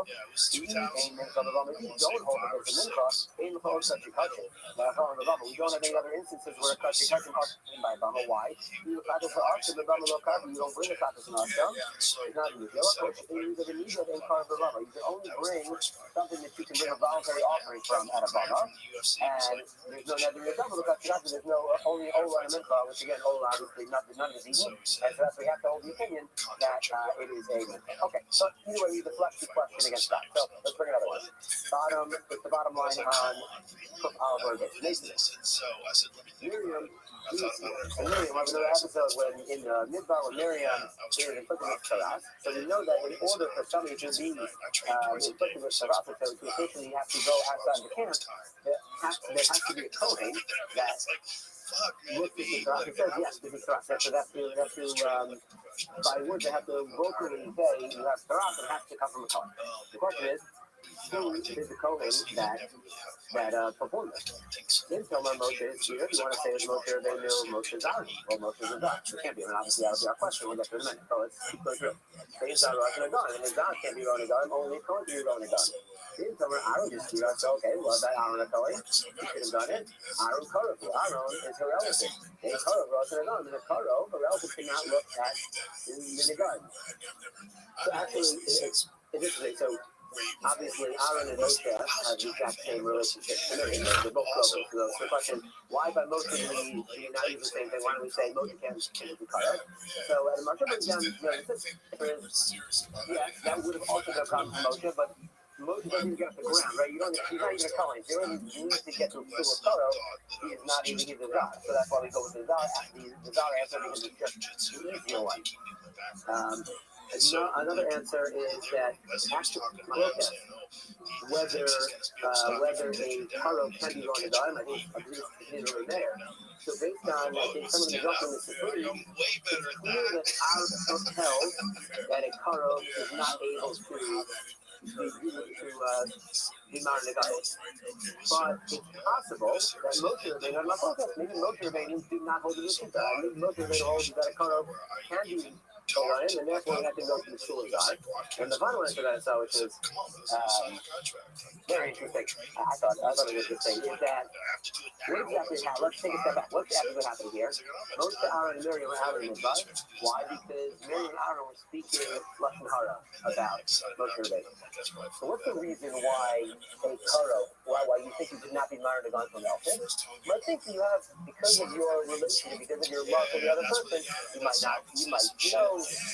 maybe not intentionally lie, but you might see things in a different light, something like that. I mean, again, Moshe Rabbeinu underneath all of them, but still, even just the Havamina is that maybe Moshe Rabbeinu at this instance is in the situation because Miriam spoke Lashon Hara about it. And so maybe there's some type of diminishment in the Ava that Moshe had for Miriam at that moment. And maybe, so you might say again, I don't think they bring down that we actually thought that, but there could be a Havamina to say that maybe the Psul of Kara doesn't apply in this moment because it's literally Moshe is the person that she just spoke Lashon Hara about. He said, even if you want to say that, you still have Psul of Kara. It was interesting. To even think that would be Havamina in Moshe. But again, we have the full results, so might as well go with that. Anyway, sorry. Tangent, I guess the holiday schedule. So, little tangent. All right, back to the Gemara. Third line in. Oh, a couple of dogs will follow up on the structure. So rather, okay, so we said, who was one who looked at in the going of Miriam? Moshe is Zara. Said that Aaron, he is a Kodo. Rather, Kodo will follow up on the structure. Rather, it's a great honor that our structure gave to Miriam at that point. Miriam, What's the show? I'm just going, so the first person says, I'm a Kohen. Ani Maskira, Ani Kalta, Ani Kosha. So Hashem's the one that's going to be monogon for Mary. Fine. But he's like, funny, we had a question from you right from the beginning. Moshe's Zar. Days are running on. We said specifically Moshe's Zar. So obviously, that is repeating the opinion of Rav that Moshe was the Kohen Gadol. Not about you. So I said, no, Shani Marazon is different. It doesn't just mean a Kohen. What do you mean? Aaron is brought up to the Bible. It says that Marazon specifically by Aaron is brought up, not just the Kohen. And obviously, Moshe is not part of Aaron. Okay, we deflect that question. Another thing on issues of Rav. Moshe. Something Shlomo, Isa, and Sheva, Yisera, Abenosi stuff. Five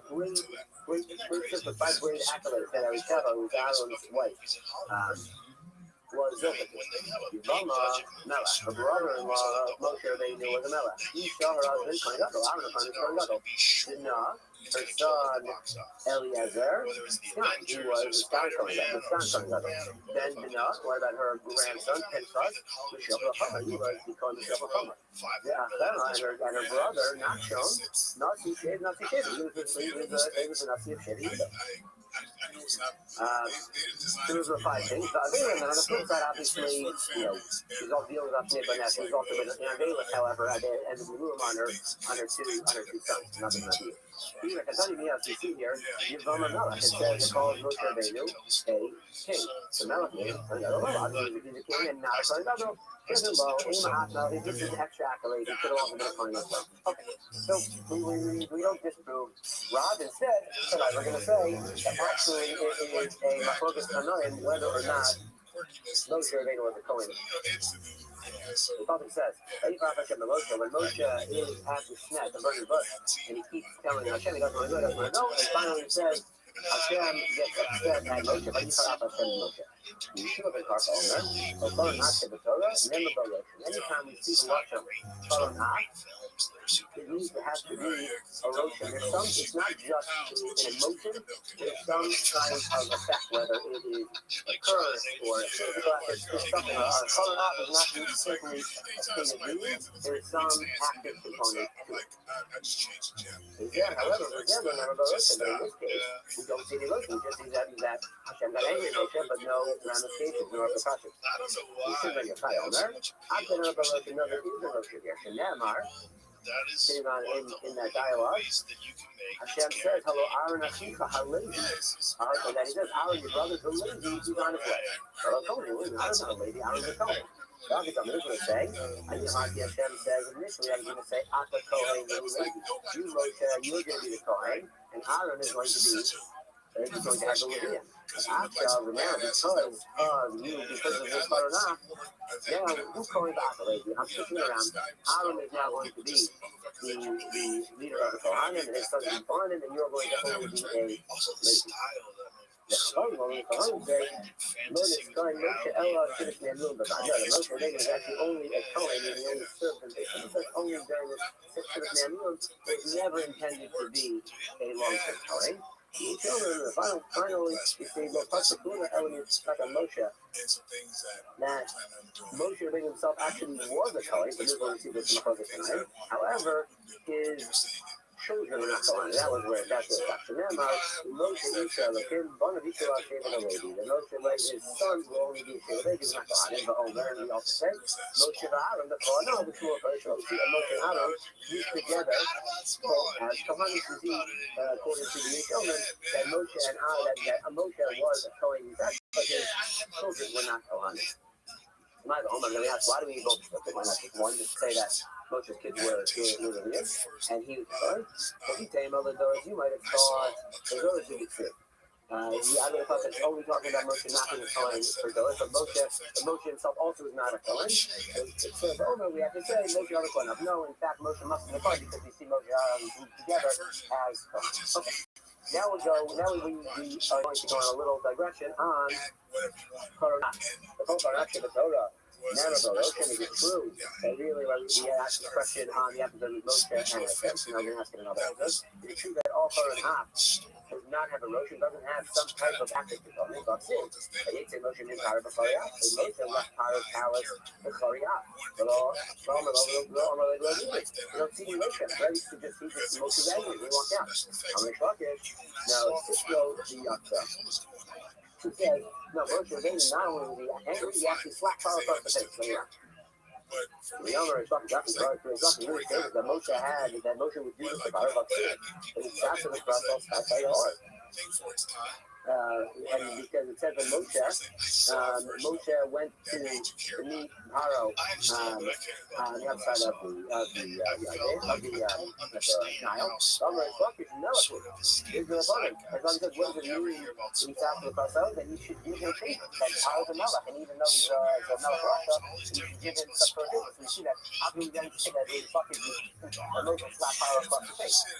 The Yochanan Omer, Rashi was in the same passage, the Yochanan actually says, Rashi, hey, son, hey, Panecha, well, hey, Panecha, but Yochanan is the opinion in this second passage that no, he's not really mean that he's going to, that he should be finding favor, but rather say he's a Russia, that Paro is a Russia, and actually, he's looking at it to be brazen. So that's just a context specific to we'll say Rich Ruckish in the second name is the one who said that, hey, it's Panecha, and therefore he can also be the one who says that Moses slap Paro. Okay.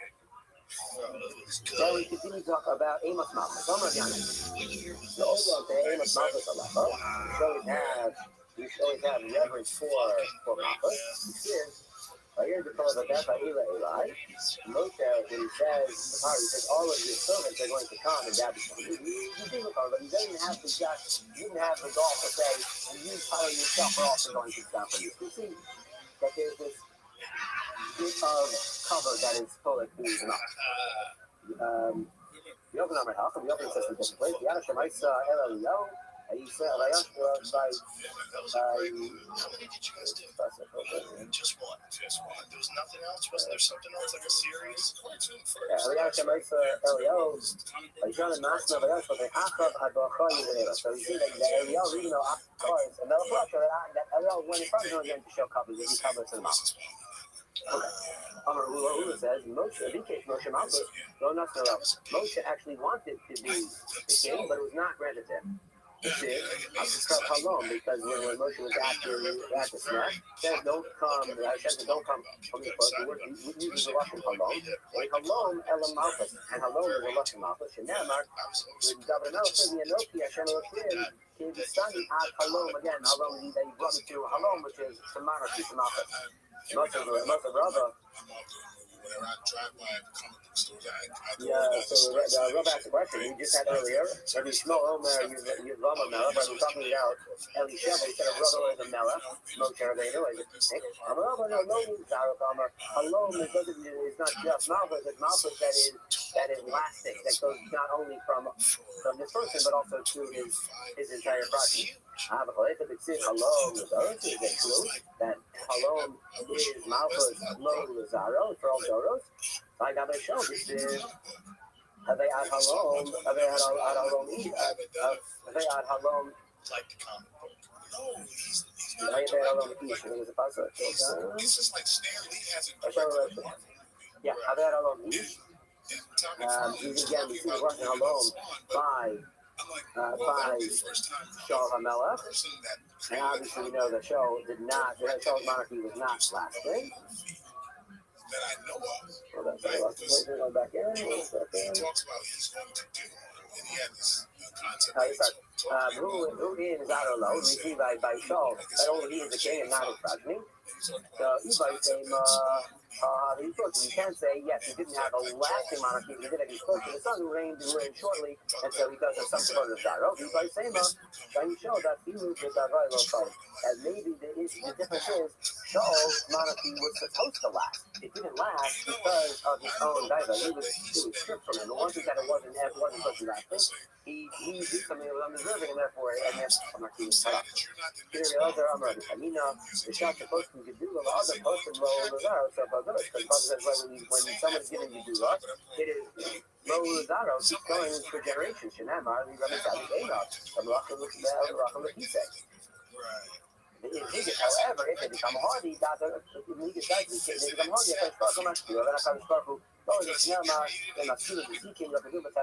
see, that is the reason why Shaul monarchy didn't last. It's not that it wasn't meant to last. It was that Shaul had a monarchy that was rebellious, but because of his own gaiva, it was cut down. Okay, that was our slight digression of Agatha for 100 blocks. So back to our program itself. We are about 8 to 10 lines down the bottom. Following movement, let's go back to this. This is the beginning of the passage. Mishnah said, following movement, get Kohanim that are following movement, then following movement over, and then following movement through, whether it's temporary or permanent blemishes. Hopefully, both when they are fully infection as well as they can eat. They can eat and they can eat whole. There's only a few guys that can get away with Right. You know what I mean? Where's the source? How do we know? a few Tarantinos out there. Kol Zachar. The pasuk in this pasuk is talking about Korban Mincha. So Kol Zachar. The Rabbi Balimum that comes to Balimum. So Lamai. What's the conclusion? The Rabbi is just telling us that Balimum can eat Harshvanem. We had right at the beginning of today. Last time I looked up, we already learned that from another pasuk. We already know that Balimum can eat custom. So I must eat, and not only can they eat the custom, they actually can go and take their portion in the custom. They can't eat right there. Kol Zachar, another Kol Zachar, and this one is this one is it's so talking about Katos. So Rabbi Solomon again to include Solomon. So am I. Last same question. He asked you if it's for eating Harikvar Armor. We already asked about that. Use a Haluka. Is it so that they can take their portion of Harikvar Armor? We just said in the previous Raisa. I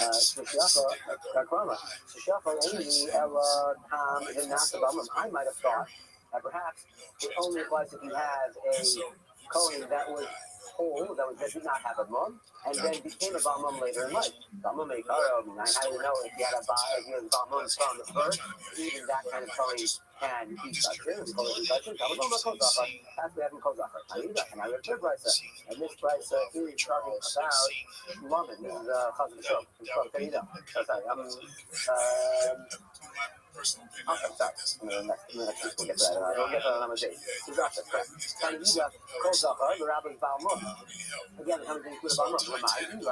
It is for eating, or the Harikvar, or the Apostolic, you live Haluka. If the Sikone, Harikvar, we'll talk about that as well. The Balmum, the Karo, right? Someone that was a Balmum from birth. Harikvar, we already had that possible. The Yako, Amy, Ella, Balmum, Kavu, I made a thought maybe only a permanent Balmum to eat in Kachin, but Balmum over, I had another eat a temporary Balmum, Balmum, cold up bar. Why would that seems to be the opposite logic? Why would you think that a Balmum is more likely? I would think a Balmum over, it's only temporary. That would be more likely to be able to eat in Kachin. Switch it. Really is coming to include Balmum over. Actually, I said, no, here's a logic. Here's a sudden fact that on the days keep coming. That we're comparing a Balmum over like a summit. Again, both temporary statuses. Not Sunday, Kamagalo, or Sunday, even though they're going to be extreme, they cannot eat in the state. I'll probably know how to make something while you're still in the state of Balmum. You don't go to where you cannot eat Kamashla. That's why we need after that is the bigger. Okay, we see from all these structures to be marked all different types of volumes. Okay. Next is in Mishnah Kosin, right? Mishnah told us, Kosin Eno Roy La Avoda, Eno Kosin. So the Kohen who is not Roy to do Avoda does not get to take their portion in the bucket. Okay. Right. Hello, is that true? It's just true that somebody's not right to do their rosa. It's not doing sorry. We just said cannot do their rosa. We just said they can be correct. They can be from the Kabbalah. I do not write about the Kabbalah. It's true. And another thing, the inference here is Kosin Eno Roy. The inference is called right, but if somebody is right about rosa, they are correct. Okay, but how they come in the Kabbalah, people like that. You have to be honest. He said that 2 days ago that he is allowed to use a rosa for a Kabbalah.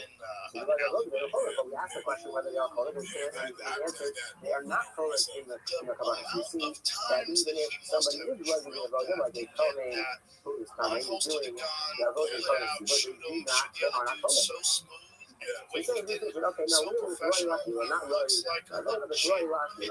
Okay, so and therefore it works for both of these, right? Because the bottom of is really lucky, run therefore Cholek, and then something is not really lucky, run therefore not Cholek.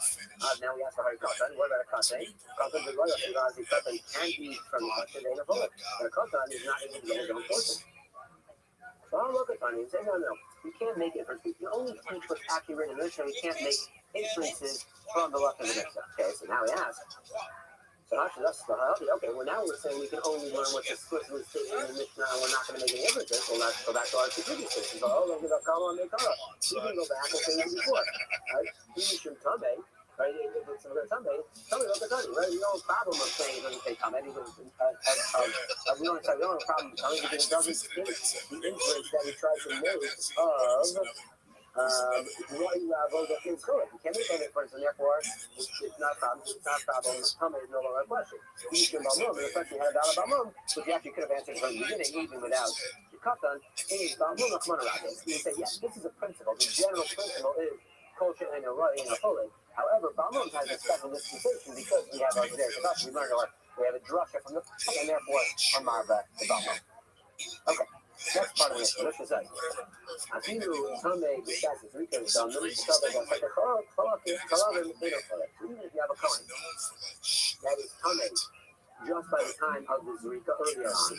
However, he becomes taller by the time of the Hektar Chalav. Still, he's not taller. Well, I might have thought that by the time they're Cholek and Hektar Chalav, that the coin is now Tameh. Sorry, he's not taller. He should be able to be taller. But the Mishnah said no. Okay. So if we say Hatalar, because we don't Ramin, the time we start talking about Chalav, the inference from the Mishnah is that the key point of Tumah is at the time of Rika. So if you have a coin that is taller at the time of Rika, and then later becomes Tameh by the shot Hektar Chalav, it's still to be Cholek. Okay, now this is what Abishal, and therefore our Mishnah cannot be the opinion of Abishal. The time of Abishal, what's Abishal's opinion? So Inu Oko, Achi, Tor, Yishak, Rika, Ashak, Hektar Chalav. That in order to eat the custom, a coin has to be tahor both at the shots, both at the time of the Rika and at the time of Hektar Chalav, not only at the time of Rika, like the inference is from our Mishnah. Damakar, how do you learn that? I'm not sure if it's a Dama Shlamim. That's actually that we see the connection of the Dam and the Filas together, and therefore we say we can see that Hektar Chalav is not right. And according to Abishal, even the coin cannot be similar even at the time of Hektar Chalav. It's not just a problem at the time of Rika. Now we ask though within the opinion of Abishal, who says you need to be a coin has to be tahor both at the time of Rika and at the time of Hektar Chalav. So Rashi asks, this was in Kainman. What if he has a series of Tumah in between those two? Right? We say the Shas Rika, the Shas Hektar, the Nina, and Rika, right? That's at the official time of Rika and at the official time of Hektar Chalav, and this coin is tahor, and so he's good, he's good to go. With Dilma, actually told Nishas Rika, Ziachas Hektar Chalav. You actually have it continuous. It's not just okay to be at point A and point B, but you have to be all the way from point A to point B. You have to be in the state of power. And we don't know the answer. We don't know if it has to be continuous or just at each point. I was in China getting going to set. So I Dina, the other Rabbi Shimon. I learned this from the other Rabbi Shimon. The other Rabbi said, it's hard to get in the background. So we say, teaching about it, we thought about it, and thought afterwards, we're going to have to the end exactly how that's allowed. But the other thing is giving a little background. This is background to this. So we're actually, we're going to have a progression. We're going to see we're going to be talking about a Kohen who is a Kudom. We said it's not allowed to be Kohen in the Kabbalah. Again, a Kudom is going to be tahor at night. Now we're going to see a Kohen is going to a Kohen and trying to see if we can get him to give him some of the Kabbalah. See if he can argue his way. Even though this Kohen can't be Kohen in the Kabbalah himself, he wants someone else to give him a portion later on the night when he needs. So let's see his argument. You can have two kinds of arguments. I'm looking at these movies, What's for you, Obama? I would have thought that come and say to another coach, hey, Minka, welcome. You don't like it. I know I can't get a portion of Minka myself, but give me a little piece of your Minka, and I'll even do a nice. The Cohen says to the Koyam, I'm not in the Makom, even in a place where you the Koyam have a stronger case when it comes to what? Your kata. And Rashi says, what does it mean that it's a strong case for kata? So Rashi, two lines down and over, why the Kohen have a food kata? Any Kohen who's high of a kata, even if it's not a Mitzvah, right? So a Kohen who brings a kata always has the right to be a rosa and to keep the part for himself. So we see that a Kohen has extra strength. He has the upper koach when it comes to a Kohen bringing a kata. Right? The kata is sort of a higher level or a higher koach korban for the Kohen, right? So let's go back in the Gemara. Let's go to the beginning of the response. Continuing the Kohen, the Kohen says, somewhere else, the Kohen says, even in the case of a kata, where you, Kohen Koyam, have a higher koach because you can bring your kata at any point and do the road yourself. However, I can kick you off from the kata show to see in that tuma that a Kohen Koyam is not allowed to be sold in a kata. The Makom real koach of a mincha, and now in the case of a korban mincha, where you have a less of a power. Why? Because a mincha Kohen is true Kohen, a mincha Kohen is all consumed on the fire. So obviously a Kohen does not have very much koach in his own mincha, it all gets burnt out of the fire. So in the case of a mincha, when you have less of a koach, certainly I cannot be required to share from this mincha that's brought by Rothschild that I have a chelak in. I'm not going to share with you at night because you have even a lesser koach when it comes to mincha. Okay, so that's where y'all answers that as well. You mind if you send me a copy of Israel, you are going to put me off from a copy of Israel. Why? Because you say you have a koach, but check the shame, you have a koach. Copy of the koach. The same year, we basically saying the Kohen Koyam is saying to the other Kohen, we have the same koach, right? We come from the koach of the Kohen. So just like I have a higher koach when it comes to kata, so that they get my kata, so you Kohen have a higher koach when it comes to a kata, and therefore, your koach can push me up on the kata because you have the same extra koach by kata that I did. However, the mincha, there seems to be a kochi. However, but the mincha, just like you said, I have lower koach by mincha. You also have a lower koach. You don't tell me you're going to push me off to the mincha because I have inferior koach. You also have inferior koach. We're the same. We're both behind. Whatever koach I have by kata, you have whatever koach I have in mincha. You have. And that's important to understand. That's going to be the continuing argument back and forth. So rather, the Kohen Shar says that. He says, all right, I can't tell you with the koach. I'm going to take it from logic instead. I gave it a pasuk. It says, "What Kohen hamakiv osah lo tiyah." That the mincha goes to the Kohen that is makiv it. So you know it. You want to come eat? You call a praise also. If you can come and you makiv it, come eat. But since you can't eat. We can see the connection. So that's the system. Okay, that was a mincha. So now we say, the Kohen says, okay, fine. And I lost on the mincha argument. So give me a little bit of your pasuk, and I'll eat with you at night. Amalei, so the Kohen and Shar says that same type argument. In the case of my own mincha, I do not have a very strong koach because I cannot, like, it's all shooting on the back. I can't eat any of my own mincha. I was able to push you off. I mincha Yisrael even though I had inferior koach. So now kata, where I have this extra strong koach. Then I certainly can push you away from that because I have this extra strength. Again, it's clear back the same argument on my leg. My head should be done in the mincha Yisrael, should be into a kofacha, kakura kofi, kata Yisrael, should be the other kofacha, kata kofi. Yes, again, we're the same. We have the same koach. So again, if you have extra koach, I have extra koach. If you have inferior koach, I have inferior koach. So that logic is not, logic is not going to hold water. So he says back on the comes to the pasuk. Hayomer HaKohen HaMechate Osoyot Lana. He says, okay, the pasuk says it's the Kohen that is Mechate. It does go, that is the Kohen that gets to eat it. He says, come, you come do the service and you're going to eat. And of course, it's Yom cannot do the service and therefore you can't eat. Okay? So he tries again. He's not getting up yet. Amalek. The Kohen for Yom says, Amalek, Kain, Chazir, Shok. All right. Now it's the Shlomo that I promised you. This is the Shlomo. So now he says, all right, give me the Shlomo. The Shlomo that gets to eat Chazir Shok. So, I'm sorry, the Kohen, sorry, yes, Chazir Shok.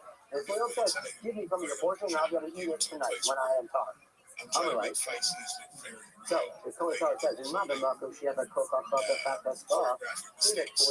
a situation where you had extra koach by a kata, so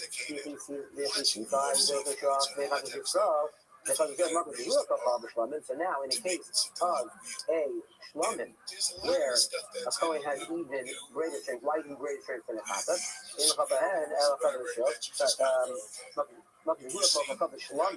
In the when you have lesser koach or something, you can only get a couple of shows. When there's a couple of shows, in addition, you can certainly I can push you away. He says, no, the Kohen still only does that. Mine, because I need a kata, you can push away that kata, why? I have less of a koach by a kata, why? Because I can't feed it from the show. I can't give it to my wife and to my servant. So then that thing because of the show, I actually have more koach because of the show. I can share it with my wife and with my husband. I have extra koach by Shlomo. Sorry, Omer. Again, the answer is exactly the same concept. The Kohen has Zorek as a Dam HaShlomim Lo Yiyah. If the Kohen does the Zrika, he gets the Shlomim. So Bar Zorba also again. If you become the Roda, you become eat, and since you cannot see your Roda, you cannot come eat. What happens? Finally, the Koyam gives up. Yosef Koyam, Kola, Kuda Kamura, Varosha, he has all of the Kapacholas he tried to bring are all, all for naught. And the Onen Minino, he has the Onen Kohen on his right, who also has no argument because of the part of the smaller, because of the part at the end, and essentially he loses out. And we'll have to get back. I did get the luck. I know the Rav promised the Rambam on Anita, so I haven't yet. Come on, okay. So all the arguments were for no. Okay, he could have asked. No more. There could have been a fourth argument that this Shlomo put forth. Why did he say, why did he say, all right, give me a little bit of this before? Okay, why? He should have said that to Shlomo. Right by Shabbos, where you cannot give it to your wife and your avodim. I think you are going to keep them in the put you off from the Torah. Not that the other Kohen did before, but the Torah, he did it before. It's totally just possession of the Kohen. Obviously, extra cost there. Ain't no difference. I mean, certainly I can push you off there because I have extra strength. And what's going to say that? Imam, if he's telling the Chatos, as a beginning of the course, it came to the other Kohen, right? You can say again, we have the same Torah. I also have actually crossed by before. You don't have a good Torah yet. I mean, Omer, then the Kohen who is Saul could have answered back. What about the pasuk says, as the mom to look out on his back, that's the mom back here. So the Rabbi will have a cost. Only one who does the Zrika, and that's the Chaladim, that is the one who gets the Basar. So good, you can do it, then you can receive the Basar. Since you cannot do the Avoda, you cannot get the Basar. So again, why didn't Rabbi bring down this case as well? Sorry, Rabbi Lazar, why didn't bring this case? What did he say? The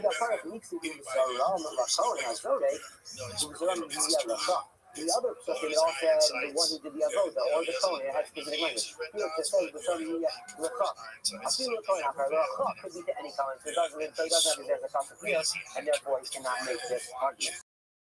Okay, we had before, we said that he learned that Rabbi Shimon was thinking about this halacha in the big. How do you like to do that?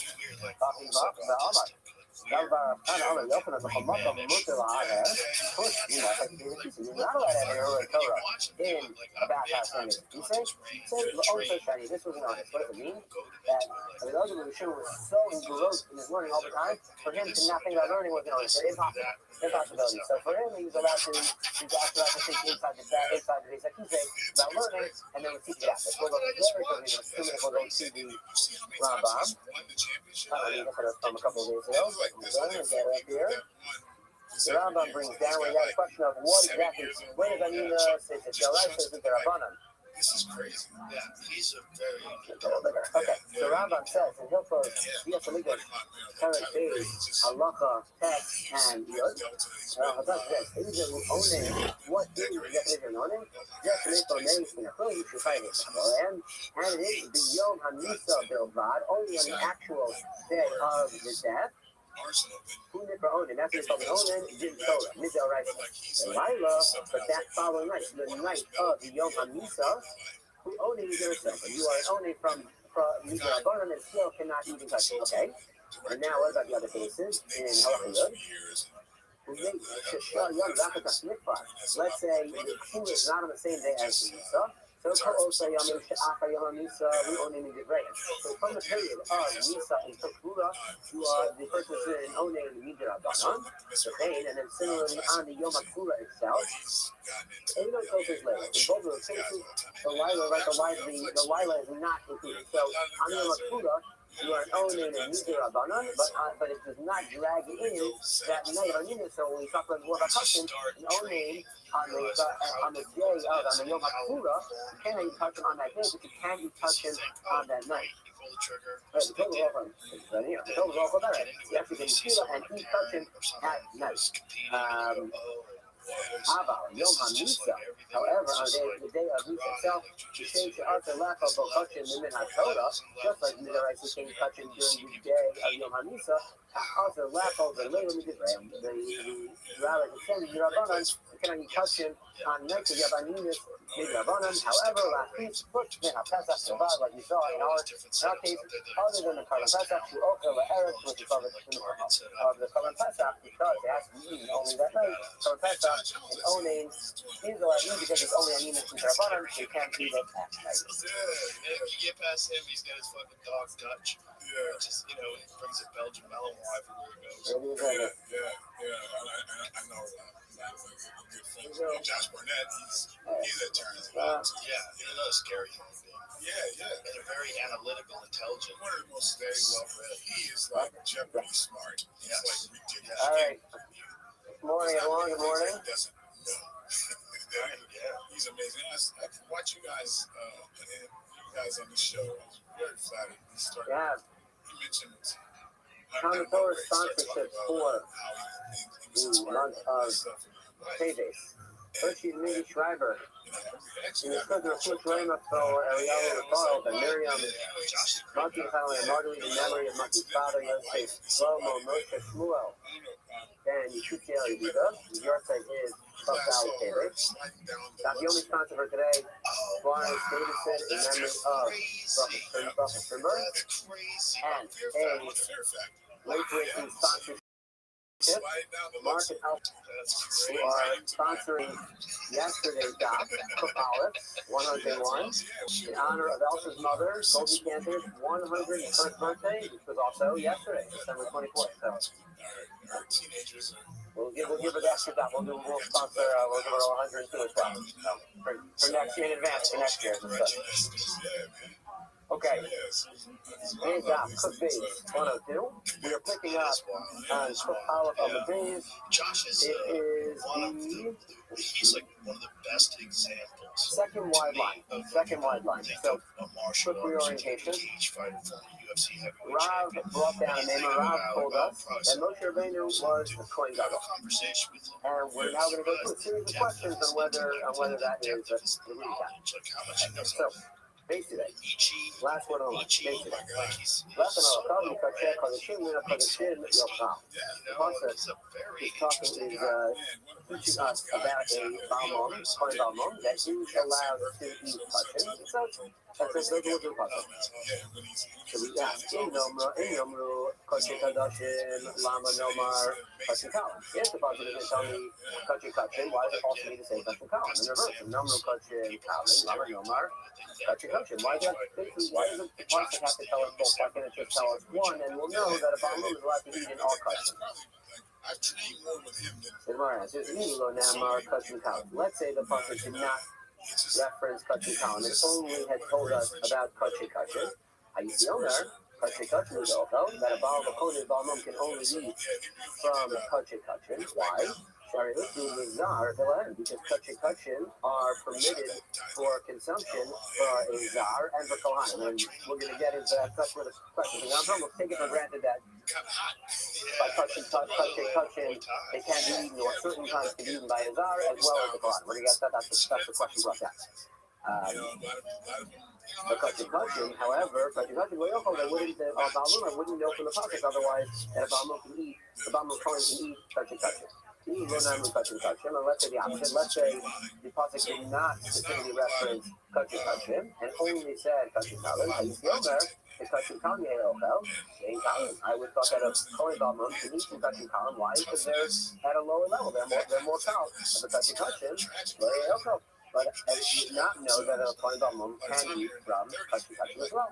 The Kachin Kachin was Kachin Kachin Kalim. Therefore, the Pasuk said both Kachin and Kachin Kalim. Okay, now here comes the question.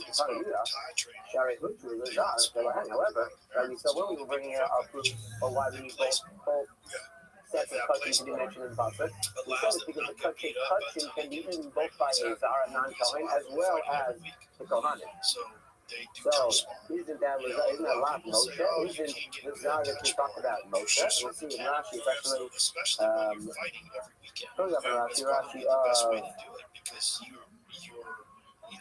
Charluchu Lazar that we would have thought put the Lazar but Moshe Kamar. It must be talking about Moshe Rabbeinu, and where we know that from off of Chazal Shok, right? We know specifically that Moshe Rabbeinu ate from the Chazal Shok in the El Hamalurim, which is Kachin. So we have an instance where we have a non-Kohen eating from Kachin, and therefore we would not have been able to make the same instance. I'm not changing the same instance now. Well, good Bama. When we're talking about Hitler Lazar, it's not about Moshe Rabbeinu, because right we're trying to defend Rad, but Moshe Rabbeinu was a Kohen. Yeah, we're talking about the Bama. We're talking about the Bama, the Zar. So if the Zar is eating at a Bama, and only according to the opinion that is Yesh Mincha. And again, let's look at Rashi. Look at Bama Ka'ama. It's about 5 lines up in Rashi. The Ruchi was Afro, Yesh Mincha, the Bama Katano, Mincha Kachin, Mincha is a Kachin. The Oku Shia, and you're allowed to eat the Shia with the Mincha. Zar, what the Zar? The Zar, like, yeah, what? And you hold in the Bama Katano, the Zar of it. Because you know that he's only telling the Avoda by a Bama. We know that our Zar is doing the Avoda, and therefore he's the Shia of the Mincha. And so we have an instance where Zar is eating Kachin, and we skipped out a few lines in Rashi, but I give it a Mincha, to give it all the Mincha of the Bama. Why only according to the opinion that says there's a Mincha of the Bama, we had a few weeks ago, maybe 2 months ago. He ain't Mincha of the Bama. If you don't hold the base of Mincha, ain't Mincha of Kachin. Now, it's all in the Bama. We don't have any other instances where a Kachin are eaten by a Bama. Why? You don't bring a Kachin Asham.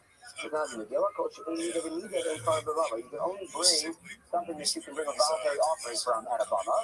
And there's no Nether in the double because there's no only Ola and a Mincha, which again, Ola obviously none of the eating. And so we have to hold the opinion that it is a Mincha. Okay, so either way, we deflect the question against Rabbi. So let's bring another one. The bottom line on Miriam sees you. So Miriam, we have another episode when in Midbar with Miriam is inflicted with Saras. So we know that in order for somebody to be inflicted with Saras, so to officially have to go outside of the camp, there has to be a Kohen that looks at the Saras and says, yes, this is Saras. They have to by words, they have to vocally say, you have Saras, and it has to come from the Kohen. The question is, who is the Kohen that performed this? Then tell our Moshe is here. If you want to say it's Moshe Rabbeinu, Moshe Zar, or Moshe Zar. We can't do it, and obviously out of our question. We'll get through in a minute. So it's because they is Zar and a gun, and the Zar can't do it on a gun. Only Kohen can do it on a gun. Then tell our Aaron is here. So okay, well that Aaron is telling he could have done it. Aaron Karo, Aaron is her relative. They Karo was a gun, and the Karo, her relative cannot look at the gun. So actually, it's interesting. So obviously, Aaron and Moshe have the exact same relationship to Miriam. They're both brothers. So the question is, why by Moshe do we not use the same thing? Why don't we say Moshe can use the Kara? So as Moshe brings down, yes, that would have also been a problem for Moshe, but Moshe doesn't even get off the ground, right? You don't even, he's not even a Kara. If you only need to get to a Sur Kara, he's not even, he's a Zar. So that's why we go with the Zar answer because it's just an easier one. Another answer is that actually protest whether a karo can be going to dime. I believe it's really there. So based on I think some of the midrashim in the Supreme, it's clear that our source tells that a karo is not able to be marnagayim. But it's possible that Moshe Rabbeinu, I'm not focused, maybe Moshe Rabbeinu is not holding the shita, and maybe Moshe Rabbeinu holds that a karo can be and therefore we have to go to the Torah guy. And the final answer that I saw, which was very interesting, I thought it was interesting, is that what exactly happened? Let's take a step back. What exactly happened here? Moshe, Aaron, and Miriam were out of the mitzvah. Why? Because Miriam and Aaron were speaking Lashon Hara about Moshe Rabbeinu. So what's the reason why a karo, why you think you could not be married to a relative? Let's say you have, because of your relationship, because of your love for the other person, you might, maybe not intentionally lie, but you might see things in a different light, something like that. So, I mean, again, Moshe Rabbeinu underneath all of them, but still, even just the Havamina is that maybe Moshe Rabbeinu at this instant, he's in the situation because Miriam spoke Lashon Hara about it. And so maybe there's some type of diminishment in the Ava that Moshe had for Miriam at that moment. And maybe so you might say again, I don't think there's been down that we actually thought that, but if you haven't even say that maybe the Sur of Kara doesn't apply in this moment because it's literally Moshe is the person that she just spoke Lashon Hara about. You say even if you want to say that, he said it was just like so interesting to even think that would be happening in Moshe Rabbeinu, but again we have the full dots, so might as well go with that one. Anyway, sorry. Tangent, I guess it's a holiday schedule, so little bit. All right, back to the Gemara. Third line is. Oh, a couple of gods follows a couple of stuff. It's rather okay. He said who looked at the dying of Moshe of Miriam? Could be Moshe. Zar, could be Aaron, he is a karo. Rather, couple of gods follows a couple of stuff. Rather, is a great honor that a couple of gave to Miriam at that point. Miriam. I'm going to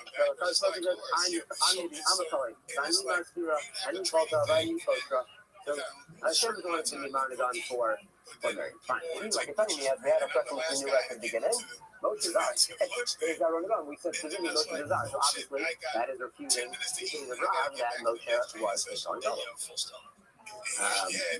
So I said, no, Shani Marnagon is different. It doesn't just need a Kohen. What do you need? Aaron is gone up to the part. It says that Marnagon is specifically the Aaron is gone up, not just the Kohen. And obviously Moshe is not part of Aaron is gone up. Okay, so just last question. Another question on the sheet of Rav. Great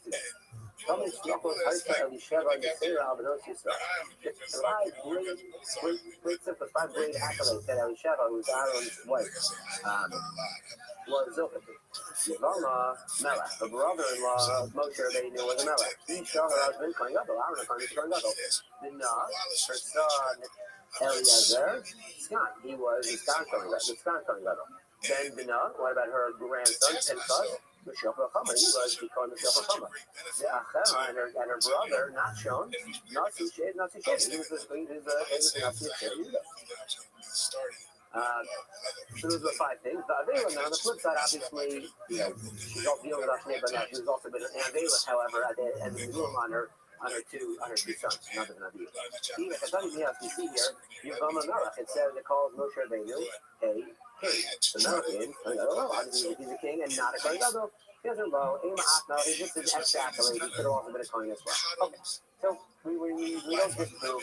Rabbi said tonight we're going to say that actually it is a machlokas tanoim whether or not Moshe Rabbeinu was a Kohen.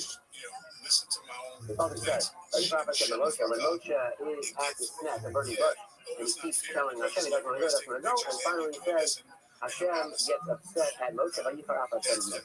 You should have been Karpa Omer, or Thoron Hashem the Torah, never go. Anytime we see the Lashon Thoron Hash, it means there has to be a road to their son. It's not just an emotion, There's some kind of effect, whether it is a curse or a physical effect, there's something. A color off is not simply a state of being. There's some active component to it. However, but in this case, we don't see any emotion. We just see that Hashem got angry at Moshe, but no ramifications, no repercussions. We should bring a Chayomer. After no, there is a motion there. In that dialogue, Hashem says, "Hello, Aaron Achicha Halevi." And then he says, "Aaron, your brother's the Levi. He's on his way." Aaron's not a Levi. Aaron's a Kohen. I'll become this one saying. I didn't mind Hashem says initially. I was going to say, "After Kohen, Levi." You Moshe, you're going to be the Kohen, and Aaron is going to be, or is he going to have the Levium? After now, because of you, because of this Haranah, now who Kohen Ba'atar? I'm switching it around. Aaron is now going to be the leader of the Kohen, and his son will be born, and then you're going to only be a Levi. Now, the say, no, the Moshe Rabbeinu was actually only a Kohen, meaning only servant, because only during the Shivas Namim, was never intended to be a long-term Kohen. We show them the final Moshe that Moshe Rabbeinu himself actually was a Kohen, and this is where we see this Machlokas tonight. However, his children were not Kohen. That's their section. Moshe, right, his son will only be a Levi, not Kohen, but Omer, we also say, Moshe and Aaron, the Kohen, the two of Moshe and Aaron, moved together, both as Kohen, according to the Mishonim, that Moshe and Aaron, that Moshe was a Kohen, but his children were not Kohen. My home, I'm going to ask, why do we both just one, just to say that Moshe's kids were Levians, and he was Kohen? If he came over those, you might have thought the those would be sick. I really thought that it's only talking about Moshe not being a Kohen for those, but Moshe himself also is not a Kohen. So instead of Omer, we have to say Moshe is a Kohen. No, in fact, Moshe must be a Kohen because we see Moshe grouped together as Kohen. Okay, now we are going to go in a little digression on Korah. The Torah, never is it true? Really, we asked this question on the episode of Rachel and Hashem, so now we're going to ask it another episode. Is it true that all Korah does not have a Rothschild, doesn't have some type of active component, but is. And they say Moshe is part of the Korea, and Moshe left part of Talis, the Korea. So, we don't see Moshe, right? He just Moshe's angry, he walked out. I'm going to talk to him. Now, she says, no, Moshe Rabbeinu not only was he angry, he actually slapped Paul across the face. The Yomer is talking really stated that Moshe was used to fire about serious, but it's after the process. And because it said that Moshe went to meet Paro on the outside of the Nile. Omer is talking to Melech. Here's the abundance. As long as says, what does it mean when he's after the process? Then you should give him favors. Like Paro's a Melech, and even though he's a Melech Russia, you should give him some sort of favor. So we see that how do we then say that when Moshe slapped Paro across the face? In the same passage, Yochanan actually says, Rothschild, his partner, they Panecha, Rabbi Yochanan is the opinion in this second passage that no, it doesn't really mean that he should be trying to favor, but rather say that power is a Russia, and actually he's making these enemies to be great in the power. The answer is will say Rich Ruckish in the second name is the one who says that his Panecha, and therefore he can also be one to show that Moses flat pile. Okay. Now we continue to talk about Amos Malchus. The old Amos Malchus we always have reverence for Malchus.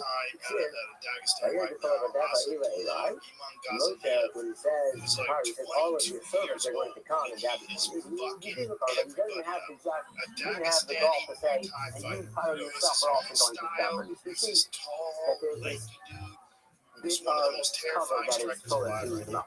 The open on my house, the open says in different places. The other nice area, and you say, I asked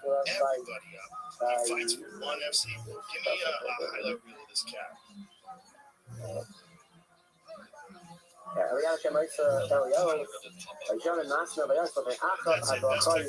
you see that Eliyahu, even though that Eliyahu went in front of him again to show cover, he covers him up. Okay. Who said Moshe, in this case, Moshe Malchus, Moshe actually wanted to be the king, but it was not granted to him. It did. Halom, because when Moshe was at the snap, said, "Don't come." Said, "Don't come." We use the Russian halom.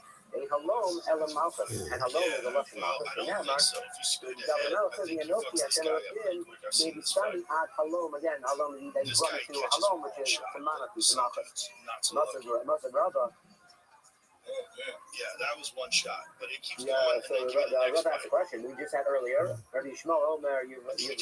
Rabbi talking about El Shepel said Rabbi is a Melech. Moshe Rabbeinu is. Rabbi no Zarek Omer. Halom is not just Malchus. It's Malchus that is lasting. That goes not only from this person, but also through his entire project. The place of the shit Halom is it true that Halom is Malchus Lo Zaro 12 Doros? I got it. This is at Halom. Halom. But just dudes on fire. Maybe Halom Ish. It was a pasuk. And just an attack. Yeah, Halom Ish. And has the benefit of that again, range, Halom long range. By Shaul HaMelech. And obviously we know that Shaul's monarchy was not lasting. 22 years old. So he's combining like taekwondo techniques, karate techniques. Who is Adolo? We see by Shaul that only he is the king and not his progeny. So Ibai came, you can say, yes, he didn't have a lasting monarchy, he did have his first, his son reigned shortly, and so he does have some close to Adolo. Ibai came and he knows that he is the vital fund. And maybe the difference is, Shaul's monarchy was supposed to last. It didn't last because of his own diva. He was stripped from him. It wasn't that it wasn't supposed to last. He did something that was undeserving, and therefore, he was cut off. The shots are posted to do a lot, but posted rolled it out. So, because when someone's giving you do loss, it is Mozart keeps going for generations. And then, we run inside the end of terrible. However, if they become hardy, if they become hardy, you see, that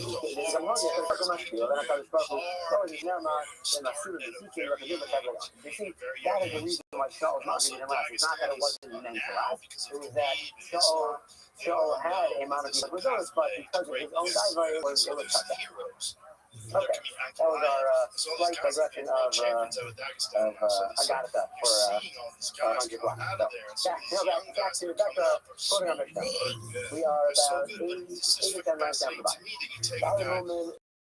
About this movement, so let's see the beginning of the time. The mission said, following movement, it's behind that following movement, day by movement, over day by movement, fluid, whether it's temporary or permanent running. Cultures vote when they are fully concussion as well as they can eat and they can eat. Right. You know what I mean? Where's the source? How do you know? Sarabana, Kozahar. The pasuk in this pasuk is talking about Mincha. It's called Zachar. The Rabbi Valley Movement comes to include Valley Movement. So am I. Once we do that, this is telling us that Valley Movement should be, as by now we had right at the beginning of today, last time I look up, because check out, we already learned that from another pasuk. We already know that Valley Movement can eat cutting. Must eat. And now we're going to eat the cutting, they actually can go and take their portion in the cutting.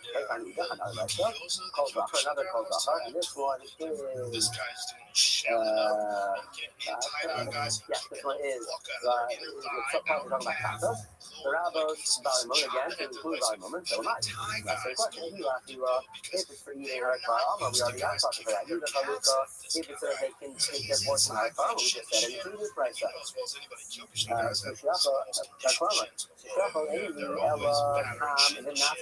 might have thought that perhaps the only part that we had a coin that was whole, that did not have a mum, and then became a Bamum later in life. Bamum is how do we know if you had a Bamum from birth? Even that kind of coin can eat like this. Because we actually have a Kozafar. This price is talking about Lovin. This is the show. It's from Video.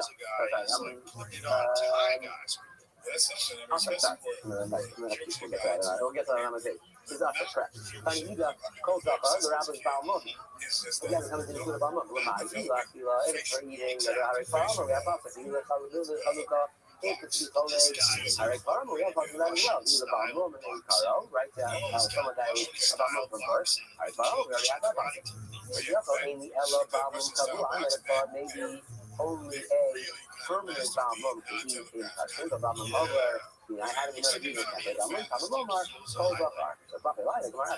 would that seem to be the opposite logic? Why would we think that a Balmum is more likely? I would think a Balmum over it's only temporary. That would be more likely to be able to use in custom. I think really kind of include a Balmum over. Actually, no, here's a lot. That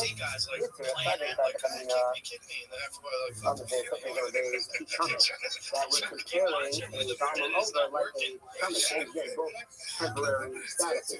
Not Tame, Kamagalo, Tar, Tame, even though they're going to Tar soon.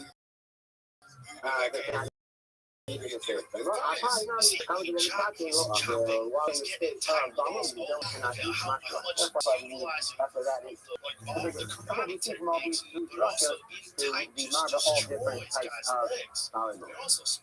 Okay, next piece in Mishnah, Coach in Roy, the Mishnah told us, Coach Eno Roy, Avoda, Eno Kosa. So, a Cohen who is not Roy to do Avoda does not get to take their portion in the box. Okay. Right. This dude, one of my favorite guys. Hello, is that true? You're saying that somebody not raised to do Avoda. We just said Balmum cannot do Avoda. We just said they can do Avoda, and they can do it from the Avoda. That's all right about the Avoda. This is another name. The inference here is Coach Eno Roy. The inference is for Roy, that if someone is Roy Avoda, they are for that. Okay, but I ask them that. How they come in the Kabbalah, people, what about the evidence coming? We said, as in 2 days ago, that you can, that he's allowed to do Avoda for a Kabbalah. He's allowed to Avoda, but we asked the question whether they are called, they can't, and the answer is they are not called in the Kabbalah. We see that even if somebody is regularly Avoda, like a Kohen who is coming, is doing the Avoda in Kabbalah, but they do not, they are not called. He says, okay, now we are Roy Lucky, we're not Roy. I know that it's Roy Lucky. Okay, so and therefore it works for both of these, right? Because the Balmum is Roy Lucky, and someone who's not Roy Lucky, that was not called. Now we have to hurry Katan. What about a Katan? Katan is Roy Lucky, as a Katan can eat from the Katan in a bullet. But a Katan is not able to get his own portion. Oh, look at Katan. No. We can't make it. We can only keep what's accurate in this, and we can't make influences from the left of the mission. Okay, so now we ask. That's the hierarchy. Okay, well now we're saying we can only learn what's explicitly stated in this one, and we're not going to make any differences. So let's go back to our strategic cases. Look at our column and column. We can go back and say we can be poor. Right? We can Sunday. Right? Sunday.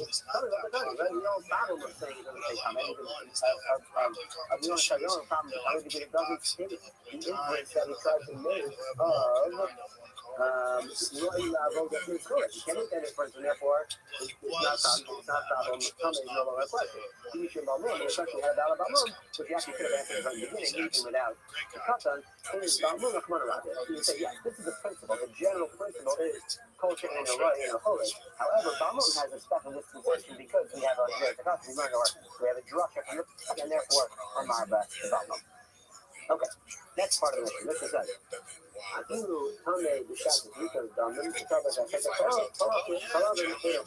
if you have a Kohen that is Tame just by the time of the Zerika earlier on.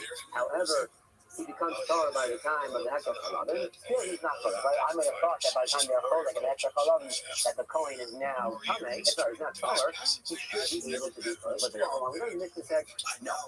Okay? So if I say Hatalar, because he was Damin, the time is that Hektar Chalavim, okay. The inference from this mission is that the key point of Tumah is at the time of Risa. So if you have a Kohen, then it's taller at the time of Risa, and then later becomes Tame by the Shat Hektar Chalavim. They still can be holy. Okay, now since he goes on the show, and therefore our listeners cannot be able to get into the show, the time of the show, only what's on the show's opinion. So, also, actually, told you that he's the hard shot back there for us. That the order to instruction, Cohen has to be Tahor, both at the shot, both at the time of the Zika and at the time of Hekek 11, not only the time of Zika, like the inference is from our Mishnah. Correct, has learned that. I'm not sure that's a Dam as Dam Ashlamim. That's a Philip. We see the connection of the Dam and the Philip together, and therefore we say you see that Philip has a Chalav and Namizai. And according to Avishal, even the Cohen cannot be somewhat even at the time of the Chalav, and it's not just a problem at the time of Zika. Now, after within the opinion of Avishal, we said you need to be a Kohen has to be Tahor, both at the time of Zika and at the time of Hekek 11. So that's Zika Be'Hanima. What if he has a period of Tumah in between those two, right? He said, right? That at the official time of Zika and at the official time of Hekek 11, this Kohen is Tahor, and so he's good to go. In Dilma, actually told you, you actually have this continuous. It's not just okay to be at point A and point B, but you have to be all the way from point A to point B. You have to be in a state of Bala. And I think we don't know if it has to be continuous or just at each point. The best medicine. Yeah, man. I realized something when I was the other Rabbi Shimon, I learned this din from the other Rabbi Shimon. The other Rabbi Sakisa. He talked to me in the background. So he said, he didn't teach him about it, he thought about it in the Rabbi Sakisa, and thought afterwards we're going to have to be on exactly how that's allowed. But the other thing is giving a little background. This is background to this. So we're actually, we're gonna have a progression here. We're gonna see if we're gonna be talking about a Kohen who is a Kuliyom. We said it's not allowed to be Polish in the Kabbalah. Again, a Kuliyom is going to be Tahor at night. So we're going to see a Kohen who's Kuliyom going to a Kohen and trying to see if he can get him to give him some of the Kabbalah, see if he can argue his way. That even though the Kuliyom can't be stolen in the Kabbalah himself, he wants someone else to give him his portion later on the night when he goes. So let's see. We have a few times about it. Okay. Plus, I would have thought that Kuliyom can come into the Kohen.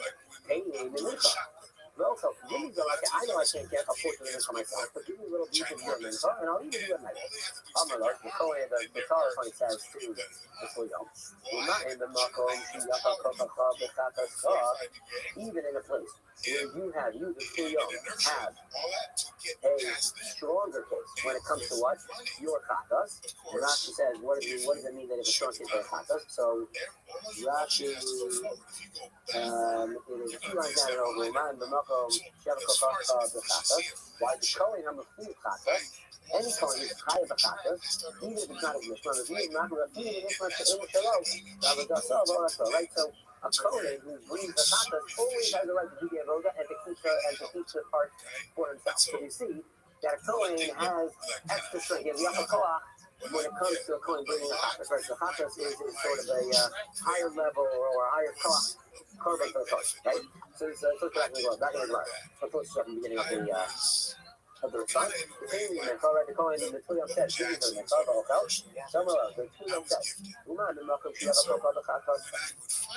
in the case of a chatas, where you, Kohen Kuliyom, have a higher koach because you can bring your chatas at any point and bring it over yourself. However, I can pick you off from me having so much reason that a Kohen, a Kuliyom, is not allowed to do in a chatas. So now, in the case of a korban mincha, where you have less of a power. Why? Because a mincha's Kohen is Kuliyom Kohen, a mincha's Kohen is all concealed on the fire. So obviously, a Kohen does not have very much koach in his own mincha. It all gets burnt on the mizbeach. So in the case of a mincha, where you have less of a koach, so certainly I cannot be required to share from this mincha that's brought by Yisrael that I have a pelican. I'm not going to share with you at night because you have even a lesser koach when it comes to mincha. Okay, so that's where you always answer exactly well. Okay, Remind say, me, Sonny, if I was Israel, this kid Sean is um, 140 pounds. you are going to push me off There's from me. a Chatas And it Israel. takes me Why? 1,000 kicks to become Because you're 50. saying Yapa It takes Koach, him but 100 check the kicks shade, Yapa to become 50. Kochi, And he Kach was Yapa still Koach. 120. So you're saying you're basically saying that the Kohen Kuyam is saying to the other Kohen, He is. we have the same koach, right? We come from the koach of the Kohen. So just like I have a higher koach when it comes to chatas, like a big man chatas, so too you Kohen have a higher koach when it comes to a chatas, and therefore, therefore, your koach is pushing up of a chatas because you have the same extra koach by chatas that I do. However, I mean, Mincha, sorry, they think you have to go Kofi. Half the other, half in the Kofa. Because I think that the Mincha should be changed, but that's by half. However, but the Mincha should be changed to Fuya Kofi. Just like you said, I have a lower Koach by Mincha. You also have a lower Koach. You don't tell me you can come push me off to the Mincha because I have a straighter Koach. You also have a straight Koach. We're the same. We're both behind. Whatever Koach I have by Chatas, you have whatever Koach I have in Mincha, you have. And that's important to understand because that's going to be the continuing argument back and forth. So rather, rather the Kohen Tar says that, he says, all right, I can't get you with the Kabbalah, I can't get you from logic, so instead, I'll give you a pasuk. It says, look, Kohen HaMakrif Osach Lotiya, that the Mikvah goes to the Kohen that is Makrivit. So you know what? You want to come eat? The Baal Korah also. If you can come and be Makrivit, come eat. But since you can't eat. We see the connection. So that's it for the stomach. Okay, that was a mincha. All right, he's pressing me up. So now he's okay. The Kuyam says, okay, fine. And I lost on the mincha argument. So give me a little bit of your cocktail, and I'll eat with you at night. Amalei. So the Kohen says that same argument. Now the Makom Shehula Kofi in the case of my own mincha, where I do not have a very strong koach because I cannot let it all. Even on the back, I can't eat any of my own mincha. I was able to push you off. I'm in Yisrael, even though I had inferior koach. So nothing to the other koach is I can see, but now chatas where I have this extra strong koach. In addition to the then I certainly can push you away from because I have this extra strength. Again, it's put back the same argument. I'm right. Remind should be signing Minchas Yisrael, should change to a Kochacha, Hakura Kofi, Chatas Yisrael, should change to the other Kochacha, the other Kofi. Again, we're the same. We have the same koach. So again, if you have extra koach, I have extra koach. If you have inferior koach, I have inferior koach. So that logic is not in all water. So he says back on the verse, comes to the pasuk.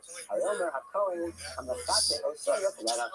Okay, the pasuk says it's the Kohen that is Mechate. It doesn't go up. That is the Kohen that gets to eat it. He says, come, you come do the service and you're going to eat. And of course, it's Kuyam cannot do the service, and therefore you can't eat. Okay, so he tries again. He's not giving up yet. Amalei. The Kohen Kuyam says, Amalei, Kain, Chazir, Sorry. Now it's the Shlomo that I promised you last time. Here's the Shlomo. So now he's already, give me the Shlomo. The Shlomo that gets to eat Chazir Shok. I'm sorry, the Kohen, sorry, yes, Chazir Shok. And Kuyam says, give me some of your portion and I'll be able to eat it tonight when I am tired. I'm right. So, the Kohen Torah says, remember, Marcus, you have a Kohen Torah Chasas Star. In a situation where you had extra koach by a Chatas, so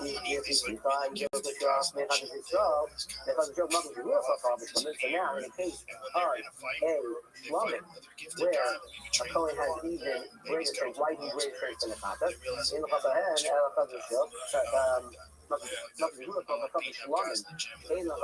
sorry. When you answer koach, so you only get a Chazir Shok, you limit the Chazir Shok, and certainly I guess that's your way. It says no, the Kohen Kuyam is that. Mind you, because I need a Chatas, you can get rid of a Chatas, why? I have less of a koach by a Chatas, why? Because I can't feed it from the Shadavali. I can't give it to my wife, and to my servant. So then I think the Chazir Shok, you can do other things, unless they're ready by the Chazir Shok. I actually have more koach, because Chazir Shok, I can share it with my wife and with my other. I had actually crossed by Shlomo. Very well, there. Again, he has exactly the same concept. The Kohen has Zerek, as a Shlomo, no Yiyah. If the Kohen does his Rika, he gets to go eat with the Shlomo. He said, Bar Zorba, again, if you can come to the road, you can eat, and since you cannot do the Avoda, you cannot come eat. And what happens? Finally, the Kuyam gives up. Yosef Kuyam, Kola, Kula, the Kalula, Rothschild, he has all of his Kavachomas that he tried to bring are all for naught. And he has Onin, he has the Onin going on his leg, who also has no arguments, because of Kavar, because of Kavar in the end, and essentially, he loses out, and we'll have to get back. I did set it up. I know the Rav promised the Rambam on Anita, so I have it up yet. Okay. So all the arguments were for nothing. The guy asked, okay, he could have asked no more. There could have been a fourth argument that this flew up at court. Why did he say, Malay, pay me the court? Why did he say, all right, give me a little bit of this before? Why? Malay, he could have said that this flew up, not a much to appropriate the Takas. He could have said that like Takas, where you cannot give it to your wife and your avadim. You can see from I put you up, so that the teacher may have it as well. I put you up from the Takas yourself. Not the other coach you did before, but the four. The four is only just the represent of the pony. Obviously, extra co-op there. And it did. I mean, certainly I can push you off there because I have less strength. And what's going to say that? Iman, this is telling the Takas, Shik Ju Taku Kofi. At the beginning before, they came to the other Kofi. Right? You say again, we have the same co-op. I also got this off by before. You don't have a good co-op over here. I mean, Romer then, so the co-op who itself could have answered back. What about the Pasuk says, as the mom to look out on the calf, as the mom can hear. From the Ram to the other cost. Right? Only one who does is Mika. And that's the province, that is the one who gets the Basar. So good, you can do it, then you can receive the Basar. If you cannot do the Avoda, you cannot get the Basar. So again, why didn't Rabbi bring down this case as well? Rabbi Shimon, why didn't he take it off? What did he say? He got part of the Nixie who was Saram of Lakohen on Sunday, who was Saram of the Lachak. The other took it and all said the one who did the Avoda or the Kohen, it had specific language. Here it just says the Saram of the Lachak. I feel Lakohen after Lachak could be to any Kohen, so he doesn't have his own Lachak here, and therefore he cannot make this argument.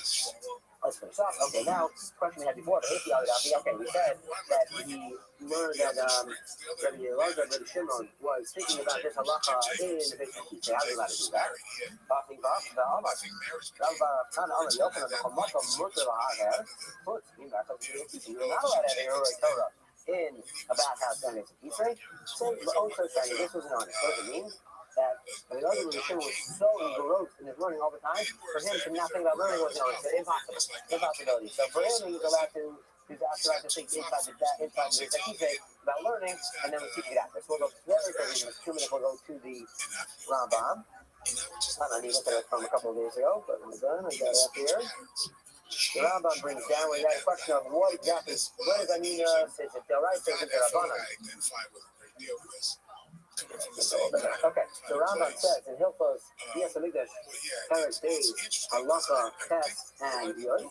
Halacha says, Ezer Onen, what is the definition of Onen? Zetamefo Meis, in a prose, and it is the Yom HaNisa till God, only on the actual day of the death. That's what we call Onen, didn't Torah, Midoraisa. The Lila, but that following night, the night of the Yom HaNisa, who own it yourself. And you are owning from Midra Rabbanan and still cannot even touch it. Okay? And now what about the other cases in Halacha? Who makes Shashah Yom Zakat Mitzvah. Let's say the food is not on the same day as the Mitzvah. So from the period of Nisa and Shokura, the person is in owning Midra Rabbanan. The pain, and then similarly on the Yom HaKura itself, in both cases, the Lila is not included. So on the Yom HaKura, you are an owning of Midra Rabbanan, but it is not dragged in that night of Anina. So when we talk about more about custom, the owning on the day of on the Yom HaKura, you cannot even touch him on that day, but you can be touching on that night. You actually get a seal and keep touching at night. Yom HaNisa, however, on the day of Nisa itself, the change to us a lack of touching the Minhag Torah, just like you know, you can touch him during the day of Yom HaNisa, also lack of literally the day. Rather extend the Rabbanan, you cannot even touch him on the night of Yavanis mid-Rabbanan. However, last piece, first thing Pesach survived, like we saw in our case, other than the Karban Pesach, the Ophel Eretz was the Karban the Karban Pesach, because they have to be eaten only that night. Karban Pesach, the Onain, is or because it's only a Nimas mid-Rabbanan, so you can't eat it at night. spent time with the people he grew up with in that house. So I learned a lot. There's a lot that, the public doesn't know. And that I think he was concerned about, coming out. And, it didn't. And so it was really interesting. I was front and center on how much pressure this guy had to deal with, had to kind of develop with the whole world looking over his shoulder. And he was torn. It was just crazy. Youngest ever champion of the world. He's went from being a 13-year-old kid with no family to being adopted by this guy who's not just training him, but also hypnotizing him. And then he's got Jim Jacobs who exposes him to this live greatest fighters of all time. He's watching videos of each other. It's an extraordinary story because it's unlike anyone else. It's like the environment that he was exposed to, and the way he produced this guy who was unlike anyone in his prime. I was part of the Marcus Frazier fight. I always tell people, you want to see like the scariest motherfucker. Mike Tyson. He was just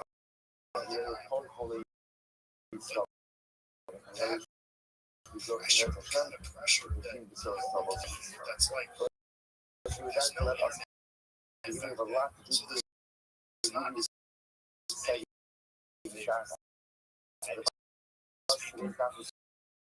so like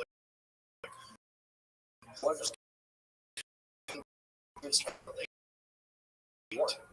who's going to tell him what there's no one like him. Muhammad Ali, you had a few other guys that could tell him this part. He's on the roadmap. He's out there in this world.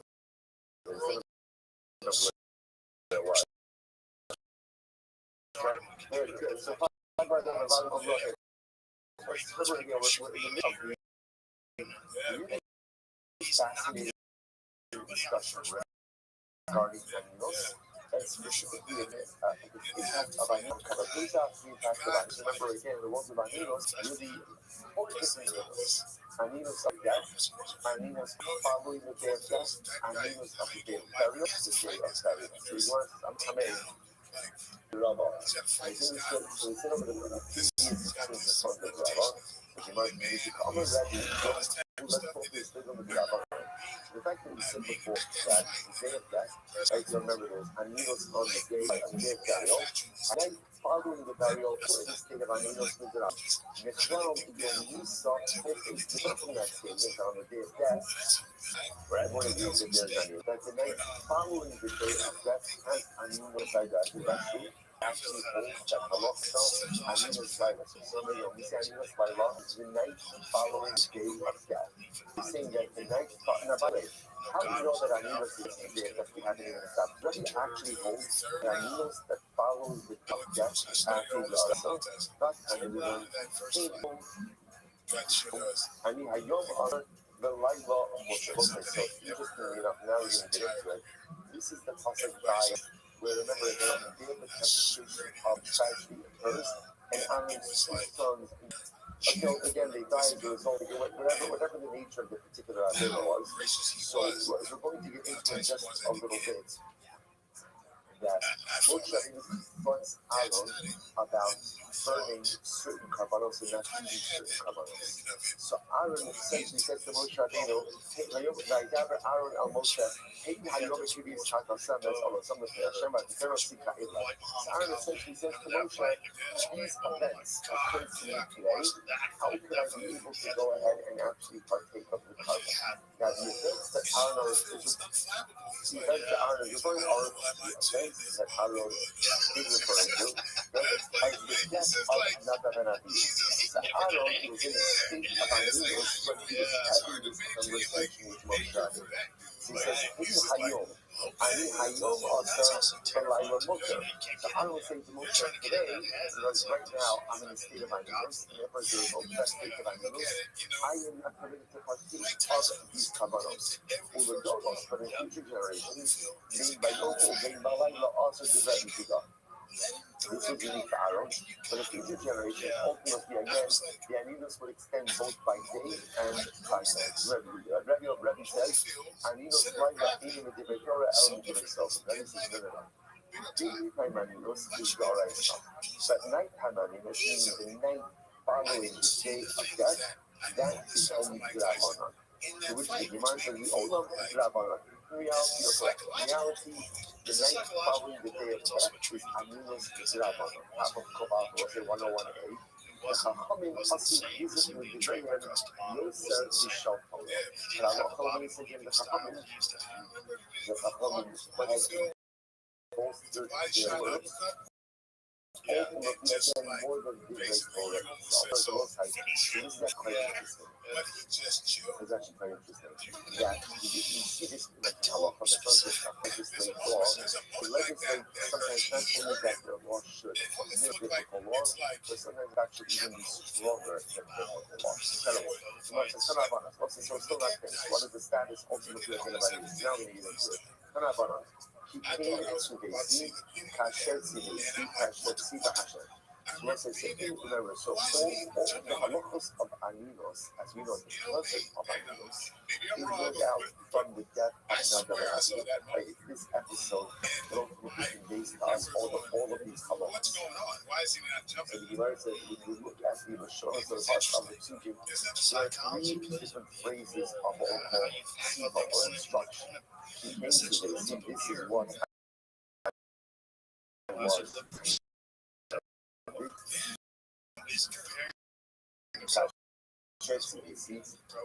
As I was commanded, and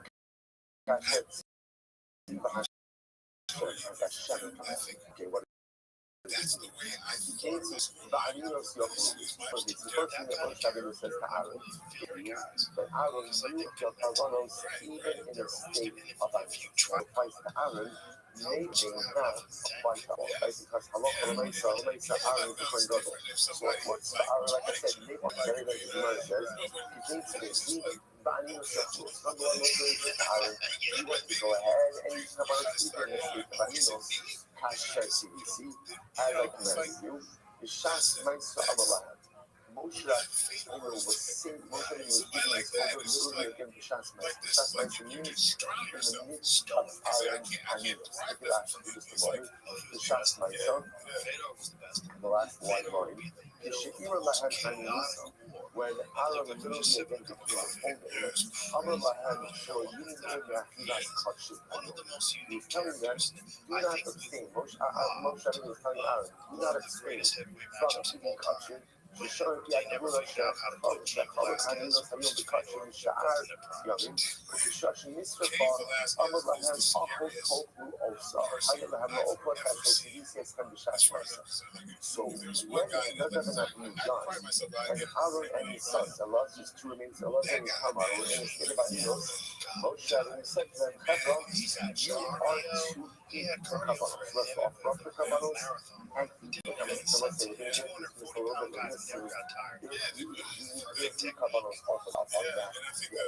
We're going to see that some of them were burned, totally burned, some of them were discussed. So Moshe Rabbeinu will see that some of the Kabbalos were burned.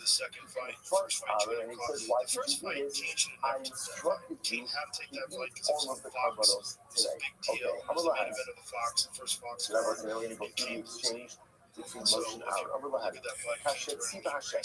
So first Aaron says to Aaron, I'm instructing you to go ahead and consume your karbanos. So there's two pieces.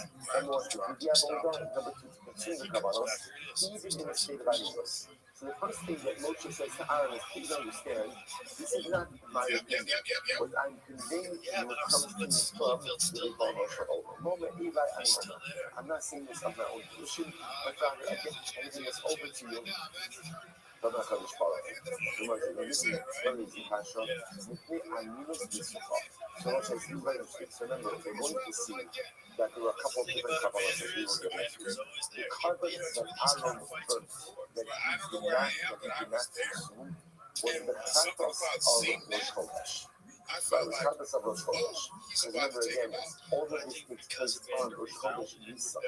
So every Rosh Chodesh there is a carbon Aaron. The carbon that Aaron decided not to decide. We'll see why. The carbon that Aaron did not eat. Rather, was the process of Rosh Chodesh. Why did he do this? So the Gemara says, Mipnei Aninos Mitzvah. He burned it because he felt that he was not felt. Because he was in a state of Aninos, he felt it was important to go ahead and burn it. Yeah, but the positive is like this. What's like, means I was saying, these things happen to me. How did I consume the carbon? All right, the story is going to come together in a little bit. How much more? Lokashio, ha Rabbiuda, ha Rabbinos. This looks like big Rabbiuda, whereas ultimately again, the other guys will express the Rabbinos. Samuel, Aninos Safua. Aaron did not go ahead and or did not feel, did not go and eat the sacrifice of Rosh Chodesh. He burned it because of Aninos. Here is the Rabbinos. So as it's in the family of the opinion, the reason that Aaron did not eat the sacrifice of Rosh Chodesh was because he was in a state of Aninos. We might say that the Mission said, no, it wasn't because of Aninos. Why did he burn the sacrifice of Rosh Chodesh and not eat it? Because the covenant became tough. That's why he went ahead and burned it. So the Gemara because if you say that Aaron burned the sacrifice of Rosh Chodesh because of Aninos, how you just rushed on to Shafua? Then what? And I want to say it should have burned all of the covenant. If they're going to see, you offered up 3 covenants. The only one he burned was the sacrifice of Rosh Chodesh. The other 2 So what's the shot? What's the shot? It makes it in ultimately. Let's say put out when 101 out 10 lines up from the top. So let's say so again. If halakha l'maisa was a zero in Aninos, then at the end of the day, he should have gone ahead and burned all of it. Why would he put burn in the Chafetz of Rosh Chodesh? Must be that what happened in the Chafetz of Rosh Chodesh, which was coming. That's why halakha l'maisa went ahead and he burned it. Okay, the Gemara doesn't follow. Other possibilities. How you write the Oklahoma they could have gone ahead and looked at even if you hold that they could have continued because of Aninos, as most Aninos last in their death. They could have gone ahead and waited and completed that night. Another possibility is they were the only Kohanim. Pinchas was also there, and even if Aaron and Lazar and Tamar could not consume the Kamanos because of Aninos, Pinchas was present, and Pinchas could have gone ahead and consume the Kamanos instead. Now, let's say that before we go on, take a quick look at Rashi for just a moment. You see Rashi in the Shema Nisrafa. So it's about midway down in the short parts. It's important Rashi. Rashi in the Nisrafa. Shenagava Tuma.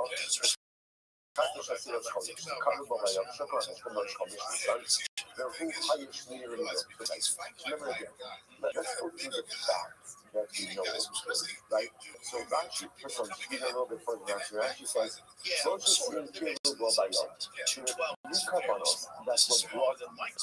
Remember again, what they were talking about? Day of the consecration of the Shem.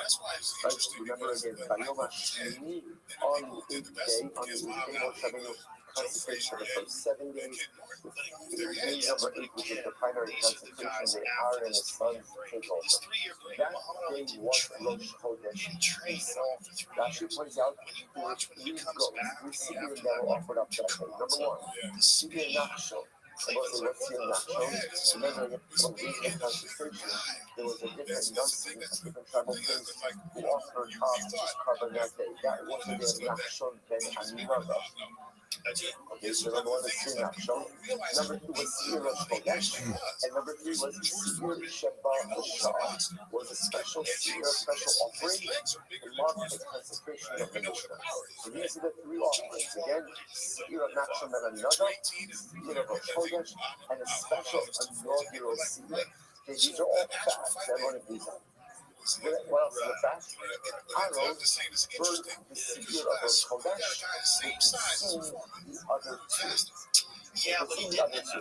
So now what are we trying to figure out? Aaron, why did he burn the Sibir of Rosh Chodesh and not 212 to 220, pretty close. This is Absolutely enough different. focus. Rabbi But Nefemi it's says just, he he wasn't didn't the same continue guy. to If why? George Because he Foreman wasn't of that Why time was he fought holding? Cleveland, Because the his son Muhammad Ali, was that an fought Adi Cleveland died. Big Cat Williams. That's He's Rabbi completely Nefemi's different. opinion. He's Rabbi getting pieced Nefemi up. says, no, it's not He's because getting of pieced up Aminos. from the Because outside. it was because of And Aminos then what? Ali was Then just what? picking him Then he apart should have burnt and throwing all sweat of the at him. kabbalas and not He was consumed like any of nobody them. else So before why him. did he He only was so burn one and different. consume the So other two? different. But It those must be 3 because the years, Siavash Chodesh when he had to became take a 3 Tamil. year and he didn't train at So all, and he came back that's what and happened now over he's here. 30. Both sides, so that's a machlokas. No That's a strength and machlokas. conditioning for So 3 the Gemara years, says, no listen, running, Rabbi no Amar says, boxing. no. His body looked different. Who did he fight when Both he came of back? these sorts of He fought, no kasha, there's no continuation. no, And the Katshe Shah, and the Katshe Moros. Oh, those now watch this. Watch this. Really, both of these effectively are bloody independent. There was and I remember there was a Nefemi. And the Nefemi holds that the reason why Aaron burned the Seer Rosh Chodesh was because of Aminos. And there's never going to be there. It's because of Aminos. Because of Aminos. Then Halakha Lamaisa again. What's that? It was because of Aminos. Look Then the same. Halakha He didn't look the Lamaisa. same, and I think Because that of this, then why did that he 3 burn years all they of that? fucked him. There was this is very They useful. fucked him. Very They useful. fucked him, and Raka I says mean, there's look, a it made him a distinction cultural between what hero we because he call wasn't Katshe really Shah from Vietnam. versus Katshe You know, Doros. famously, Katshe his Shah life. refers It's to those different. kabbalos He's just which not the are same guy unique anymore. for He's not man, moving as versus fast. Katshe And Doros Jeff which Corey was just are like ongoing really tough guy sacrifices. who was So watch famous this. For example, in these three, Seer Rosh Chodesh is what we Ali call didn't have Katshe the endurance Doros, anymore. because that Like, carbon look will be at him. offered in He's your just not the same guy anymore. for all future generations. He was Versus a shadow the Seer of what he Nachshon was Ben before. He Aminadab still went on and the to win a special title, inaugural still went on, Seer, but those I are always Katshe wonder Shah. Brother what wants he to would suggest have like been this. if those 3 years were not Only stolen from impacted him in Katshe Doros. in his It doesn't prime. impact Katshe Shah. Therefore, again, I did not eat this year of Chodesh because that was Katshe Doros. That was ongoing time. But he did eat the unique kabbalah for this time. I know it says the Seer Nachshon Ben Aminadab and the inaugural Seer. Very interesting. So we can take in the Khalid Zahanikra, but I want to know you guys about Rule Hanikra. So okay, so now you guys going to ask, how do both Rabbi Nefemi and Rabbanan interpret the above mentioned verses? So okay, here we go. Now we're going to actually go through the entire exchange, ultimately again between Moshe and Aaron. So watch this. So Nehemiah, the guy is too happy. So Nehemiah reads like this. So Moshe Rabbeinu confronts Aaron. So go to the middle again. What happened over here? They did not eat the Seer Rosh Chodesh. Aaron burnt the Seer Rosh Chodesh. The first thing that happens over here is that Moshe Rabbeinu confronts Aaron. Why did you not eat the Seer Rosh Chodesh? Amalot Moshe Aaron. So Moshe says to Aaron, Shema Nitna Zama L'Tnai for the king. Maybe you made a mistake. And maybe you ended up bringing the blood of the Seer inside of the Kodesh. Right, now again, remember again, we've seen it before. What happens when you bring a Katos HaKiso inside, the blood of an outer Katos inside of the base of the Mishkan, or inside of the Mishkan? It disqualifies it. So it says, here's what's happening over here. Aaron burns the Seer of Rosh Chodesh instead of eating it. Moshe Rabbeinu confronts him and asks him, why did you do this? Why did you do this? And Moshe Rabbeinu says, maybe did you make a mistake and accidentally bring the blood inside? Is that what happened? Amalot, he said, no. Aaron said, no, I didn't bring the blood inside. Okay. Moshe says, Shema Chustam Mitzasa Yatzasa, which is maybe take the blood outside of the confines of the base of the Mishkan. Amalot, but Kodesh said, no, Aaron said, no, we're good. I did not take the blood outside. The Dilma, the Aminos Adibusa Upasla, did you maybe offer it up in the state of Aminos and thereby disqualify it like that? Aaron says to Moshe, if you hate it, do you think my sons offered this up? I need it crafted.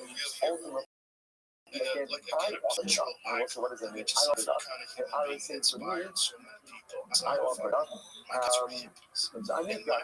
So I offered it up. Meaning I'm the Kohen Gadol, and I, the Kohen Gadol, offered up in the state of Aminos. Right? I would say, it's not that's really amazing. What is the fact that the Kohen Gadol offers up? The Kohen Gadol continues his avodah in the state of Aminos. Like what's the shot with that? What's the thing about this in just a moment, right? Kohen Gadol offers up in the state of Aminos. What's the shot? What's the shot? So let's say the tremendous Musahasco. The tremendous Musahasco is that sometimes in life we have things that have to get done, and you can't let anything get in your way.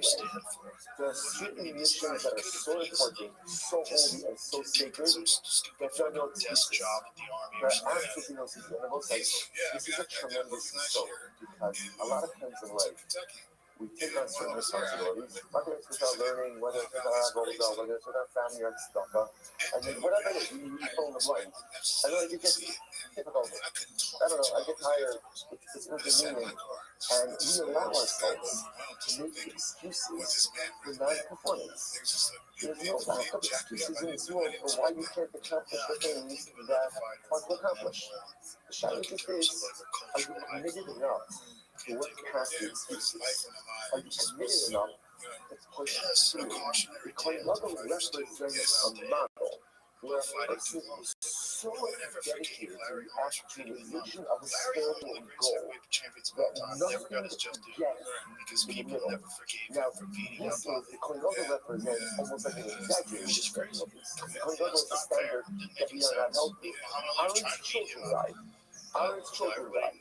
What does Aaron do in the aftermath of the death of his children? What does he do? Push forward. Push forward. There are no excuses. There are no roadblocks. There is nothing that stands in my way from accomplishing the things I need to accomplish in life. Now again, this is a different standard. This is a different standard. And we are not held to the standard of the Kohen Gadol. But we have to create our own standards. What are the things in your life? What are the things in our lives that ultimately have to get done?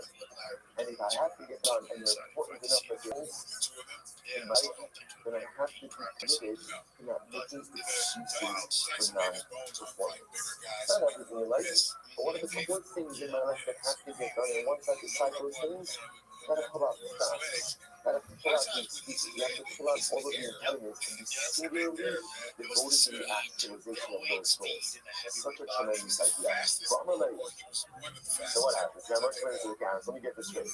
Hey, who writes the Mabakodesh, right? Hey, who writes the Mabakodesh high stuff? So I understand. The blood was not meant to be taken inside of the flesh. And it wasn't actually taken outside of the flesh. So ultimately, Moses says to Aaron, understand, so why did you eat the seed of Kodesh? Why did you burn it? Moshe Rabbeinu was actually quite beautiful also. Moshe Rabbeinu sees that his brother did something that is inappropriate. Or in his mind is inappropriate. You notice what does Moshe Rabbeinu do? Moshe Rabbeinu doesn't rush to judgment. Instead, Moshe Rabbeinu has a conversation. Aaron, I don't understand what you did.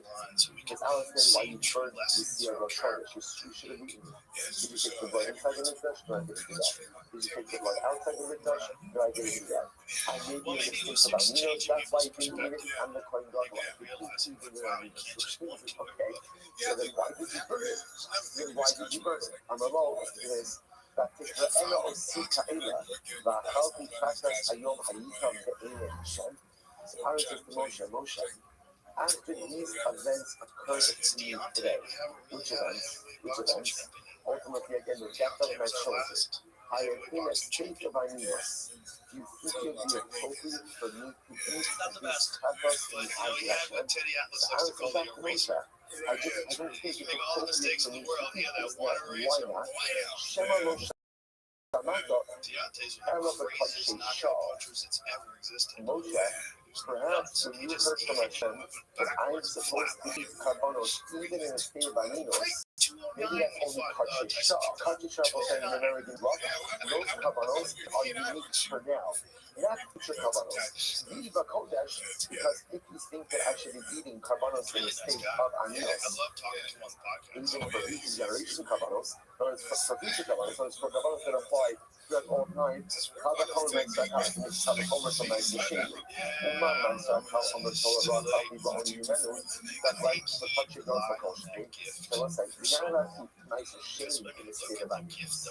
And a nice machine, about say, out of all like the consecrated elements, considered to be the most elite. So if you can't eat nice machine in a state of aminos, then certainly again you can't eat kosher. So essentially, ours is shit about all that sloppiness. I still But you heard a little bit differently from Hashem.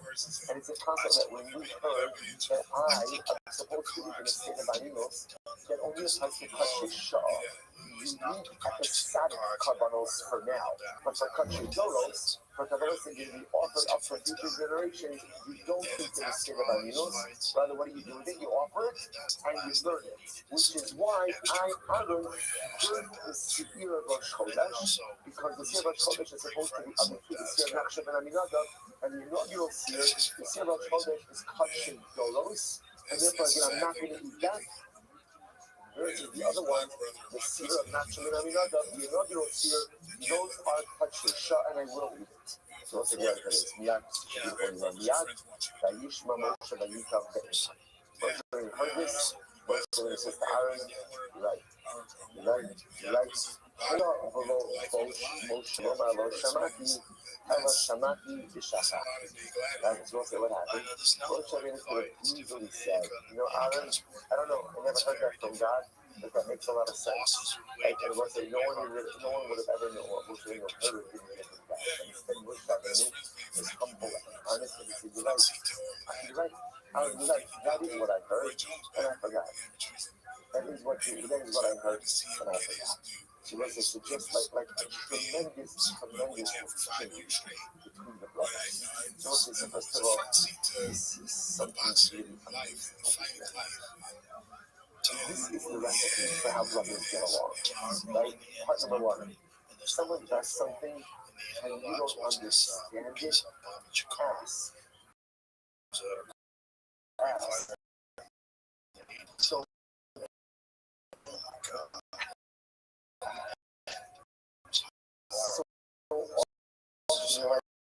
someone does something I don't like, what do I do? I'm out of the gate, and nothing positive out of the gate is having someone understand why someone did something. You always think how that's happening. Something happened with the blood, was working the wrong way, then it goes outside. There's appreciation. And that enables Aaron and explains who did. And then ultimately again, we'll do the explanation. And you're right. Because ultimately again, with this dialogue, there's also a role for humility. And when there's room for humility, it's like a opportunity for someone to say, I was right, or I was wrong. There's only one thing that can happen. When you attack someone, there's only one thing that happens to attack. What happens when you attack? Everybody gives in. Just our nature is when I feel attacked, I'm going to get defensive. When I'm going to get defensive, suddenly again, it's not about resolution, it's about right. Listen, one of the secrets all involves problems is because we do this to each other all the time. I see something I don't like, I pounce, I attack. Okay, but because of the way that brothers spoke to each other, this is the secret to Achas and Klal Yisrael. We're not going to agree on everything. You see something you don't agree with, ask. But ask for the sake of understanding, not for the sake of shtucking. Yes, that is a verb, shtucking. Right? And not for the sake of shtucking. And suddenly, again, when there is dialogue, there's room. There's a conversation. And how does motivator come out at the end? I forgot. Because of this dialogue, again, it opens the door for so much understanding and also humility. No one feels attacked. And when no one feels attacked, there's also an opportunity to say, I was wrong. Incredible. And you never should have made this type, So again, remember, this is no point of Nehemiah. Ultimately, again, Aaron does not eat the Seir of Rosh Chodesh because of Vaninos.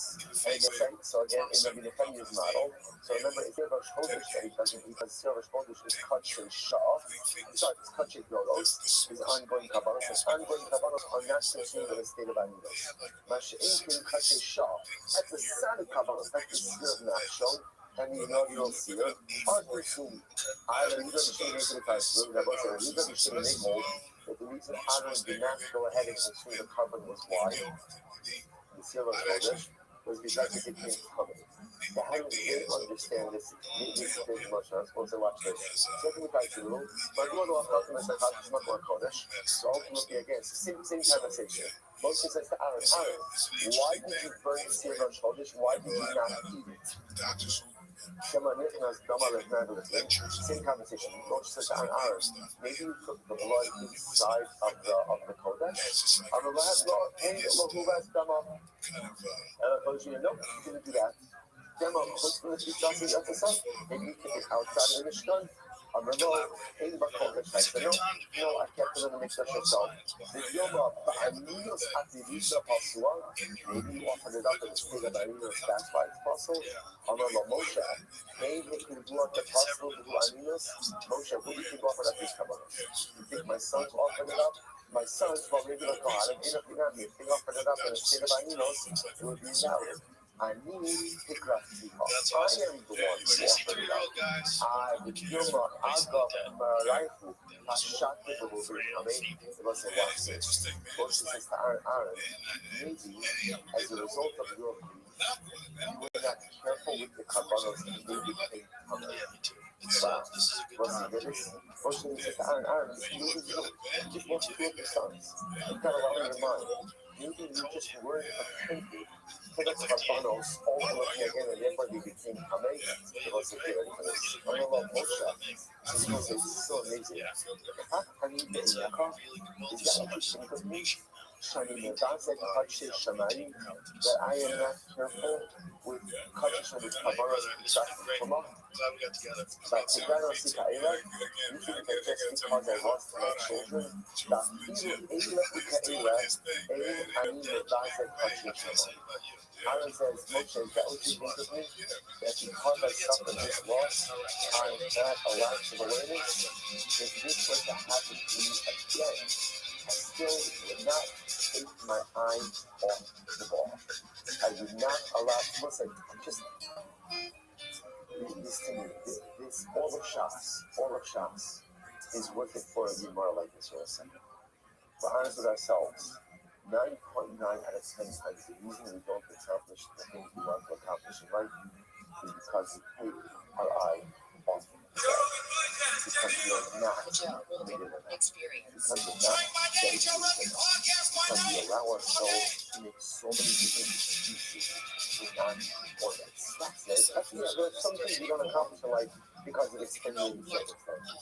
But that should mean we're honest with ourselves. Right? If we're honest with this season, for honesty, right?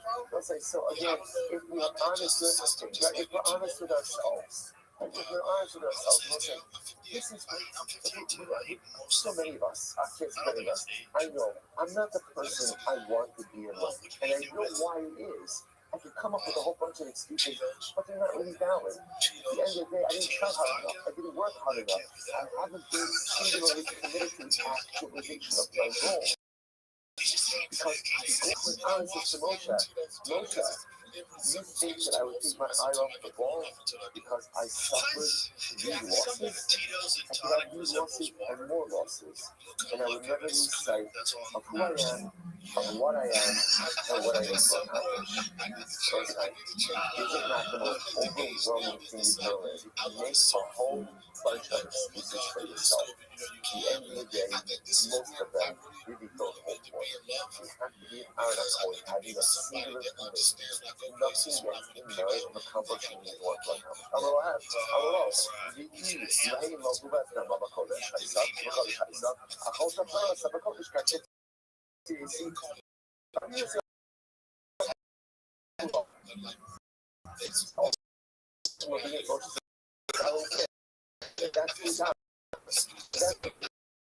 If you didn't get the blood inside, if you didn't get the blood outside, ultimately, yeah, I know lack of awareness, but why did you see a couple? Why did you get you might have said,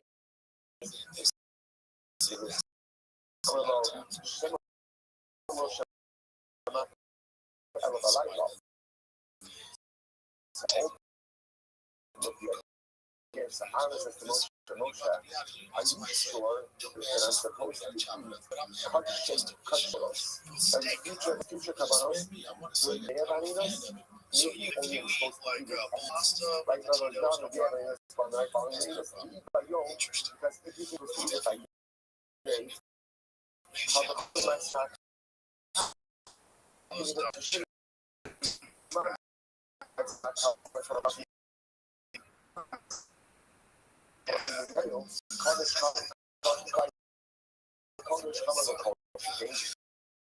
Again, here's the problem.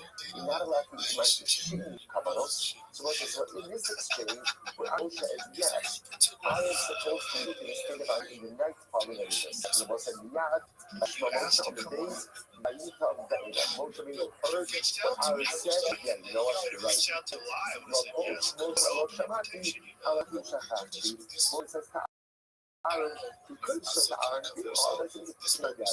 Instead, he went over and he said, you know what, I did hear that, but I forgot. So he must be by the moon, the shade, and the slave of art. When was he going to eat it? When was he going to eat it? That night. So what happened? So he said, two months incredible. So then the happening was, Aaron, so here's what you need that as Kabbalah's Aaron is still the big now, even in the state of Aninos, on that day, but Koshes is going to eat that night. Year of Nachshon. It offered an 8-year inaugural year. It offered the year of Kodesh, and they set aside the meat eat that night. Meanwhile, what happened in the interim? The carbon became. That's not going to come in, but they just weren't able to eat it. So the Mark stumbled up on it, and it's in Hayom. So according to that, it makes sense why the Bible says Hayom, other than Netanyahu, my Hayom, because of Netanyahu. What's the meaning of Hayom? Focusing with the application of Hayom. We're sure that Netanyahu just said, Hein Hayom, and Rabban on my Hein Hayom. Sometimes Netanyahu makes sense why the Bible is Hein Hayom.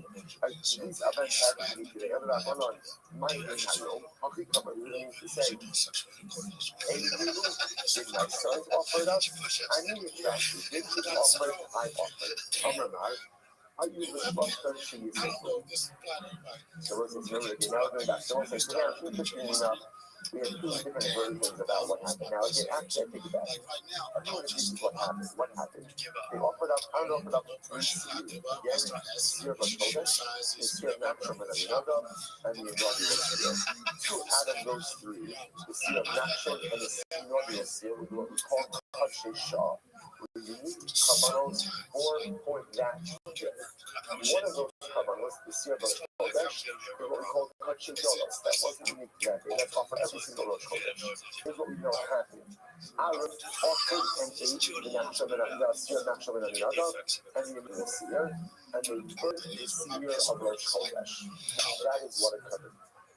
We do not focus now. Why did he burn the seer of Rosh Kodesh? According to the opinion, Aaron understood that the dispensation only for Koshe Shah, not for Koshe Dolos. And the other thing is that ultimately, again, for the same type of distinction, that Aaron's plan was to eat the seer of Kodesh that night. He understood that, again, the dispensation for consumption and was only for Koshe Shah, not for Koshe Dolos. But before he got to eat the seer, it became Tonei, and therefore he burned it. Okay. So the Gemara says, Amanar, so it's very much close to the right of Amanar, are you the Shachar and Shishim? In reality, Kodesh of dinner and Aninos, then he should have really been burned. We like to by the way, we never tell us we get started last week. What were the 3 Kabbalos that were offered there? The Sanjon, Zorash, Moshe. So it says, remember again, so the seer Tachas, Moshe, they were inquired about. So when it says seer, what is seer? Versus seer Nachshon. Then a person seer Nachshon. You know what that was again? The offering of the tribal prince of that day. Katos, what was the Katos? Katos, this refers again to the unique seer, the unique Katos that was offered up to the inauguration. Jorash, Moshe inquired about Cigarettes are Seir a Sholosh cognitive Chodesh. enhancer. That They refers are. ultimately It's again fact. to the Seir Nicotine Chodesh. is a cognitive The alcohol enhancer. Rosh There's no doubt about it. It's fact. You want to plug in all And three it of them does with things it. to your mind, stimulates your mind in a way that very few other One of things them do. was burned. That's why a lot of intellectuals, a lot of Every one of them was professors burned, use but nicotine. ultimately A again the lot other of two were not. academics Remember use this was the nicotine. Seir A Chodesh lot that of was people fully apply burned, on their but the brains. other A two lot were of not. writers use nicotine. And there's different delivery methods that have different So the Lord effects. was Unfortunately, smoking has a very potent instantaneous effect. Why That's were why there people like it, two but it comes with inquiries? cost. Those are the so really because there's two Physical questions health, that we got. I'm a little. If they repercussions mass of practice cigarettes through are no Mr. Fox, yeah, that no good. And also, you're So much there's a we had a doctor on the latest why did thinks you that burn regular cigarettes are not nearly like American spirits are not nearly as what's volume the shot? as So the video cigarettes. there, easy. I'm not saying that interesting enough. From the inquiry of Moshe, here's what we know.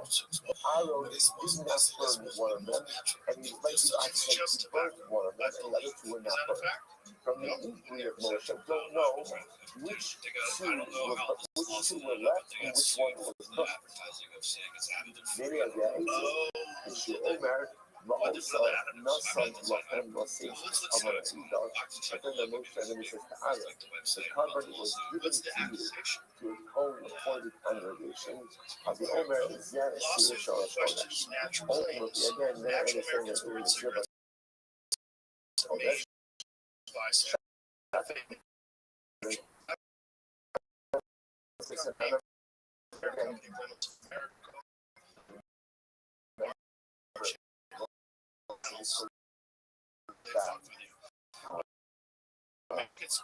That's the US again, the beginning of the sexual again, about remember again, it's Seir Chodesh, which is a Tatas Sinopin. What does it atone for? Kumas Mikdash Mekash. Any temporal in a person again, the Mitzvah is some authority come up. So what we're saying is that Aaron, you bring this carbon that was given to a co-appointed congregation, which is the carbon that is given to a co regulatory filing on the Reynolds American website states American Spirit is the leading premium cigarette brand that's a top 10 best-selling cigarette brand, priced higher than most other competitive brands, and is differentiated from competitors through its use of all-natural, additive-free tobacco, including styles made with organic tobacco, but with all-natural and additive-free. American Spirit's labeling of the suit says belies the fact that ammonia to their cigarettes to help the smoker receives the results where it's contained significant freebase nicotine of major cigarette brands. how do you know the awful additives in your cigarette? Why didn't they just give a total at night? Granted, you can't eat by day, but why can't you eat by night? You must not become a lifestyle. Yeah, I was You asking must him, have why all do you local like lifestyle. menthols? Yeah, I need He's some like, marinos with dollars. you That's have what the you black should man. as well. He But said, not only a death dollars, so I believe that that's but possible. aminos of the night that follows the day of death is also the lifestyle. Therefore, waiting till that night, ultimately doesn't do it. Another possibility is, follow Pinchas, how you are in mind. Also, what about the fact that Pinchas was there? Pinchas was also a poet. So remember, Pinchas was not in a state of aminos. Remember again, Pinchas was the son of Elazar. Pinchas was Aaron's grandson. Pinchas' father was still up. Pinchas was not in a state of aminos. So why not allow Pinchas to eat the carbonos? Incredible bonus time. Pinchas actually hardly was in there. What is the Fascinating. Pinchas wasn't a poet. Remember, originally, it was actually quite fascinating. The Yehuda was given over to Aaron and his son. Interestingly enough, Pinchas actually does not become the Kohen until when? He does not become a Kohen until after he kills Zimri, like Zimri and Husky. Remember again, also this is after there was this widespread immorality between the Jews, between the Jewish men and the brothers of Midian, and Pinchas goes ahead and engages in the act of religious zealotry, and goes ahead and kills Zimri and Karki. Only after that event did Pinchas become a Kohen. Amazingly enough, at the time of the death of his uncles, Nadav and Abihu, Pinchas was not a Kohen. Because he wasn't a Kohen, therefore Allah already said there was no one else to teach the Kabbalah but Aaron and his remaining sons. So the Gemara says, this is Bahai Salom Yezaro Acharov, Ris Kuhunas Hayah. As the Pasuk says again, when the Pinchas become a Kohen, after getting killed Zimri and Karki, then it says he will be to him and to his offspring an everlasting covenant of the Torah. Rashi says, Rashi Amar Ad Shesam Shalom Ben Ashvatim. So in fact, interestingly enough, when the Pinchas become a Kohen, only once he made peace between the tribes. Rabbi said, when was that? Ayushma Pinchas HaKohen Yisrael, Ida Rashi Alpha Yisrael. Rabbi said, it's actually quite interesting. Which may increase And this is an episode in Yoshua, Rabbi Yoshua. To see the first look at Rashi, what does it mean that he made peace between the Shvatim? If you take a look at Rashi, this is the first wide line of Rashi. Rashi says, Shesam Shalom Ben Ashvatim, B'nei Yoshua, B'sevit B'nei Gad B'nei Ruvain, Shabaru HaMizbeach Ve'et HaYarden. So this is actually quite fascinating. Remember again, Gad and Reuben and half of the tribe of Manasseh settled on the other side of the Jordan River. So the Navi records a story where they made a mistake. They made an altar. But interestingly enough, the rest of the province fell that way said because they thought it was an altar for Adol Sarah. So what happened? They massed the army. They were going to go to war against God and Bnei Reuben. The Lord said, now what happened? Pinchas goes ahead and dispatches a message to Hebron. What are you doing? They said, hold on. It's not an altar for idolatry. It's an altar for idolatry. Pinchas quickly de-escalated the situation and averted war. So the Gemara says it was only after Pinchas made Shalom between the Shvatim that he was made the Kohen. So either way, the point the Gemara is making over here is at the time of Hashem's time of the death of Nadav and Abihu, Pinchas was not a Kohen. Because he was not a Kohen, therefore the Gemara mentioned before that, hey, even if Aaron was an Anidos, let Pinchas keep the Kabbalas, that is not a valid approach. Must be done. Now you have to say, I saw no Mizarach. And the Gemara says, but what about the fact? So, what is the answer? So, this is an aside. My focus to when the Pinchas actually received the mantle of Yehuda. One of the things is that shows the new custom. Other things is so what is that opinion? So what about the fact that it's Rothschild for him is the section covered with the Pino? Sibahu, the Rabbi was still not to be in Pino. Rabbi Pasuk is ultimately telling you that it's going to have bracha. That ultimately when Pinchas gets, ultimately is also going to be behind the goal. Nami Hak Sishma Pinchas HaKohen. So what about everything that says? What about everything? What do the Bible says? Vayishma Pinchas HaKohen. Ultimately, again, that's to say that Halacha L'Maisa is going to have very bad his offspring going to be behind the Dolan. Ultimately, again, it's to give proper resources. Okay, so let's say, so bottom line is that Halacha L'Maisa, either way, Pinchas was not yet a Kohen at the time of the death of Nadav and Abihu. And therefore, Halacha L'Maisa, there was no one else to go ahead and keep the Kabbalah to set the iron aside.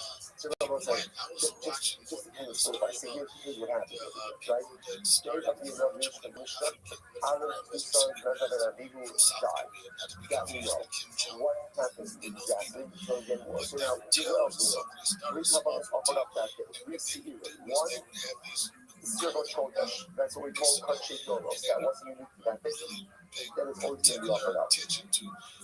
Carbon number two, Sir Nachshon ben Aminadab, Sir Tribal Prince. Carbon number three, the special inaugural Seer. Here's what we know. Two of them, the Sir Nachshon and Sir ultimately again of the inauguration, were offered up normally. Sir Chodesh was fully burnt, not consumed. Moshe confronts Aaron, why did you not eat the Sir Chodesh? two different versions as to what happened. Version number one is that Aaron said to Moshe, I'm a Kohen, and I can offer and eat in the state of Anus, but only Kadshe Shah, not Kadshe Dolos. Okay? Version number two is I can go ahead and eat. The beauty is that I can eat, I can offer and eat, but ultimately I said to offer, but I'm only going to eat Kadshe Dolos at night. So therefore, again, the Sir Rosh Hashanah is touching dollars. He's going to safely eat that night. What happened in between the time that he offered it and that night? He became covered.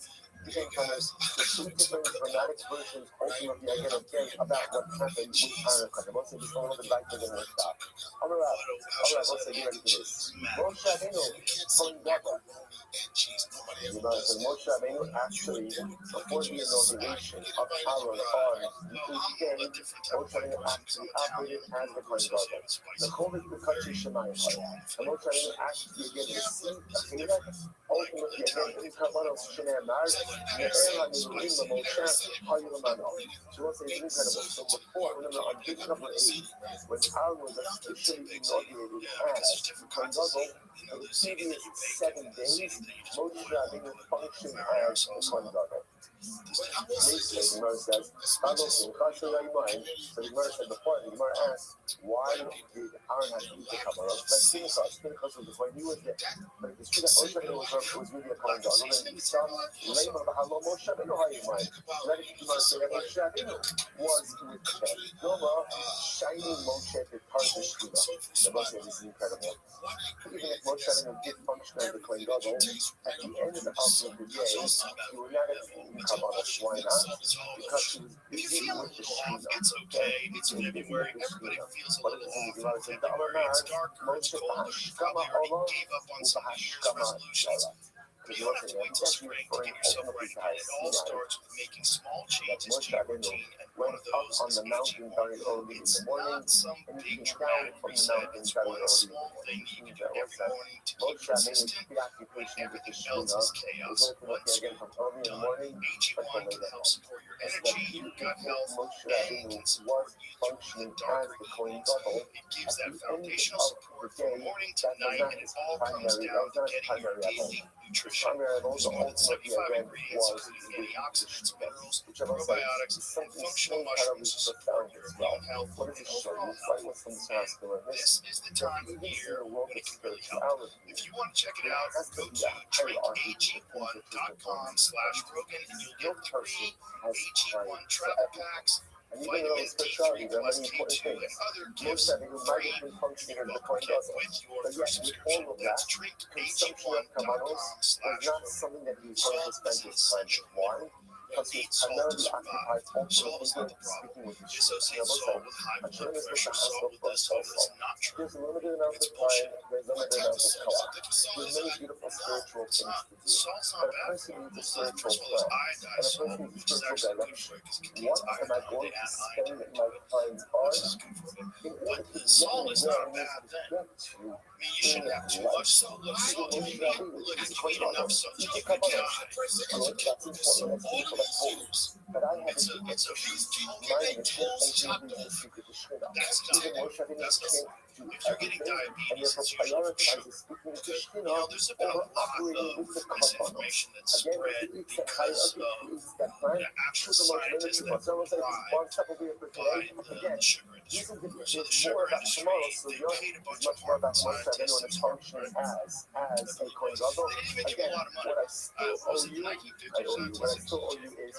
How Aminos ultimately again works, how Aminos is going to work ultimately again with they tried to associate saturated fat and foods with saturated fat with being responsible for heart disease. And they did that to try to get the blame off of sugar. Because sugar is fucking terrible for you. It's terrible in basically every way, especially added sugar. So why are all of these diseases that we speak of are more happening in the black community? It's diet. It's diet. It's 100%. It's sugar. It's processed food. It's diet. It's sugar. It's sugary drinks. It's the amount of sugar. Like if you drink like a 1 liter Pepsi, the amount of sugar that is. Okay, let's find that out. How much sugar is in a 1 liter Pepsi? If you drink several of these a day, one of them, I believe, is more sugar than you're ever supposed to have. Pepsi is the one that's Well, it could be Coca-Cola, it could be Pepsi, Mountain Dew, name your poison. I think it's one. Well, Pepsi's, I don't know, does Pepsi have more sugar than Coca-Cola? I don't know. All of our sponsors for this morning show Coca-Cola is one of the only our things couple that's of still sponsors for the flavored month of cocaine. August. Sugar content, 115, 123 grams of 1 liter bottle. That's a crazy amount of sugar. 25 teaspoons, 35 sugar cubes. That's 130%. 138% of the recommended daily value of sugar.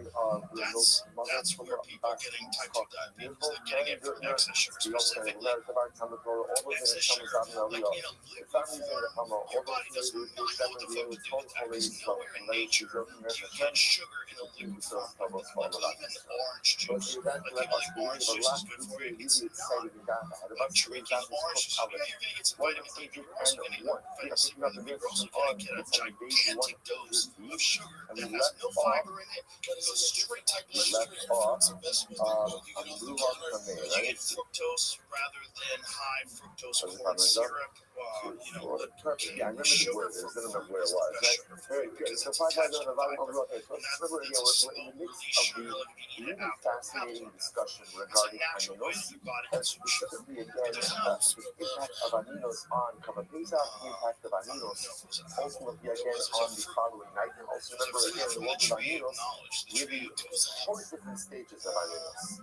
Aminos of the day of death, aminos of the night following the day of death, aminos of the day of burial, and aminos following the day of burial. So you learn from Rakameh. Adam talked to God. Adam told God not to eat the fruit. There's nowhere in the Bible does it say that Adam went and told Eve. This is why we should start The fact that you said before that the day of death, as you remember, aminos on the It day also of tells burial, Genesis does not and the specifically night following the specify burial what is kind also of in the fruit state Adam of ate, aminos only that it calls it fruit from the tree of knowledge of good and evil. Yeah, so it's not necessarily an apple. We call it an apple.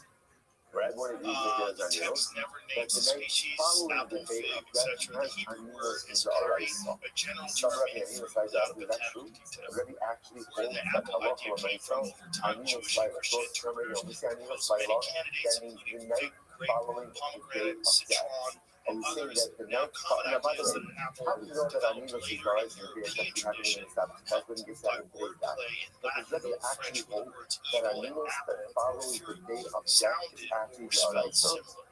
So it's not necessarily I really don't know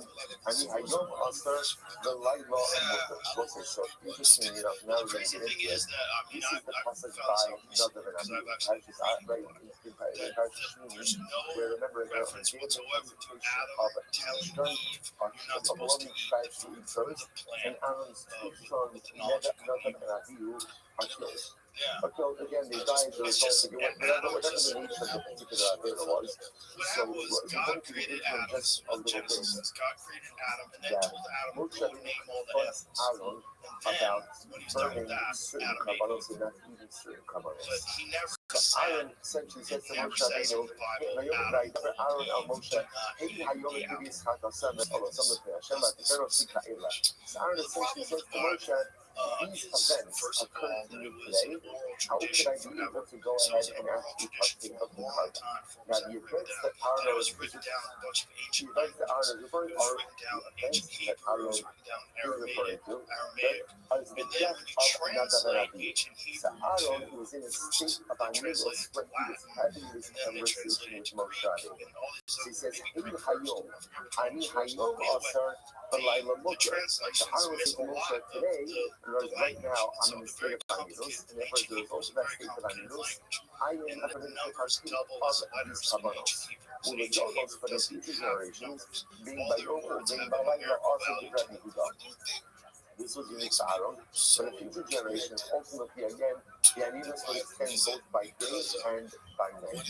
Rabbi says, aminos like that in the Torah element. And then specifically, if you look at like the teachings of Jesus Christ, if you follow them, I think it'll lead to a better life. I think it makes you a better person. It makes you a better member of the community. It which the Gemara says we all know forces Rabbi. humanity. In reality, It's you're like a correct. In really reality, good way to the live night your life. So following I the think day of people death that is live that Aminos way, that actually live Rabban, that top way, of Kobach, they're better also examples of 101A. human beings. The So Chachamim also that makes it physically really design forced. But it's also Yoser people. Bishalpah. There's a lot of But other I'm not religions going that to say people the believe in that Chachamim. don't have those The aspects to them. Chachamim People had want to believe bolstered things. their words. People want to believe in things, Ultimately, even if you again, more than like the great Torah Scientology. People itself. deeply believe in So this is Scientology. actually quite We interesting. know it was written by a science It's fiction actually quite author interesting. who was a That bad you science see fiction this author. in Now the Ron Allah Hubbard from the wrote some Chachamim terrible books. legislate Like law. that guy would just They bang books legislate out. He never sometimes not rewrote only shit. that their law Everything was should a first mirror draft. biblical law, Just but clarify, sometimes he it's wrote actually more even fiction than stronger any than human beings biblical ever law. lived. Incredible.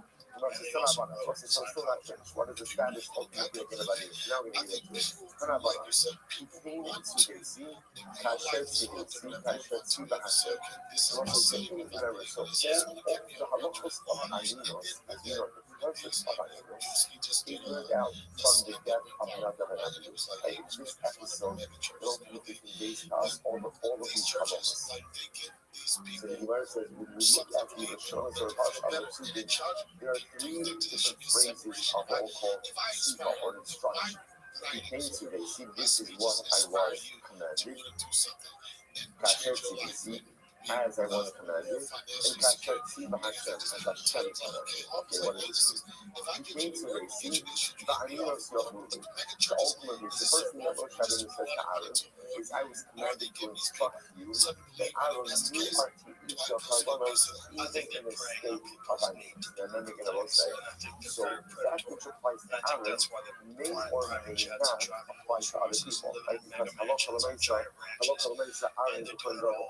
So what works for Aaron, like I said, may or may not work for others. I think it's a So then the scam. Gemara says, he came to the sea, Va'aninos Yochulu. Just Remember what Moshe says to Aaron, you want to go ahead and eat karbanos even in a state of Aninos, Kasher Tzidesi, as I commanded you. The Shas Ma'aser Amalek. Moshe Rabbeinu was saying, Moshe Rabbeinu was giving this over literally again the Shas Ma'aser. The Shas Ma'aser means in the midst of Aaron's Aninos. Look at Rashi for just a moment. The Shas Ma'aser, the last word line, She'ira Lahem Aninusa.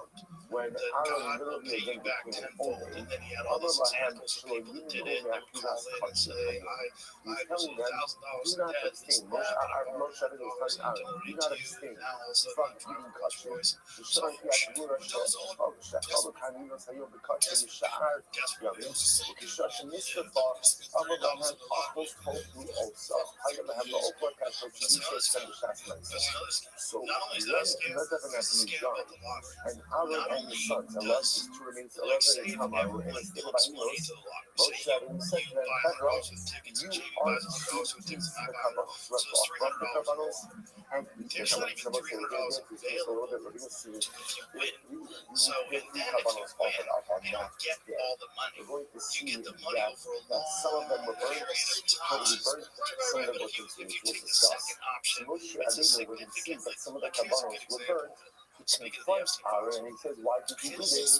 I instructed you to eat all of the karbanos today. Okay, Amalahan. Level to know the between Moshe and Aaron. Amalahan. Kasher Tziba Hashem. So first of all, Aaron says to Moshe says to Aaron, I'm instructing you to go ahead and consume your karbanos. Eat there's two pieces. Number one, because you have all done it. Number two, consume the karbanos.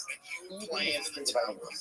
So the first thing that Moshe says to Aaron is, please understand, this is not my opinion. What I'm conveying to you comes to me from the Rebbe I'm not saying this of my own volition, but rather I'm giving this over to you from my Kodesh Baruch. The ones that are making very easy kasha, Aninos Mustafa. So let's say it's very interesting. So remember, we're going to see that there are a couple of different karbanos that we will get into. The carbon that Aaron burnt, that he did not consume, was the chatos of Rosh Chodesh. Right, the chatos of Rosh Chodesh. Because remember again, all of this takes place on Rosh Chodesh Nisan. So every Rosh Chodesh there is a carbon chatos. The carbon that Aaron decided not to decide. We'll see why. The carbon that Aaron did not eat. The company took the Rather, payoff. The payoff, we're going that to get $80 million payment, the $80 million why did jackpot we do this? was So only the $30 Gemara million. says, So if you you want create the money, Aninos because they had that before, so not only did they take he felt that 50 out of he the was 80, not felt because he was in a state Think about how many people spent money buying tickets way more than 80 million. So they make money off of that, and then they make money off the fact that you got the payoff instead of the happen to me. How could I consume karma? All right, the story is going to come together in just a little bit. I'm going to talk. stealing money from people that are desperate. It's legalized gambling where the house ultimately, again, like, let's find that out. Like, let's say I find an average jackpot of $10 and find out how much money actually goes into it, how much money people spend versus how much money the payout is. So the reason that Aaron did keep the practice of Rosh Chodesh was because he was in a state of anger. He must have said, it makes Tuma Yisrafa. No, that wasn't because of anger. Why did he burn the practice of Rosh Chodesh and not eat it? Because the covenant became covenant. That's why he went ahead and he burned it. So he said, Shema Omer Ne'anim Yisrafa. Because if you say that Aaron burned the practice of Rosh Chodesh because of anger, how you would flush them to Yisrafa? Then what? They have to pay taxes on the 30 million, so they get money from that too. They can't fucking the only one who burnt was the practice of Rosh Chodesh. The other two he consumed.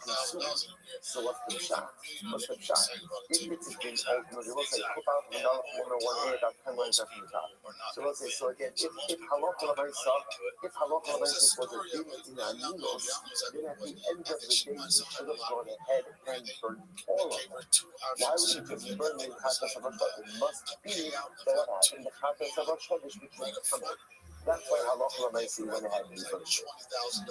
Okay, the Gemara says as follows. Other possibility, how you write the Oklahoma area. They could have gone ahead and was even if you hold, they couldn't consume it because of Aminos, as most Aminos last is their death. They could have gone ahead and waited and consumed it that night. Another possibility is, Pinchas Hayulimai, who were the only Kohanim, Pinchas was also there, and even if Aaron, Elijah, and Tamar could not consume the Kabbalah because of Aminos, Pinchas was present, and Pinchas could have gone ahead and consumed the Kabbalah instead. Before we go on, please go quickly get Rashi for just a moment. You see Rashi in Shema Yisrafa. So it's about midway down in the short part. This is important Rashi. Rashi in Yisrafa. Shenagah B'Tumah, the Kadosh Shasir Rosh Chodesh, the Kabbalah B'Vayam, Shekar Mishkam Rosh Chodesh, the Sun, the Hu Hayish Shmini L'Yom. Remember again. So let's $200 million is what they made. They throw in $100 million for everybody. Of that prize pool, roughly 2/3 to 3/4 is allocated to the jackpot, with the rest funding lower tier prizes. So that means even if there's $200 million out of $100 million, only 2/3 of it goes into the big jackpot. And that means the jackpot is typically in the order of 1/3 of total ticket sales that run. And then out of that 1/3, so say if it's $100 million, or with the FC case it was $80 million, he took the payout, which was $30 million, so they make $50 on top of that. And then on top of that, you pay taxes on that $30. It's a crazy scam. There was a different Nasi, different Kabatin who offered up Kabanate. That was their Nachshon Ben Aminada. Okay, so number one is Nachshon. Number two was Seir Rosh Chodesh, and number three was Seir Shabbat Shah. Was a special Seir, special offering to mark the consecration of the Mishnah. So these are the three offerings. Again, Seir of Nachshon Ben Aminada, Seir of Rosh Chodesh, and a special inaugural Seir. Which is crazy. Whitey Bulger was a South Boston mob boss The Seir of Rosh Chodesh, in the 1980s when I lived there. The 1980s and 90s. So now what are we trying to figure out? Yeah, why did you burn the Seir of Rosh Chodesh and not that Leonardo DiCaprio starred in? This is in the focus. But in the Fenrir says he didn't consume the Seir of Rosh Chodesh. Why? Because he was in Onan. Why was he in Onan? Because his son, that was based on Whitey Bulger. That's the Fenrir. Yeah. The leader Bishop says, no, it's not because of Anilos. Because it was because of Anilos, then what? Then it should have burned all of the carbons and not consumed any of that. So why do we only burn one and consume the other two? It must be because the silver Kodesh became covered. So that's what happened over here. Both sides. So that's a Machokas. That's a Machokas. So the Gemara says this thing. Rabbi Amar says, Yeah, he won the so, of this verse reflected views that we must no kasha, there's no contradiction. Sunday katshe shah, Sunday katshe doros. Notice now, watch this. Really, both the things reflect the view of Rabbi Yechanan. The most of them are both of them can hold. And the can hold that the reason why Aaron burned the seal of Kodesh was because of Aninos. Remember again, yes, it's because of Aninos. Then what? Because of Aninos. Then Allah again. It would show that this is where the because of Aninos. Like these guys would all own businesses, but the reason why they would own businesses is so they can show why they drive a Cadillac, why they have a mansion, why they have this, because they have legitimate businesses, but really these businesses are scams. Versus Katshe Doros. Katshe Shah refers to those kavanos which are unique for now, versus Katshe Doros which are ongoing sacrifices. So watch this. For example, in these three, Sierra Kodesh is what we call Katshe Doros, because that carbon will be offered in their cash for all future generations. Versus the Seer Nachshon and Aminadab, and the special anointing Seer, those are Katshe Shah. Rabbi wants to suggest like this: Aminos only impacted Katshe Doros. It doesn't impact Katshe Shah. Therefore, again, I would not see the Seer of Kodesh because that was Katshe Doros. That was ongoing carbon. But it did see the unique carbon for this time right now, which was the Seer Nachshon and Aminadab, and the inaugural Seer. Very interesting. But in the end, facing the Khalid Sahanitah, but I want to maybe you guys thought you were on it. So it's not you was going to ask, how do both parts of the Khalid and Rabbanah interpret the father mentioned verse? So say, here we go. Now we're going to actually go through the entire exchange, ultimately again between Moshe and Aaron. So watch this. When the Khalid flew up, so the Khalid reads like this. But do so Moshe had to confront Aaron. As well as enter again. What happened over here? They did not eat the Seer of Kodesh. Aaron burned the Seer of Kodesh. The first thing that happens over here is that Moshe confronts Aaron. Why did he not eat the Seer of Kodesh? Moshe Aaron. So Moshe says to Aaron, Shema Nishna Dama Litnai B'Litin.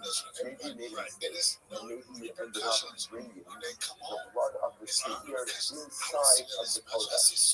Right now, again, Moshe, remember again, before, what happens when you bring a half inside the front of an outer house, inside of the base of the dust, or inside of the Mishkan, it disqualifies it. So what's happening over here? Aaron burned the Seer of Kodesh instead of Moshe even confronts and asks him, why did you do this? Why did you do this? And Moshe says, maybe you make a mistake and accidentally bring the blood inside. Is that what happened? Ramon said, no. Aaron says, no, I didn't bring the blood inside. Okay. Moshe says, did you maybe take the blood outside of the confines of the base of the dust? We're good. I did not take the blood outside. Did you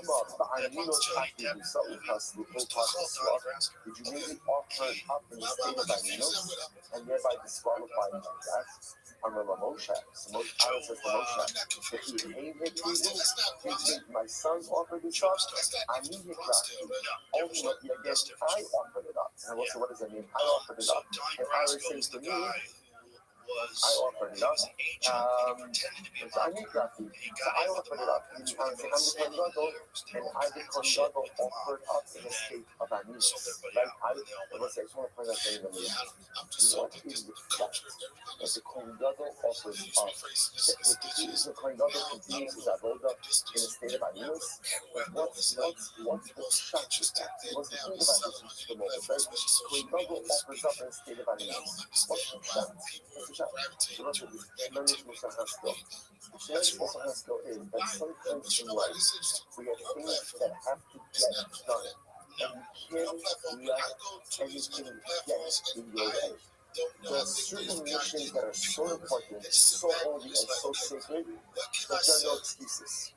There are absolutely no excuses. And I will say, this is a tremendous insult because a lot of times in life, we take on certain responsibilities, whether it's with our learning, whether it's with our avodah, whether it's with our family or tzedakah, and then whatever it is, you fill in the blank.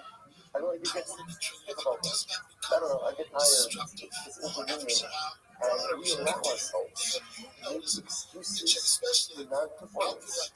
There's no lack of excuses in this world for why you can't accomplish the things that want to accomplish. The challenge is, are you committed enough to work past the excuses? Are you committed enough to push through? The Kohen represents a model where a person is so dedicated to the actualization of a spiritual goal that nothing gets in the middle. Now, this is, the Kohen represents almost like an exaggerated example of this. The Kohen is a standard that we are not held to. Aaron's children died. Aaron's children died. What does Aaron do in the aftermath of the death of his children? What does he do? Push forward. Push forward. There are no excuses. There are no roadblocks. There is nothing that stands in my way from accomplishing the things I need to accomplish in life. Now again, this is a different standard. This is a different standard. And we are not ultimate standard of the Kohen Gadol. But we have to put our own standards. What are the things in your life? What are the things in our lives that ultimately again have to get done? And if I have to get them done and they're important enough that they are goals in my life, then I have to be committed to not making excuses for non-performance. Not everything in life, but what are the core things in my life that have to get done? And once I decide those things, gotta pull out the stops. Gotta pull out the excuses. You have to pull out all of the impediments and be singularly devoted to the actualization of those goals. Such a tremendous idea. But I'm gonna let you. So what happens? Now, what's going to the guys? Let me get this straight. People who write them up on Kodesh, right? People who write them up on Kodesh, so Aaron's dead. If the blood was not accidentally taken inside the mikdash, and it wasn't accidentally taken outside of the mikdash, I'll talk about it also. So ultimately, Moshe says to Aaron, so why didn't you eat the seer of Kodesh? Why did you burn it? So Moshe Rabbeinu, that's actually quite beautiful also. Moshe Rabbeinu sees that his brother did something that is inappropriate, or in his mind is inappropriate. You notice what does Moshe Rabbeinu do? Moshe Rabbeinu doesn't rush to judgment. Instead, Moshe Rabbeinu has a conversation. Aaron, I don't understand what you did. Because Aaron said, why you burned the seer of Kodesh? You should have eaten. Did you take the blood inside the mikdash? No, I didn't do that. Did you take the blood outside the mikdash? No, I didn't do that. I may be in a state of aminos, that's why you didn't eat it. I'm the Kohen Gadol. Okay, so then why did you burn it? Then why did you burn it? Aaron says to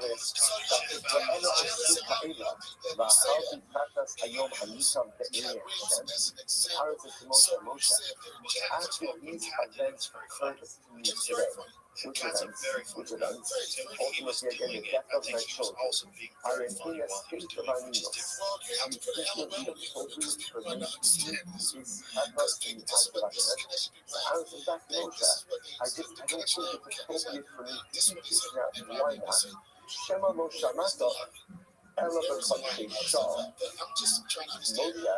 perhaps when you heard from Hashem that I'm supposed to eat karbanos even in a state of aminos, maybe that's only kacheshah.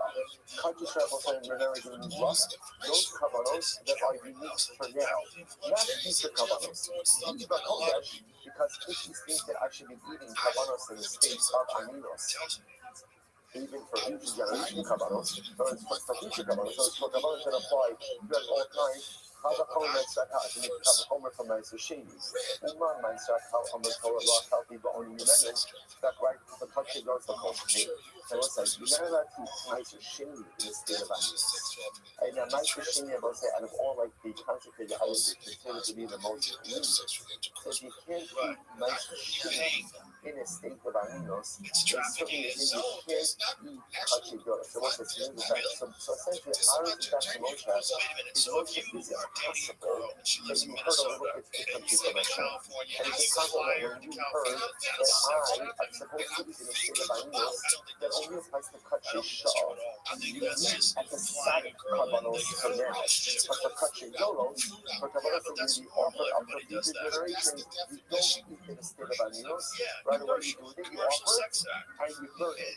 Which Induced is by why force, fraud, I Aaron coercion. burned the Well, Sefira of coercion's crazy. Kodesh, It's because the coercion. It's Sefira of like, Kodesh is please, supposed I'll to buy be you Avitu, back. the Sefira of Naksha Ben That's sex Aminadav, trafficking. and the So inaugural like, Sefira, the right, Sefira of Kodesh is if there's a Kutcher girl, like, what are you gonna do Yolos, for me? and Like, therefore again, I'm not going to shoes do you want? that. I got those shoes for you. Versus Two the shop other it. ones, Like, the that's Sefira of kind of Naksha sex Ben trafficking. Aminadav, the That's inaugural Sefira, coercion those for are money. Kutcher Shah, and I Like, will if a be. girl's thinking Once about again, coming out to Miyad, visit you, Shukri and then Miyad, you go, listen, Yishma Moshe what do you Vayikam look for? What do you want Moshe to buy? heard I got this. money. Moshe Come on, says let's to go Aaron, shopping. That right, kind of would right, fall into that right. category. Hoda Velo But we're getting off topic. Moshe Loma Let's Lo go back to the Shamati, topic originally. Ella Shamati The reason why these comedians Right, are so okay, what negative. happens? No, Moshe you're not could going to have get into it. easily said, you know, Aaron, That's I don't know, I never heard that from The God, reason but that why makes a lot these of comedians sense. are doing Right? it And is we'll say, because no one they're would never ever know bigger what than Moshe the heard comedians it that shit from enough. God. And it's At from Rothschild, you know, was humble and honest, and You you're know right. what it is, Joe? And You're they're right. never good. Aaron, you're right. That is what I heard, and I forgot.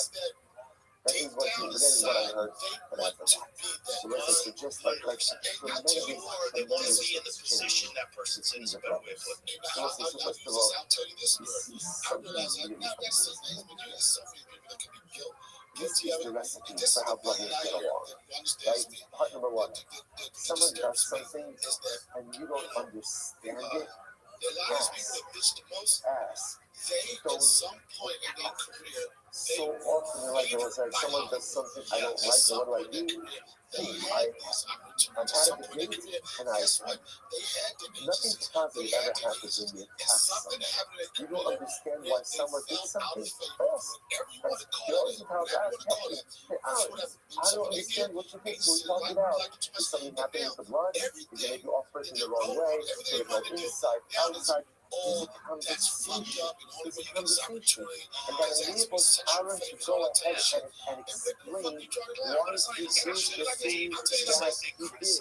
And then ultimately, they will give the explanation. And Moshe says, Aaron, you're right. Because ultimately, again, with this dialogue, This all the time because you're right with Dave, and Dave's number one, right? So this is what you always get this label, even though you're a great comic, you get this label being a coattail there's rider. only one thing that happens when you attack someone. There's only one thing that happens when you attack someone. What happens when you attack? Everybody thinks it. It's just our nature is when I feel attacked, I'm going to get defensive. Or I'm going to get defensive, suddenly I'm going to find out resolution is about being right. Listen, you want to know the secret to all of Kabbal's problems? So because we do this to each other all the time. I see something I don't like, I pounce, I attack. Okay, every time is like that. The way that brothers spoke to each other, this is the secret to access of Kabbal's love. We're not going to agree on everything. You see something you don't agree with, ask. But ask for the sake of understanding, not for the sake of stuffing. Yes, that is a verb, stuffing. Right? Not for the sake of stuffing. And suddenly, again, there is dialogue. There's room for conversation. And how does Moshe come out at the end? I was wrong. I forgot.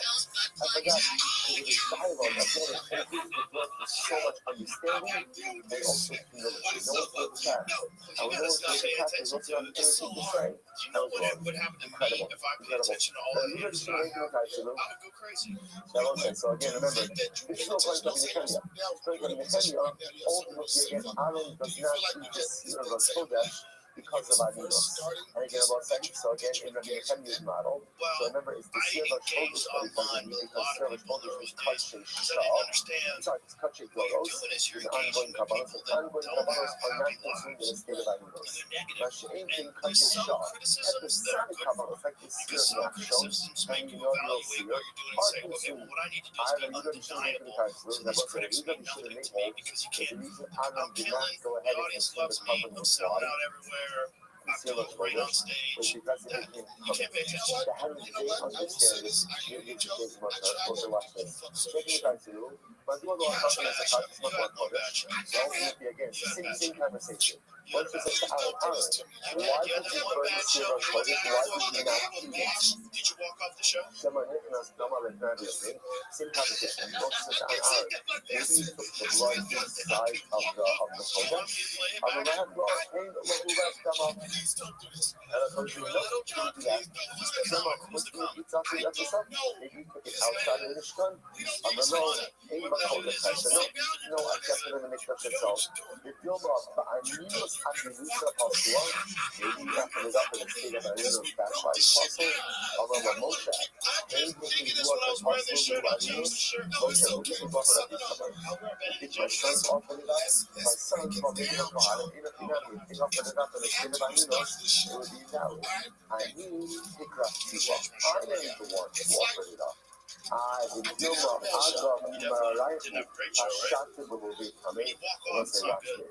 Moshe says to Aaron, maybe as a result of your belief, you were not careful with the kabbalah and made it change color. Wow.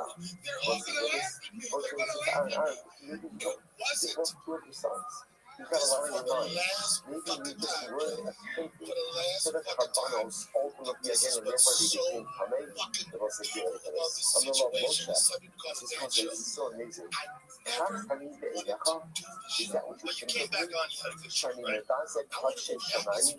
That I am not careful with touching the kabbalah contracting tumah? Change my shirt. No more But triggers. shout out to Shout out to Ben. you think that just because I lost my children, Aaron says, Moshe, is that what you think of me? That because I suffered this loss, I had a lack of awareness. If this was to happen to me again, I still would not take my eyes off the ball. I would not allow, listen, just this to me, this all of shots is what the poor people are like. We're honest with ourselves. 9.9 out of 10 times the reason we don't accomplish the things we want to accomplish in life is because we take our eyes off the ball. Because we are not giving enough.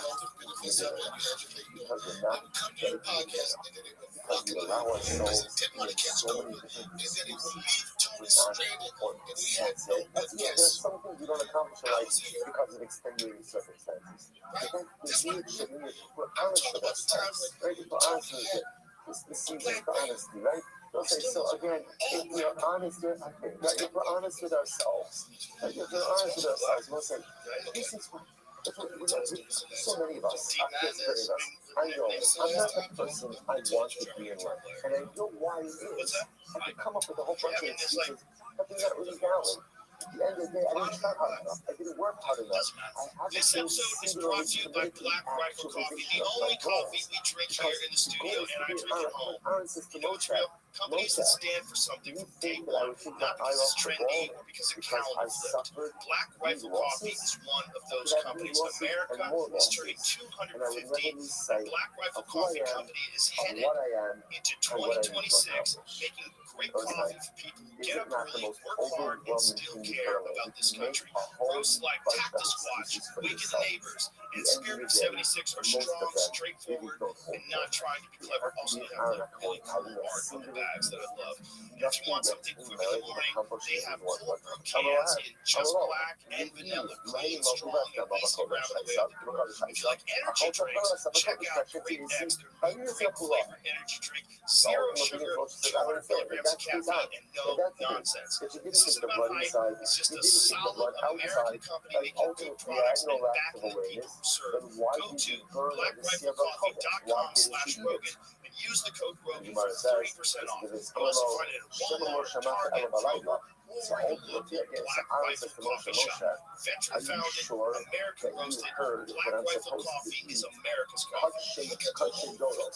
Like the future Kabbalos, during the day of Aninos, maybe you heard that only are supposed to eat it at night.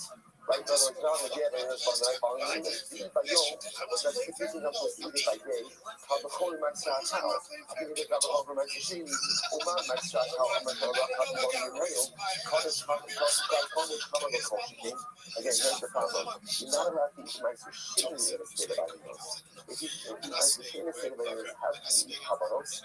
Moses, what I said in this exchange, what I was telling Moshe is yes, I am supposed to eat in the state of Animals, but maybe not by day, maybe only in the night following it. So what happened was in the yard, by Yishma Moshe on the days, by Yishma Moshe being heard what Aaron said, and he said, yeah, you know what, you're right.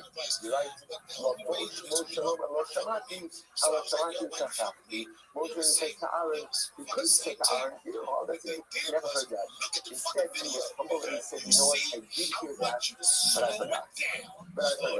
So we must be vital. The Shiri in this way, the ultimate again is also what happened. And according to this version, Aaron was going to eat this year, but when was he going to eat it? When was he going to eat it? That night. Alright, so what happened? So the Gemara says, two months were only the boss. What ended up happening was, what ended up happening was, Aaron, so here's what Aaron touched him. Kutche Shah, unique episode of Kabbalah's Aaron, the still that he's going to eat now, even in the state of Aninos, on that day, but Kutche Dolos, he was going to eat that night. So therefore, they offered and they ate the seer of Nachshon. They offered and they ate the inaugural seer.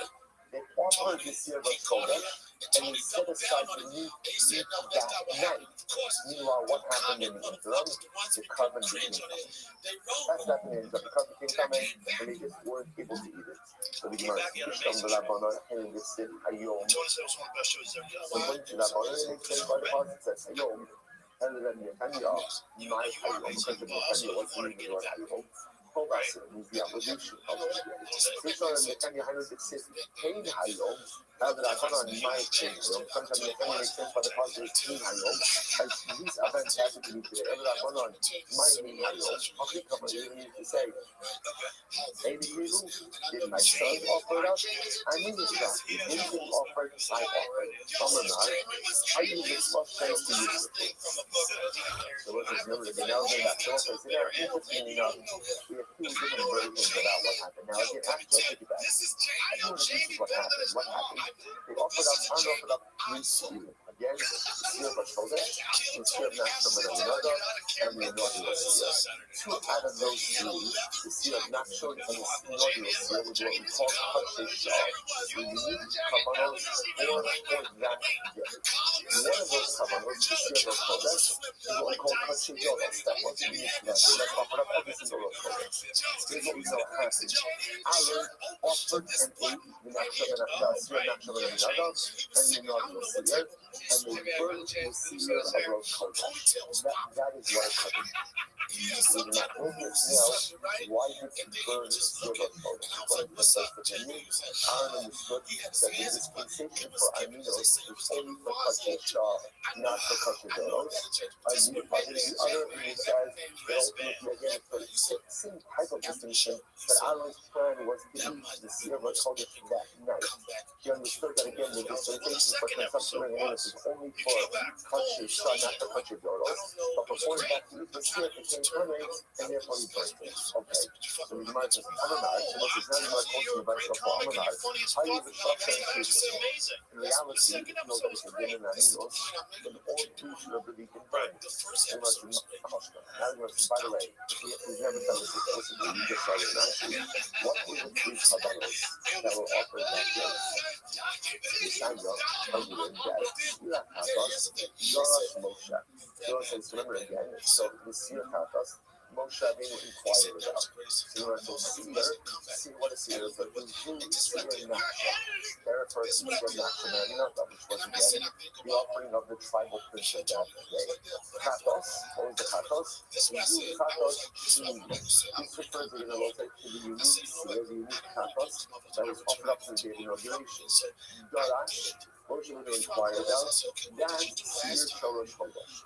That refers ultimately again to the Seir Rosh Chodesh. Yachol Rothschild and Yitzchak. You might have thought that all three of them were burned. Tamagomar, Yehidei Sorah. Moshe Rabbeinu saw that one of them was burned. That's not Mitzvah, below 12 Only one of them was burned. But ultimately, again, the other two were not. Remember, this was the Seir Rosh Chodesh that was fully burned, but the other two were not. Or the Rosh Garash. So literally, again, it was that he inquired and inquired. Three shows Lama. Why were there two inquiries? So this is your two questions. I'm in the middle. The Neymar Chatas Zin Nisrafot, Ye'eva Munachas, or Eva Munachos. So Moshe didn't understand was Aaron, why did you burn the Seir Rosh Chodesh, but yet you left the other two? What's the shot? So we must see the Indian there, now what's that? Interesting enough, from the inquiry of Moshe, here's what we know. That Aaron did not burn one of them, and he might be possible that he burned one of them, and the other two were not burned. From the inquiry of Moshe, we don't know which two were left and which one was burnt. Many of the ages, Kishu Omer, Rothschild, Nasan, Lachem, Moshe, Amar, Hidas, and then Moshe, and he says to Aaron, the carbon was given to you to atone for the congregation of the Omer is yet Seir Shorosh Chodesh. Ultimately, again, you're going to understand that it was Seir Rosh Chodesh. Shabbat Hamelech. So now remember again. Remember, most of this goes back. Actually, remember again to the beginning of the Sefas Shavuot. Again, also remember again Seir Rosh Chodesh, which is a Sefas Sinopin. What is it called for? Tumas Misash B'Kadasha. Right? Any accidental or inadvertent transgression is too much to be either again in some kind of carbon. So what Moshe Rabbeinu says is that Aaron, you burned this carbon that was given to atone for the congregation, which is the carbon that is given to atone for the cloud. Ultimately, again, that's the Seir Rosh Chodesh. Okay? So the Gemara says that in Henry Tamei Amar, Kachi Shah, no Pashtu Boanimus. And it'll say ultimately, on the Henry of the opinion, he says, Kachi Shah, you at the Sabbath carbonos can be consumed even in the state of animus. Therefore, again, I will say, so again, remember what happened, and everyone is agreeing with that. Everyone is, remember again, Aaron properly offered up two carbonos. Seir natural and aminadot, and the inaugural Seir will normally offer. Even though Aaron was in a state of animus, it was only the Seir Rosh Chodesh, ultimately again, that was not offered up. Amar, how do you want to offer all the Erev? Just as in the second point, my second point, why didn't they just eat the Seir Rosh Chodesh at night? Granted, you can't eat it by day, but why can't you go and eat it by night? You must shop it coming like cassava aninos by the dollars. This opinion must have held that halacha leisa, the aninos of the nighttime aninos is dollars. It's supposed to be circled back to the previous video as well. But not only is the aninos of the day of death dollars, but aninos of the night that follows the day of death is also dollars. Therefore, waiting for that night ultimately doesn't do anything. What about the fact that Pinchas was there? But Pinchas was also a Kohen. So remember, Pinchas was not in a state of animus. Remember again, Pinchas was the son of Allah. Pinchas was Aaron's grandson. Pinchas' father was so because Pinchas was not in a state of animus. So why not allow Pinchas to eat the karbanos? We got about what is kind of Pinchas Hashafat was Zimri. Fascinating. Pinchas wasn't a Kohen yet. Right? And again, remember originally, it was actually quite fascinating. The Kehillah was given over to Aaron as his son. Right? Interestingly enough, Pinchas actually did not become the Kohen until when he does not become a Kohen until after he kills Zimri, right? Zimri and Tushy. Then again, also this is after there was this widespread immorality between the Jews, between the Jewish men and the daughters of Midian. And Pinchas goes ahead and engages in an act of religious zealotry and goes ahead and kills Zimri and Tushy. Only after that event did Pinchas become a Kohen. Amazingly enough, at the time of the death of his uncles, Rabbi, Pinchas was not a Kohen. Because he wasn't a Kohen, therefore Allah Kohen said there was no one else to receive the Kabbalah but Aaron and Bnei Yisrael. So the Gemara says, it says, V'hai Samo Ulezaro Acharov, Bris Kuhunas Ego. As the Pasuk says again, when does Pinchas become a Kohen? After again he kills him, because he never said he will be to him and to his offspring an everlasting covenant of the Goda. Rashi says, Rashi Amar, Shalom Shalom. So in fact, Jesus ended up when does Pinchas become a Kohen? Only once he made peace between the tribes. The Lord said, when it was actually Amar, Vayishma Pinchas HaKohen Yisya Ida Rashi Alpha Yisra. The Lord said, it's actually quite interesting. So this is an episode in Yoshua, Rabbi Yoshua. If you take a quick look at Rashi, what does it mean that he made peace between the Shvatim? If you take a look at Rashi, this is the first white line of Rashi. Rashi says, Shesham Shalom Shvatim, he made Yoshua, the Shevet B'nei Gad B'nei Ruben, Shabbalos HaMizbeach Eita HaYarden. So he's actually quite fascinating. So remember again, God and Reuben and half of the tribe of Manasseh settled on the other side of the Jordan River. So the Rabbi records a story where they made they made an altar. That he just made enough, the rest of the tribe of Israel was that very upset because they thought it was also for Abon Sarah. So what happened? They massed the army, and they were going to go to war against God and Bnei Reuben. The Bible saying, now what happened? Pinchas goes ahead and dispatches a message to the Federal. What are you doing? They say, hold on. It's not an altar for idolatry. It's an altar for us to follow. Pinchas quickly de-escalated the situation and averted war. So the Gemara says it was only after Pinchas made Shalom between the Shvatim that he was made the color. So either way, the point the Gemara is making over here is at the time of Hashem, the death of Rabbi, Pinchas was not a Kohen. Because he was not a Kohen, and therefore, the Gemara mentioned before that, hey, even Aaron is an animus. Let Pinchas keep the Kabbalah. That is not a valid approach. Incredible. The Gemara says, now you have to say, I saw no Mizarah Harab. The Gemara says, but what about the fact? So, what do you say? So, this is an aside, only thing I hold is as to when the Pinchas actually received the mantle of Yehuda. One of the things is actually killed him in Hasi. Other things is actually made peace between the Shvatim.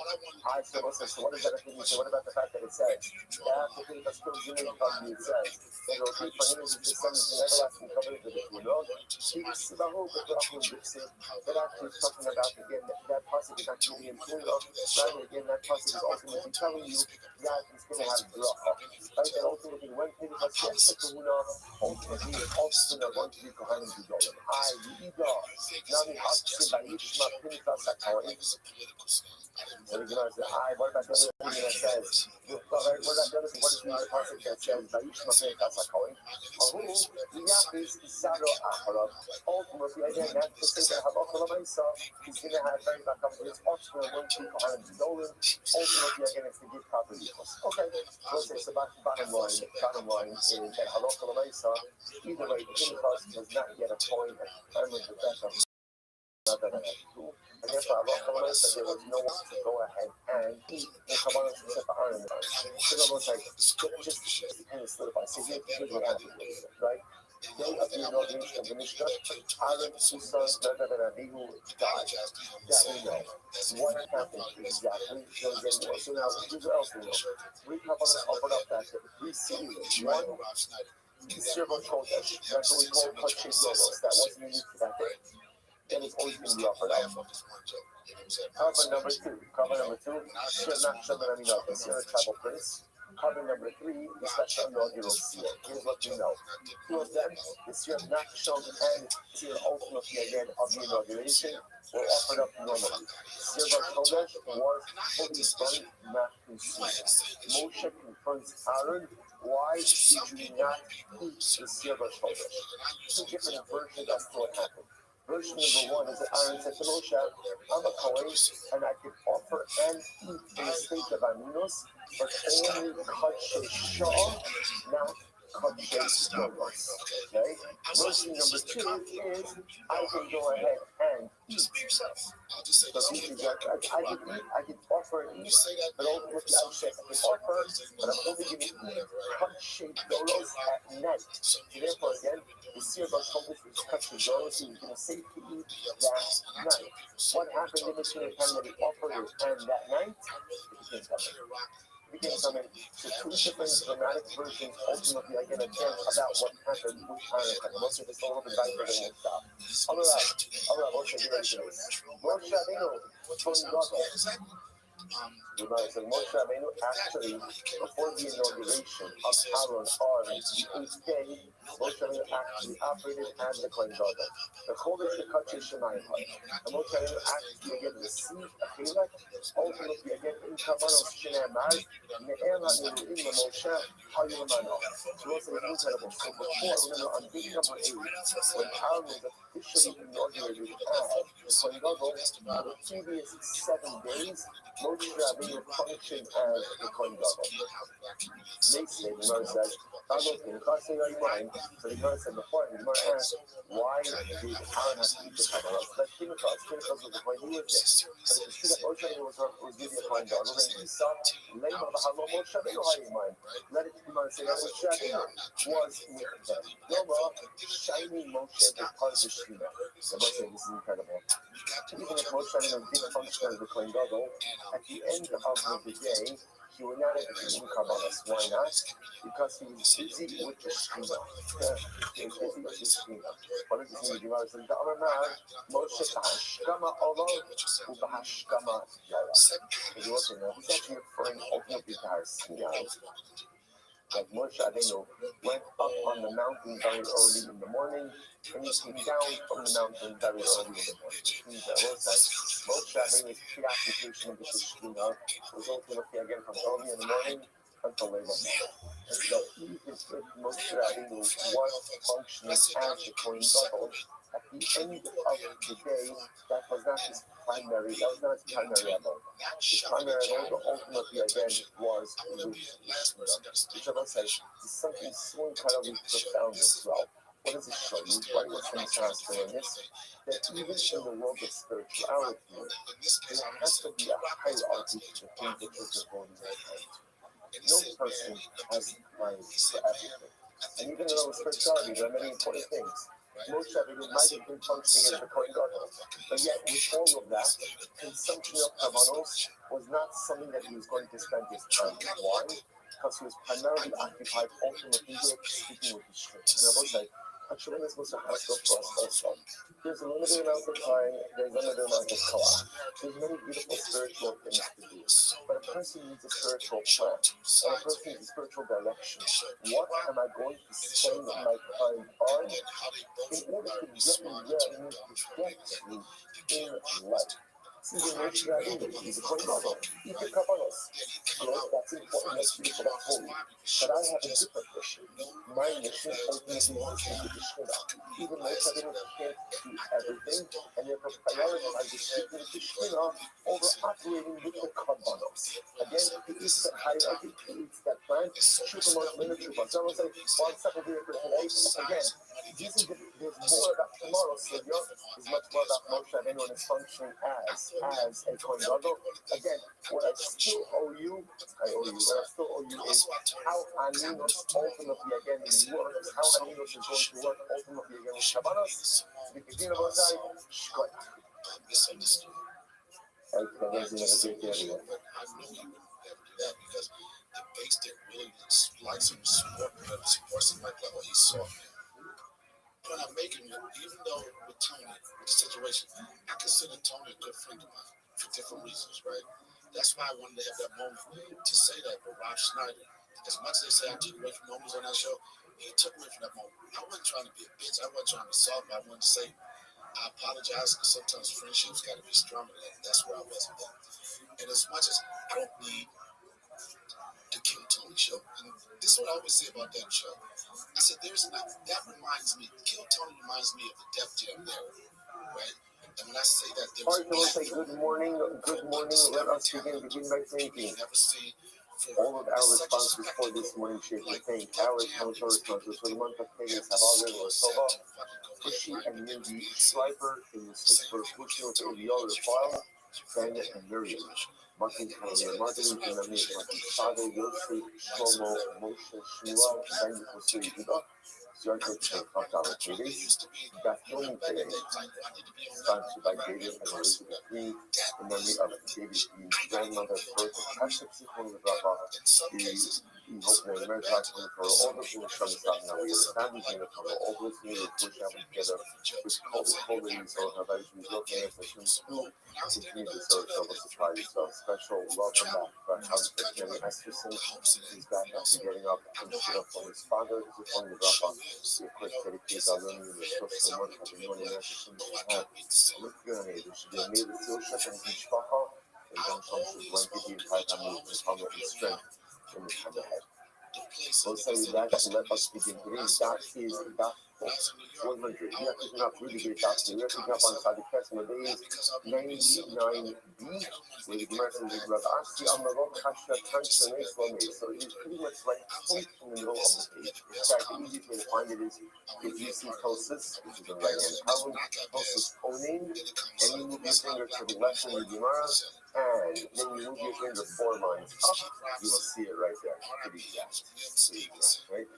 So remember again, just to orient ourselves a bit, the Gemara was giving with the interesting piece. The Mishnah said that Halacha L'Maisa, an owning cannot receive a portion in a carbon to eat his capacity. Now, remember again, the logic behind that was as follows. From yesterday's back to creating the rule on good, well, being created. The Gemara created the rule. And the rule was that essentially, if you can eat 12 to 22 quantities, if you can serve, then you get a portion. And if you get a portion, you can eat. Which by extension means that if you can't serve, you don't get a portion. If you don't get a portion, you can't eat. And if you can't eat, it means you can't eat the food that night. For example, if owning, who can't serve, right? Remember again, the only owning who can serve in relation to is only owning on double. And aside from him, no one else is allowed to serve. So therefore, only who can't serve can't get a portion. Because he can't get a portion, he can't eat. The Gemara didn't teach us an instance. The Gemara said, yeah, well, you can interpret this as it's true. You can't get a portion. But that night, if the slaves were going to join them, holding them up the again, he could join them. The problem the Gemara said is that Halacha L'Maisa, we quoted the Brisa, and the Brisa said that most of you that makes it work to cover Pesach. But it will not work for other questions. Rabbi Ashi, Kanchanis Lamesh Ba'arbasar, Vikablu Ba'arbasar, Kanchanis Lamesh B'Shlosha Asar, Vikablu Ba'arbasar. So this is very interesting. Rabbi said 2 different questions together. And Moshe, remember, we're going to speak more about this today. But you want to look at 3 issues. One is, let's see, Ruben, we call him Ruben, right? So Ruben's father Yaakov died. So what's the case? One is where Ruben's father died on the 14th, and it's buried him on the 14th. So what's this? Interestingly enough, remember, Amunos, and we're going to talk about this more specifically, Amunos is the day of death. Now, Mitra Banan, what we're going to see is that Chazal extended Amunos into the night following the loss. That is Rabbanan. So Basi wants to make the following distinction. When do we say exactly only can be Kabbalah speaking at night? That's when death and burial occurred ultimately again on that day on the 14th. Ultimately again, and therefore Aminos still extends into the night. In that case, you can eat Kavanesa, but it can't do other Kabbalahs. Remember again, Kavanesa is going to be different because failure to eat Kavanesa is a Kavanesa barrier. In fact, Kanshamis Lamesh B'Shlosha Asar V'Kablu Ba'arbasar. As opposed to when Yaakov, the father, died on the 13th. If he's not on the 13th, then what does that mean? The Aminos day is really land on the 13th, right? And now burial is taking place on the 14th. Here's what is most suggested. Everyone agrees. Most Aminos of the death extends into the following night. Aminos of the day of burial does not extend into the following night. Into the following night. So therefore, again, if Yaakov died on the 13th, right, and he wasn't buried to the 14th, in that case, Ruben would be free between the Korabanos and other Pesach and Korabanos only on the night of Pesach itself. Gemara spells it out. Gemara says, Yom Kippur, Lo Kapis Leilo Midrabanon. Ultimately, because the day of burial does not go ahead and include the following night for Nina's purposes. So let me just highlight to you what's just happened earlier, because by going to the strong on this, then we get Gemara. Remember, Midrash, and also understand that we use the word owning very differently temporarily than we do Gemara. And what he said, Aninos means day of death. Right? So Yaakov dies on Tuesday, so Reuben isn't owning that day. And now also the halachas other than the assumption that generally death and burial will occur on the same day, which then means that Nabi Rabbanon we say that the following night, such as we call Wednesday night, like the night following Tuesday, ultimately there's also Aninos. But that Aninos is Rabbanon.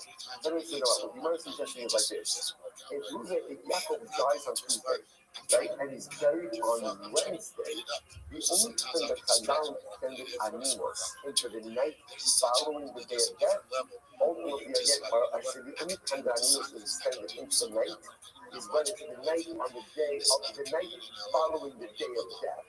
But if the burial was delayed until the next day, everyone would agree that Aninos does not extend into the following year. That's the model that the Gemara is espousing right now. The Gemara says, okay, man kana Aninos laila midrabanan. Please say that Aninos that extends into the night following the day of death is Rabbanon. First, the Gemara says that the Shani is the Aninos laila midrabanan is Yudah. The whole that Midaraisa Aninos is from where do you know that Aninos is Midaraisa? We haven't covered that. We haven't covered that. Aninos will probably be Wednesday, Shachmarazah. So the Gemara says as follows: where do we know that Aninos, the nighttime Aninos, is Midaraisa? Where do we know that Aninos is the Aninos laila midrabanan? I'm sure the sign of Aninos laila midrabanan. You the whole that the Aninos, right? The Aninos are the night following the day of death. That's Midaraisa. And Shimon says, no. Only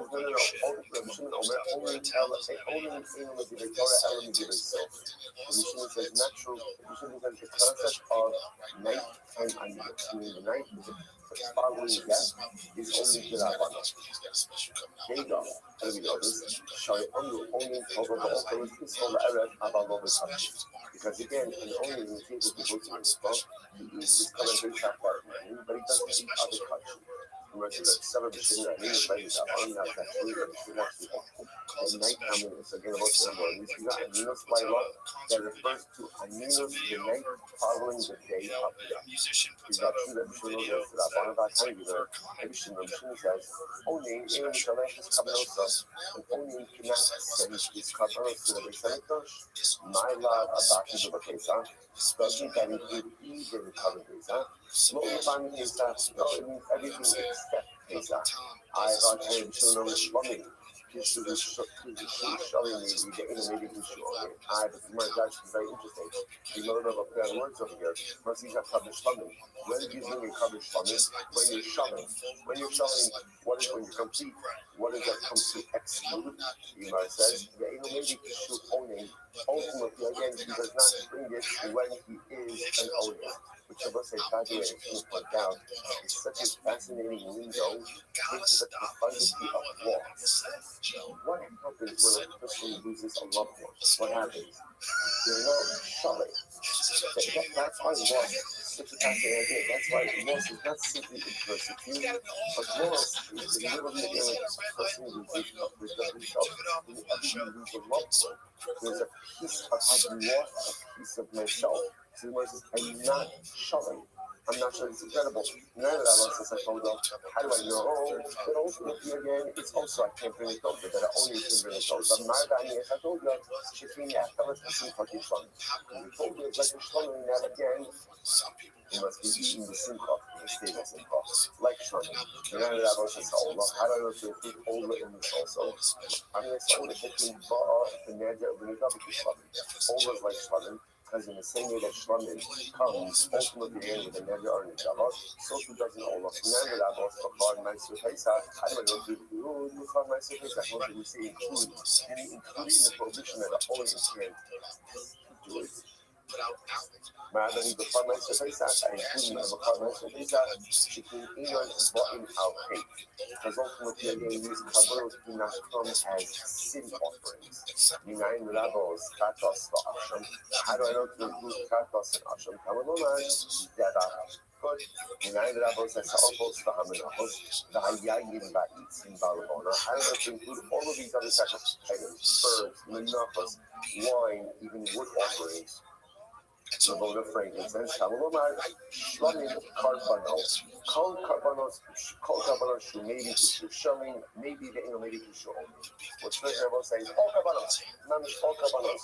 You can bring when you are showing, when you are complete, but you cannot bring them when you are imposing.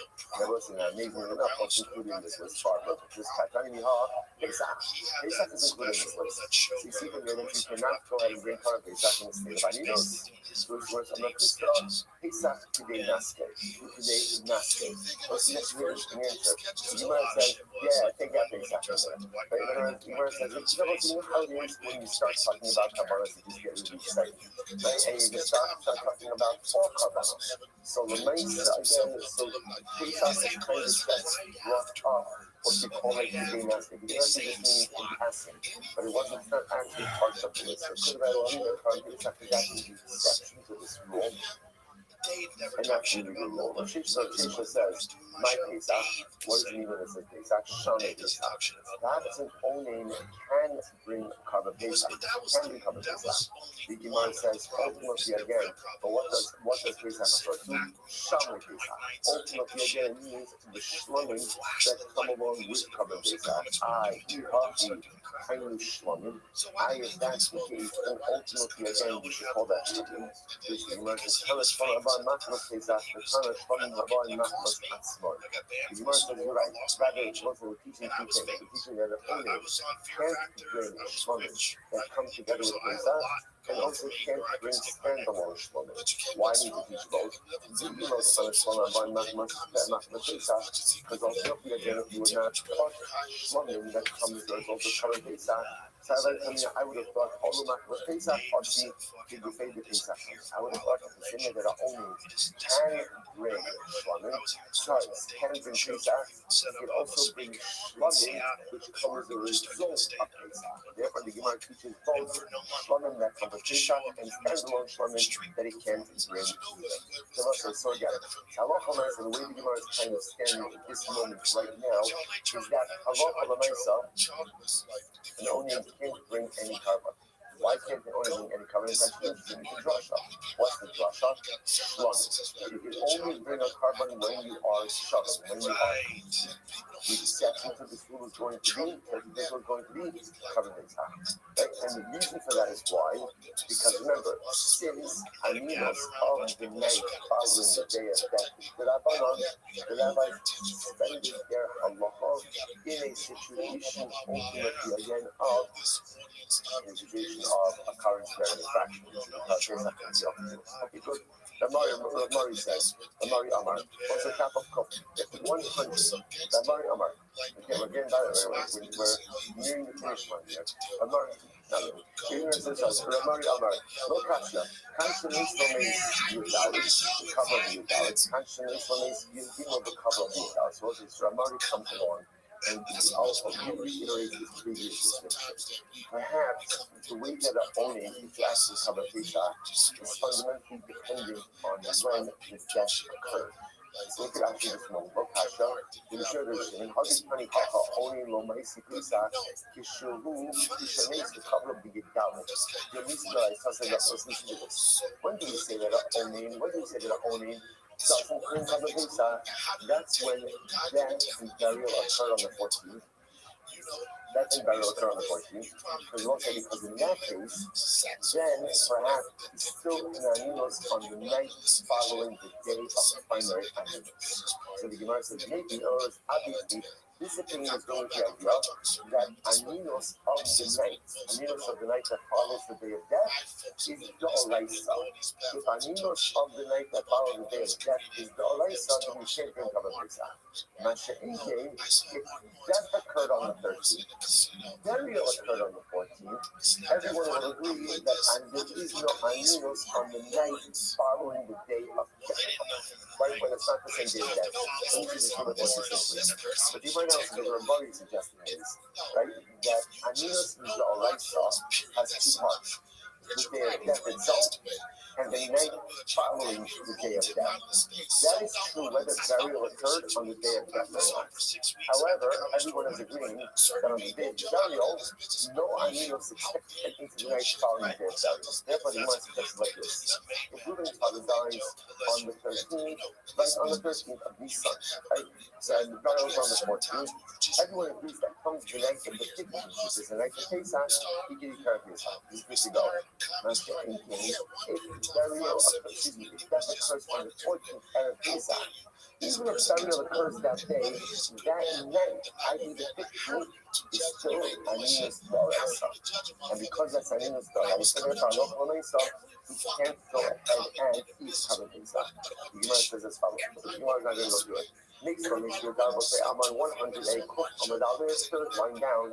Next one, next year, God will cover be a dollar. So if Yaakov, remember again, you've got Reuben his son, Yaakov the father. If Yaakov died on the 14th of Pesach, and he was buried on the 14th, Yom Yisa Kofesh Bigel the D'Oraisa. The day of death, always goes ahead and brings with it the following night as part of Aninos. That's the way that it is. If on the other hand, Yaakov died on the 13th of Nisan, the cover of the Dalit, and then he was buried on the Dalit, we have the Drabanon, Inotopis, Mizor, Aaron the Drabanon. It's very interesting. So remember, the day of burial, is also considered to be a day of Aninos. It does bring along with it the following night as well, but only the Drabanon. And therefore, again, perhaps we'll be able to do Kabbalas, but when I say also do Kabbalas, incredible. I'm going to actually marry. The Allah Harbi Tani Amr Bishim and Zayda, Amr owning Tova Ba'ochel as Kisco, have a lot of questions. What about the following idea? What about the Rabbi Shimon said? In order to find that an owning, he goes to the mikvah and eat his covered mizah, but cannot eat other kosher. Nemalei, so why doesn't it say Nemalei? Katim Lalacha Ana Yom Yisa D'Oraisa. The Amish Yom Kura D'Rabanan. So why doesn't he answer? I'm talking about Yom Yisa, which is D'Oraisa. Why? Remember again, we say Yom Yisa D'Oraisa, that Halakha L'Maisa, the Yom Yisa carries it to the following of the D'Oraisa, whereas the Yom Kura ultimately again will only carry with it to the following evening the D'Rabanan. Why not go ahead and mention that? Where it says Kasha. Okay, good question. Rabbi says, look, Kasha, also a contradiction. Also trying to resolve the contradiction. Kan Shanis Kodin Katsalis? Conscious laughter. So we just want to point out, right? The overarching issue that we still do not have clarity on is this concept of Aninos. How long does it apply for? The one thing that everyone agrees with, sounds like everybody agrees with, is that on the day of death, Aninos is the Oraisa. That's what everybody agrees with.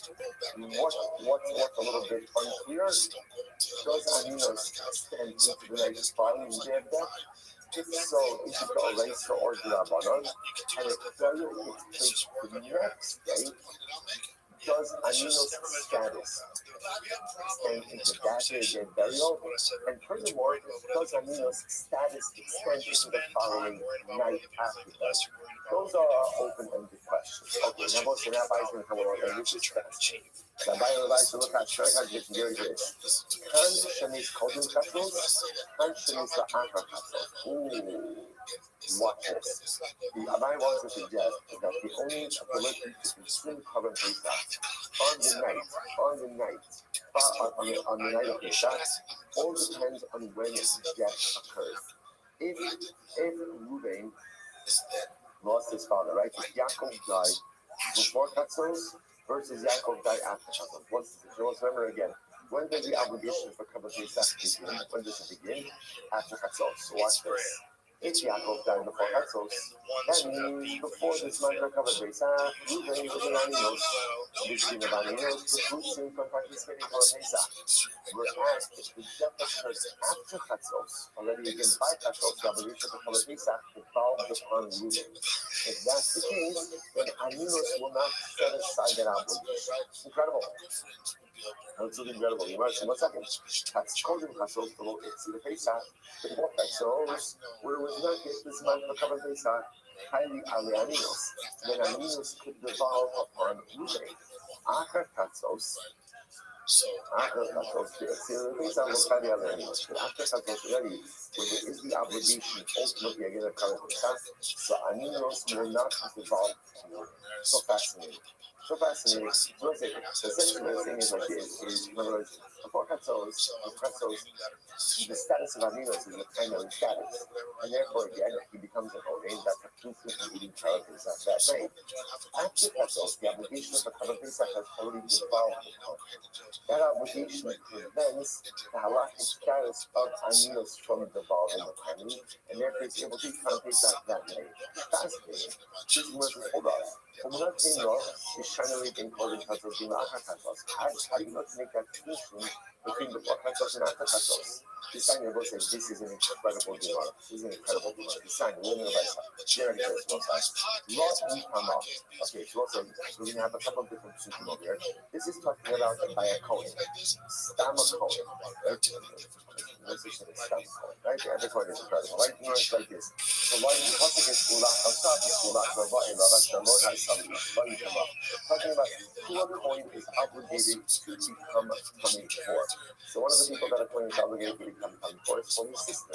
For his sister, his unmarried sister. That is much like Tamar, mitzvah. So it says, interesting. The Torah says, like Tamar means, he shall become coming for. Which the Gemara understands, it's obligatory. It's obligatory. Now what does this mean? Low Ratzah, meaning what? Doesn't get low Ratzah. Let's say the Kohen says, you know what, I love my sister, but I love Hashem more. I want to do the Avodah. I want to do the Avodah basically. I don't want to become coming. I want to become coming. So I'm not therefore getting this idea. I want to become coming. So what do you do? Becoming also about Karl. We force them to become coming. This is the obligation to your family. We force them to become coming. So you know, it says, Maisa Yosef HaKohen, Shemeisa Ishto Be'erev Pesach. Listen to this. There was a story of Yosef HaKohen, and his wife, unfortunately, passed away at Erev Pesach.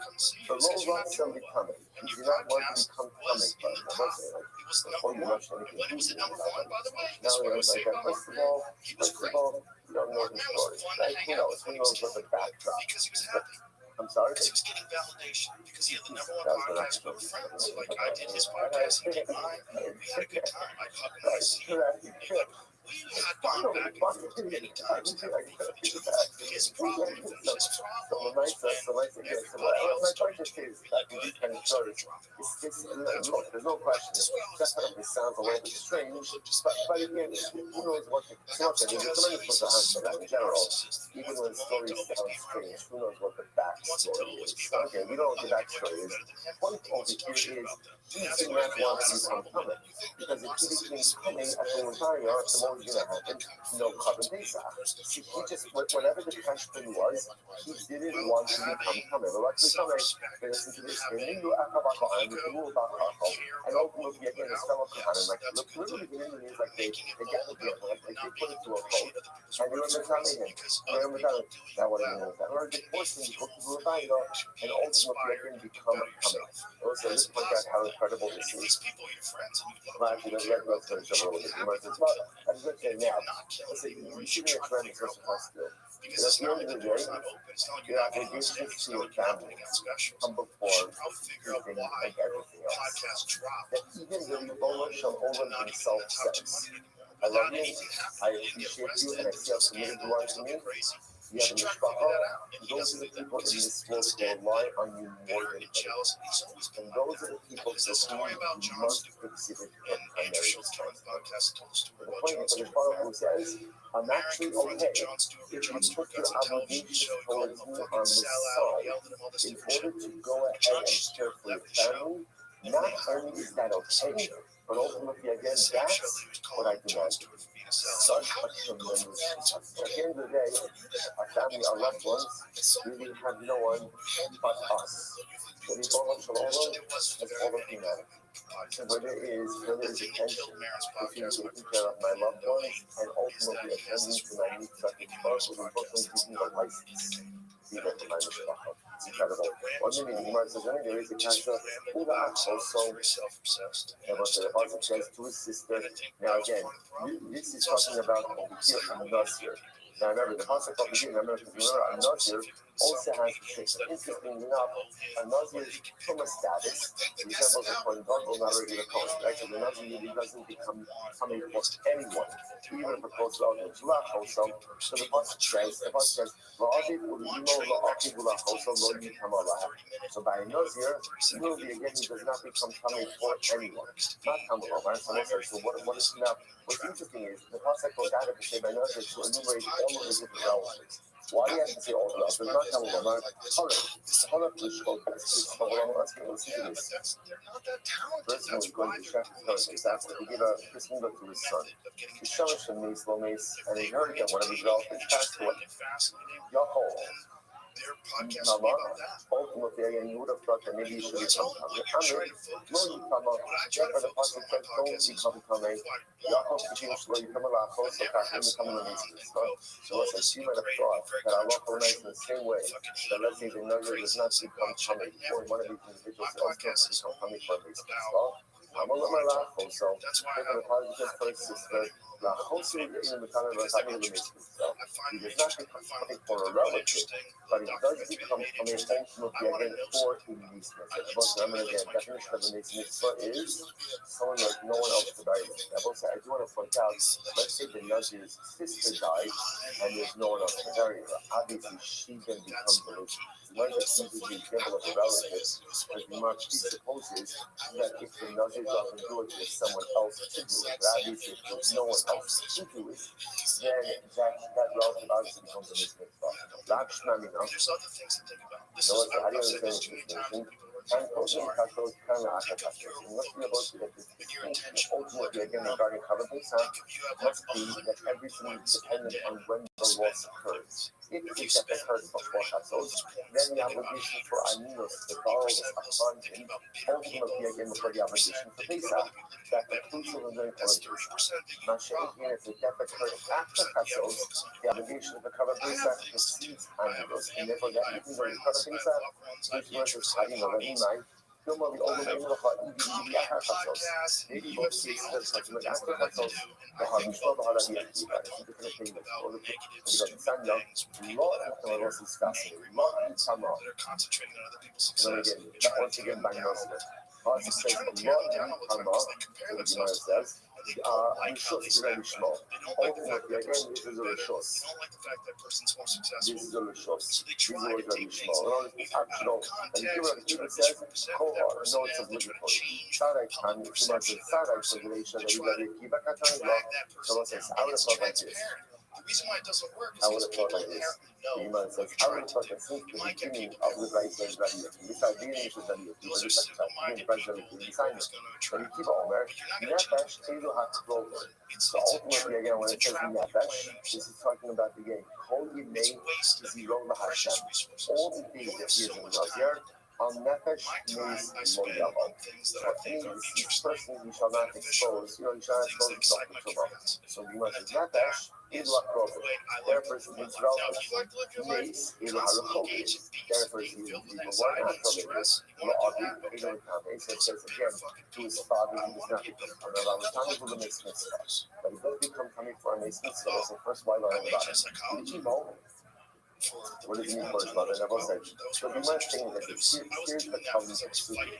On one hand, the Pasuk says, "Kol yimei tiziro la'Hashem unless Hashem is loyal." All the proof that the Nazir is a Nazir, he should not become tamei. Right? He does not become contact with the corpse. Rabbi say that Pasuk is a catch-all. Then the next Pasuk goes on and says, "La'aviv u'le'imo la'achiv u'la'achoso la'yitama." Then it says again, for his father, for his mother, for his brother, for his sister, he should not become tamei. So that's my question: why do those specifically enumerated individuals? The which thing was, I'll tell you why. La'aviv doesn't become tamei for his father, but it does become tamei for his sister. What does it teach me? I just going to the Nazir listen to this. Let's say he was both a Kohen and a Nazir. The emo who did in the kind of a Hellenistic stuff. It doesn't become tamei for his mother, but it does become tamei for his stuff. Okay, well, also one of the in higher Kohen Gadol who Nazir. Again, what we like talking about additional elevated stages of Shidduch. If he was a Kohen Gadol and a Nazir, the Achim who did in the time around the Hellenistic stuff. He doesn't become tamei for his brother, but he does become tamei for a mitzvah. So what's that? So not tamei. What is going to teach me?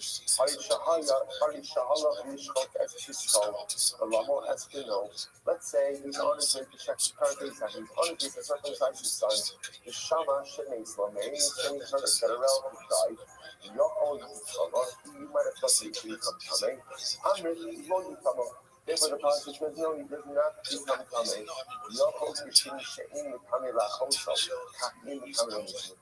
You might have thought that in the same way he doesn't become tamei for his sister, he also doesn't become tamei for his sister. Also, therefore, the passage also, he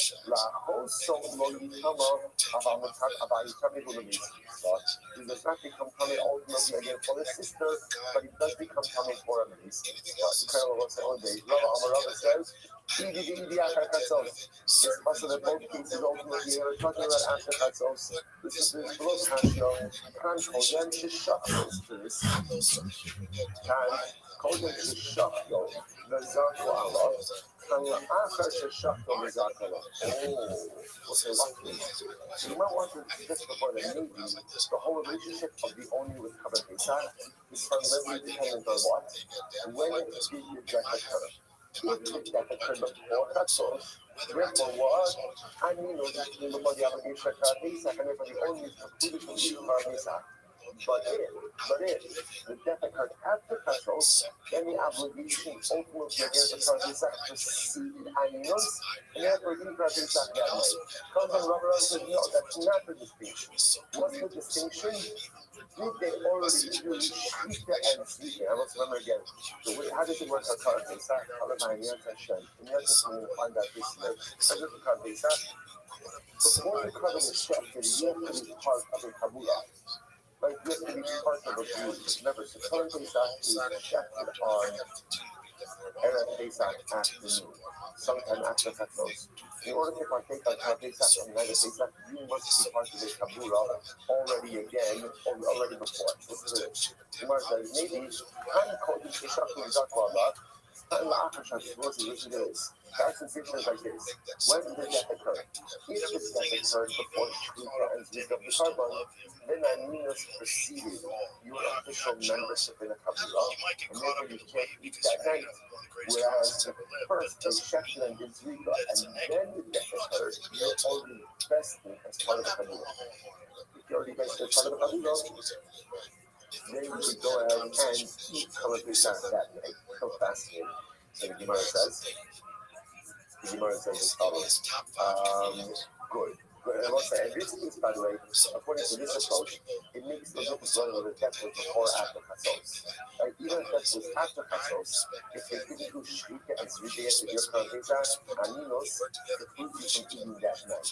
Right? But if already Shrika and Zrika occurred, you're vested, and if death occurred after, you can go ahead and eat that night. That's clear of our master of the Rabbi. After it's like the result right now, what you must have read this, my Hava. Oh, that's the thing, all the shots. That's what she looks like. I understand.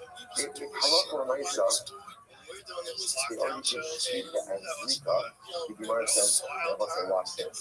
Maita Haba means essentially, who cares about what happens after? So what's done is done. Now what is this? This is literal. You look at Rashi. Maita Haba, the first, second short line in Rashi, Maita Haba. הרי המים דקי אכילוסו, אני נוסע לרבון פי נשאר חודש. Rabbi say, get ready for this. You might suggest, it looks like Carbonos 101. What's the equal of any carbon? Think of any carbon? Good. Okay. Expect more than one person. Let's say so nice to get rid of Zika. Zika is Zika. Zika is what? The times it is. Zika is Zika. That is the website. Just more check. That's still a company set as well. And if it was fixed like this, once Zika was done, like once Zika was done, essentially, he cares about eating the carbon that day. That doesn't matter. In other words, why would they say like this? Once Zrika was done before aminos, that's what they get, right? Because Erev Ruvain, spice is part of the Kabula, it's Zrika. After Zrika, now, Yaakov, Ruvain's father dies. So one says, oh, now we can make lucky country after that night. The Gemara says, why? Just say no, you can't be Kevin Pesach. You can't be Kevin Pesach because of Aminos. But here's the good news. You could anyway. Why you could anyway? Because again, Halacha L'Maisa, you were part of the Kabul doing Zrika. And since you're part of the Kabul doing Zrika, you're good to go. You're good to go. Which also is fascinating because never did we get to apply the Zrika method to cover Pesach. Because we always focus on Kar Pesach. For our purposes, what's the Iker of Kar Pesach? So what's the Iker? What's the Iker? Eating. That's what the Gemara says. No, Kar Pesach is just like any other kappa. And as long as you are part of the Kabula at the time of Zrika, you're golden. You can actually have full. In other words, say no, you can't eat it that night because of Aminos. It doesn't matter. Because you're part of the Kabula ultimately again by Zrika. But the Maida Haba, here's the problem.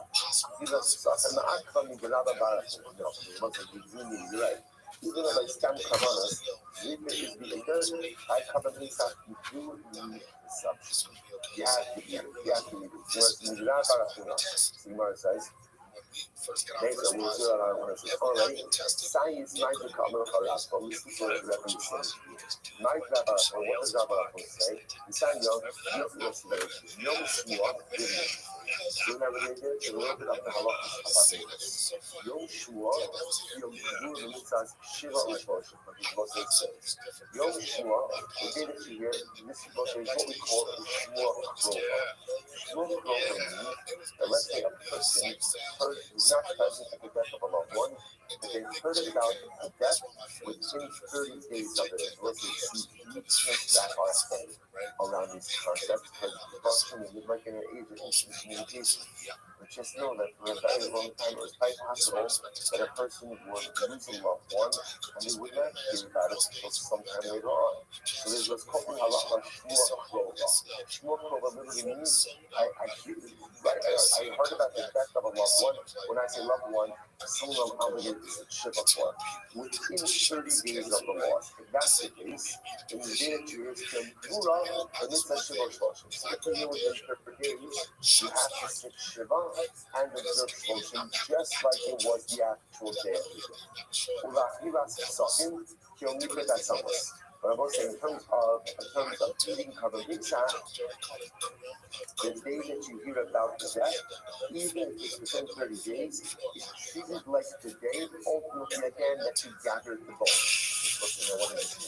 So the halacha is like this. The halacha is like this. Make that understanding.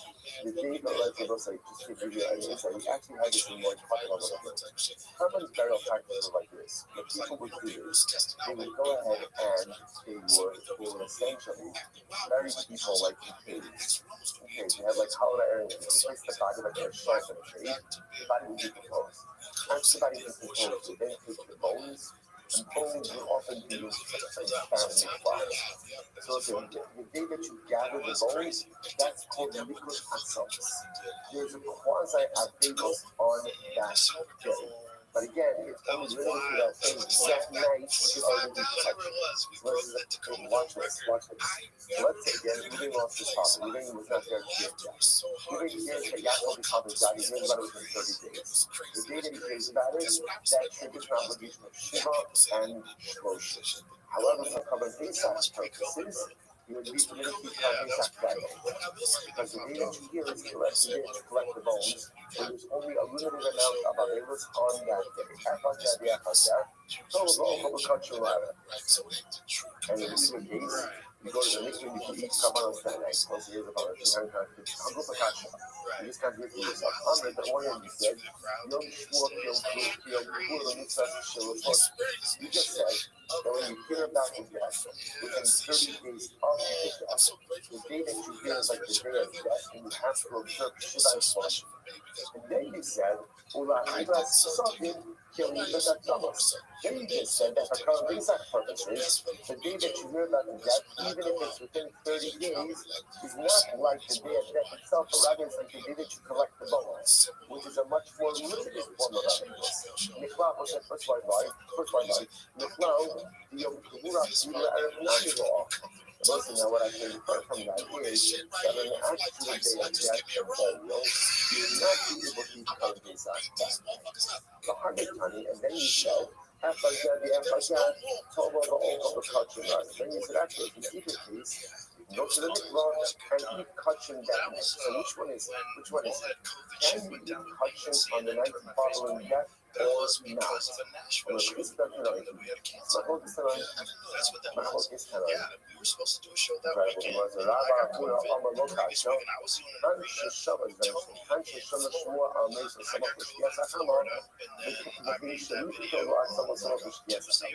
One case is talking about the end where you heard about the death right before Shkia, or you collected the bones right before Shkia. The thing Shanice makes the color of Shkia. Or again, literally get the curse and bury it right before Shkia. Become the Achas Shkia. And ultimately, again, what is talking about the case of after Shkia. And the most like, and what is this? Look in Rashi. In Rashi, it's the wide lines, 4 lines into the wide lines. Rabbi, who are attached to much more.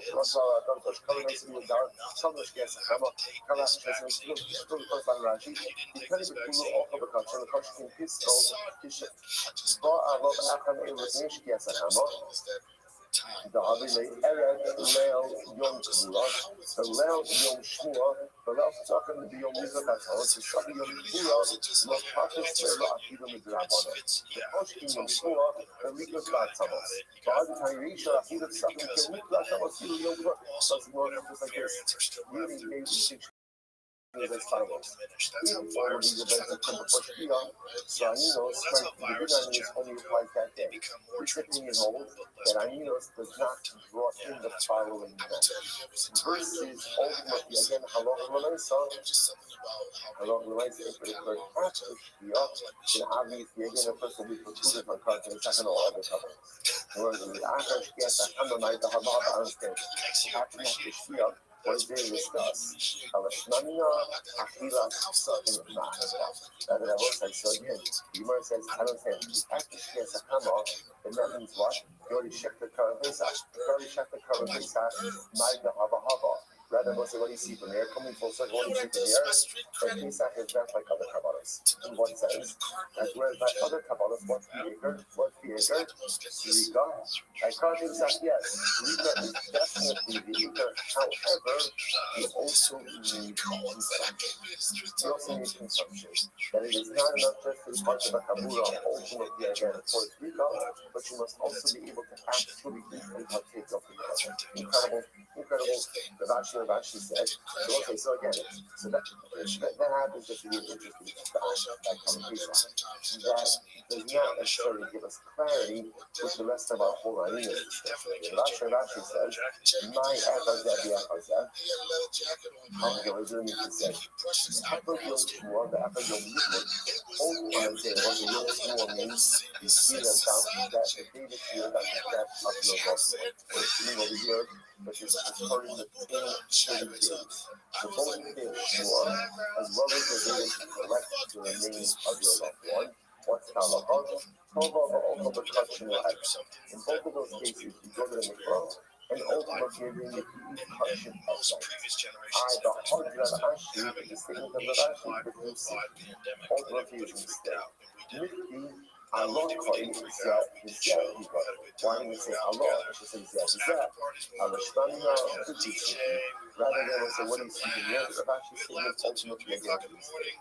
In my canoe, and I will say, what is this my consciousness? So I say, here we're going to do it. Now we're coming, we are approaching the finish line of this story. What is this my consciousness? Here we go. This now, this I was now, we're getting to remember, all of this is about this entire sugya. You will now let all of the conversation out. But this entire sugya really is rooted in this concept of harmonious. God, I saw, and how long does it extend for? Here we go. At one side, this only come off. How long does Aminos extend for? George, the right says, color the whole day. The Lord said, what that means is like this. They say, like, Yaakov is living in Father Yaakov dies. So how long does Aminos extend for? All of Tuesday.